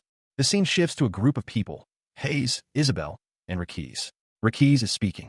Chloe explains that everyone gathered has the ability to raid the demon refuge without a problem. Mia and Lena are also present. Jared, a young man with blonde hair and a determined expression, addressed his team. He explained that there wouldn't be time for questions in the dungeon, so anyone with queries should ask now. The mission, a raid on a demon refuge, with only 7 participants. A concern was raised by one of the team members about the feasibility of the mission, given that even 40 seasoned A-class hunters had previously failed to breach the demon refuge dungeon. The speaker wondered aloud if 7 would stand chance. Jared confidently asserted that success was possible, but they would need to deviate from the conventional approach. He elaborated on his strategy, emphasizing the importance of avoiding established paths and forging their own route. His grin suggested a playful confidence in his unconventional plan.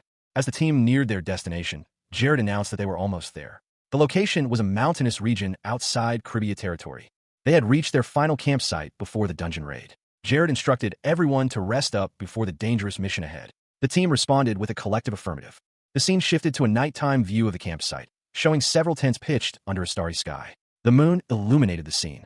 Later that night, Jared observed that everyone appeared to be sleeping soundly. He was standing guard near the tents. However, Lena approached him, confessing that she was unable to sleep. Jared expressed surprise, addressing her by name.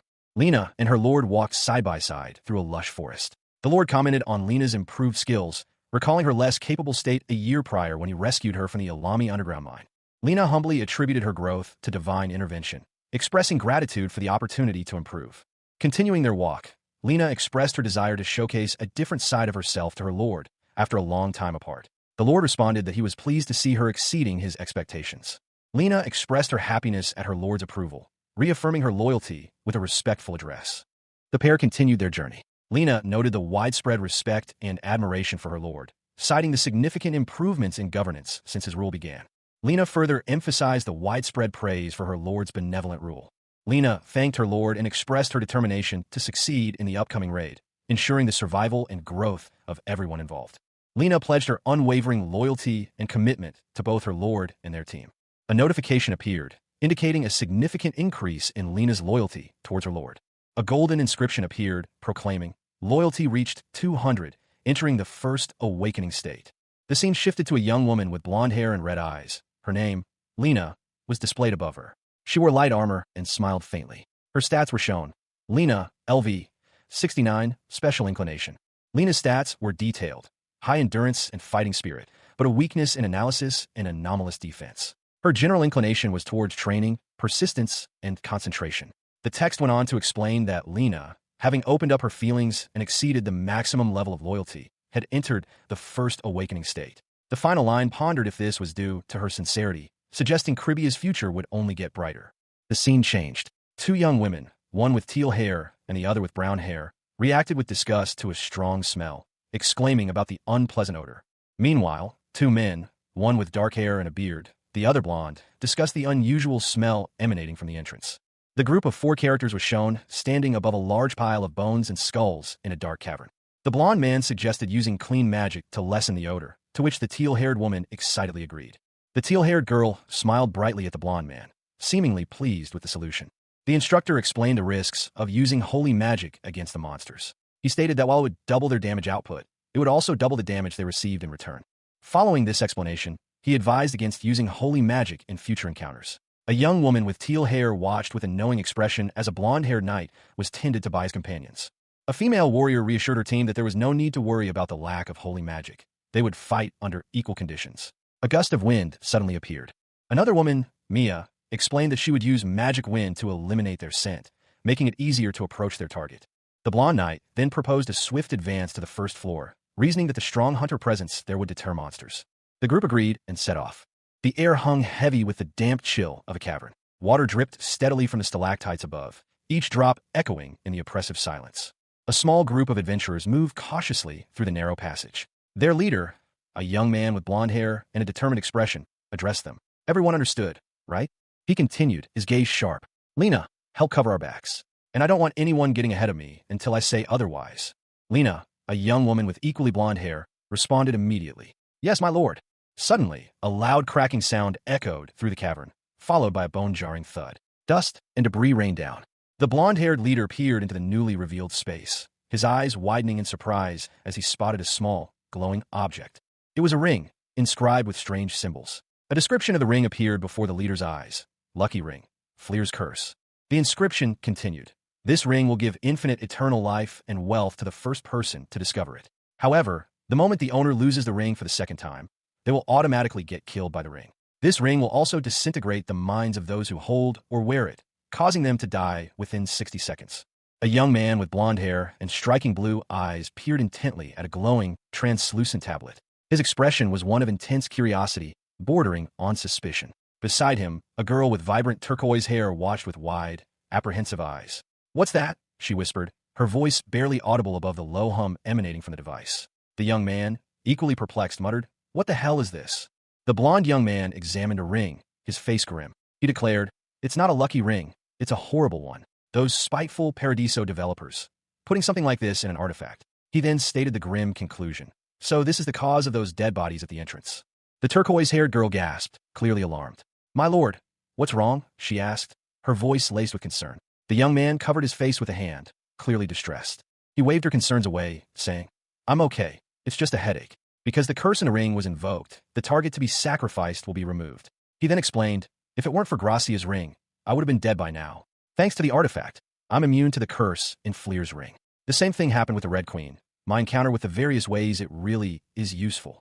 A further explanation clarified that the cursed ring had transformed into a blessing. The image showed the ring's transformation, now gleaming with a golden light.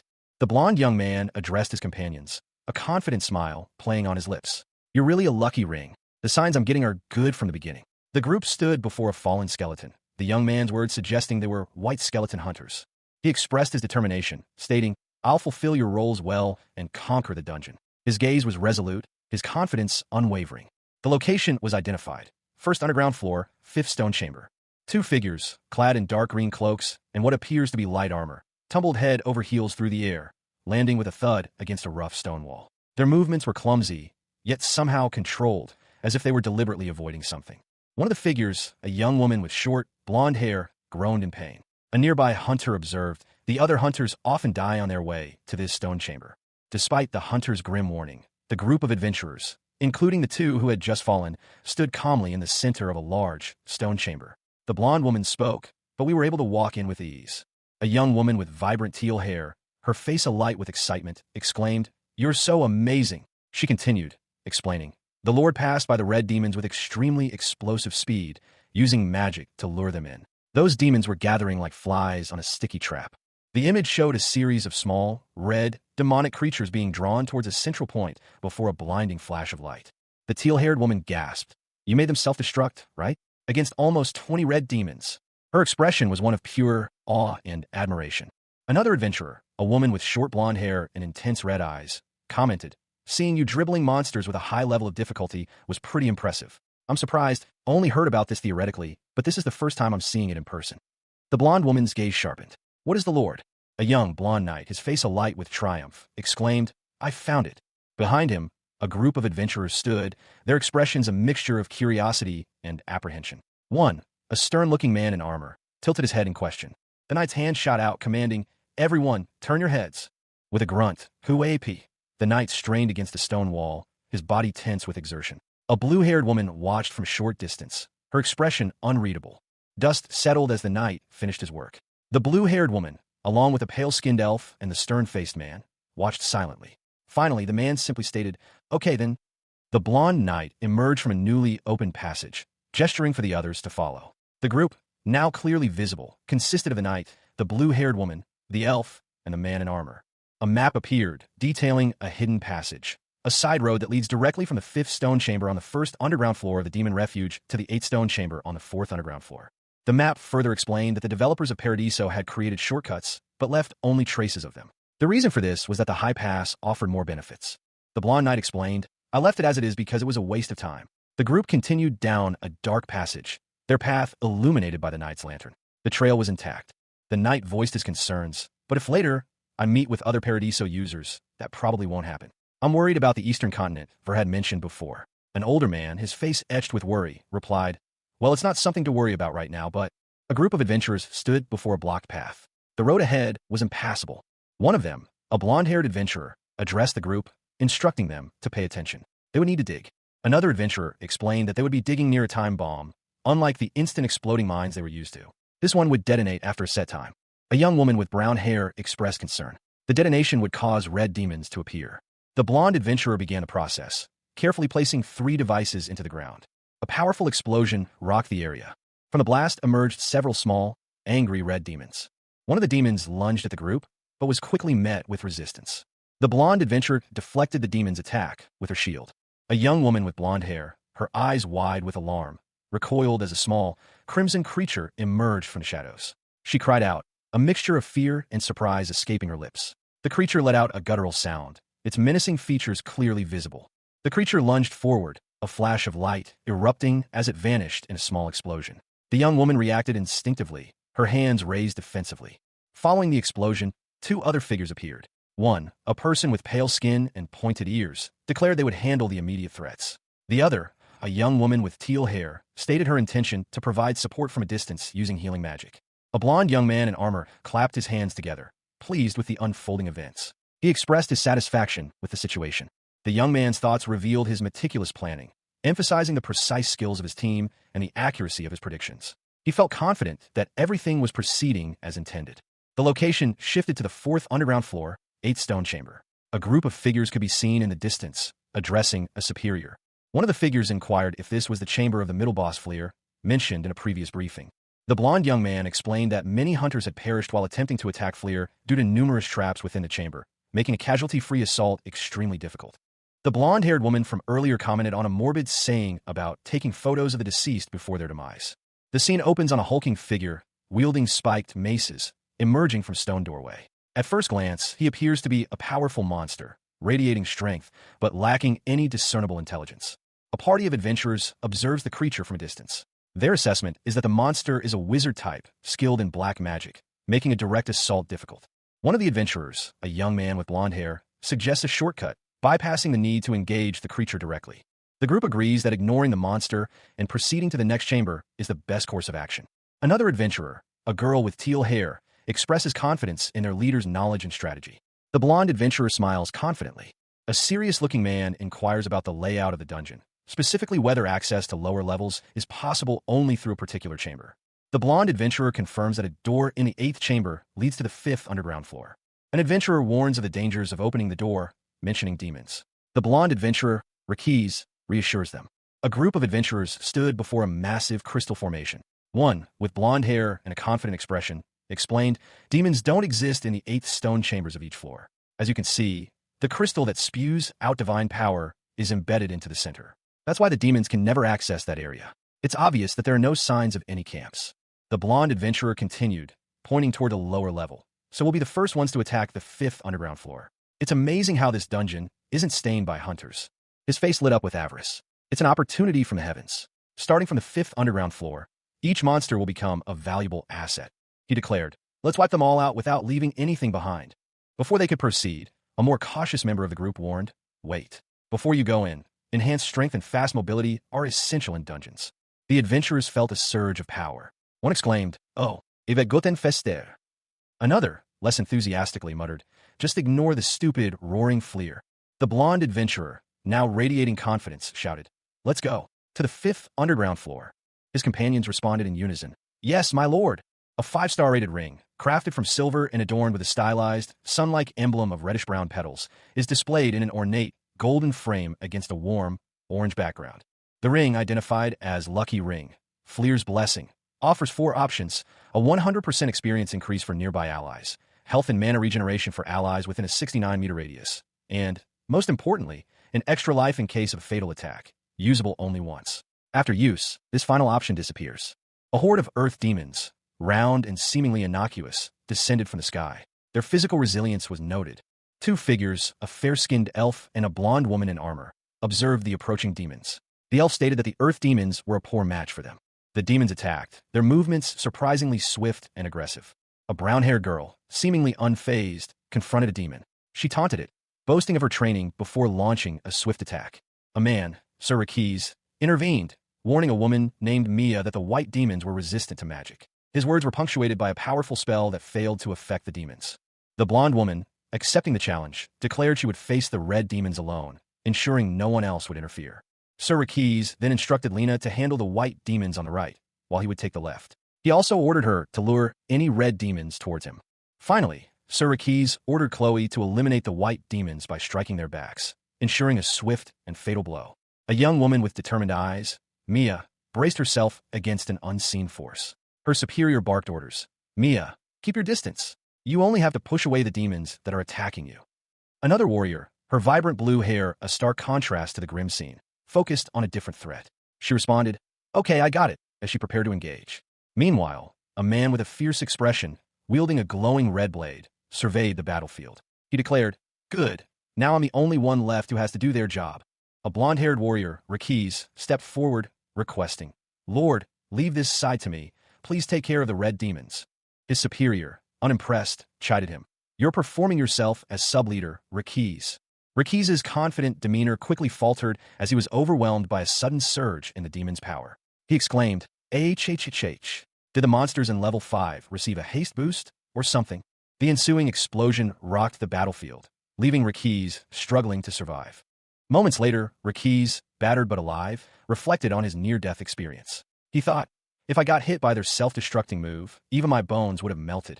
The player character acquired the title's Red Demon Slayer, granting a 25% damage increase against evil monsters and indirect killer, awarding 50 wisdom points. Additionally, the Visitor of the Underworld title was obtained, providing a 25% wisdom boost in underground dungeons. A young man with blonde hair, dressed in dark clothing, muttered to himself. He felt he should have arrived sooner. Things were about to get intense. 2 days passed. The scene shifted to the 5th underground floor, 7th stone chamber of a dungeon.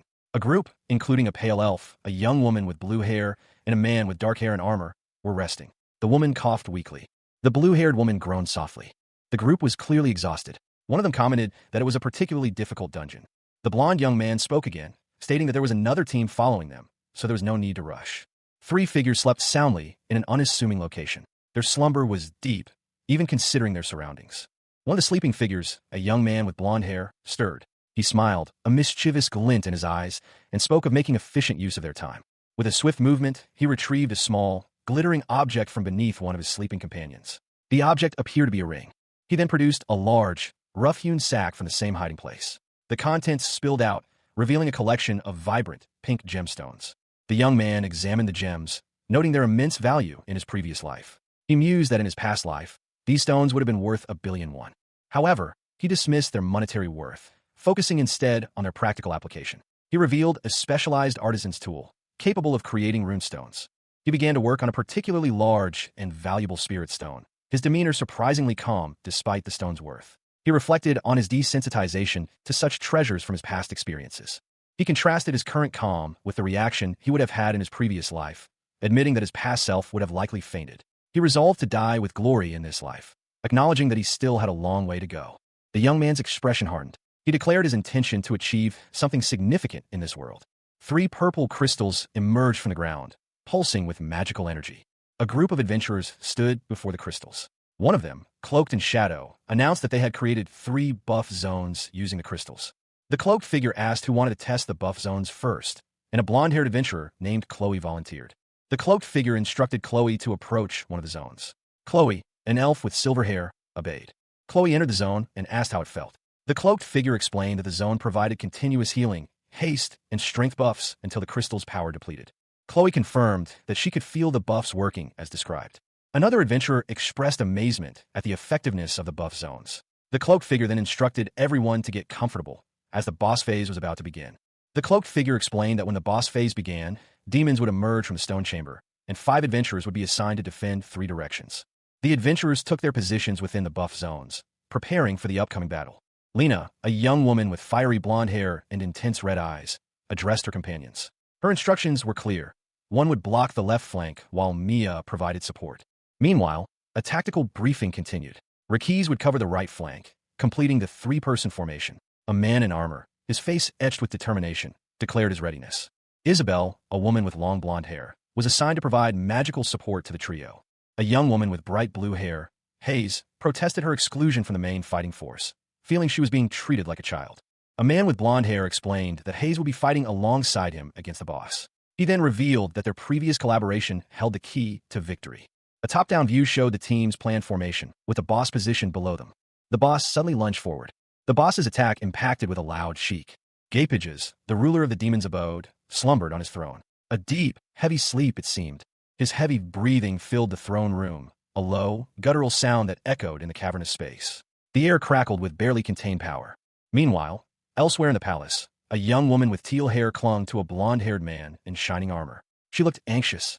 He reassured her gently. "You don't have to be quiet," she explained. "Gapages is in a deep sleep. The only way to wake him is if the alarm sounds." The man, using second-class magic, created a grid of laser beams. "If we touch even one of the lasers shown by the glitter dust, we will wake him up," he warned. Carefully, they navigated the intricate laser grid. He instructed her, "Hayes, you'll get to the throne with your unique flexibility." She replied, "Yes, my lord." He added, "Hayes, are you ready?" A young woman with teal hair, her hands clasped together in a gesture of reverence, addressed someone unseen. "I'll head over to you now, my lord," she declared, her words filled with a sense of duty. A young man with blonde hair and striking red eyes watched the scene unfold, a single word escaping his lips in awe. "Wow." The blonde-haired young man's companion, a girl with brown hair, gasped. Oh, she breathed, her expression a mixture of surprise and concern. Another girl with long blonde hair tied back, muttered, "Damn." Meanwhile, a different young woman with light blue hair was navigating a complex web of red energy lines. She grimaced, muttering, "Ugh." Her companions observed her struggle, one of them commenting, "Hayes Uni is like some kind of slime. How is your waist bent almost 180 degrees while passing through all those twisted lines?" The blue-haired girl focused intently on her task. "I'm going to touch it if I make a mistake," she declared, her determination evident. One of her blonde-haired companions called out to her, "Yoni, did you put something in your clothes?" The blue-haired girl responded with a laugh. "Of course I didn't, Lena."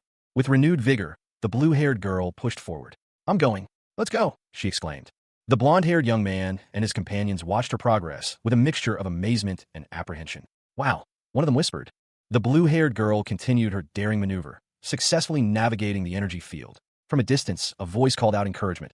You're doing great, she responded with a strained, okay, hook, hook.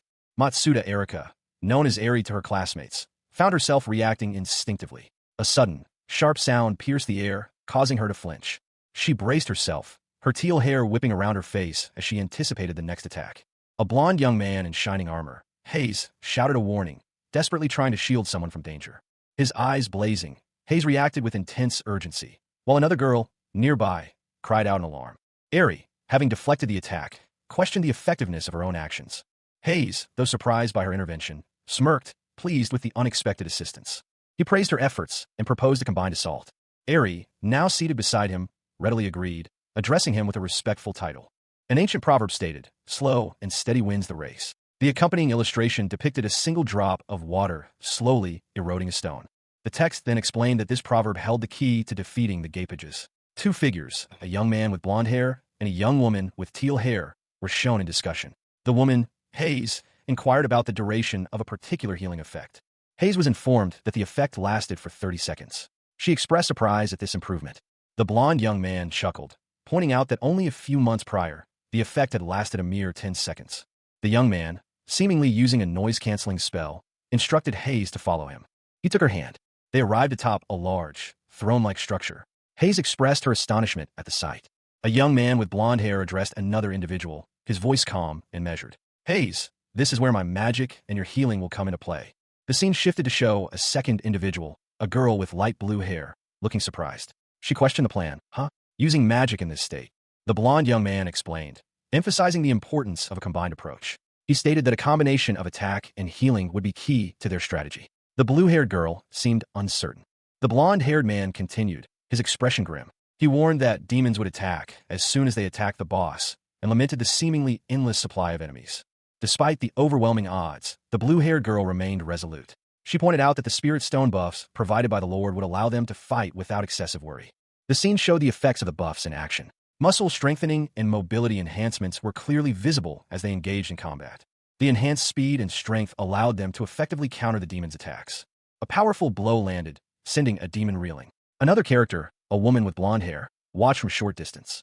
The battle raged. A warrior, their body partially obscured, reported, all of our small wounds get healed by the buff circles, so a lot of the burden is gone. A blonde-haired woman, her eyes glowing intensely, countered, you're right. However, even if we are, you should still be careful. She continued, explaining the stakes. If these guys pass through our line of defense, they will touch the alarm lines, waking the Gapages up. We need to keep defending for the Lord and Hayes. They're risking their lives right now. A sudden, sharp cry pierced the air. H. Panic set in. A voice announced, we missed one of the earth demons. It's heading for the alarm line. A dark projectile hurtled towards them. A muffled sound, MHO, indicated impact. Two figures reacted to the situation. One with light pink hair stated grimly, Earth demons, my attacks are useless. We are lacking in magical attacks. A magical symbol glowed, promising a solution. The symbol resolved into a spell. Dimension door plus fireball. Two young women, one with blonde hair and the other with gray hair, excitedly exclaimed, Lord. A smaller figure, seemingly a child, peeked out from behind them, adding to the scene's chaotic energy. A young man with vibrant teal hair observed the scene, a thoughtful expression on his face. He then spoke, You'd rather fight him head-on, wouldn't you? He nodded, confirming his preference for a direct confrontation. However, he added a caveat, Yes, I really would rather fight him, but you told me that Gapjes wasn't a normal enemy, right? The young man's expression shifted to one of concern. He explained, In fact, if you wanted to attack the demon's abode the correct way, the number of people that we have right now wouldn't even do anything. First, you at least need 30 or more hunters that'll be rank or higher. A monstrous figure, Gapjes, was shown, its menacing presence filling the frame. The narration continued. If Gapjes gets woken up, not only does he summon all the monsters from the first underground floor to the boss room. The explanation continued, detailing the consequences of awakening Gapjes. But the force field surrounding Fleer's room is also released, which allows the crazy mace monster Fleer to rush over and protect his master. Fleer, a large, imposing monster, was depicted in a dynamic pose, emphasizing its power and ferocity. The teal-haired young man declared, I have to end this now, so we can get the benefits of the first attack phase. The instructions for awakening the Gapjes were simple. Two main conditions needed to be met. First, one had to touch the alarm line. Second, inflict at least 3 HP of damage to the creature. The problem was that the basic attack inflicted a minimum of 5 HP. However, a solution presented itself. A skill that healed the Gapjas by 2.5 HP every second would mitigate the damage. This was known as the deal and heal trick. As the two figures continued the process, one of them explained that going further would reveal the part of the brain connected to the Gapjas. One of them praised the other's progress, urging them to maintain synchronized breathing. They marveled at their success, noting that even a group of hunters would struggle to take down the Gapjas as efficiently. The beauty of the trick, they declared, was its ability to both kill the monster and secure all the rewards. Perfect physical recovery required perfect sleep. But the Gapjas pondered a strange feeling it had been experiencing lately, dismissing it as merely an annoyance in its dreams. A searing pain ripped through the character's head. The intensity was overwhelming. Was this a dream? No, it wasn't. Two figures, a blonde young man and a girl with teal hair, appeared before him. "Let's end this now," the young man declared, his expression grim. The girl simply replied, "Okay." The creature before them roared in frustration. "This doesn't make sense," it bellowed, its red eyes blazing. A large clawed hand reached out, its movements slow and deliberate. A low growl, "Ki," escaped the creature's lips. The young man and the teal-haired girl watched, their faces etched with concern. The young man groaned, "Ugh." The girl whispered. The blond young man erupted in laughter. "Pwaha! Hayes, did you see that?" The creature crumpled to the ground, defeated. The young man continued. "For their king, Pwaha." The monsters around them began to vanish. A woman with elf-like ears and a man with a stern expression watched the scene unfold. The elf-like woman and another warrior approached the blond young man. "My lord, you've done it." A message appeared. "Permanent power buff, Gapage's will. Experience gained 25%. The warrior added, "What can't you do, my lord?" Finally, the moment arrived. A golden light enveloped the scene, centered around a majestic sword. A young man with blonde hair and bright blue eyes, clad in ornate armor, grinned widely. He had received the power of the legendary sword, Gapjas. He exclaimed, "Transcendental magic. The enhanced attack magic is now in my hands." A narration box explained that in Paradiso, he was the first to ever successfully attack Gapjas. The text continued, explaining that those who attacked Gapjas received a unique perk from its spirit. The image showed a vaguely humanoid, stone-like figure. For wizards, this perk was Transcendence Magic, a magic capable of breaking limits. However, there was a drawback. The text detailed that for every higher class of Transcendence Magic used, the mana cost increased exponentially. The young man thought to himself, using a Class 1 magic missile with double Transcendence would consume 2,000 mana. He mused that with his 6,000 mana, he could theoretically use a double Transcendence fireball. However, he also noticed something following him, causing him to mutter, "Lord, Lord, something keeps following behind me." A group of adventurers, their faces alight with excitement, gathered around a pile of peculiar footwear. One, noticeably more enthusiastic than the others, urged them to try on the shoes immediately, claiming they provided a significant speed boost, comparable to the effects of a powerful haste buff. As the adventurers donned the shoes, their movements noticeably quickened. An observer noted that the shoes appeared to grant a haste buff, and speculated that it was a standard reward for all participants. A golden light enveloped the character's left hand. A message appeared, stating that Gapage's fighting spirit had fully settled within, granting the ability to freely use Transcendence Magic. A character inhaled deeply, preparing for something. With a powerful exhalation, the character unleashed a fiery blast of energy from their hands. The fiery blast intensified, forming a swirling vortex of flames. The vortex of flames continued to grow, engulfing the character. Nearby onlookers watched in stunned silence, their faces a mixture of awe and disbelief at the display of power. A young man with vibrant blonde hair and piercing blue eyes grinned, a self-satisfied smirk playing on his lips. His expression radiated confidence.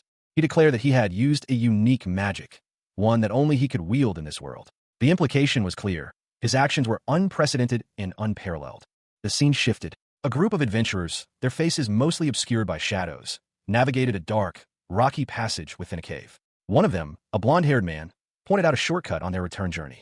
A young woman with vibrant turquoise hair, part of the adventuring party, cheerfully agreed. She mused aloud about the possibility of future adventurers using this newly discovered passage. The blonde-haired man, however, had other plans. He announced his intention to block the passage, ensuring that no one else could use it. His companions readily agreed, offering their assistance in sealing the shortcut. Their expressions showed a mixture of determination and camaraderie. The adventurers began their work, their voices echoing faintly in the cavern. The scene ends with a to-be-continued note. The image displayed a pair of golden-accented boots, identified as Gapage's wings, a 4-star artifact awarded to the first team to defeat Gapages. With a small amount of mana, a haste buff could be perpetually maintained. The special ability, Transcendental Amplification, instilled the fighting spirit of Gapages in the target, enhancing their skills and unique abilities of Class B or higher. For wizards, once the spirit was planted, they could use Transcendence magic through Transcendental Amplification. A cheerful cat-like character declared that managing a pet would be possible, followed by an exclamation that the shown items were all the rewards received by the team members. The image showed several items. Mia, a spellbook allowing the use of wind magic 2 classes above. Haze, a necklace amplifying divine power 3-fold. Lena, boosting red shield defense and magical barrier by 250 with Gapage's Wrath. And Rakiz, gauntlets increasing physical defense by 400. Chloe, a dagger made from the rare stellar mineral. And Isabel, a purification ring suppressing surprising emotions and awakening class 4 magic, were also shown. The cat-like character cheerfully announced that each person had earned a customized super luxury artifact, all rated over 6 stars. Rain lashed against the imposing brick facade of the academy. The downpour was relentless. Inside, a young man with blonde hair sat on an ornate couch, a staff resting beside him. He mused on the lingering sensation of his recent magical exertion. The feeling of using transcendence magic was still very clear to him. He recalled the fireball he conjured in the demon's abode. Using transcendence, he had only managed to double its size then. However, with Mudidus's prayer, he could now triple the fireball size. This increase in power, however, came at a cost. His mana consumption would significantly increase. The young man examined Mudidus's worn staff. Its magical properties offered 2 options, a 100% mana increase or Mudidus's prayer, which fully replenished his mana once a day. He decided to keep the staff, remembering it was an artifact he'd acquired while rescuing Aki. It felt like a lifetime ago. A small brown cat rested on his shoulder. He looked down at it, a slight smile playing on his lips. The cat meowed questioningly. Outside, another meow echoed through the rain.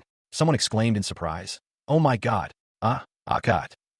Inside a grand mansion, a conversation unfolds between 2 individuals. One, a young woman in a maid's uniform, explains a cat entered the mansion a few days ago and started wandering around. She continues, suggesting the cat sought shelter from the rain. Her companion, a young man with blonde hair, muses, I think it maybe likes this place. A third person, a young woman with vibrant blue hair, enthusiastically proposes, it would be nice to raise a pet. Hayes would like it as well. Can we raise it in the mansion? Let's use this reward I received in the dungeon.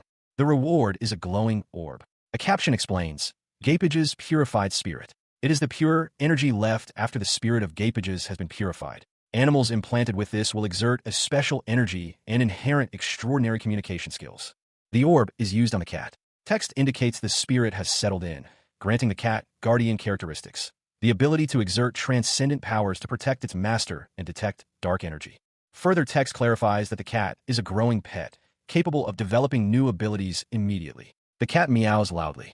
The cat speaks, requesting a name other than Kitty. The young man and woman are astonished. The young man observes that the cat's ability to speak is due to the Gapage's purified spirit. The young man suggests they find a suitable name for their new, talking pet. A small, cartoonish black cat with bright blue eyes looked directly at the viewer. Now on, it seemed to declare.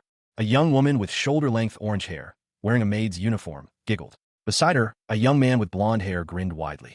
The cat sat between them. Terry? What does that mean? The woman asked, but the man simply replied, Terry, it's such a cute name. The young man's thoughts were revealed. He couldn't tell anyone that the name Terry came from a burger joint he frequented in a past life. The scene shifted to a rainy town, viewed from a high vantage point. The rain fell heavily. A pair of worn boots splashed through puddles on a rain-slick street. 3 cloaked figures huddled near a well in the downpour. One of them asked, Is this well the last landmark? A fourth taller figure, wearing a distinctive red mask, commanded, Throw it. The 3 cloaked figures obeyed, throwing something into the well. One of them called out, Yes, Sir Cluz. One of the cloaked figures explained, We attached rocks to the sick corpses that we cut up so the bodies will sink deep into the well. He chuckled, a sinister sound. A cloaked figure, their face partially obscured, stood amidst a downpour. They pondered aloud. What were the previous test results? The response came swiftly. The test with the young subjects was perfect. The image showed a well, its dark depths hinting at the sinister nature of the experiment. The figure continued, explaining that anyone who drank from this water would become a host to various waterborne diseases within 24 hours. A satisfied expression crossed the cloaked figure's face. Very good. That's what I was hoping for.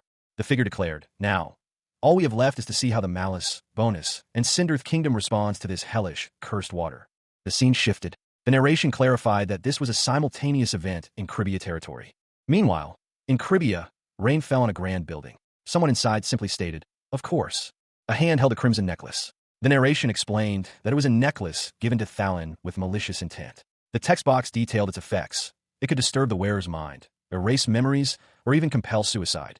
The best course of action, according to the narration, was to keep the necklace away from the world, preventing it from ever seeing the light of day. The rain continued to fall relentlessly outside. Inside, a young man with blonde hair observed the downpour from a large window. He mused that their estate, well equipped with flood and drought prevention facilities, was well prepared for such weather. He added that the title of Great Lord also had a certain protective effect. A knock echoed through the room, interrupting his thoughts. 2 sharp raps on the door. The blond young man, startled, questioned who would be visiting so early in the morning. A man with brown hair and a beard entered, apologizing for the early disturbance and addressing the blond man as my lord. The blond young man, identified as Valdez, was invited in. Valdez, however, mentioned that he had already discussed a certain matter previously. Valdez explained that, according to the principles of Radius, a religion in the Sindarth, there would be no disasters in the Caribbean territory this year. He acknowledged that it might be dismissed as superstition, but he was certain it would prevent any calamities. He continued, stating that while he couldn't fully explain the system and the title of Great Lord, this was the gist of it. This was why he was bringing it up. Valdez suggested filming a video of the Lord offering prayers for the safety and well-being of the citizens. He informed the Lord that they had already discussed the idea with the temple and that there were enough spirit stone lights to begin filming at dawn. He proposed starting the filming immediately, since preparations were already complete. The Lord praised Valdez's quick thinking, noting that he had anticipated his approval and even prepared for it. A young man with vibrant blonde hair and striking blue eyes grinned, his expression radiating confidence. "That's a great idea. Let's do it," he declared. A statement appeared, emphasizing a leadership principle. One of the essential virtues of a leader is to work with the strengths of your hardworking subordinates. The scene shifted to a grand library. The blond young man, still smiling, spoke again, his words revealing his motivations. "I wasn't accepting to shoot only for promotional purposes, but to support Valdez, who is dedicated to this territory." A thought bubble expressed wonder. "Isn't it amazing?" An older man with a long white beard and a jovial expression responded, his words painting a stark contrast. "The other territories are having floods like crazy, and all kinds of diseases are spreading, but we are fine." The focus shifted to a video presentation. The blond young man was shown on screen, and the audience reacted with awe. "That's a beautiful video. How is he so good looking?" they exclaimed. The citizens' loyalty increased significantly. A message appeared, indicating a significant milestone had been reached. Quest heartfelt impression completed. Citizens' loyalty has increased by 150. 1,000 loyalty reached. The golden age of the territory is coming. Another message followed, detailing the benefits of this golden age. With the arrival of the golden age, overall production capacity of citizens will increase by 100% for a month. The blond young man and the older man stood together, their expressions reflecting shared satisfaction. News of Caribbea's prosperity spread far and wide. A golden age had dawned for the great land of Caribbean. Meanwhile, the surrounding lands and kingdoms were devastated. Torrential rains, catastrophic floods, and widespread infectious diseases ravaged the countryside. It was a time of widespread unrest and blame. Caribbea's untouched prosperity was attributed to the prayers of Jared, a figure of immense reverence. 1 week later, in an underground processing room, 2 individuals, a young man with blonde hair and a young woman with shoulder-length blonde hair, examined a newly arrived item. The woman exclaimed in surprise, "What's this? There's something here I didn't see last week." The young man explained, "It's a master potion made in preparation for this rainy season. I had an extremely hard time making this." He continued, detailing the potion's composition. "According to the formula, there are 10 kinds of herbs mixed in here. It's a general-purpose medicine that only needs to be poured into water since the main treatment has already been done." The woman responded with awe, "You're amazing. More than 10 kinds of herbs. I was surprised with the Ronella cure, but how did you know about the master?" The young man, changing the subject, said, "Anyway, the reason I called you here today, I heard it before, so I know, but I didn't understand it." The alchemist explained the necessity of a curse interwoven into his potent cure. The master potions, he stated, were simply too strong for the human body to withstand. He continued, emphasizing the need to carefully downgrade the potion's potency to ensure its safe use as a cure for disease. His assistant, a young woman with striking red eyes, voiced a concern. Could the potion cause further complications? The alchemist reassured her, emphasizing the importance of their work. The conversation shifted to a purification ring, a recent acquisition from a demon's lair. Its effects were being tested. The alchemist reported that the ring had significantly reduced his negative emotions. His assistant, observing this, noted a marked improvement in his demeanor. The alchemist reflected on his feelings, admitting that the ring had made him feel much more comfortable. He then confessed his aversion to relationships, citing a lack of time and commitment. His assistant, however, playfully rebuked him, stating that she liked him and that he should stop playing with her emotions. The assistant, flustered, simply stated that the matter was concluded. The scene shifts to a storage room filled with numerous potions. The alchemist wonders aloud if there will ever be a need for so many. A young woman with striking red eyes and blonde hair tilted her head, a questioning expression on her face. A voice, unseen but clearly male, had just stated, "There will be." The scene shifted to a grand wooden door. A frantic voice called out from behind it, "Lord, it's me." A young woman with vibrant teal hair, dressed as a maid, burst into the room, her face a mask of panicked excitement. "Lord," she exclaimed, "there's a big problem. Both the ambassador of Benuso and the Malus kingdom have arrived at the same time."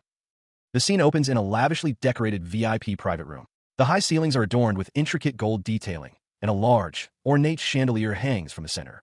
A young man with short brown hair stands alone, a look of mild concern on his face. He is identified as the ambassador of the Malus kingdom. He is speaking with another man, identified as the ambassador of the Bonus kingdom. The Bonus kingdom ambassador seems impatient. The Malus kingdom ambassador remarks on the sheer size of the room, noting that it's far too grand to simply be called a parlor.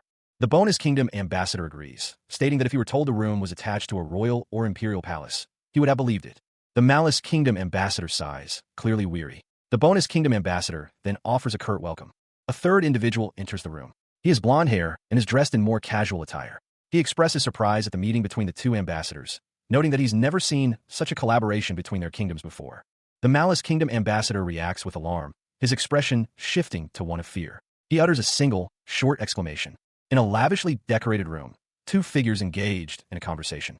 One, a man with blonde hair and a confident smirk, declared, "I'll go first. We have lots of time. Let's hear what the Bonus kingdom has to say first." A map showed the Bonus kingdom, the Malus kingdom, and the Optatio River, which was flooding due to heavy rains. The text stated that the heavy rains had caused the Optatio River to flood during this rainy season. The blonde-haired man continued, explaining that with more than twice the rainfall than last year, massive floods had occurred not only around the Optatio River, but also throughout the entire kingdom. He added that the kingdoms weren't thoroughly prepared for the flooding. Two other men reacted with shock and concern to the news. One of them exclaimed in alarm. The blonde man, sipping tea, stated that the flooding resulted in a number of deaths and casualties. While efforts were underway to recover, a more pressing issue was an epidemic spreading in the affected areas. He then revealed that 3 days prior, he received an official letter from the Archnese Mercenary Corps. The letter detailed that a lord had recently created a remedy that could effectively treat infectious diseases. He commented that the timing was scary.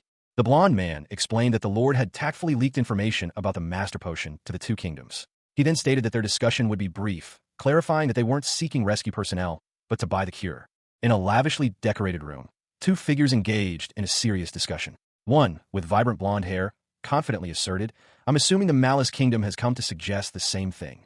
The blonde figure's statement was met with immediate agreement. His companion, a shorter individual with brown hair, responded enthusiastically, "Yes, that is, the price doesn't matter. Just sell me everything you're willing to sell. The Bonus kingdom is ready to give any amount of gold coins as well."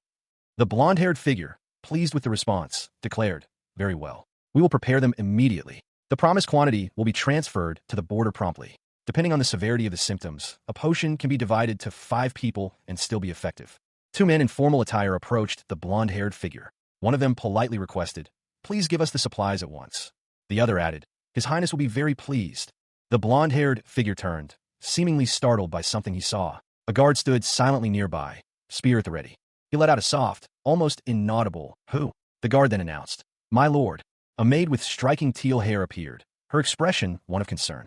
News arrived. An envoy from the Sindrith kingdom had also arrived, but it was someone unexpected. The blonde-haired figure reacted with surprise upon hearing that Princess Myra had come herself. Her unexpected presence underscored the urgency of the situation in the Sindrith kingdom. Princess Erika Matsuda, or Eri as she preferred, sat alone in a richly decorated room, sipping tea. A slight sigh escaped her lips as she took another delicate sip.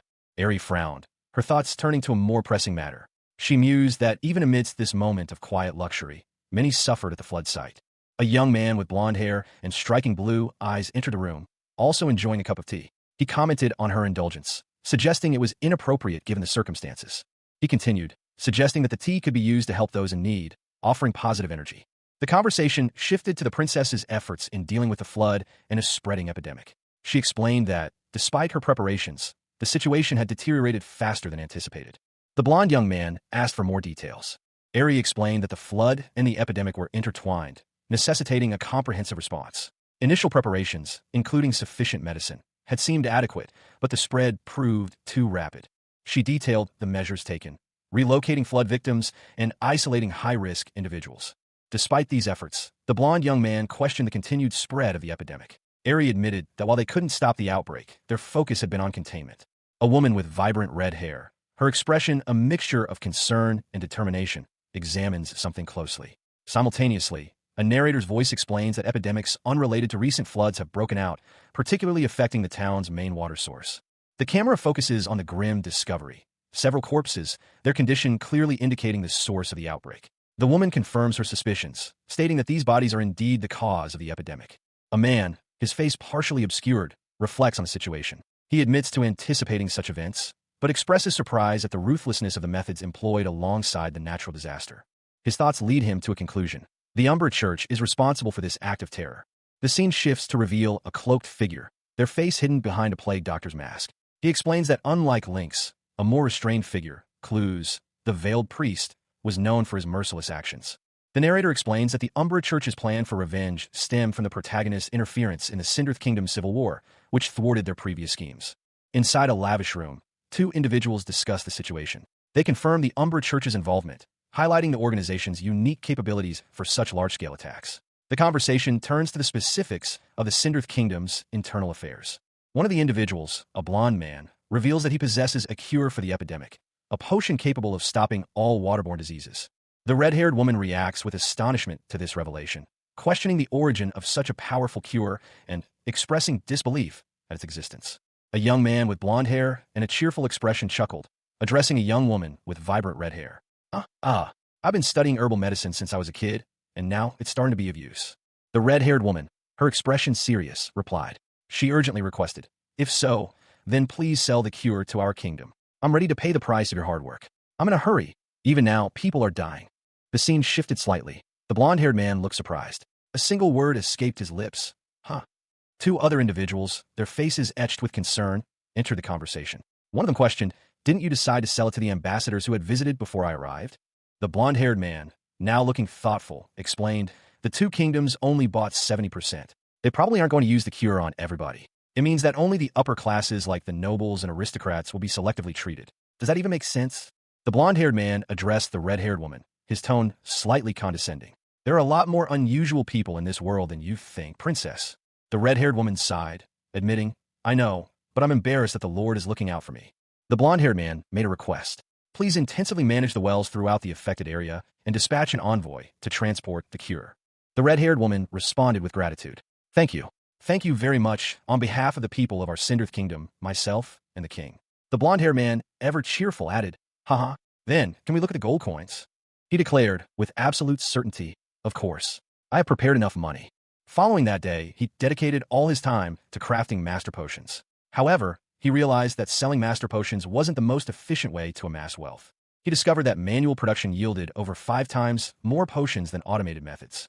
Switching to manual production proved to be the optimal choice. The young man, with blonde hair and striking blue eyes, found it easy to maintain a 24/7 work schedule, as he had no need for sleep or food. He held a small, intricately designed potion bottle. However, a problem arose. His eyes narrowed in concern. He called out to Isabel, asking if she was asleep. She was slumped over, making soft, muffled sounds. Isabel cried out, Mom, please save Dad. Please. What kind of sins did we commit to deserve this? Isabel sobbed, and the young man, clearly worried, asked Isabel. Matsuda Erika, or Eri as she preferred, lay sprawled on a surface, her blonde hair askew. A muffled sound escaped her lips. Ako ako ak. A young man with blonde hair, his features sharp and alert, observed her. He spoke, his tone concerned yet analytical. Are you trapped in a cold and dark place in your dream? Eri remained unconscious, her face pale against the stark white of the surface beneath her. The young man continued, his voice softer this time. It's a little obvious, but his thoughts turned inward. There seemed to be only one way to give her immediate warmth. He leaned closer, his expression unreadable. Eri avoke, startlet. The young man explained. What do you mean, what? You seem cold, so I put a blanket on you. But it didn't seem enough, so I was doing this. Eri's eyes narrowed. Go away, you mean? You. Taking advantage of me while I was sleeping? He offered a hand, his expression still inscrutable. Eri hesitated, her anger giving way to confusion. 2 hands clasped together. One hand is pale, the other a deep red. The pale hand's owner murmured, No, it's all right. By the way, I must have fallen into a deep sleep without realizing. The perspective shifted to show a young man with blonde hair and striking blue eyes. He stated, If you've woken up, Let's focus on the production. There are going to be lots of orders. A young woman with long brown hair, wearing a dark red turtleneck, responded. She said, our hard work in making these potions will save countless lives, so let's focus on that. That's why you're Isabel. The blonde young man and the brown-haired young woman stood side by side, examining several small bottles. The blonde young man advised, make sure to take the opportunity when it comes to you. A final statement appeared, as it may be your best chance to strike gold.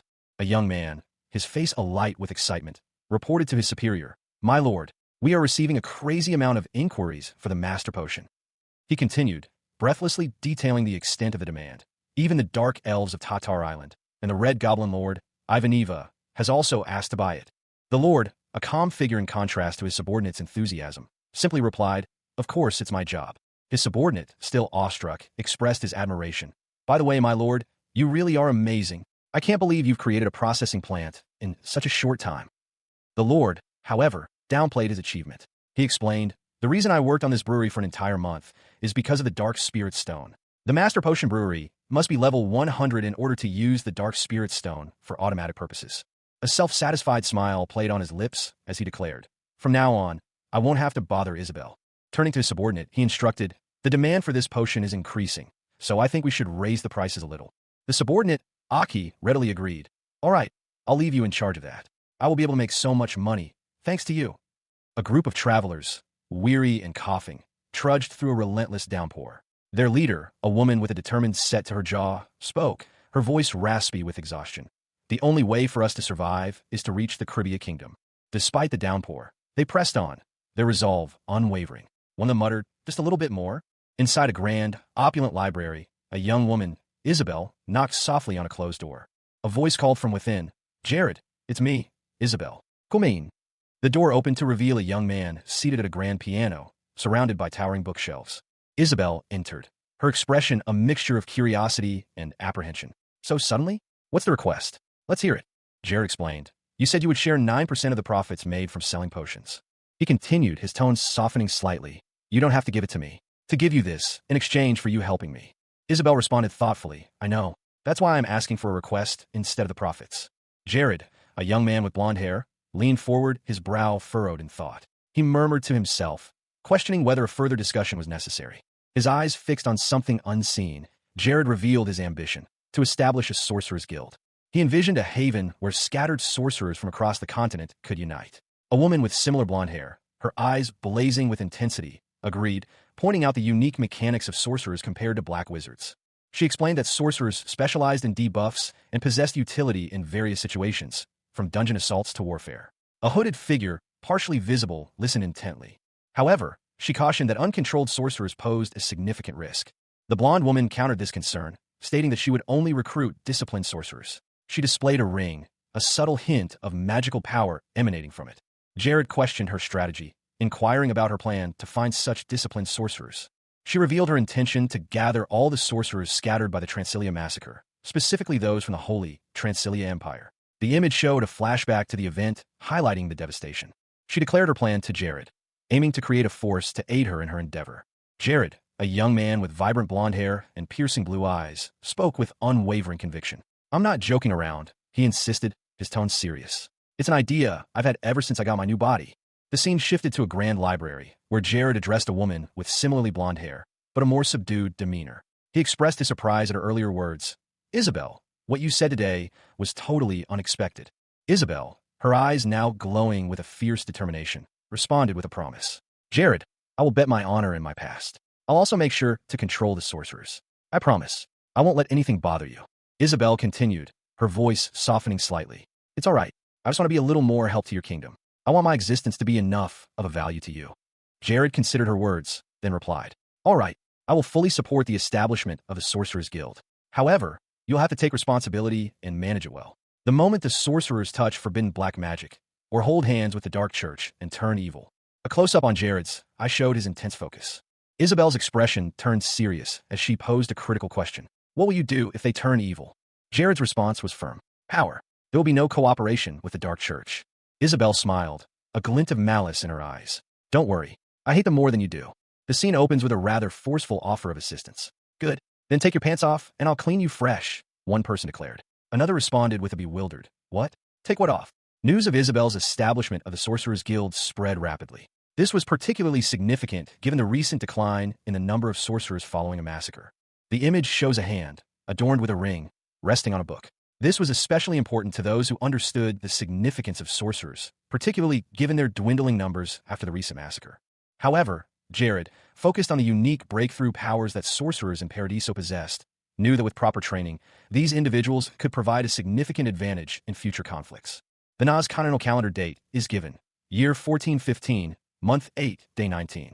The following panel shows a scene of a large group of refugees surrounded by soldiers in what appears to be a desolate, rocky area. One observer commented, "I think the situation my lord repeatedly mentioned is unfolding." A group of people observe the refugees. One of them agrees, stating, "That's right. This is highly suspicious to me too." Another expresses surprise at the sheer number of refugees, far exceeding expectations. They expected some refugees, but this was far more than anticipated. A further observation is made. Based on their clothing, the refugees are from the Bonus and Malice kingdoms. Amidst a scene of chaos and abandonment, a young man with blonde hair and piercing blue eyes watched in disbelief as people were being forced to leave their homes. His expression was one of outrage and confusion. Why are they abandoning their people like this? What the hell are they doing? He wondered aloud, his voice laced with anger. His anger intensified as he witnessed the unfolding events. The young man clenched his jaw, his eyes narrowed in fury. The two kings are out of their minds, these fucking bastards. I can't hold back my curses. Bonus kingdom, Malice kingdom. I have to do something. He turned to a small black cat nestled in his arms. "Terry," he said, "I need you to detect dark energy among the crowds." He gave further instructions to the cat. "You don't have to specify who they are, just search for how many there are." The cat, Terry, possessed a special ability to detect anything that gave off dark energy. Meanwhile, the blonde-haired man and a companion continued their journey across the desolate landscape. "All right, you have my snack when I come back." His companion, a man with dark hair, approached him, concern etched on his face. "My lord, should we continue with the original plan?" The blonde-haired man, seemingly the leader, outlined their strategy. "First, as planned, we will name this entire region the Sanar District and announce it as the Refugee District. So you're saying that you're going to reclaim and rejuvenate the wasteland and the mountains, both at the Sanar District." He explained the reasoning behind their decision. "We've been able to get this area incorporated into Cribia's territory, but it lacks the power to develop. We're going to invest all of our resources in developing the Sanar District." A question arose regarding their plans. "Sell the master potions because you were thinking about this day?" By the way, two men in military-style uniforms stood against a fiery sunset. One, with blonde hair, expressed concern about a sudden population surge, remarking that such growth is often considered power. His companion, darker-haired, listened intently. The scene shifted to a discussion about a nearby dungeon. It was deemed commercially and resource-wise inviable due to its unique nature, leading to its neglect by previous rulers. A blonde man, possibly the same one from the previous scene, proposed a solution: to transform the area into a holy site for pilgrims, a clever strategy to attract people without directly exploiting the dungeon's resources. The text proclaimed the creation of a holy land, a place where believers would be irresistibly drawn. An image of an imposing archway, reminiscent of a grand cathedral, symbolized this new holy site. A small black cat with bright blue eyes ambled through a crowd. The cat continued its journey, now observing a group of cloaked figures from a rocky outcrop. One of the cloaked figures, Jared, praised someone unseen for their skill. The cat's eyes glowed red, suggesting a reaction to the events unfolding. A sprawling refugee camp stretches across the desolate landscape, a collection of hastily erected tents huddled together against the encroaching darkness. The scene is illuminated by a faint, ethereal glow. The camera focuses on a particularly large tent, distinguished by a prominent emblem of a sword piercing a triangle, suggesting a position of authority within the camp. Inside the main tent, three figures are gathered around a table. Two men in dark, military-style uniforms sit opposite a woman with vibrant green hair. Various weapons and tools are casually placed on nearby shelves. One of the men, older and with a stern expression, speaks. He explains their purpose in bringing the others together. He emphasizes the importance of the blonde-haired man's role in stabilizing the situation. The older man continues, outlining his plan to leave the camp's governance in the blonde man's hands. He describes a strategy as a simple two-pronged approach, the carrot and the stick. The blonde man listens intently as the older man explains that the stick represents punishment for those who break the law during these uncertain times. A man, his face etched with seriousness, bowed his head. "Understood, my lord," he stated respectfully. The lord explained his reasoning. It wasn't acceptable to commit violence and harass the new arrivals while pretending to be a refuge. He then instructed his subordinate to guide the refugees through the official aid policies. The subordinate readily agreed. The first policy point was a full loan for building residential homes in the Sanar district with long-term repayment. The second was a tax exemption for export from the land for the next 6 years. A third point was clarified. Workers would be treated as paid employees, not contractors. The Lord summarized, stating these were the 3 main points of the new policy. Silence hung heavy in the air. A young man, his face etched with worry, stood amidst a crowd of refugees. Their expressions mirrored his own, fear and uncertainty. A hand reached out from the bottom of the frame, seemingly seeking help or support. The scene shifted to reveal a knight in gleaming armor addressing the group. He held a sword, its point directed towards the anxious young man. The knight's words echoed the severity of the situation. The Lord commanded that those who committed crimes would face harsh punishment. The young man trembled, stammering apologies as the knight questioned him about the consequences of his actions. His fear was palpable. Meanwhile, elsewhere, a different scene unfolded. A weary observer noted the unending stream of refugees arriving from the Bonus and Malice kingdoms. The influx of refugees had doubled the population of the territory. A blonde-haired man, his face grim, contemplated the potential consequences. The increased population could destabilize the region and provoke conflict with neighboring kingdoms.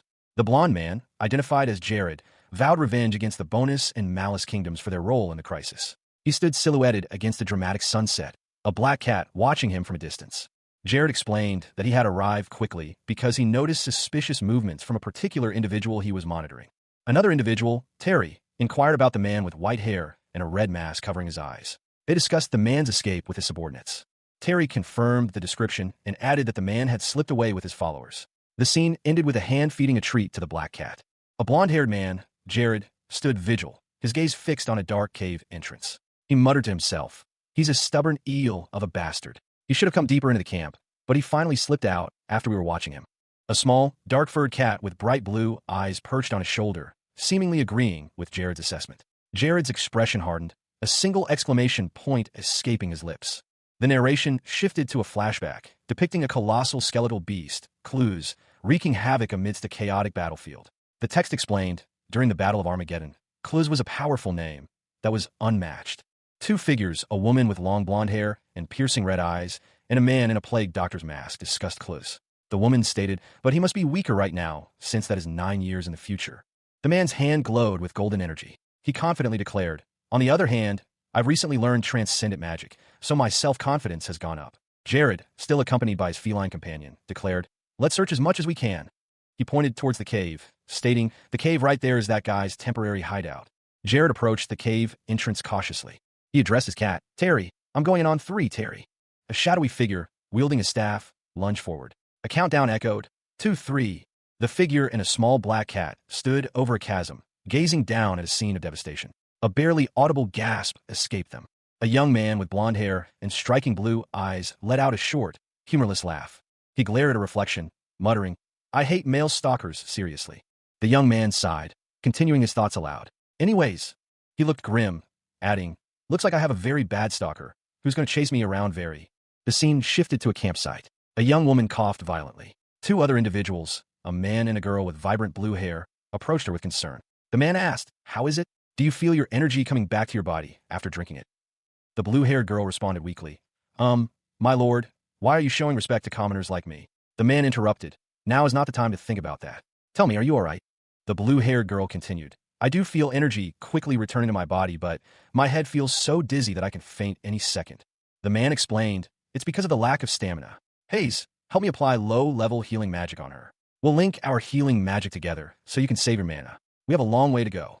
A young woman, her expression unreadable, reassured someone, "I could keep using healing magic for 365 days a year, and I'd be fine, so don't worry." The other person replied, I guess I asked a foolish question." The scene shifted. A young man with blonde hair and a young woman with vibrant teal hair stood before a grand building. The woman gasped, exclaiming, "My lord." 2 other individuals, a brother and sister, approached. They declared, "Lord, we will help you, my lord. Please allow us to work in the quarantine ward." The brother, Maru, possessed skills in general medicine and radius theology, while his sister, Mary, specialized in healing and psychology. The blonde young man responded, "Please, I beg you, provide us with a way to repay the kindness we've received, my lord." He continued, his thoughts revealing his assessment. "You guys were treated by me not too long ago. Maru is good at medicine and pharmacy, and Mary is good at psychotherapy." Mary and Maru introduced themselves. "I'm the little sister Mary, and I'm the older brother Maru. The blond young man acknowledged. They lack a few things to be my liege, but they are enough to act as. He granted their request. I will let you. The siblings and the blond young man, along with the teal-haired woman, walked towards a quarantine ward. He gave them instructions. However, don't get ahead of yourself. This is the quarantine ward. When you enter and exit one of the wards, you must sterilize yourself on the magic circle. Do you understand what I'm saying? Mary and Maru eagerly agreed. Yes, my lord. Thank you. I will do my best to help the patients recover. Mary added her own resolve. I will be a companion to people so they don't feel lonely, and I will also comfort their tired hearts. A young woman, brimming with energy, addressed two others. Good. You're full of motivation. I'll be in your care, Maru and Mary. The scene shifted to a different location. A young man with blonde hair spoke to a young woman with vibrant teal hair. Hayes, good work. Your divine power has been a great help in treating patients. If you weren't here, it would have probably taken 3 times longer. Hayes, the teal-haired woman, held a glowing orb in her hands. A look of wonder washed over her face as she realized the extent of her abilities. It's the first time I've realized that divine power could be such a blessing to people. The blond young man continued, his expression softening slightly. From now on, I want to see you grow more as a healer, and the part of you where you're constantly pushing your limits and overcoming them. Hayes responded with determination. Leave it to me. If it's for the Lord, I am ready to give my all. A narration box appeared, providing context. Hayes was just an ordinary made 19 months ago, but right now, she has enough healing powers to have a career as a healer. The blond young man pondered, the amount of time and heart you put into this. You shouldn't be in your first awakening, but even the 10th awakening wouldn't be enough.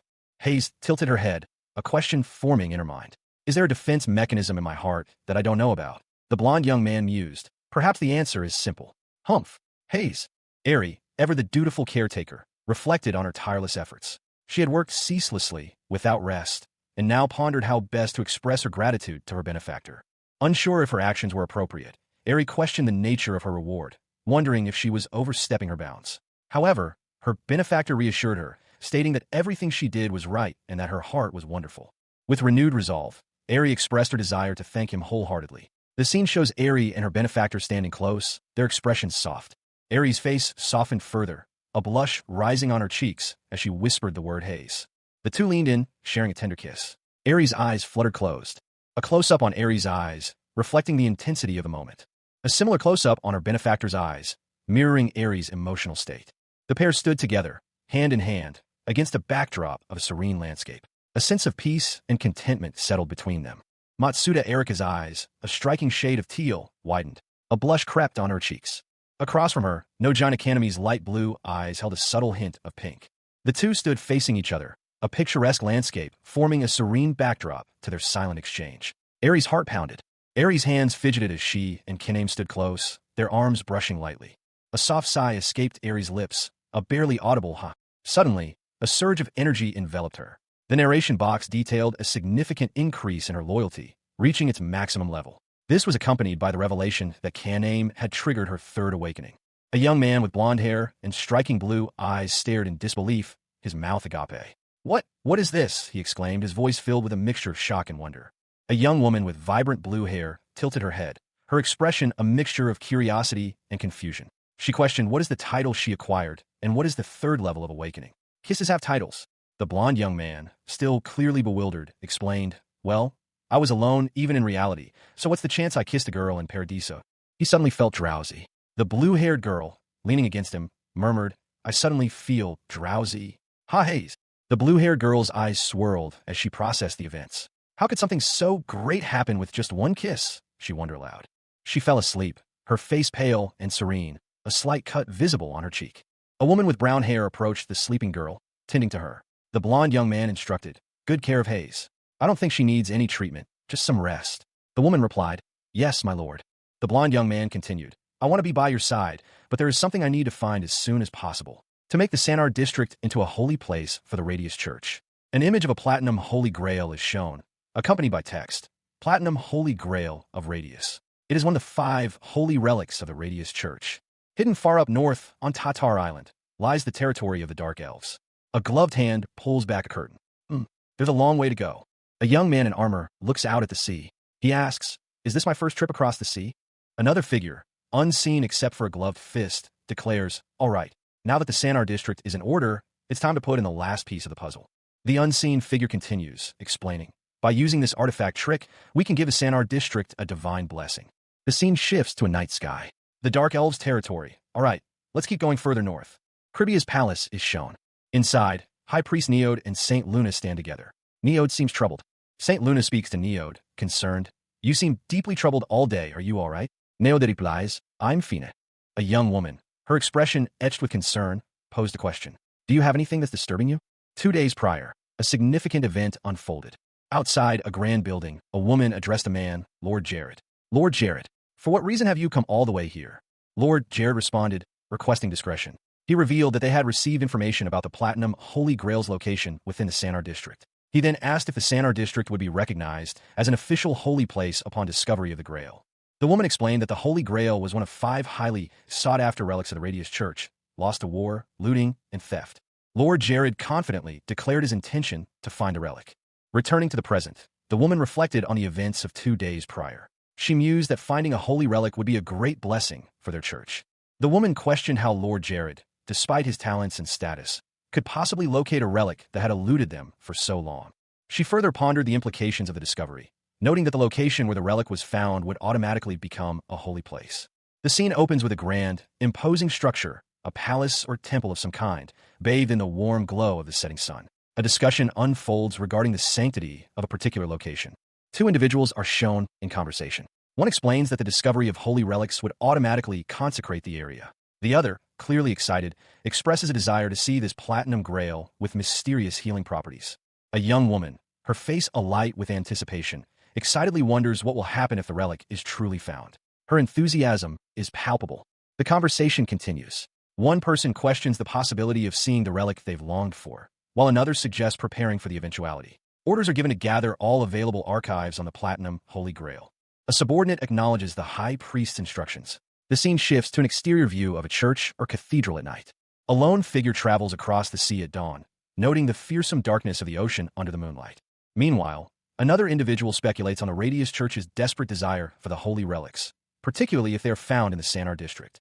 An explanation is given regarding the Radius Church's vulnerability due to its lack of sacred relics, which has made it a target for the Dark Church. The narration details that both the Umbra Church and the Keiko Church possess an Umbra's black shroud, further complicating the situation. The text on the page detailed the search for powerful relics, including a remarkable artifact known as Keiko's skull. Originally, there was no rush, so the search was delayed. However, a change of plans was underway. The narrator revealed that making the Sanar district into a battlefield was now a priority. Sir Radius, seemingly in distress, addressed an unseen individual, asking for forgiveness for altering his plans regarding the Holy Land. The scene shifted to Tatar Island, a place shrouded in mystery. A lone figure, presumably Sir Radius, arrived on the island, noting it was his first time there. The island was described as a painful place, both literally and figuratively.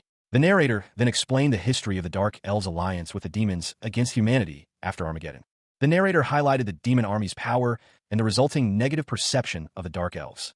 However, someone who had researched and shared the Dark Elf story online held a different perspective.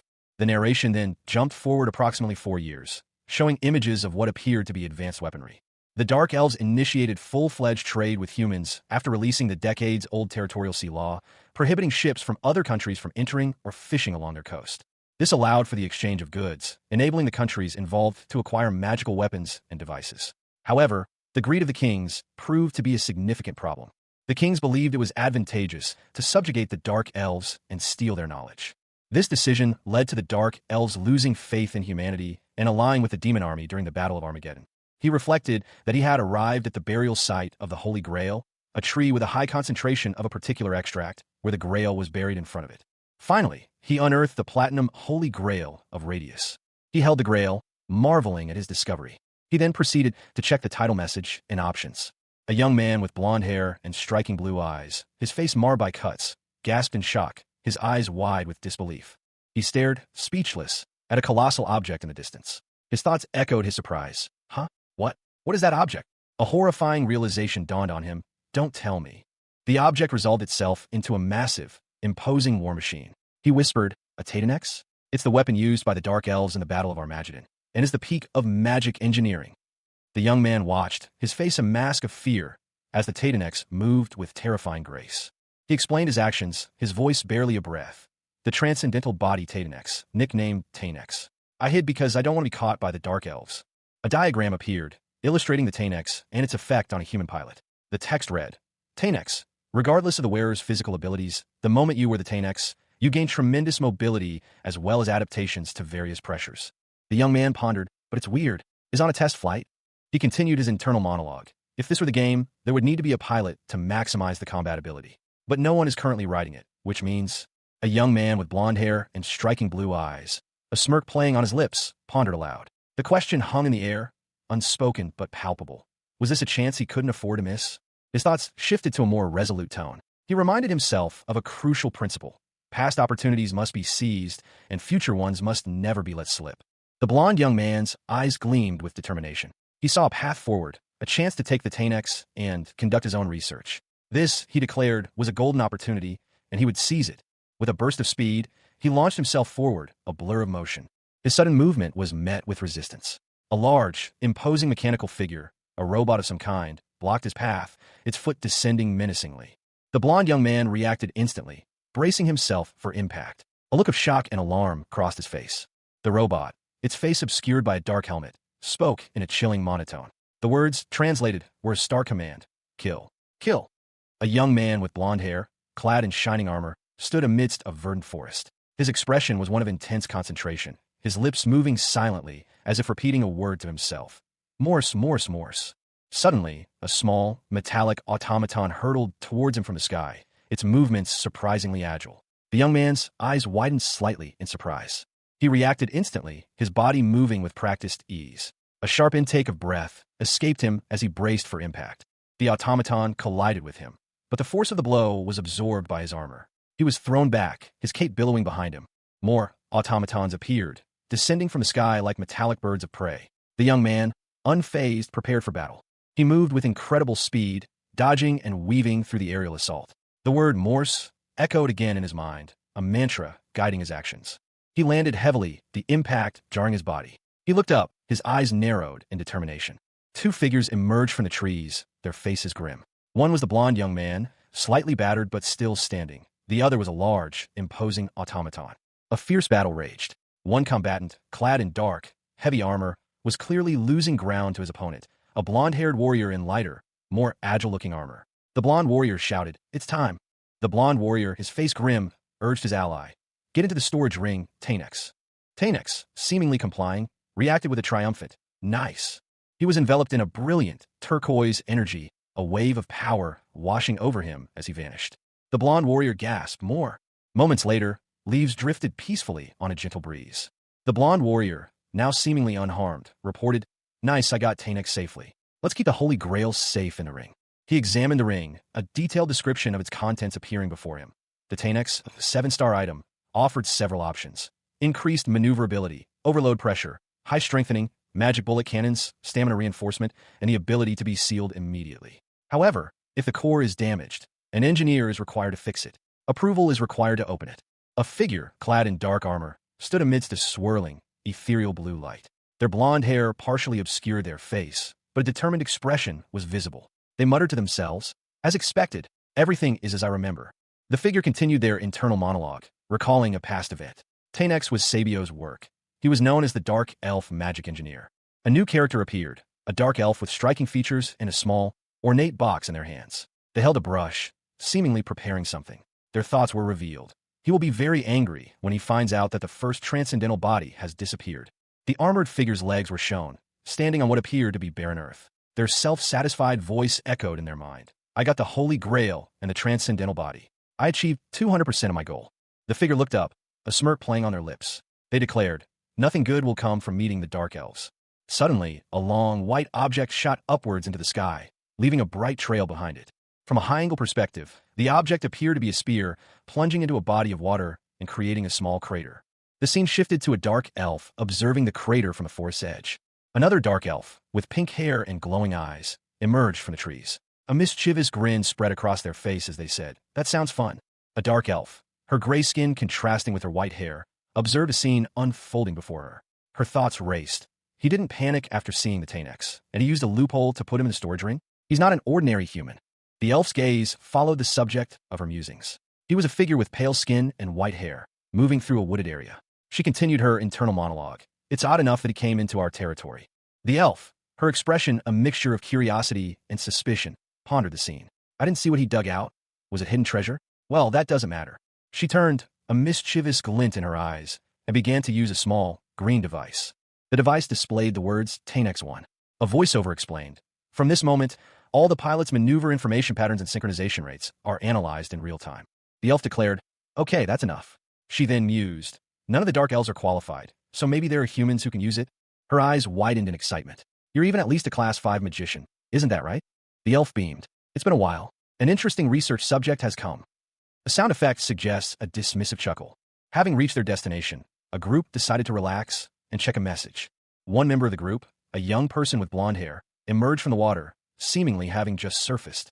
A message appeared, announcing that they had acquired divine power by obtaining the Holy Grail, resulting in an increase of 100 divine power points.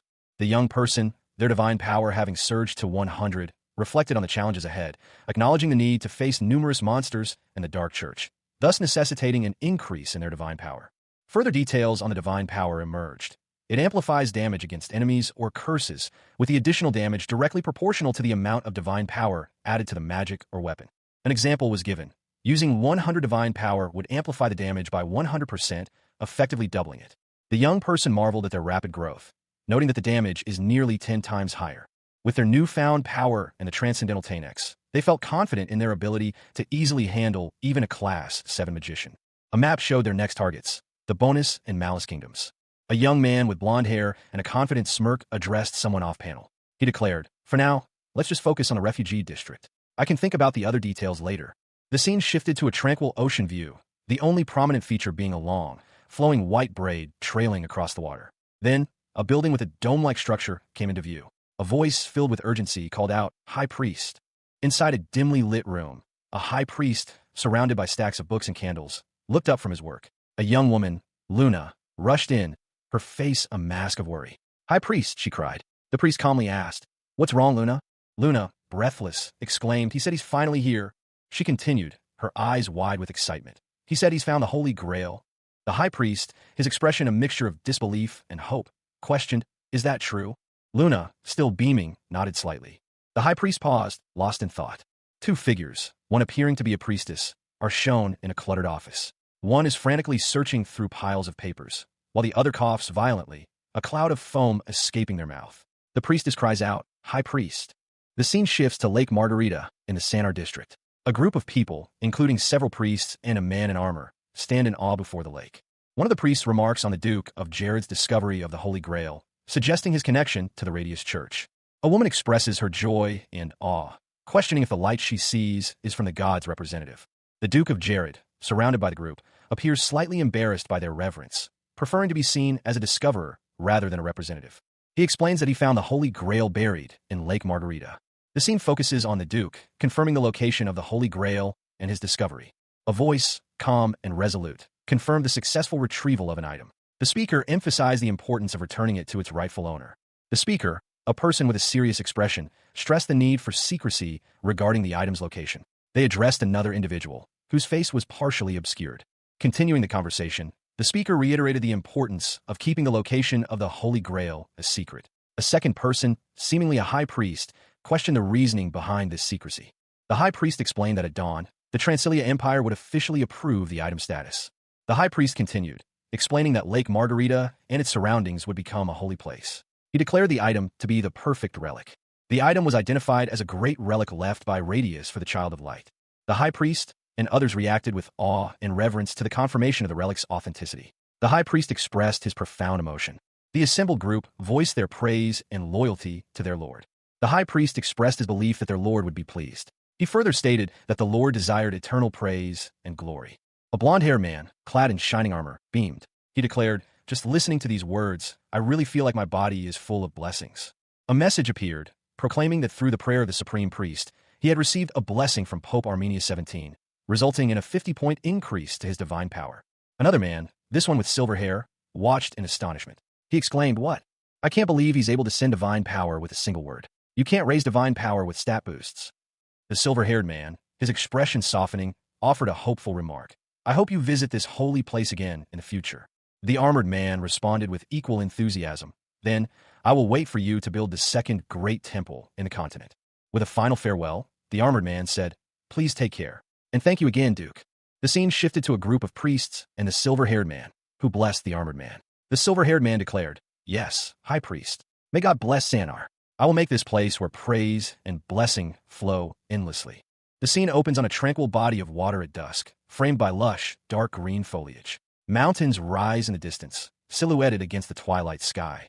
A young man with blonde hair and bright blue eyes, clad in armor, stands before this serene landscape. He remarks that, now that the Sanar district is a holy place, they should double-check its status. An official report details the reorganization of the Sanar district into a holy land, managed separately from the Krivia territory. This is now called the Holy Land Window. The young man, upon reading this report, exclaims in surprise about the Holy Land Window. He reflects that the Holy Land Window adds to the existing holy power, and that the name itself makes his heart flutter. However, he also notes that the holy place itself still has a long way to go. He continues, acknowledging that since he's starting from the bottom, these achievements feel like baby steps. He concludes, however, that at least they are receiving the attention of the gods, which is a positive thing. The perspective shifts to a sprawling cityscape at night, a vast expanse of lights stretching to the horizon. The young man's thoughts are revealed. He reflects on his previous life, where he overworked himself, and speculates that his current life circumstances may be due to divine influence.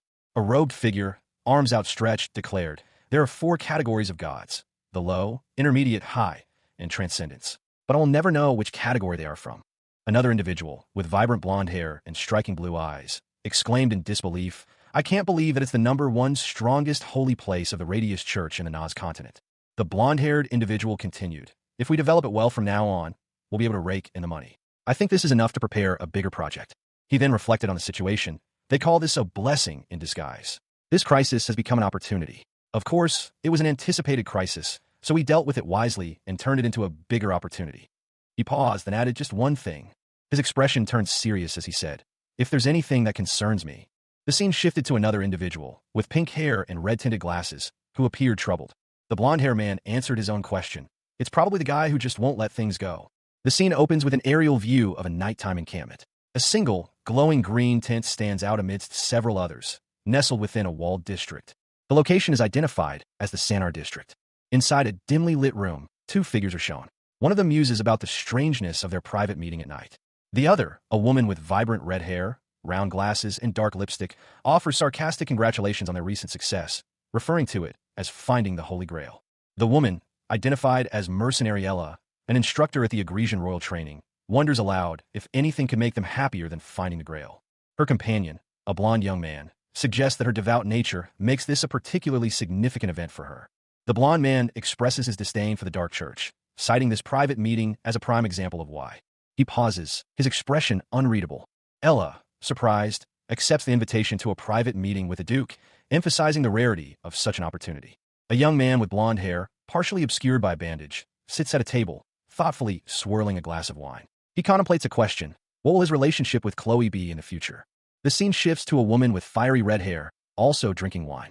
She muses, "It is almost September." The blonde man replies, confirming, "Yes, in 4 days. The official contract expires then, and we're done with a mutual agreement. We'll go our separate ways." He reflects on their partnership. "She was a good disciple. She understood 3 things when I only taught her 1. I was also being greedy because she's a gray elf and special at that, and her skills are good." The conversation continues, focusing on Chloe's exceptional abilities. The blonde man continues, "Well then, why? Chloe is already past the stage where I can teach her. And I have a very important fact." He gestures towards a partially visible woman with light-colored hair, hinting at a significant development. The blonde man states, "There appears to be a better teacher than me for Chloe." The red-haired woman asks, "It's a shameful question to ask, but perhaps teacher is me?" The blonde man confirms, "Yes." A woman reflects on her student's progress, remarking on Chloe's remarkable growth and expressing her own embarrassment at having taught her for over a year. The scene shifts to a woman with vibrant red hair, clad in dark attire. She declares herself a martial artist first, a contractor second, and announces her decision to let Chloe go, freeing the child to make her own choices. Continuing the conversation, a blonde man agrees to stop discussing Chloe. The red-haired woman approves, stating she likes that cool aspect of him. She then adds that the past is the past and should be forgotten. The red-haired woman reveals there's another reason for the meeting, a secret matter she needs to discuss privately with the blonde man. The red-haired woman's face is shown in close-up, her expression unreadable. The blonde man predicts a 90% chance of an attack by Umbra soon. The red-haired woman explains that they are searching for people who have fought the Dark Church, specifically those who fought alongside her disciple. She elaborates on their plan to use the impending crisis in the Holy Land as an opportunity to lure out and eliminate the Dark Church. The blond man is asked if he knows about Clues, the Archbishop of the Umbra Church, described as a mysterious man with gray hair and a mask. He seems surprised by the question. Two figures sat across from each other, engaged in a conversation. One, a woman with vibrant red hair and striking green eyes, peered over her spectacles. The other, a blond man, listened intently. The woman explained that a certain individual could only be found deep within the Umbra Church. The blond man, revealing a long-held interest in the Dark Church, seemed intrigued. The scene shifted. Under a large, open-air structure, a single figure waited patiently. The question hung in the air. What can I help you with? The red-haired woman continued her explanation, highlighting the Umbra Church's surprisingly low operational costs compared to its power. She proposed a plan, using precious metals or gold coins as bait to lure in the church's forces. She assured the blond man that he would receive ample payment for his assistance, a substantial amount of gold coins, enough to make the task worthwhile for him. The red-haired woman then turned her attention to the blond man, her expression suggestive. She inquired about his availability that evening. The two conspirators discussed their strategy. The woman emphasized the importance of eliminating all of the enemy forces. Even a single survivor would allow them to multiply again. The blond man agreed to the plan. 2 days passed. A caravan, escorted by numerous guards, traversed a mountainous pass. The destination, the Sanar district. Inside one of the wagons, numerous bottles of master potions were carefully stored. A basket overflowed with vibrant purple spirit stones, each etched with a complex symbol. Beside it sat several burlap sacks, clearly labeled food. Nearby, gleaming bars of unrefined and pure gold hinted at the expedition's considerable wealth. A woman with fiery red hair, powerful physique, and a confident smirk addressed her team. Now, everyone is responsible for transporting the materials safely. Her soldiers responded with enthusiastic affirmation, shouting their agreement. The woman, Ella, winced, touching a bandage on her temple. Ugh, it still tingles. She muttered to herself, recalling a recent sparring match. Lord Jared, bruising me in a mock battle. I was totally underestimating him. With his skills right now, even against Clue Eyes. Ella's eyes widened in realization as she analyzed the recent battle. It wasn't the first-class magic missile class that I thought it was. A wave of blue energy streaked across the sky, illustrating the scale of the attack. She continued her internal monologue. Normal magic missiles cannot have more than 5 arrows. I'm sure I saw more than 80, which means... A grim expression settled on Ella's face. The more I think about it, the worse it is. Ella barked orders to her troops. Everyone, speed up. Even if there are weak enemies coming after us, it's over if we wipe them out. Focus on moving forward rather than on the perimeter. Her soldiers responded with a unified, yes. Understood, Miseya. Ella, however, remained pensive, her gaze fixed on something in the distance. A subtle shift in her expression suggested a growing unease. Well-trained elite troops stood ready, their presence a stark contrast to the serene landscape. Their high-quality armor and weaponry gleamed in the sunlight. The insignia of the Aggressio Knights, a black lion on a gold border, was clearly visible on their banner, flapping proudly in the breeze. Observing them from a distance, Erica considered the scene. She mused to herself about the possibility of settling down, but then decided to first assess Lord Finus's progress on the task at hand. High above a long caravan snaking through a mountainous pass, a cloaked figure flies, their dark silhouette a stark contrast against the pale sky. A sophom escapes their lips, a sound barely audible against the wind. The figure, a young man with dark hair, muttered to himself, pleased with the effectiveness of his magic. The invisibility spell worked flawlessly, rendering him nearly undetectable. He mused on the advantages and disadvantages of his 5th-class transparency spell. The ability to remain hidden until the moment of attack was invaluable, but the spell's high mana cost and short duration were significant drawbacks. Despite the limitations, he decided to proceed with his plan. He needed to send a strong message, a warning to those who might dare to oppose him. His plan involved making it clear that any interference with his actions would result in swift and brutal retribution, particularly targeting the Dark Church. He considered the potential consequences of his actions, acknowledging the aggressive nature of his message. However, he had carefully planned this display of force to deter unwanted attention. His thoughts turned to a specific individual, the king. He hoped for a rematch, a chance to settle their previous conflict. The young man's attention shifted to another figure, the Black Death Demon, a high-ranking member of the Umbra Church, known for his formidable skills and shrouded in mystery. The report detailed the recent events surrounding Clues, a powerful figure who boasted of being an undefeated killer. His death at the hands of a player triggered a significant development. Following Clue's demise, he was declared the next boss monster in a massive update notice. A soldier, his face partially obscured, reported that he'd been overworked since then, and his information ended there. A sudden warning pierced the air. A large number of shadows were rapidly approaching from the right. Two armored figures reacted with alarm to the approaching threat. One of them immediately declared their intention to report the incident. The report confirmed that members of the Umbra Church were rapidly approaching from the right mountain ridge. A sudden explosion blocked their escape route, cutting off any chance of retreat. The soldier from earlier, now revealed to be a blonde-haired man in shining armor, declared that the time had finally come. He believed there was no future for the followers of the Dark Church who had pledged their souls to the devil. He vowed to leave none of them alive. A lone origami crane lay nestled in the cracked earth beside a sluggish stream, its delicate form a stark contrast to the harsh, parched landscape. A man, cloaked and weary, stood amidst a rocky chasm. He chuckled, a dry, brittle sound, as a realization dawned on him. He had walked into a trap. He knew this was coming. His enemies had initiated a full-scale assault, using him as bait. Meanwhile, another figure observed the unfolding battle from a distance. She commented on the enemy leader's clever strategy, relieved that her own experience had prepared her for such a scenario. She wondered if she had ever encountered such a cunning opponent before.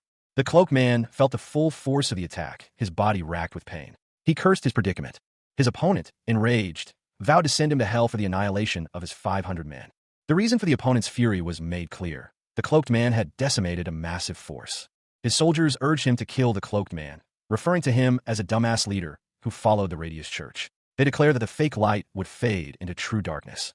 A blonde-haired soldier, witnessing the scene, scoffed at the enemy's crude language and lack of sophistication. A swirling, ethereal circle of turquoise energy pulsed with arcane power, emanating from a gloved hand. Instantly, 6 bolts of pure energy, described as hexuple transcendence magic missiles, shot forth from the circle, arcing through the air. The missiles struck their target with explosive force, engulfing a figure in a brilliant flash of light and energy. A witness observed the event, voicing their astonishment. What is that? That magic doesn't have a foundation. The caster of the magic, a blonde-haired man in ornate armor, confidently replied, That's right. It's magic without a foundation, and can only be used by one person. He then explained, This is my transcendence magic. The magic missiles, he continued, were like magic missiles that poured down like rain, resembling spears of wind, difficult to track visually. The blonde-haired man prepared another attack, his hands glowing with purple energy. He described this new attack as electric arrows fired from all directions simultaneously, impossible to count. A blinding purple energy crackled across the battlefield, the air itself seeming to writhe under its power. Surrounded by the destructive force, skeletal figures shrieked in terror. Even if we retreat, we'll be killed by clues, one cried. I'd rather be burned to death in an instant, like a fire moth to Jared.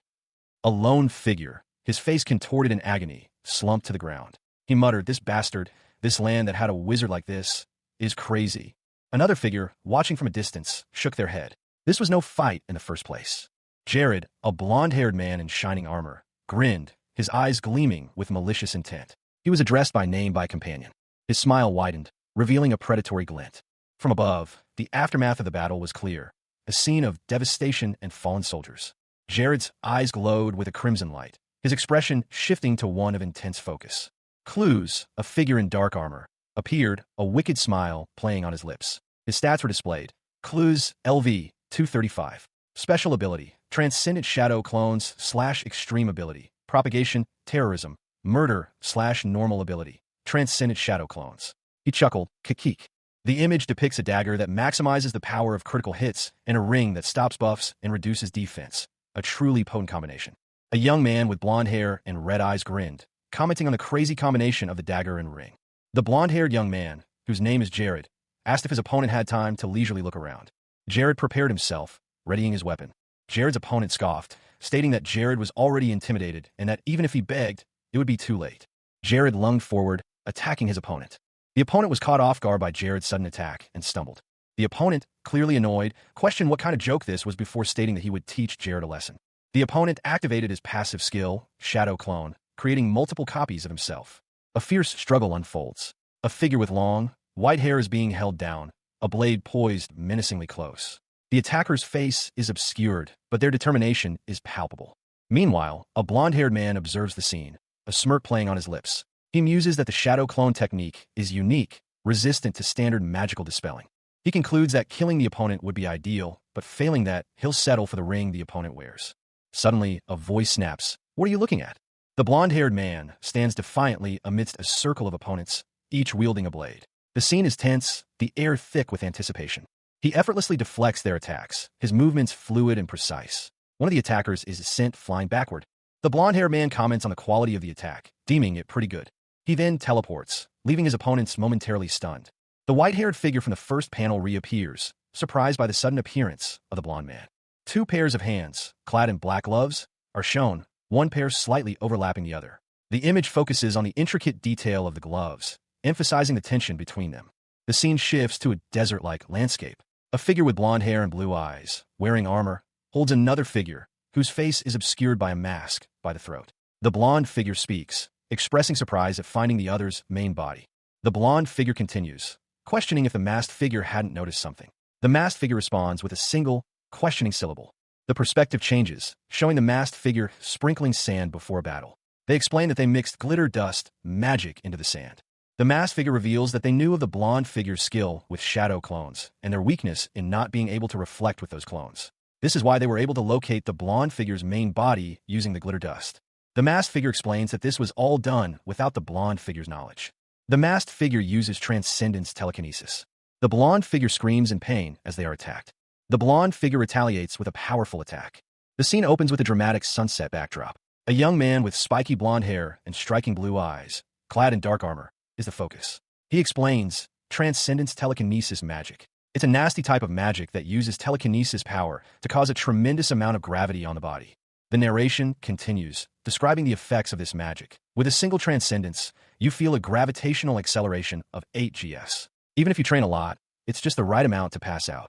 The blonde young man's hand is shown, holding a ring. He says, I took out the ring of absolute weakness right before I made him fly away. I'll use it well close. He adds, showcasing the ring on his finger. You can never go wrong with absolute debuff. Removing the ring was much easier than I thought. Lucky. Suddenly, another figure appears, seemingly emerging from behind the blonde young man. The scene shifts to a close-up of the two, suggesting a confrontation is about to begin. The blonde young man speaks to the newcomer. You came so quick. Do you have anything to say? I've experienced the power of telekinesis many times up until now. The newcomer, whose face is partially obscured, responds, but I've never experienced such ridiculously powerful telekinesis before.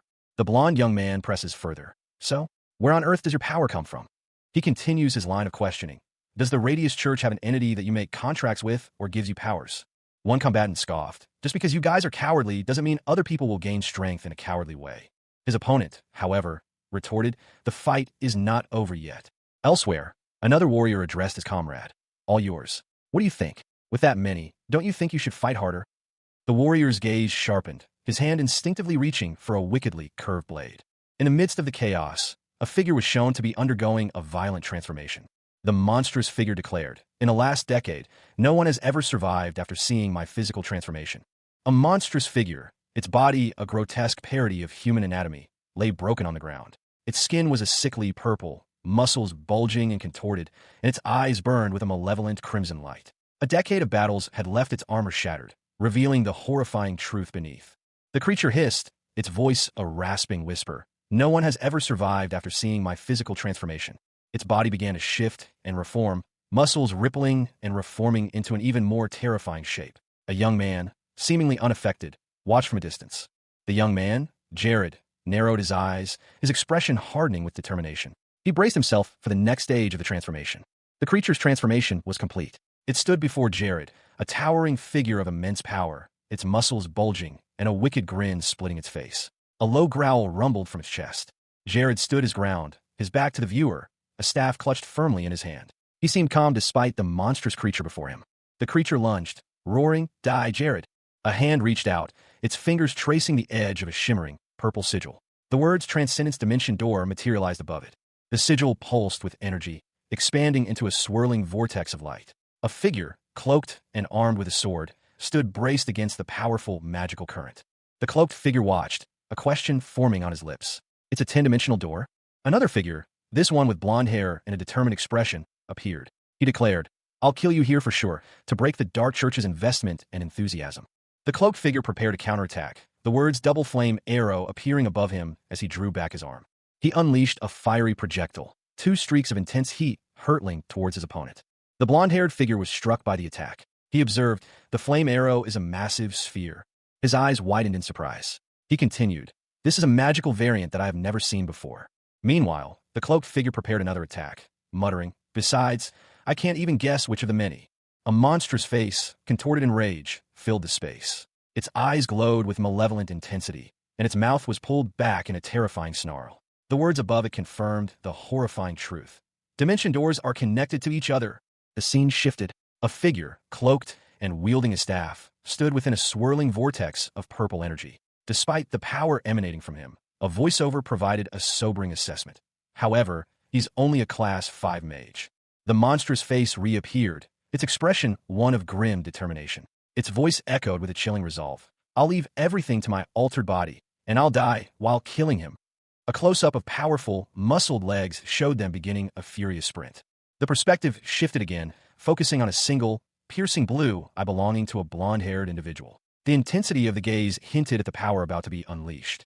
The blonde-haired individual launched a magical attack, the incantation Dimension Door Fire Arrow appearing above their outstretched hand as fiery projectiles formed.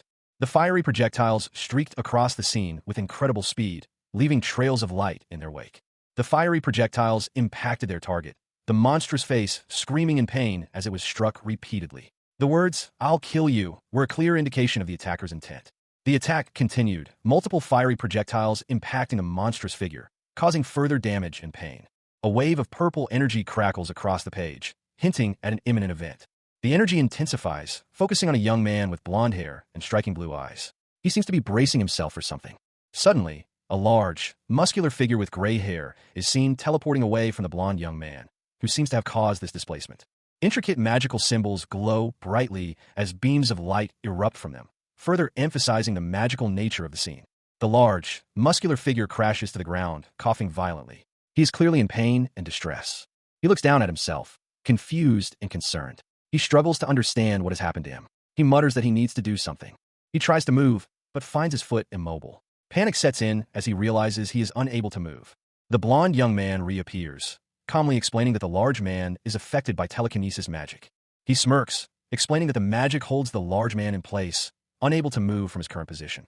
A fiery arrow streaks across the sky, a brilliant trail of incandescent light marking its deadly path. The arrow impacts its target, a muscular figure with silver hair, who cries out in pain as the force of the blow sends him reeling. He collapses, a pained groan escaping his lips as a pool of blood spreads across the ground where he falls. The impact was clearly devastating. He mutters to himself, his voice barely a whisper, "It really doesn't make any sense." His thoughts turn inward, a torrent of disbelief washing over him. Even considering Jared's considerable magical skills, nearing Class 6, this level of power is incomprehensible. He analyzes the situation further. Jared's current magical power is far beyond what he used to kill his subordinates earlier, at least twice as strong. And more troubling, his mana seems limitless. A knight, clad in dark green and silver armor, stands poised, his hand resting on Delrook's bracelet and the Ring of Absolute Weakness. With a swift movement, he uses the Ring of Absolute Weakness, targeting the fallen foe. It's a move that guarantees death. The fallen warrior, eyes wide with shock and disbelief, manages to ask, "How? How do you know the ring's ability?" A muscular, dark-skinned man with graying hair clutched the arm of a blonde, armored youth. The man groaned, my body," while the youth Clues looked on with a grim expression. The man's face contorted in pain, his eyes widening as he braced himself. He muttered, "Defensive stance." Clues smirked, his expression turning cold. He remarked, "I guess you're more stupid than I thought." A sudden, powerful energy surge erupted, leaving only a blurry image of the two figures.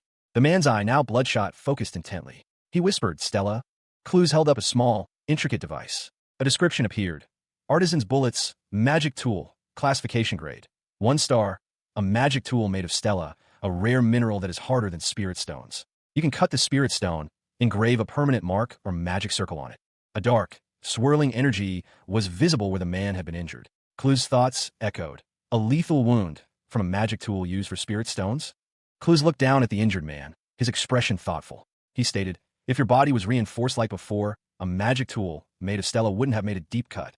A battle raged. One combatant, his body a canvas of crimson streaks, spoke, his voice strained but clear. "But since I used certain death on you, you are temporarily defenseless." He continued, his words laced with grim satisfaction. Because of this, the wound inflicted by the magic tool immediately became fatal. The victor, a blond man in dark green cloak, approached his fallen foe. He calmly stated, "I'll be taking this dagger." As he retrieved the weapon, a guttural sound escaped the wounded man. The blond man added, with a hint of menace, "Just in case, I'll make sure this is the end for you. The blonde man, whose name is Jared, addressed his defeated opponent. Many innocent people have died because of your desire in wrong ways. Well, you would do evil things in every way possible, so it's not like you feel bad for any of it anyways. Jared smirked. Keck. Pretty good. Very good, Jared. Jared then turned his attention to another matter, questioning. Jared, how is someone like you still the lord of a small territory? He continued his self-reflection. If there was a way to tell that you were an enemy I couldn't beat, I wouldn't have even thought about fighting you in the first place. Jared's thoughts lingered on his strategic decision. I wouldn't have made a trap in the first place if I thought I couldn't beat you. The scene opens with a dramatic declaration. A voice filled with chilling certainty booms, amazing. I'm the only person who perfectly understands the abilities of this ring. Clues, your head will be eradicated, and your body will travel throughout the land to take the wrath of the people. Another individual, seemingly unimpressed, interjects, Keck. What do you get from venting your anger on a dead body? Even if you do, it's not like the dead people are going to come back alive. Kiki. The speaker continues, their tone hardening. They died because they weren't good enough. They can never revive them. Keha. Yes, that's right. There is nothing to gain. The scene shifts. A figure kneels beside a fallen warrior, a look of concern etched on their face. They ask, what are you doing? A bright green glow emanates from their hands as they perform a healing technique, labeled Transcendence Heal. The fallen warrior, now receiving the healing, speaks in surprise. Did you perhaps change your mind all of a sudden, and you're trying to save my life? The healer responds, with a chilling smile, you'll die anyways. But you'll never die until I tell you that you can die. The healer explains their cruel method. Until you run out of breath, you will go through so much pain that you cannot die from. The warrior, clearly confused, asks what? The healer presses on. Now, shall I hit you, as much as you were healed? The warrior is subjected to a brutal series of attacks, punctuated by cries of pain and the repeated use of Transcendence Heal to keep them alive. The final panel shows the warrior enduring unimaginable suffering. A stark declaration concludes the scene. Even if you wanted to die, you couldn't. Never allowing death. It was the beginning of a living hell. The story continues. The scene opens with a breathtaking sunset, the sky ablaze with oranges and purples. A desperate plea echoes across the landscape. Please. The plea continues. Please kill me. I was really wrong. A young man with blonde hair lies prostrate on the sand, his body radiating a faint green glow. Beside him, a woman with pink hair whispers, please stop letting me breathe. A voice, cold and detached, observes, I guess everyone becomes weak in the face of torture. Then confess your sins in front of this imaging device. A close-up reveals the woman's pained expression as she struggles against the device's influence. The blonde young man, now standing over the woman, taunts her, what are your last words? She replies weakly, even if I die, the Umbra Church will surely avenge me. A cruel smile spreads across the young man's face. He says, that's good for me, since I hate the Umbra Church. A hand, strong and pale, gripped a head of silvery hair. The victim's face was obscured, but a sense of finality hung in the air. The unspoken words, to its core, echoed the brutal nature of the attack. The scene shifted. A metallic, triangular device, humming with barely contained energy, floated in the air, a stark contrast to the violence of the previous moment. A figure with ragged, blood-stained clothing and wild, white hair let out a chilling laugh. Their words, laced with malice, promised a grim reunion in the afterlife. Above them, a young man with blonde hair and piercing blue eyes smirked. He declared his intention to avoid the same fate, pointedly stating that he wouldn't be joining the speaker in hell. The figure with white hair, now wielding a glowing blue blade, swore a terrible curse. The blonde young man examined status messages that appeared before him, briefly noting them before deciding to check them later. He then proceeded to store the deceased body within a spatial ring. He turned away, his expression unreadable. The image shows a young man with blonde hair and striking blue eyes, a small scar marring his cheek. He has a serious expression, his gaze fixed on something unseen. A voice, strong and resolute, cuts through the air to the battlefield. A blur of motion, a flash of light, and then a sudden stillness. The scene shifts. A young woman with vibrant red hair, framed by a fluffy white collar, watches the aftermath with a thoughtful expression. She wears glasses and has dark lipstick. She reflects, at some point, the knights and I became spectators. Even if he's alone, he doesn't seem like he needs backup. The scene continues to show the aftermath of a battle, with intense light and energy still lingering. Nearby, other soldiers discuss the events, their voices filled with awe and uncertainty. One exclaims, he's a high-ranked wizard even among all the combat wizards. He's at least that much. The Lord is really amazing. Do you think Cluz also died by the Lord's hand? If so, then this is going to be an incredible moment. The blonde-haired young man from the first panel appears again, his expression now one of grim acceptance. A stark statement hangs in the air. Cluz is dead. A fierce battle raged. A lone figure, surrounded by cloaked assailants, fought with desperate skill. Their cries of pain echoed as the figure's weapon flashed, leaving a trail of fallen foes. The remaining attackers, their faces obscured by ritualistic masks, shouted a name, Clues, with chilling determination. Observing from a distance, a young man with vibrant red hair and glasses muttered in disbelief. He questioned whether the seemingly impossible had just occurred. Another young man, this one with blonde hair, appeared, his expression fierce. He declared his lack of interest in saving the surrounded figure, emphasizing that their crimes against innocent people could only be atoned for by death. The blonde-haired youth continued, his words painting a grim picture of the consequences of the surrounded figure's actions.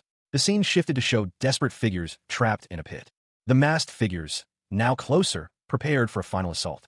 The blonde-haired youth, Jared, launched a fiery attack, his movements imbued with power and confidence.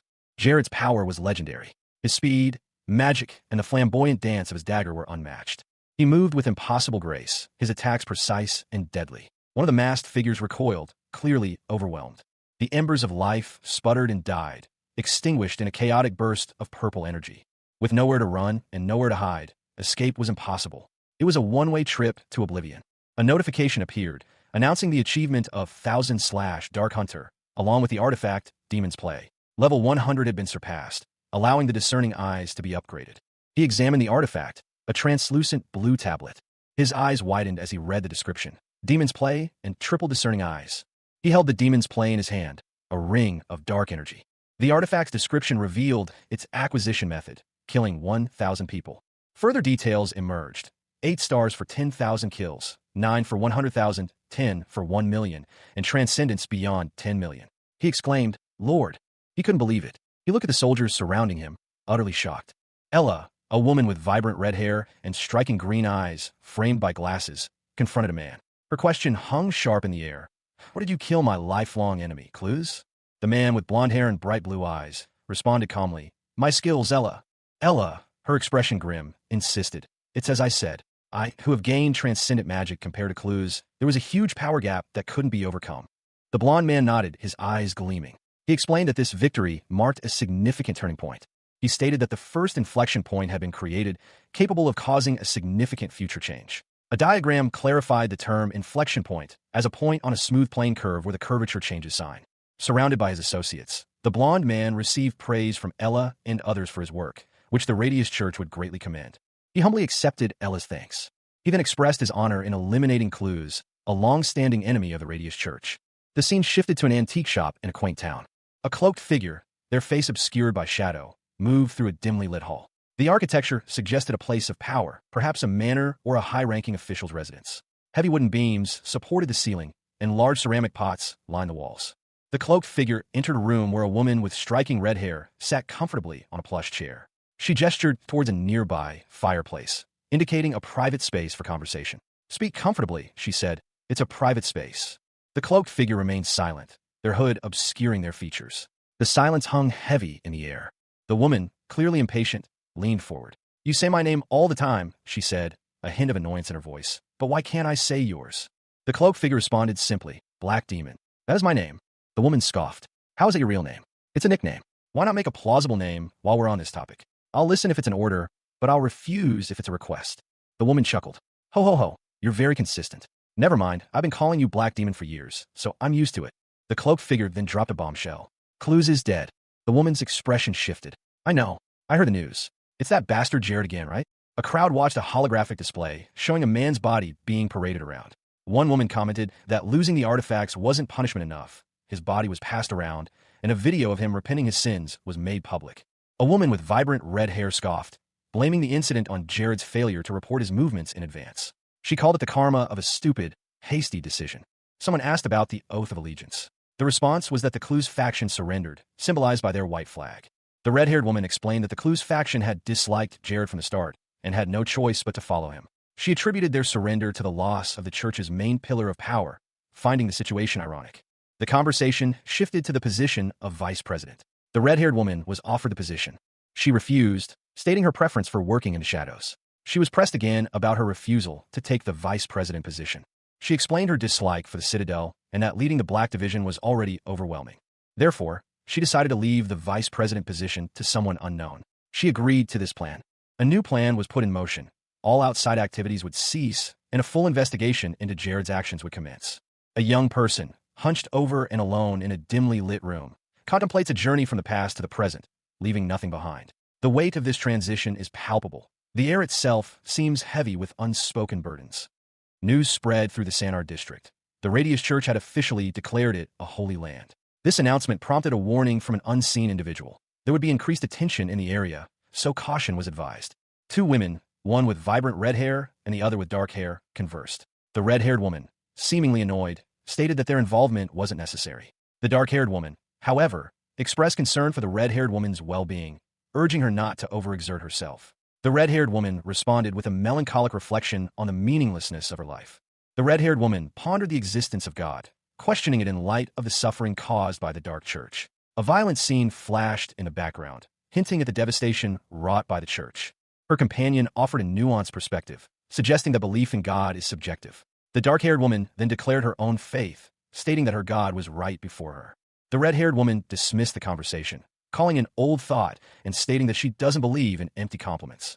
The dark-haired woman, in turn, informed her that she would be busy with an investigation and would likely be unavailable until it was complete. She added that she would also be fighting in a dungeon the following day. The dark-haired woman inquired about the specific dungeon, confirming that it was indeed the Spider Queen Morgiana's dungeon. The image showed the imposing structure of Morgiana's dungeon, a dark church-like building with a large, ominous red rose window. Inside a dimly lit tavern, a woman with striking crimson hair and dark eyes addressed two burly men. She stated her intentions: to meet the Red Queen and attack the dungeon. One of the men cautioned her, warning that the woman and her subordinates were secretive and dangerous. The crimson-haired woman, seemingly unfazed, responded confidently that she had done this before, assuring them not to worry. Another woman, with dark hair and intense eyes, confronted her. She revealed that the crimson-haired woman was the head of the Umbra Church, a pillar of power, and warned her against carelessness. The crimson-haired woman, after a brief moment of contemplation, declared that she was leaving. She then let out a sigh. Her eyes flickered, a hint of vulnerability showing through her tough exterior. She whispered a name: Jared. A cold resolve hardened her expression. She vowed to kill him. The scene shifts to Cribia's Great Manor on September 1st. The imposing brick facade of Northwood Academy loomed large, its many windows gleaming under the bright morning sun. This was where Matsuda Erika, known to her friends as Eri, spent her days. Inside, Eri sat hunched over a glowing console, her fingers flying across the keys. She muttered to herself about the sheer volume of messages demanding her attention, each one requiring careful review.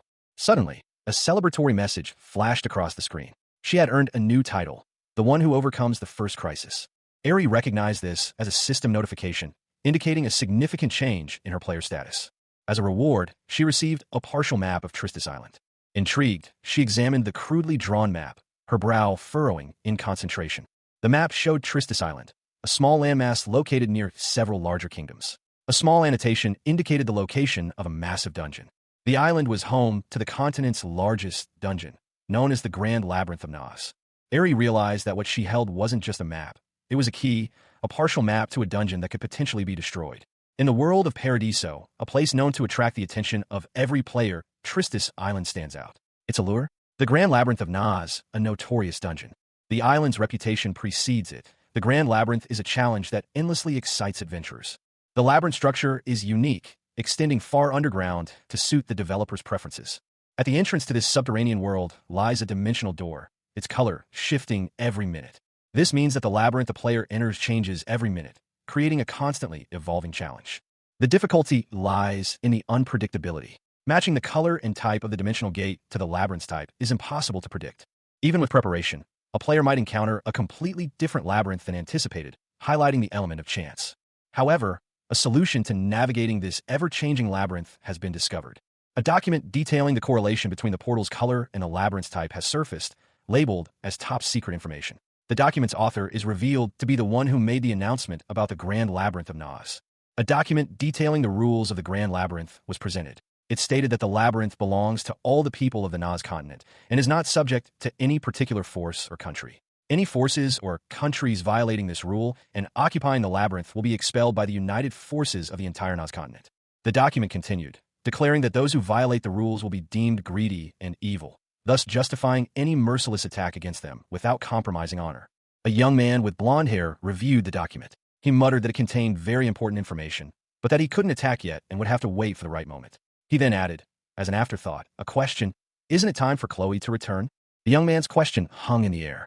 Elsewhere, a nervous elf-like woman with white hair paced, muttering to herself. Suddenly, another elf, this one with teal hair, appeared, startling her. The teal-haired elf cheerfully greeted the other, asking when she had arrived. The white-haired elf, startled, could only manage a short, breathless ack. She explained that she had just arrived. The teal-haired elf responded that the Lord had been waiting for her for a while and that she should go to him immediately. The teal-haired elf emphasized the Lord's impatience. The white-haired elf responded curtly that there were still many things she wanted to learn from the Lord, dismissing the other's suggestion as a stupid question. She then challenged the teal-haired elf to repeat what she had just said to the Lord. A young woman with vibrant turquoise hair, dressed in a maid's uniform, offered some advice. Don't hide your feelings and show all of it. Her expression was bright and encouraging. She continued, her words carrying a certain weight. Be truthful. You shouldn't hide the truth. The maid then added, with a touch of playful defiance. Okay, then I'll get going. I have to go practice. A sudden shift in the scene. A tall figure with pale skin and dark hair, dressed in dark clothing, stood silently in a hallway, their hand clenched. The air felt heavy with unspoken tension. The scene changed to a richly decorated room. A blonde-haired man addressed a woman with long, white hair and pointed ears, who was sitting across a large wooden table. Chloe, he began, how is your personal training going? Have you practiced stealth, disguise, and deception? The woman, Chloe, responded simply yes. The man pressed further, asking, in general? Chloe again replied, yes. The man continued, a thoughtful expression on his face. I'm really thinking about calling you Bot instead of Chloe in the future. Chloe smirked, replying, I'll say no to the last answer. The blonde man nodded, saying yes. He then explained, it's because I will need your skills in the future. In our manor, we need talented people with potential like you, Chloe. I know that you're from the Grey Elves, and you may have to return to your clan's land at any time. Chloe questioned him. You're making an offer even after knowing that? The man simply replied, yes. He added, you left your hometown again. Inside a richly decorated room, two figures sat across a large, ornate table. One, a man with blonde hair and a dark blue jacket, spoke. You'll gain experience in the human world, won't you? The other, an elf with silver hair, responded. From now on, the events inside and outside the manor will dramatically broaden your knowledge. The focus shifted to a close-up of a young man with blonde hair and bright blue eyes. He mused, the grand labyrinth of Naz is a dungeon I'll conquer one day before the end of my life. Chloe will be a huge help in the grand labyrinth of Naz. The scene changed to show another man, this one with brown hair, looking thoughtful. He said, I've talked about it with Ella, and it seems Chloe will accept this offer. I've never thought about it. I don't think I can. Back with the blonde-haired young man, a woman with long pink hair and pointed ears spoke. Oh, I was thinking of leaving tomorrow. The young man responded, that's weird. From what I've heard through Hayes yesterday, Hayes, Isabel, and Lena all said that they were getting ready to make forest. The scene shifted back to the ornate room. The silver-haired elf looked sternly at the blonde-haired young man. Don't tell me. You're raising the price, you. The final image showed a close-up of the blonde-haired young man, followed by a close-up of the silver-haired elf, her eyes glowing intensely. The story concluded with to be continued. The chapter opens with a close-up of a young man. He has blonde hair, striking blue eyes, and a small, almost imperceptible smile playing on his lips. A faint blush dusts his cheeks. The perspective shifts to a young woman with pointed ears, her gaze intense. Her eyes, a fiery orange, are fixed on something unseen, conveying a sense of quiet determination. The scene changes to an indoor setting. The blonde young man speaks reassuringly to the young woman, his words meant to alleviate her concerns. He tells Chloe not to worry so much. He extends an invitation, suggesting she stay with him for as long as she's allowed. His smile remains, but there's an underlying sincerity in his offer. The young woman, Chloe, looks surprised. The blonde young man explains that he needs her help with his manor. Chloe hesitates, questioning the necessity of her involvement. Chloe is shown in profile, her expression thoughtful and uncertain. She appears to be considering his request.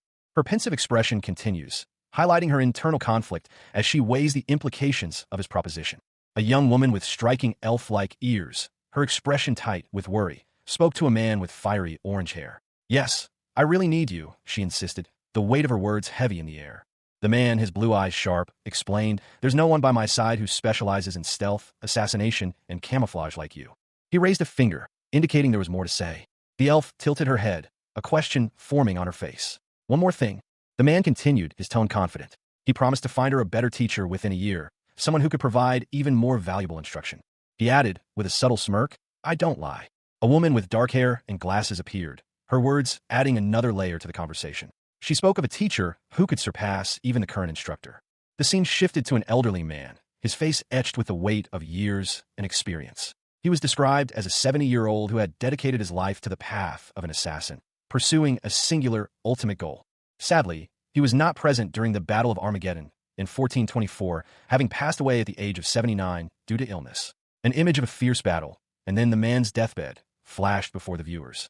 A young man with blonde hair and striking blue eyes addressed a silent figure. He suggested, "Anyways, just pretend to be deceived by me and stay. It'll give you a lot of experience. Think of it as a queen's class. How about it?" The silent figure, a young woman with long, pale hair and pointed ears, responded quietly, revealing she had two older brothers, one of whom was likely to be crowned in her stead.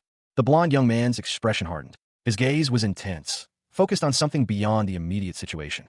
He continued his explanation, stating that people will eventually die. The young woman reacted with a surprised, "What?" The blond young man confessed his inability to share this information with someone named Chloe. He then proposed a compromise. She should stay for 1 year, after which he would leave the decision to her. The young woman, after a moment of consideration, agreed to stay under the proposed conditions. The blond young man turned away, leaving the young woman to her thoughts. Chloe and an unseen companion prepared themselves, Chloe stating, "Let's do our best." Meanwhile, in a different location, a blond man sat at a desk, thoughtfully stating, "I think it's time we started mining in Chaldea seriously." The man continued his monologue, "A metal stronger than steel. We need to mine more in Chaldea."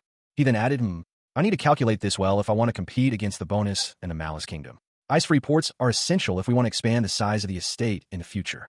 The man explained, since the sea in front of Mate Port, which is connected to the Magnum Strait in the Caribbean territory, freezes in the middle of winter. He concluded, "It'll be a secret surprise.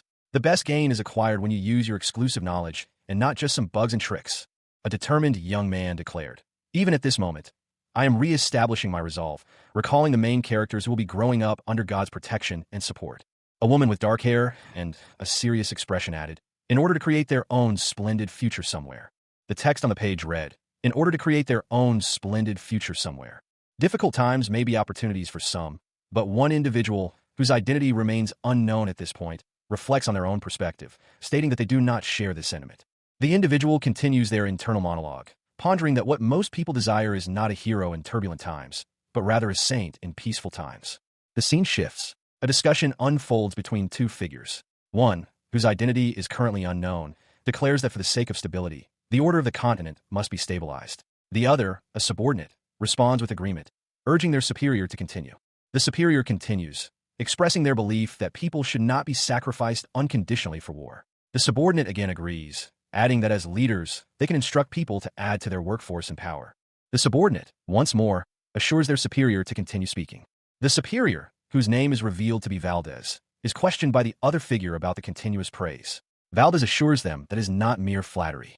Valdez explains that he doesn't know how to express empty words, reiterating his sincerity to his Lord. The Lord acknowledges Valdez's statement. Valdez clarifies that his words are not borrowed or copied, but rather his genuine thoughts. Valdez emphasizes that his words reflect his true feelings, given the Lord's leadership style. Valdez, inspired by his faith, reached a loyalty level of 200, entering a state of primary awakening. Meanwhile, a man in a suit reported that the rainy season in the southern part of the Nasu continent had caused a surge in demand for master potions. Valdez reacted positively to the news, expressing his relief. The suited man then offered Valdez some sensitive information he had gathered through his personal network. Intrigued, Valdez asked to hear it. The information concerned the bonus and Malice Kingdoms. The man handed Valdez a document. Valdez assured him he wouldn't ask about the source. The document contained stories of naval generals treated poorly in both kingdoms. The document detailed how the Navy's high maintenance costs, compared to its performance, made it undesirable in the eyes of the two kings. The man confirmed this assessment. Valdez's companion understood his plan. The Navy in those countries needed a cause and an opportunity. Valdez believed that if they could give the Navy a strong enough reason to abandon their current leaders, they would easily transfer their allegiance to a stronger power without regret. Inside a grand, ornate library, a young man in a dark tunic excitedly gestures towards a seated, older man with shoulder-length brown hair. He announces that he has found someone. The young man, breathless with excitement, informs the others that he has located the blacksmith at the Plenus mine. One of the listeners, a blond young man with piercing red eyes, questions whether the found blacksmith is the right one, expressing doubt. The young man from the library vehemently defends his discovery, insisting that he traveled a long way to confirm its accuracy. The blond man remains unconvinced, stating that certainty is required. The scene shifts to a description of Chaldea, a blacksmith renowned for his mastery of materials, described as the father of metallurgy. The blond young man smiles triumphantly, confirming that they have indeed found Chaldea. Suddenly, the scene changes to a nighttime aerial view. The blond young man is seen carrying the young man from the library, who appears to be unconscious, through the night sky. The blond young man casually explains that he simply picked up the unconscious young man. High above, a figure surveys the land below. His internal monologue reveals a sense of unease. Strange. The Lord is flying from above, looking at the same place as me. The scene shifts to a conversation between two individuals. One, seemingly a subordinate, chuckles nervously. Sorry, my lord. The other, addressed as Lord, inquires, but Aki, the guys at the Plenus mine are asking for money? The Lord's subordinate continues, explaining the situation at the mine. He states that the mine's superintendent is corrupt, and that the miners are demanding bribes to influence performance charts. The Lord summarizes the situation grimly. It's a rotten place. The conversation continues, with the subordinate observing that corruption is rampant, particularly in the kingdoms of Arcania and Fafur. He notes that those closest to power are the most greedy. The Lord agrees, that's true. The Lord makes a decision. He declares, shall we pick up the pace again? To the Plenus mine. Night sky. Stars speckled across a deep blue canvas, punctuated by dark clouds. Inside a cramped transport vehicle, two figures rest. Aki, his breathing heavy, lies asleep. His companion, concerned, observes him. The companion suggests they use this downtime to check on Tanex. They discover a hole in Tanex's armor, from which data is being collected. The companion realizes this is the source of the problem. A close-up reveals a being with striking, yellow eyes and pale green skin. The expression is one of amusement. The companion reflects that the being would be pleased with the data, as it provides feedback on the transcendental body. They plan to use this to their advantage, hoping to pique the being's curiosity.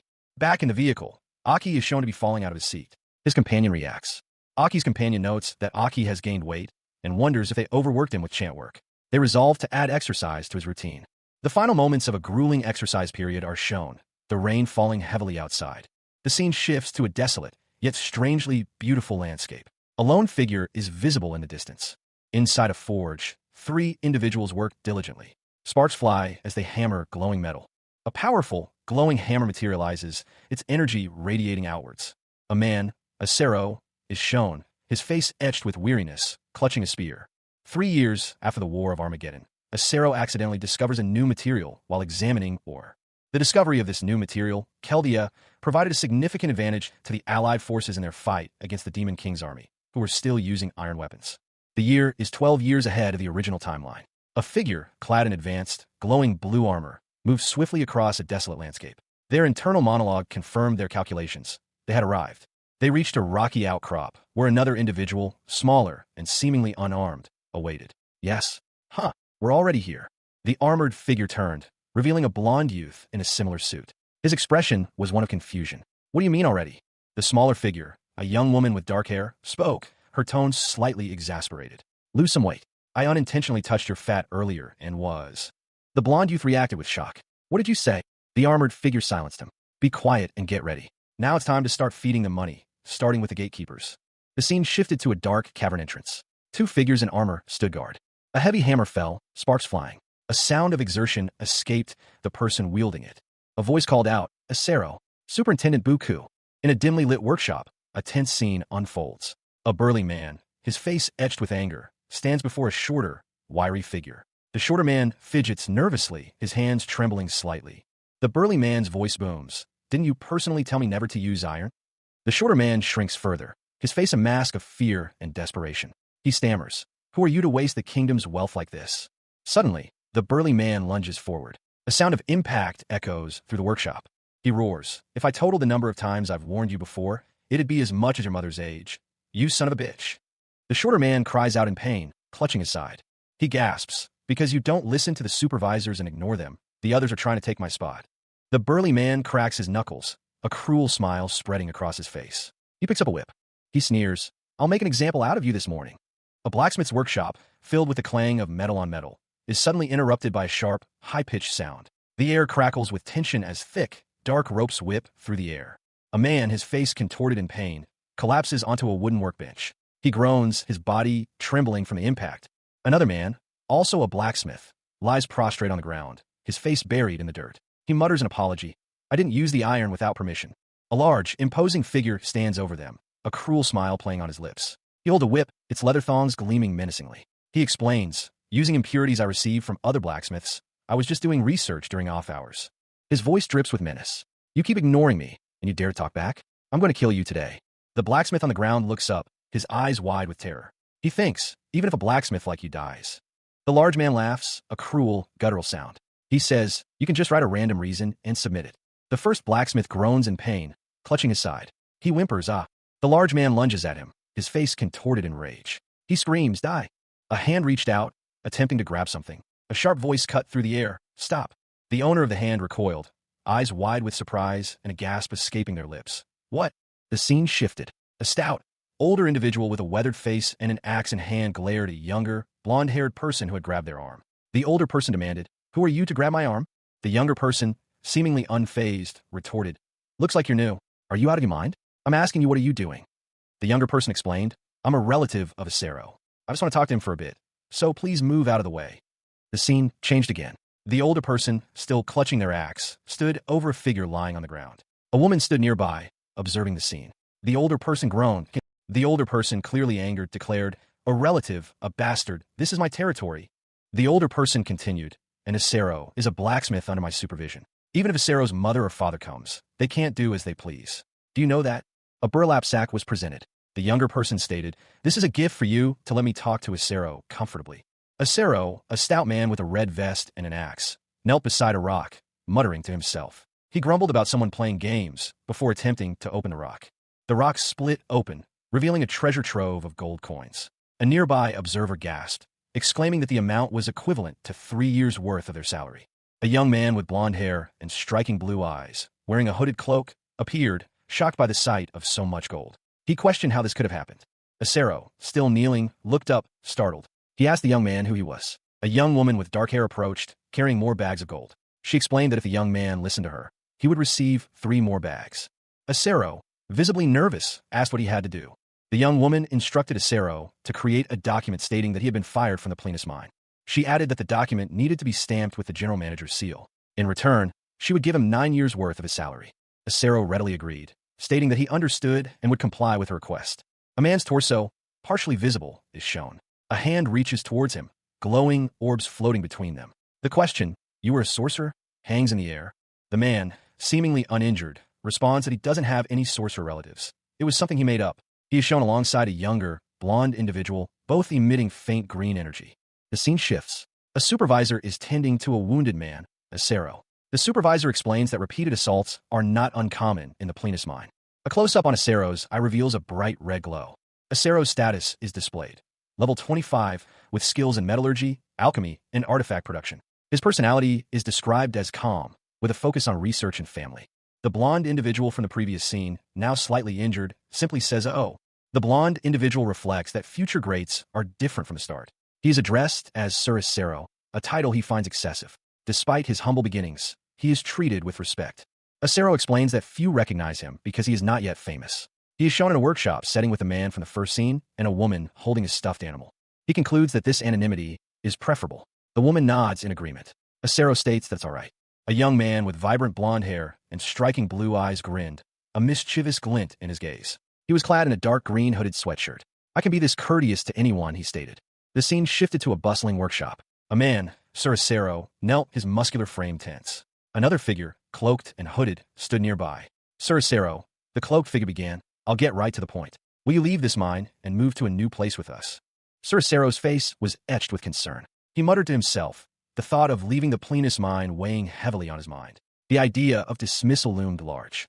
Back in the workshop, the blond young man, beaming, announced himself. Beside him stood a shorter, dark-haired companion, clutching a pair of small, orange objects. I'm a lord of the great Cribia territory, he declared. Addressing Sir Acero again, the blond young man continued, his tone sincere. He offered an invitation. I sincerely want to invite you to my estate.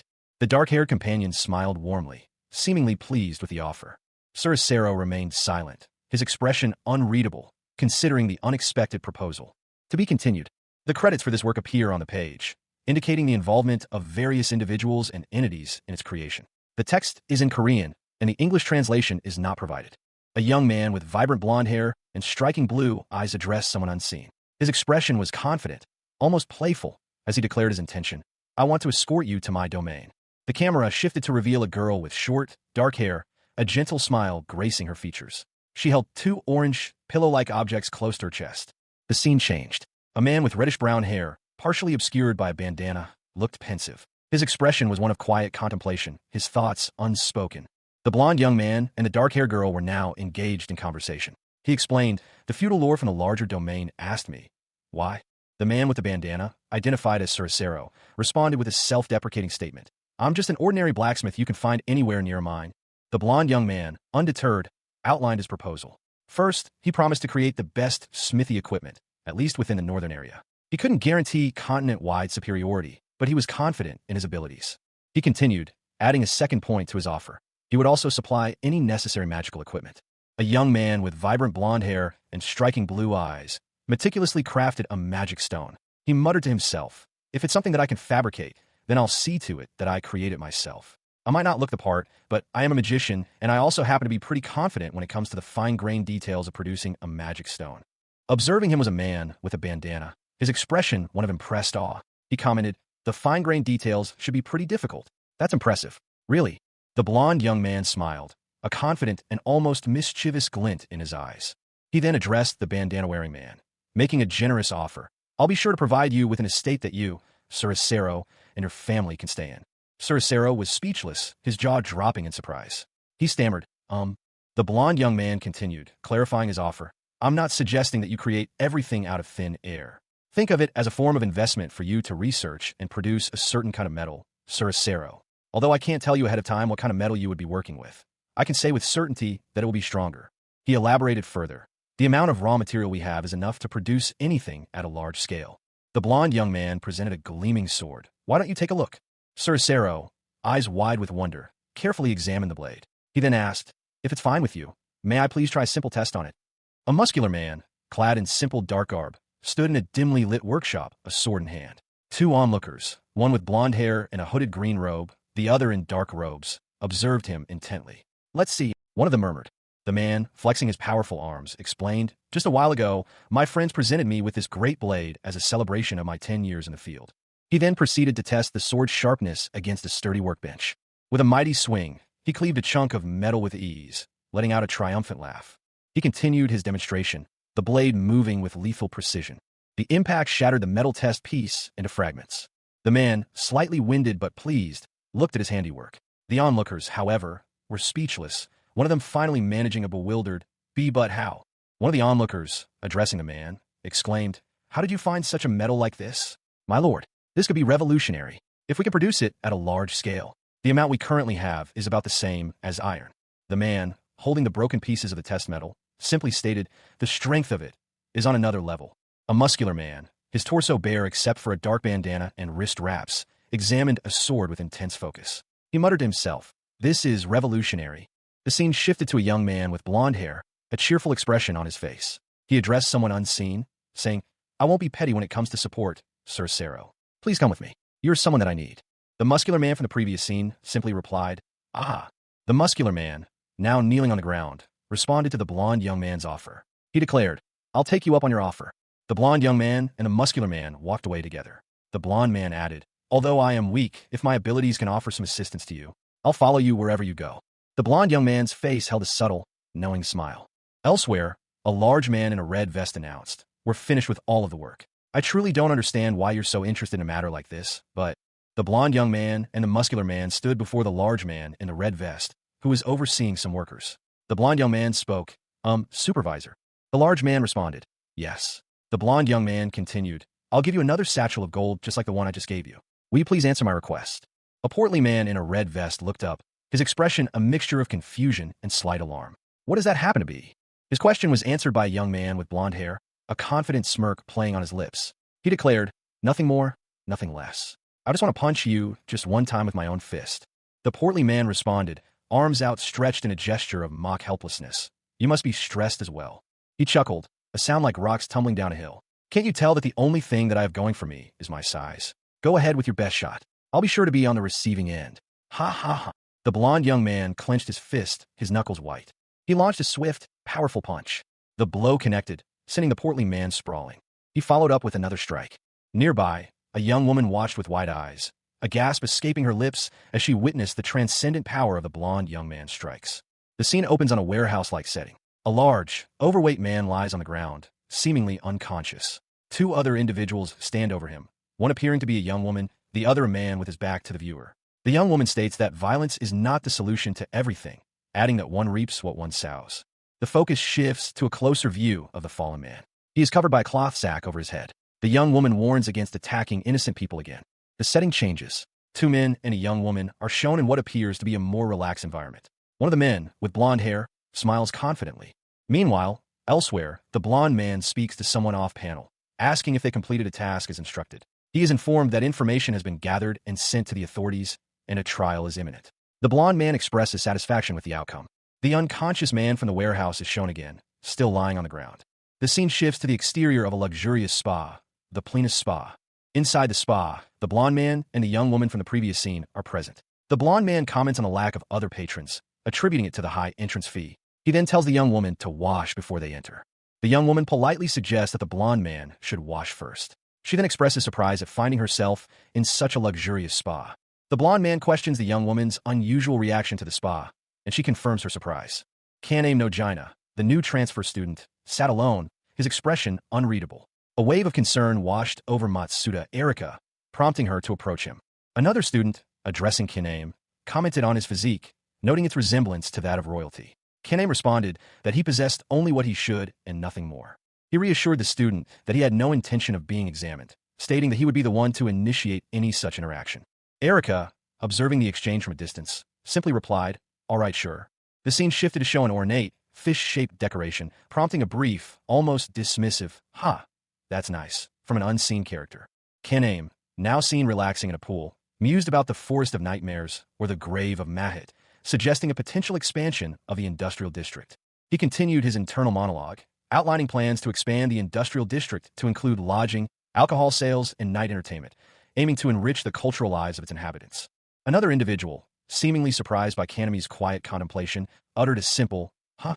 Kaname, seemingly unfazed, remained silent, his gaze fixed on something unseen.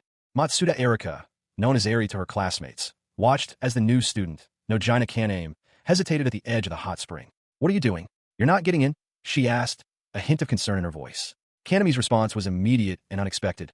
"I actually hate hot water." Eri's brow furrowed slightly. "Then just dip your feet.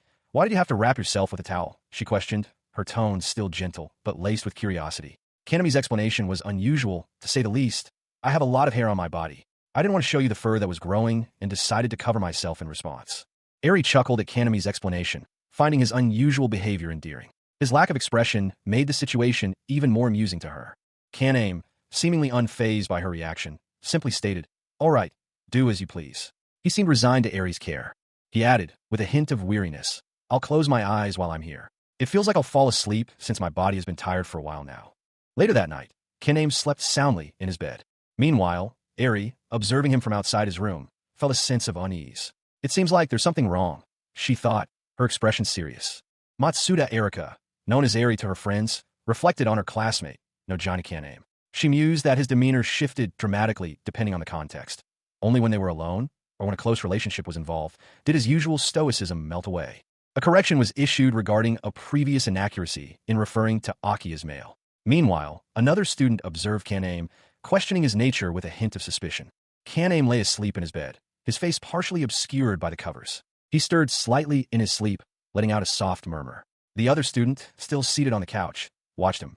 The scene opens on a panoramic view of Fafur Kingdom, a sprawling metropolis of imposing architecture and bustling streets. In the foreground, a family stands, the parents, appearing weary yet relieved, exchange words. The mother holds a large bag, while the father carries several smaller ones. Their two daughters stand beside them, looking equally tired. A young man with blonde hair, partially obscured by a dark green hood, observes the family from a distance, his expression unreadable. He silently notes the meager amount of luggage they carry. Approaching the family, he comments on the small amount of belongings they possess, suggesting they don't have much. The father laughs, explaining that they've always been on the move, making it easier to travel light. The blonde young man appears touched by the father's explanation. He then asks if they are headed to the Zimmer Villa. Matsuda Erika, a young woman known for her reliability and care for others, responded with a simple, "Of course." Erika continued, outlining her plan, to make the necessary arrangements for Asero's family to live comfortably, ensuring they had the best household goods. A young man with blonde hair and bright eyes, presumably Asero, smiled and agreed to her plan. Erika and Asero stood together, observing a group of people in the distance. One of them asked, Yes, I understand. But my lord, are you not coming with us? Erica explained that she would be using long-range teleportation magic, so her absence shouldn't be long. Acero reassured Erica, stating that he would return once his task was complete. Erica, however, looked concerned and asked Acero where he was going. A guard stopped Acero, requesting payment of a passing fee.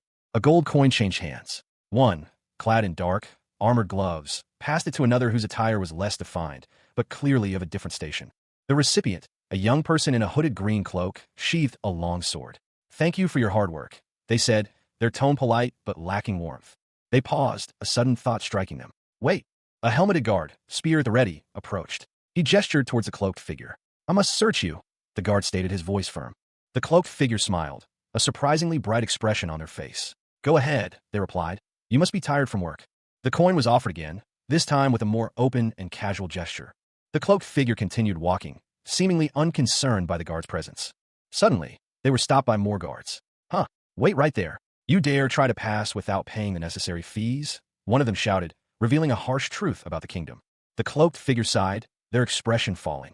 So this is the truth about the Falfer Kingdom, as if they're all being seduced by money. The entrance to the Falfer Kingdom's fallen underground mosque loomed before them. A sign above the imposing gate read, a place where anything and everything can be solved with money. A group of adventurers stood before the entrance, their expressions a mixture of anticipation and apprehension. Two guards stood watch. One of the adventurers, a young man with blonde hair, spoke. He explained that he had been planning to conquer this dungeon since before meeting Acero. A woman from the group offered a piece of bread to a seemingly hungry guard. The guard, surprised, accepted the bread. As the woman broke the bread, a gold coin slipped out, catching everyone's attention. The adventurers reacted with surprise to the discovery of the gold coin hidden within the bread. One of them exclaimed that the guard was a noble and ordered everyone to move aside. The blonde-haired adventurer lamented his inability to change the corrupt structure of the country. He resolved to eventually bring change to the country with his own hands. A group of young hunters stood before a perilous choice, their expressions a mixture of concern and apprehension. One, bolder than the rest, was preparing to embark on a treacherous path. His companions warned him of the dangers, emphasizing the drastically different survival rates between the two options. He acknowledged the risks, stating that his decision was precisely because of them. His resolve was unwavering. His companions, however, remained unconvinced. They argued that his solitary journey to the more dangerous path was tantamount to suicide. He reassured them, expressing gratitude for their worry, but maintaining his determination to proceed alone. He would be fine. The hunters watched him go, lamenting the likely loss of another young life. The scene shifted to reveal the location of the two paths, the fallen underground mosque. Course A and Course B were clearly marked. A narrator explained that the mosque had two paths leading to different locations. Course A, being less dangerous, was the more popular choice due to shared knowledge and experience. A group of students listened attentively as an instructor explained the difficulty of Course B, emphasizing its notorious danger. The instructor continued, specifying that a minimum of 15 members was required to successfully complete Course B. Despite this, a lone, confident figure, a young man cloaked and hooded, stood before the entrance to Course B. He declared that he had come alone. His face, partially visible beneath the hood, showed a determined expression. He also intended to level up his bracelet, a Delruk's bracelet classified as 5-star nightmare, while he was at it. He reasoned that improving his stats was crucial, as he never knew when he might encounter a stronger opponent. He acknowledged the vastness of the continent and the abundance of monsters that inhabited it. Having reached the entrance to Course B, he prepared himself for the challenge ahead. A young man with blonde hair and striking blue eyes, his face partially obscured by a teal hooded cloak, stares intently ahead. His expression is serious, almost grim. He mutters to himself, his hand adorned with a gold ring, manipulating something unseen. Since I'm going to need Tanex in order to take care of this, I guess I'll get it out now. A smirk plays on his lips as he adds, I guess Sabio is going to enjoy taking a peek at this. Ha! The young man extends a hand towards a metallic figure, seemingly a suit of armor, that materializes before him. The armor appears to be in the process of assembling itself. He smiles confidently, a glint in his eyes. Equip. A close-up shows the helmet of the armor, its visor slowly opening to reveal a glowing red light within. The armor fully forms, revealing a figure inside. A voice, seemingly from within the armor, announces, power charged at 100%. Current status is perfect. No current malfunctioning parts. The young man, now wearing the armor, reflects, I guess this is what a superhero from a movie would feel like. He declares, all right, since I'm in good condition, let's take care of things quickly. A figure, cloaked in shadow, descends rapidly. The air crackles with energy as they approach. With a powerful thrust, the figure propels themselves forward, leaving a trail of shimmering energy in their wake. Observing from a window, a young man with pointed ears and pale skin exclaims, "Whoa, who's this kid? Isn't this the fallen underground mosque?" He continues, his eyes wide with curiosity. He must be trying to take advantage of the dungeon. The young man ponders aloud. There's no way. Is he using something like that to get past all the other monsters? He turns, his cape billowing slightly as he prepares for something. The shadowed figure deftly avoids several monstrous creatures below. The young man watches, impressed, and comments. He's moving as close to the ceiling as he can in order to not get aggroed by the monsters on the floor. "How's that, Sabio?" Another individual, with bright blonde hair and piercing blue eyes, speaks confidently. "Don't you think I would be the best Tartaran Nexus pilot with skills like this?" A young elf-like creature with striking white hair stared wide-eyed at something unseen. A look of pure bewilderment etched across his face. His internal monologue echoed the question, "What am I looking at right now?" From above, a blonde-haired warrior in shining armor peered down. He spoke confidently. "I'll make sure that you know how well the Tartaran Nexus looks good on me." The elf's eyes widened further, a silent gasp escaping his lips. He was clearly taken aback. The elf's thoughts turned inward. He mused, "If something like this would happen, I would have planted a communication stone for me to be able to talk to him." A single word, laced with frustration, escaped him, "Fuck." Another voice, calm and dismissive, cut through his internal turmoil. "No, let's keep watch for now. There's no need to be proud of him, nor is there a need to be." Suddenly, the scene shifted. A figure in gray armor was seen leaping through the air, pursued by a horde of grotesque, green goblin-like creatures. The armored figure landed heavily, surrounded by the goblins, their numbers seemingly endless. From a high vantage point, the armored figure was seen moving purposefully through the chaos. The blonde warrior from earlier appeared, a determined expression on his face as he charged into the fray. A pair of armored feet, clad in light blue, tread silently across a dark blue floor. The weight of each step is barely perceptible. A young person in full white armor stands before a dark archway. A small group of figures, seemingly dwarves, are visible beyond the archway. The armored figure lets out a short, humorless laugh. The perspective shifts to a close-up of a young man's face, his blonde hair partially obscured by a helmet. He has bright blue eyes and a sly grin. He raises 2 fingers in a peace sign. Elsewhere, a voice whispers, "How? That's impossible." A young man with pale skin and pointed ears, wearing a dark robe, stares out a window. He thinks to himself. He passed 8 of the rooms without a single monster noticing him. He continues his internal monologue. "But in just 2 hours, how did he—" The armored figure from earlier stands before a large, ornate door. The scene is bathed in a shimmering, turquoise light. 2 hours into their dungeon exploration, the adventurers reached a chamber known as the Room of the Fallen, the presumed location of the boss monster. The entrance to the chamber was a precarious stone bridge spanning a chasm. A lone adventurer, clad in shining armor, cautiously approached the chamber, questioning the whereabouts of the boss monster. Upon closer inspection, he realized the truth. He had found them. The boss monsters were fast asleep. One of the sleeping creatures was identified as a flame lizard, Valari. Valari snored loudly. The other was a frost lizard, Valero, equally slumbering. A young man with spiky blonde hair and piercing blue eyes grinned, a predatory glint in his gaze. He mused, "While they can't hit me, I'll be able to hit them as much as I want." The young man continued his internal monologue, remembering a time when he possessed similar abilities. "I remember there was a point where I was able to do that." He leaped across a chasm in a rocky landscape, his movements fluid and precise. The scene shifted to an office environment. It was clear that the game, Paradiso, had many people working on it to support the vast world. The narrator explained, and as a result, there were many different creative ways of beating things. Thanks to that, there were many cases where multiple patch notes were dropped on the same day. A man at a computer looked troubled.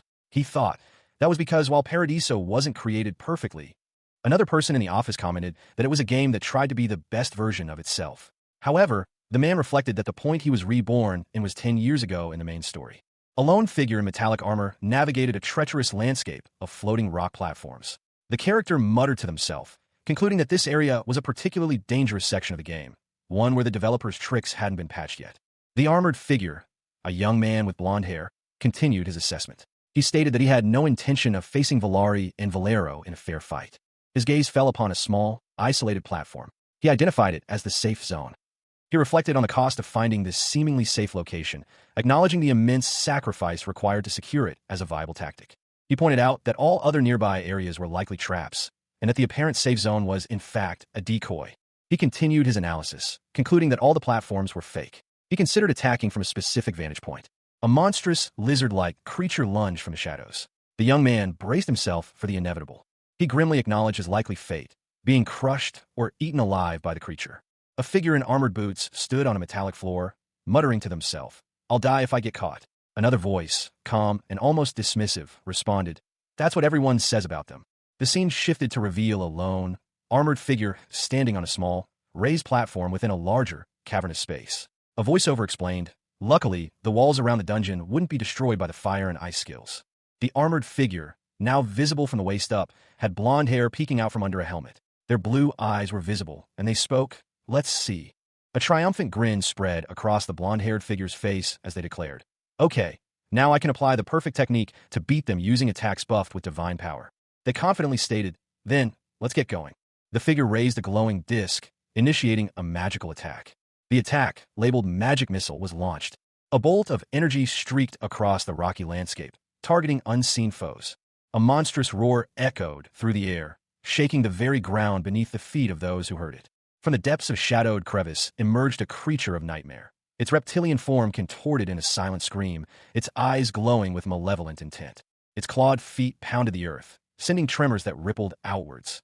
Another monstrous roar, this one closer, more menacing, filled the air. A second creature, similar in appearance but smaller, emerged from the shadows, its long tongue flicking out. A figure in shining armor braced itself, preparing for battle. The armored figure stood defiantly before the larger of the two beasts. It was clear that a confrontation was imminent. The narrator added, "Also, there was a shared characteristic between the two creatures, a common thread that bound them together." The smaller beast let out a triumphant cackle, its laughter echoing through the desolate landscape. The smaller creature lunged forward, its sharp claws extended. A reptilian creature with glowing yellow eyes and sharp claws emerged from the shadows, uttering a questioning cuck. Suddenly, a metallic figure, resembling a robot, appeared, seemingly startled by the creature's presence. The creature, now identified as using other senses to locate others, let out a surprised "Gwat" as it sensed the robot's presence. The creature hissed, letting out a pained "Ghwah." It then cried out in alarm, repeating "Gwa gwa." A powerful blue energy erupted, engulfing the creature. The robot engaged in a fierce struggle with the creature, its movements blurred by speed. The creature was thrown violently to the ground, its body battered and bruised. The creature lay defeated, its body fading into smoke. A monstrous eye, reptilian and yellow, dominated the scene. A guttural sound echoed nearby. A blinding flash of light erupted, obscuring the creature's form. The intense light continued, a wave of energy surging outwards. The lights subsided, revealing two creatures, similar to the first, but smaller. One whimpered "Ku," while the other uttered "Gik." A young woman with vibrant blonde hair and piercing blue eyes smirked, a mischievous glint in her gaze. She unleashed a powerful roar. "Kwa." The roar echoed, shaking the very ground as another "Kwa" followed. One of the smaller creatures cried out in pain, "Ki," as it was violently attacked. A lone figure, clad in shining armor, stood atop a rocky outcrop, observing the scene from above. The remaining creatures seemed to cower before him, muttering, "Buldiak, Buldiak." A monstrous reptile, scales shimmering, unleashed a torrent of fire. Its roar, a guttural "Kwar," echoed as the breath of flame engulfed the area. But the fiery assault was met with a counterattack. A wave of icy energy, a breath of ice, collided with the flames, creating a blinding flash. A figure, partially obscured, raised a hand, a shimmering shield deflecting the clashing elements. The impact shook the very ground. The creature recoiled, its fiery breath sputtering and dying. A strange, almost mournful sound escaped it. A small, glowing orb formed in the creature's mouth, then vanished. A single word, barely audible, escaped its lips, "GWA?" With a final, desperate roar of "Kai," the creature lunged again, its attack a furious maelstrom of fire. The sound of "Kawak" marked the end of its struggle. The creature's attack faltered. The battle concluded. Two massive reptiles lay still, one defeated, the other seemingly exhausted. Two reptilian creatures faced off, one dark purple, the other a bluish gray. The gray one let out a guttural, throaty sound. "Kchar, Kchar." A blond young man in shining armor smirked. "Oh, so you're not going to let me go that easily?" He was attacked by the bluish-gray reptile, which lunged at him with surprising speed. "You can't." The purple reptile retaliated, unleashing a burst of flame. The flame struck the gray reptile, which flinched but seemed unharmed. It smiled, its eyes glowing. Both creatures clashed again, their attacks intensifying. The armored young man observed, "Oh, it's an enhanced skill." He continued his assessment. Although it doesn't directly reach this safe zone. The young man dodged another attack. The skill Fly is a must in order to avoid the enhanced skills of frost and heat waves. He reflected on the situation. There's a reason why this trick took some time to be found out. A figure, cloaked and partially obscured, raised a hand. A swirling, luminous glyph pulsed in the palm, radiating light. The figure questioned, "Is it my turn then?" With a sudden motion, the figure launched a bolt of vibrant blue energy. The words "magic missile" appeared above the projectile as it streaked across the scene. The energy struck its target with a resounding KYW, the impact causing a bright flash and a powerful shockwave. A creature, resembling a grotesque, reptilian humanoid, let out a guttural quah as it recoiled from the blast. Another creature, similar in appearance, chuckled, "Haha."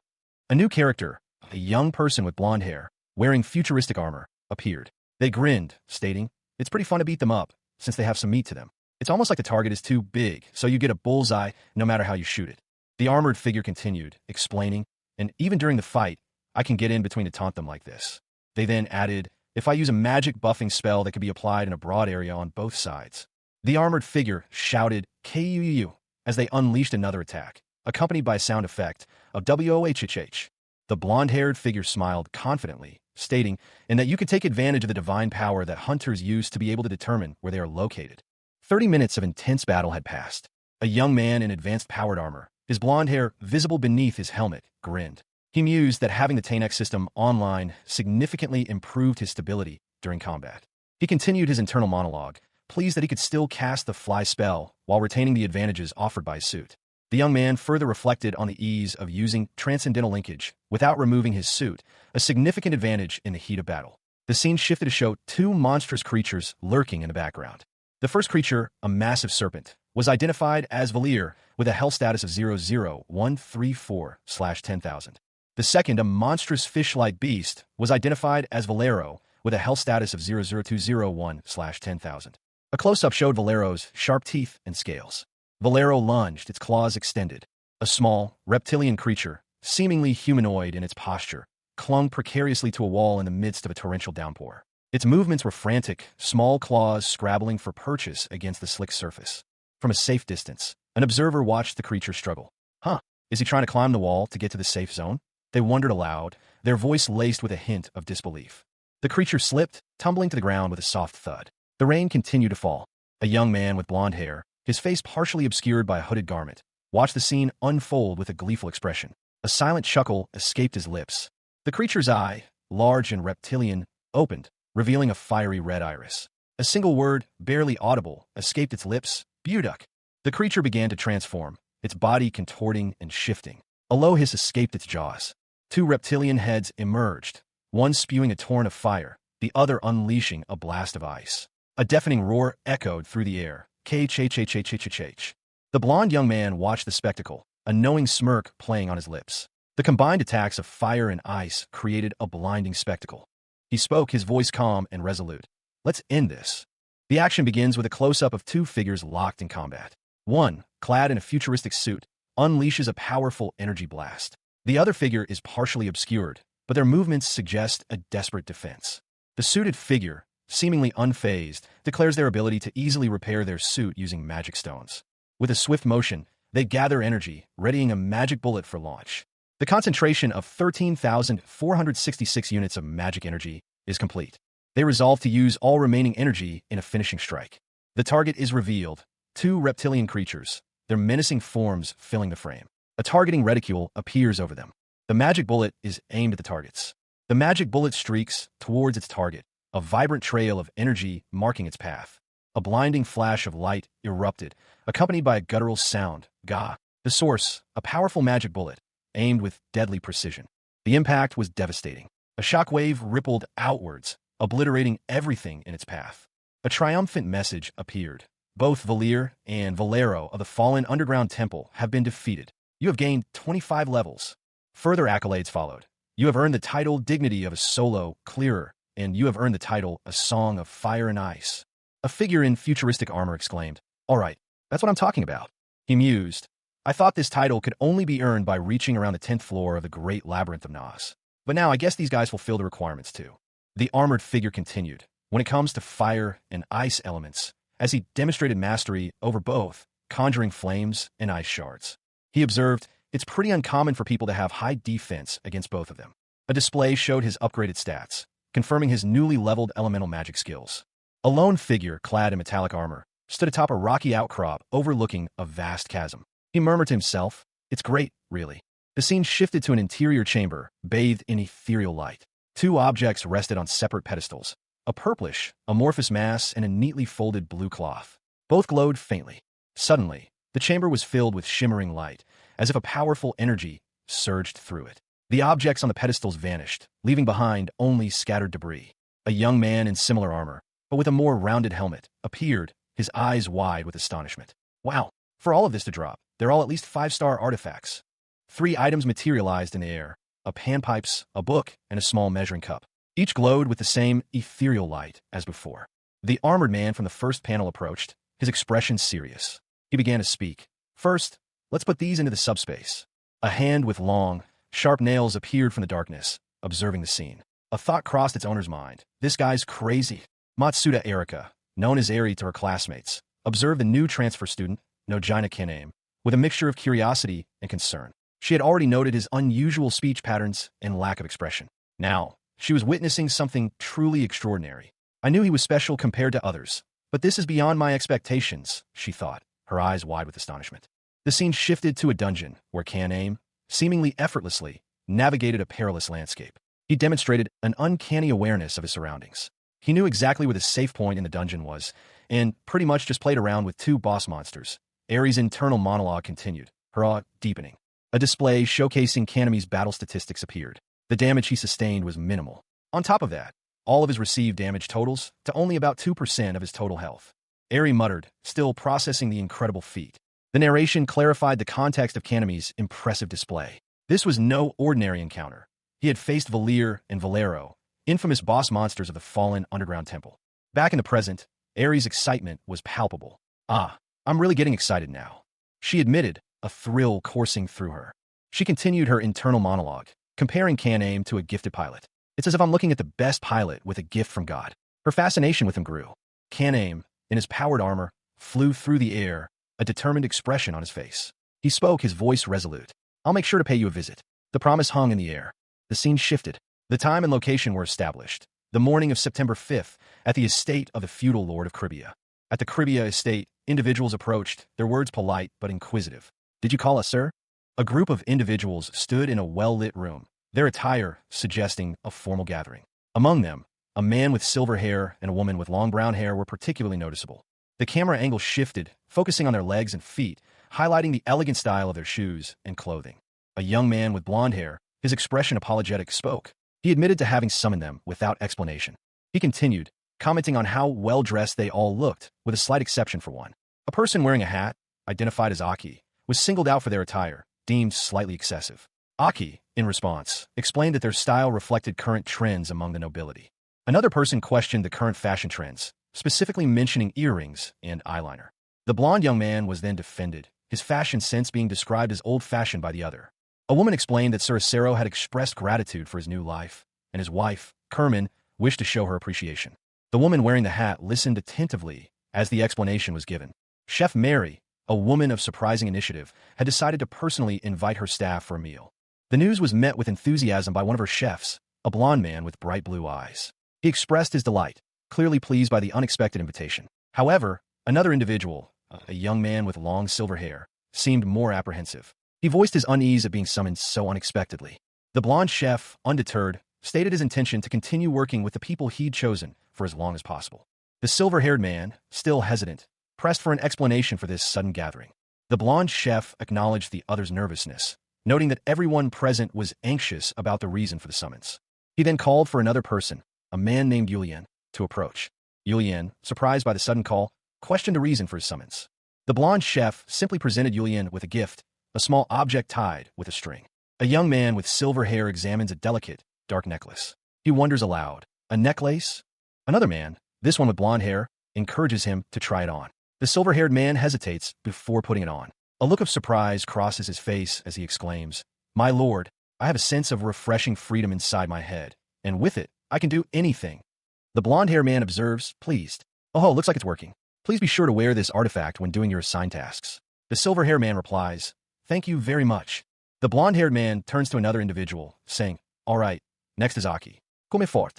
He then hands a book to Aki, stating, Take it. It's the Journal of Fortuna. Aki, a woman with dark hair and a top hat, reacts with surprise. What? Is this really the journal of the great merchant Fortuna? Aki expresses her excitement.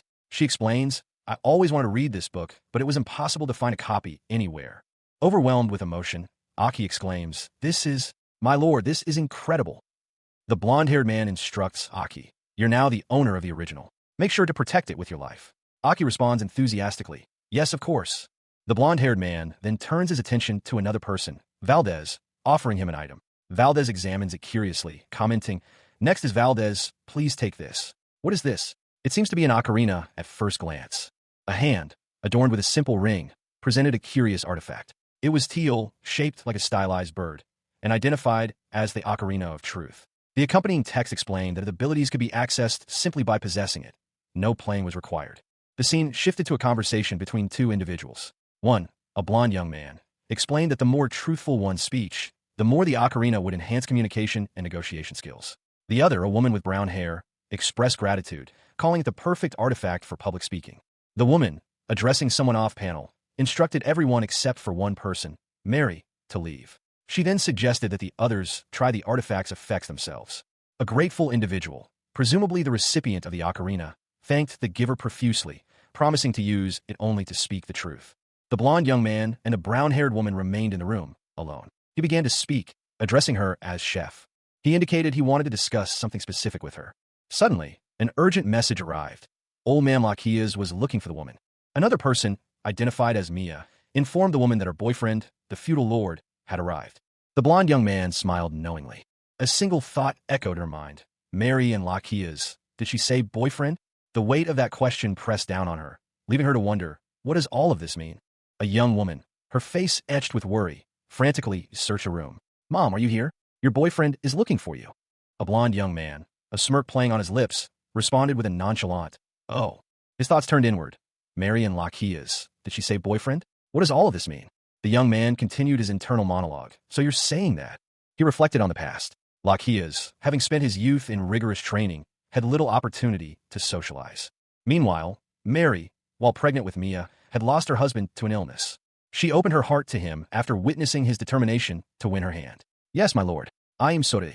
Matsuda Erika, a young woman known for her reliability and care for others, felt a pang of guilt. She was speaking to someone, her words laced with apology. I shouldn't be bothering you with something as personal as this. Her words were interrupted. A blonde young man, seemingly unbothered, responded dismissively. Nonsense. There's no need to be worried about me when it comes to your personal life. Erika continued, explaining her concerns. She acknowledged common beliefs about love, but insisted on her desire to prevent any potential distress. The young man, sipping his tea, then added, haha, even though the Caribbean feudal lord has no interest in his own love life, there are rumors that he has a lot of interest in others, particularly in the love lives of the people around him, right? Despite the young man's nonchalance, Erika insisted on apologizing again. I'd still like to apologize. Suddenly, Erika's demeanor shifted. A worried expression crossed her face as she exclaimed, my lord, has my mom done something wrong? Are you going to scold her? Or should I scold her? The young man calmly reassured her, addressing her formally as head chef. He continued, offering words of comfort and encouragement. Don't worry about me. I hope that you will share wonderful memories with the people you love, as long as you discipline yourself to continue your work. I swear on my name as the feudal lord that I'll keep supporting you. Erika, visibly moved by his words, showed a moment of intense emotion. She offered a heartfelt apology and thanked him for his kindness. I'm sorry, my lord. No, thank you. A young man with blonde hair addressed a young woman, his tone playful yet serious. He instructed her to report any altercation between her mother and another man. The young woman, Mia, readily agreed, promising to keep her mother in the dark about her promise. The blonde young man laughed heartily at her response. He then turned to another woman, Mary, and gave her an object. He identified the object as Saint Hypnosis's ladle of healing. Mary received the ladle with awe, and the blonde young man encouraged her continued use of it for the benefit of the staff.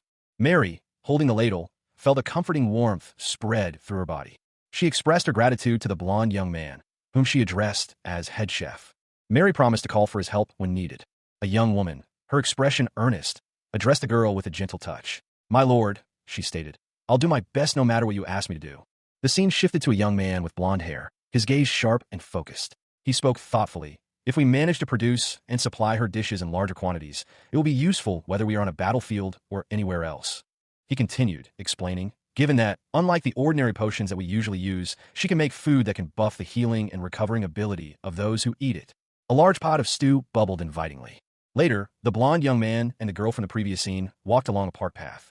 He addressed her, Mia, are you still doing your best in training? She replied, yes, my lord. The girl responded enthusiastically. Except for the time I spend with mom and eating, I keep working on my magic whenever I can.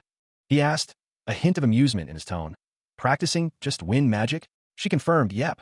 The girl's feet were shown walking away, and she explained, stuff like fire and ice are no fun. Mia, a young woman with shoulder-length brown hair, expressed her current ambition to master wind magic so she could one day meet a wind elemental. Despite her progress in magic, Mia's focus remained solely on wind magic. A status screen appeared, revealing Mia's level 65, special tendencies, caring, exploration, tenacity, and current possession of the spellbook of Rowena. An unseen individual commented that Mia's rapid progress in wind magic was extraordinary, questioning if it could truly be attributed solely to innate talent.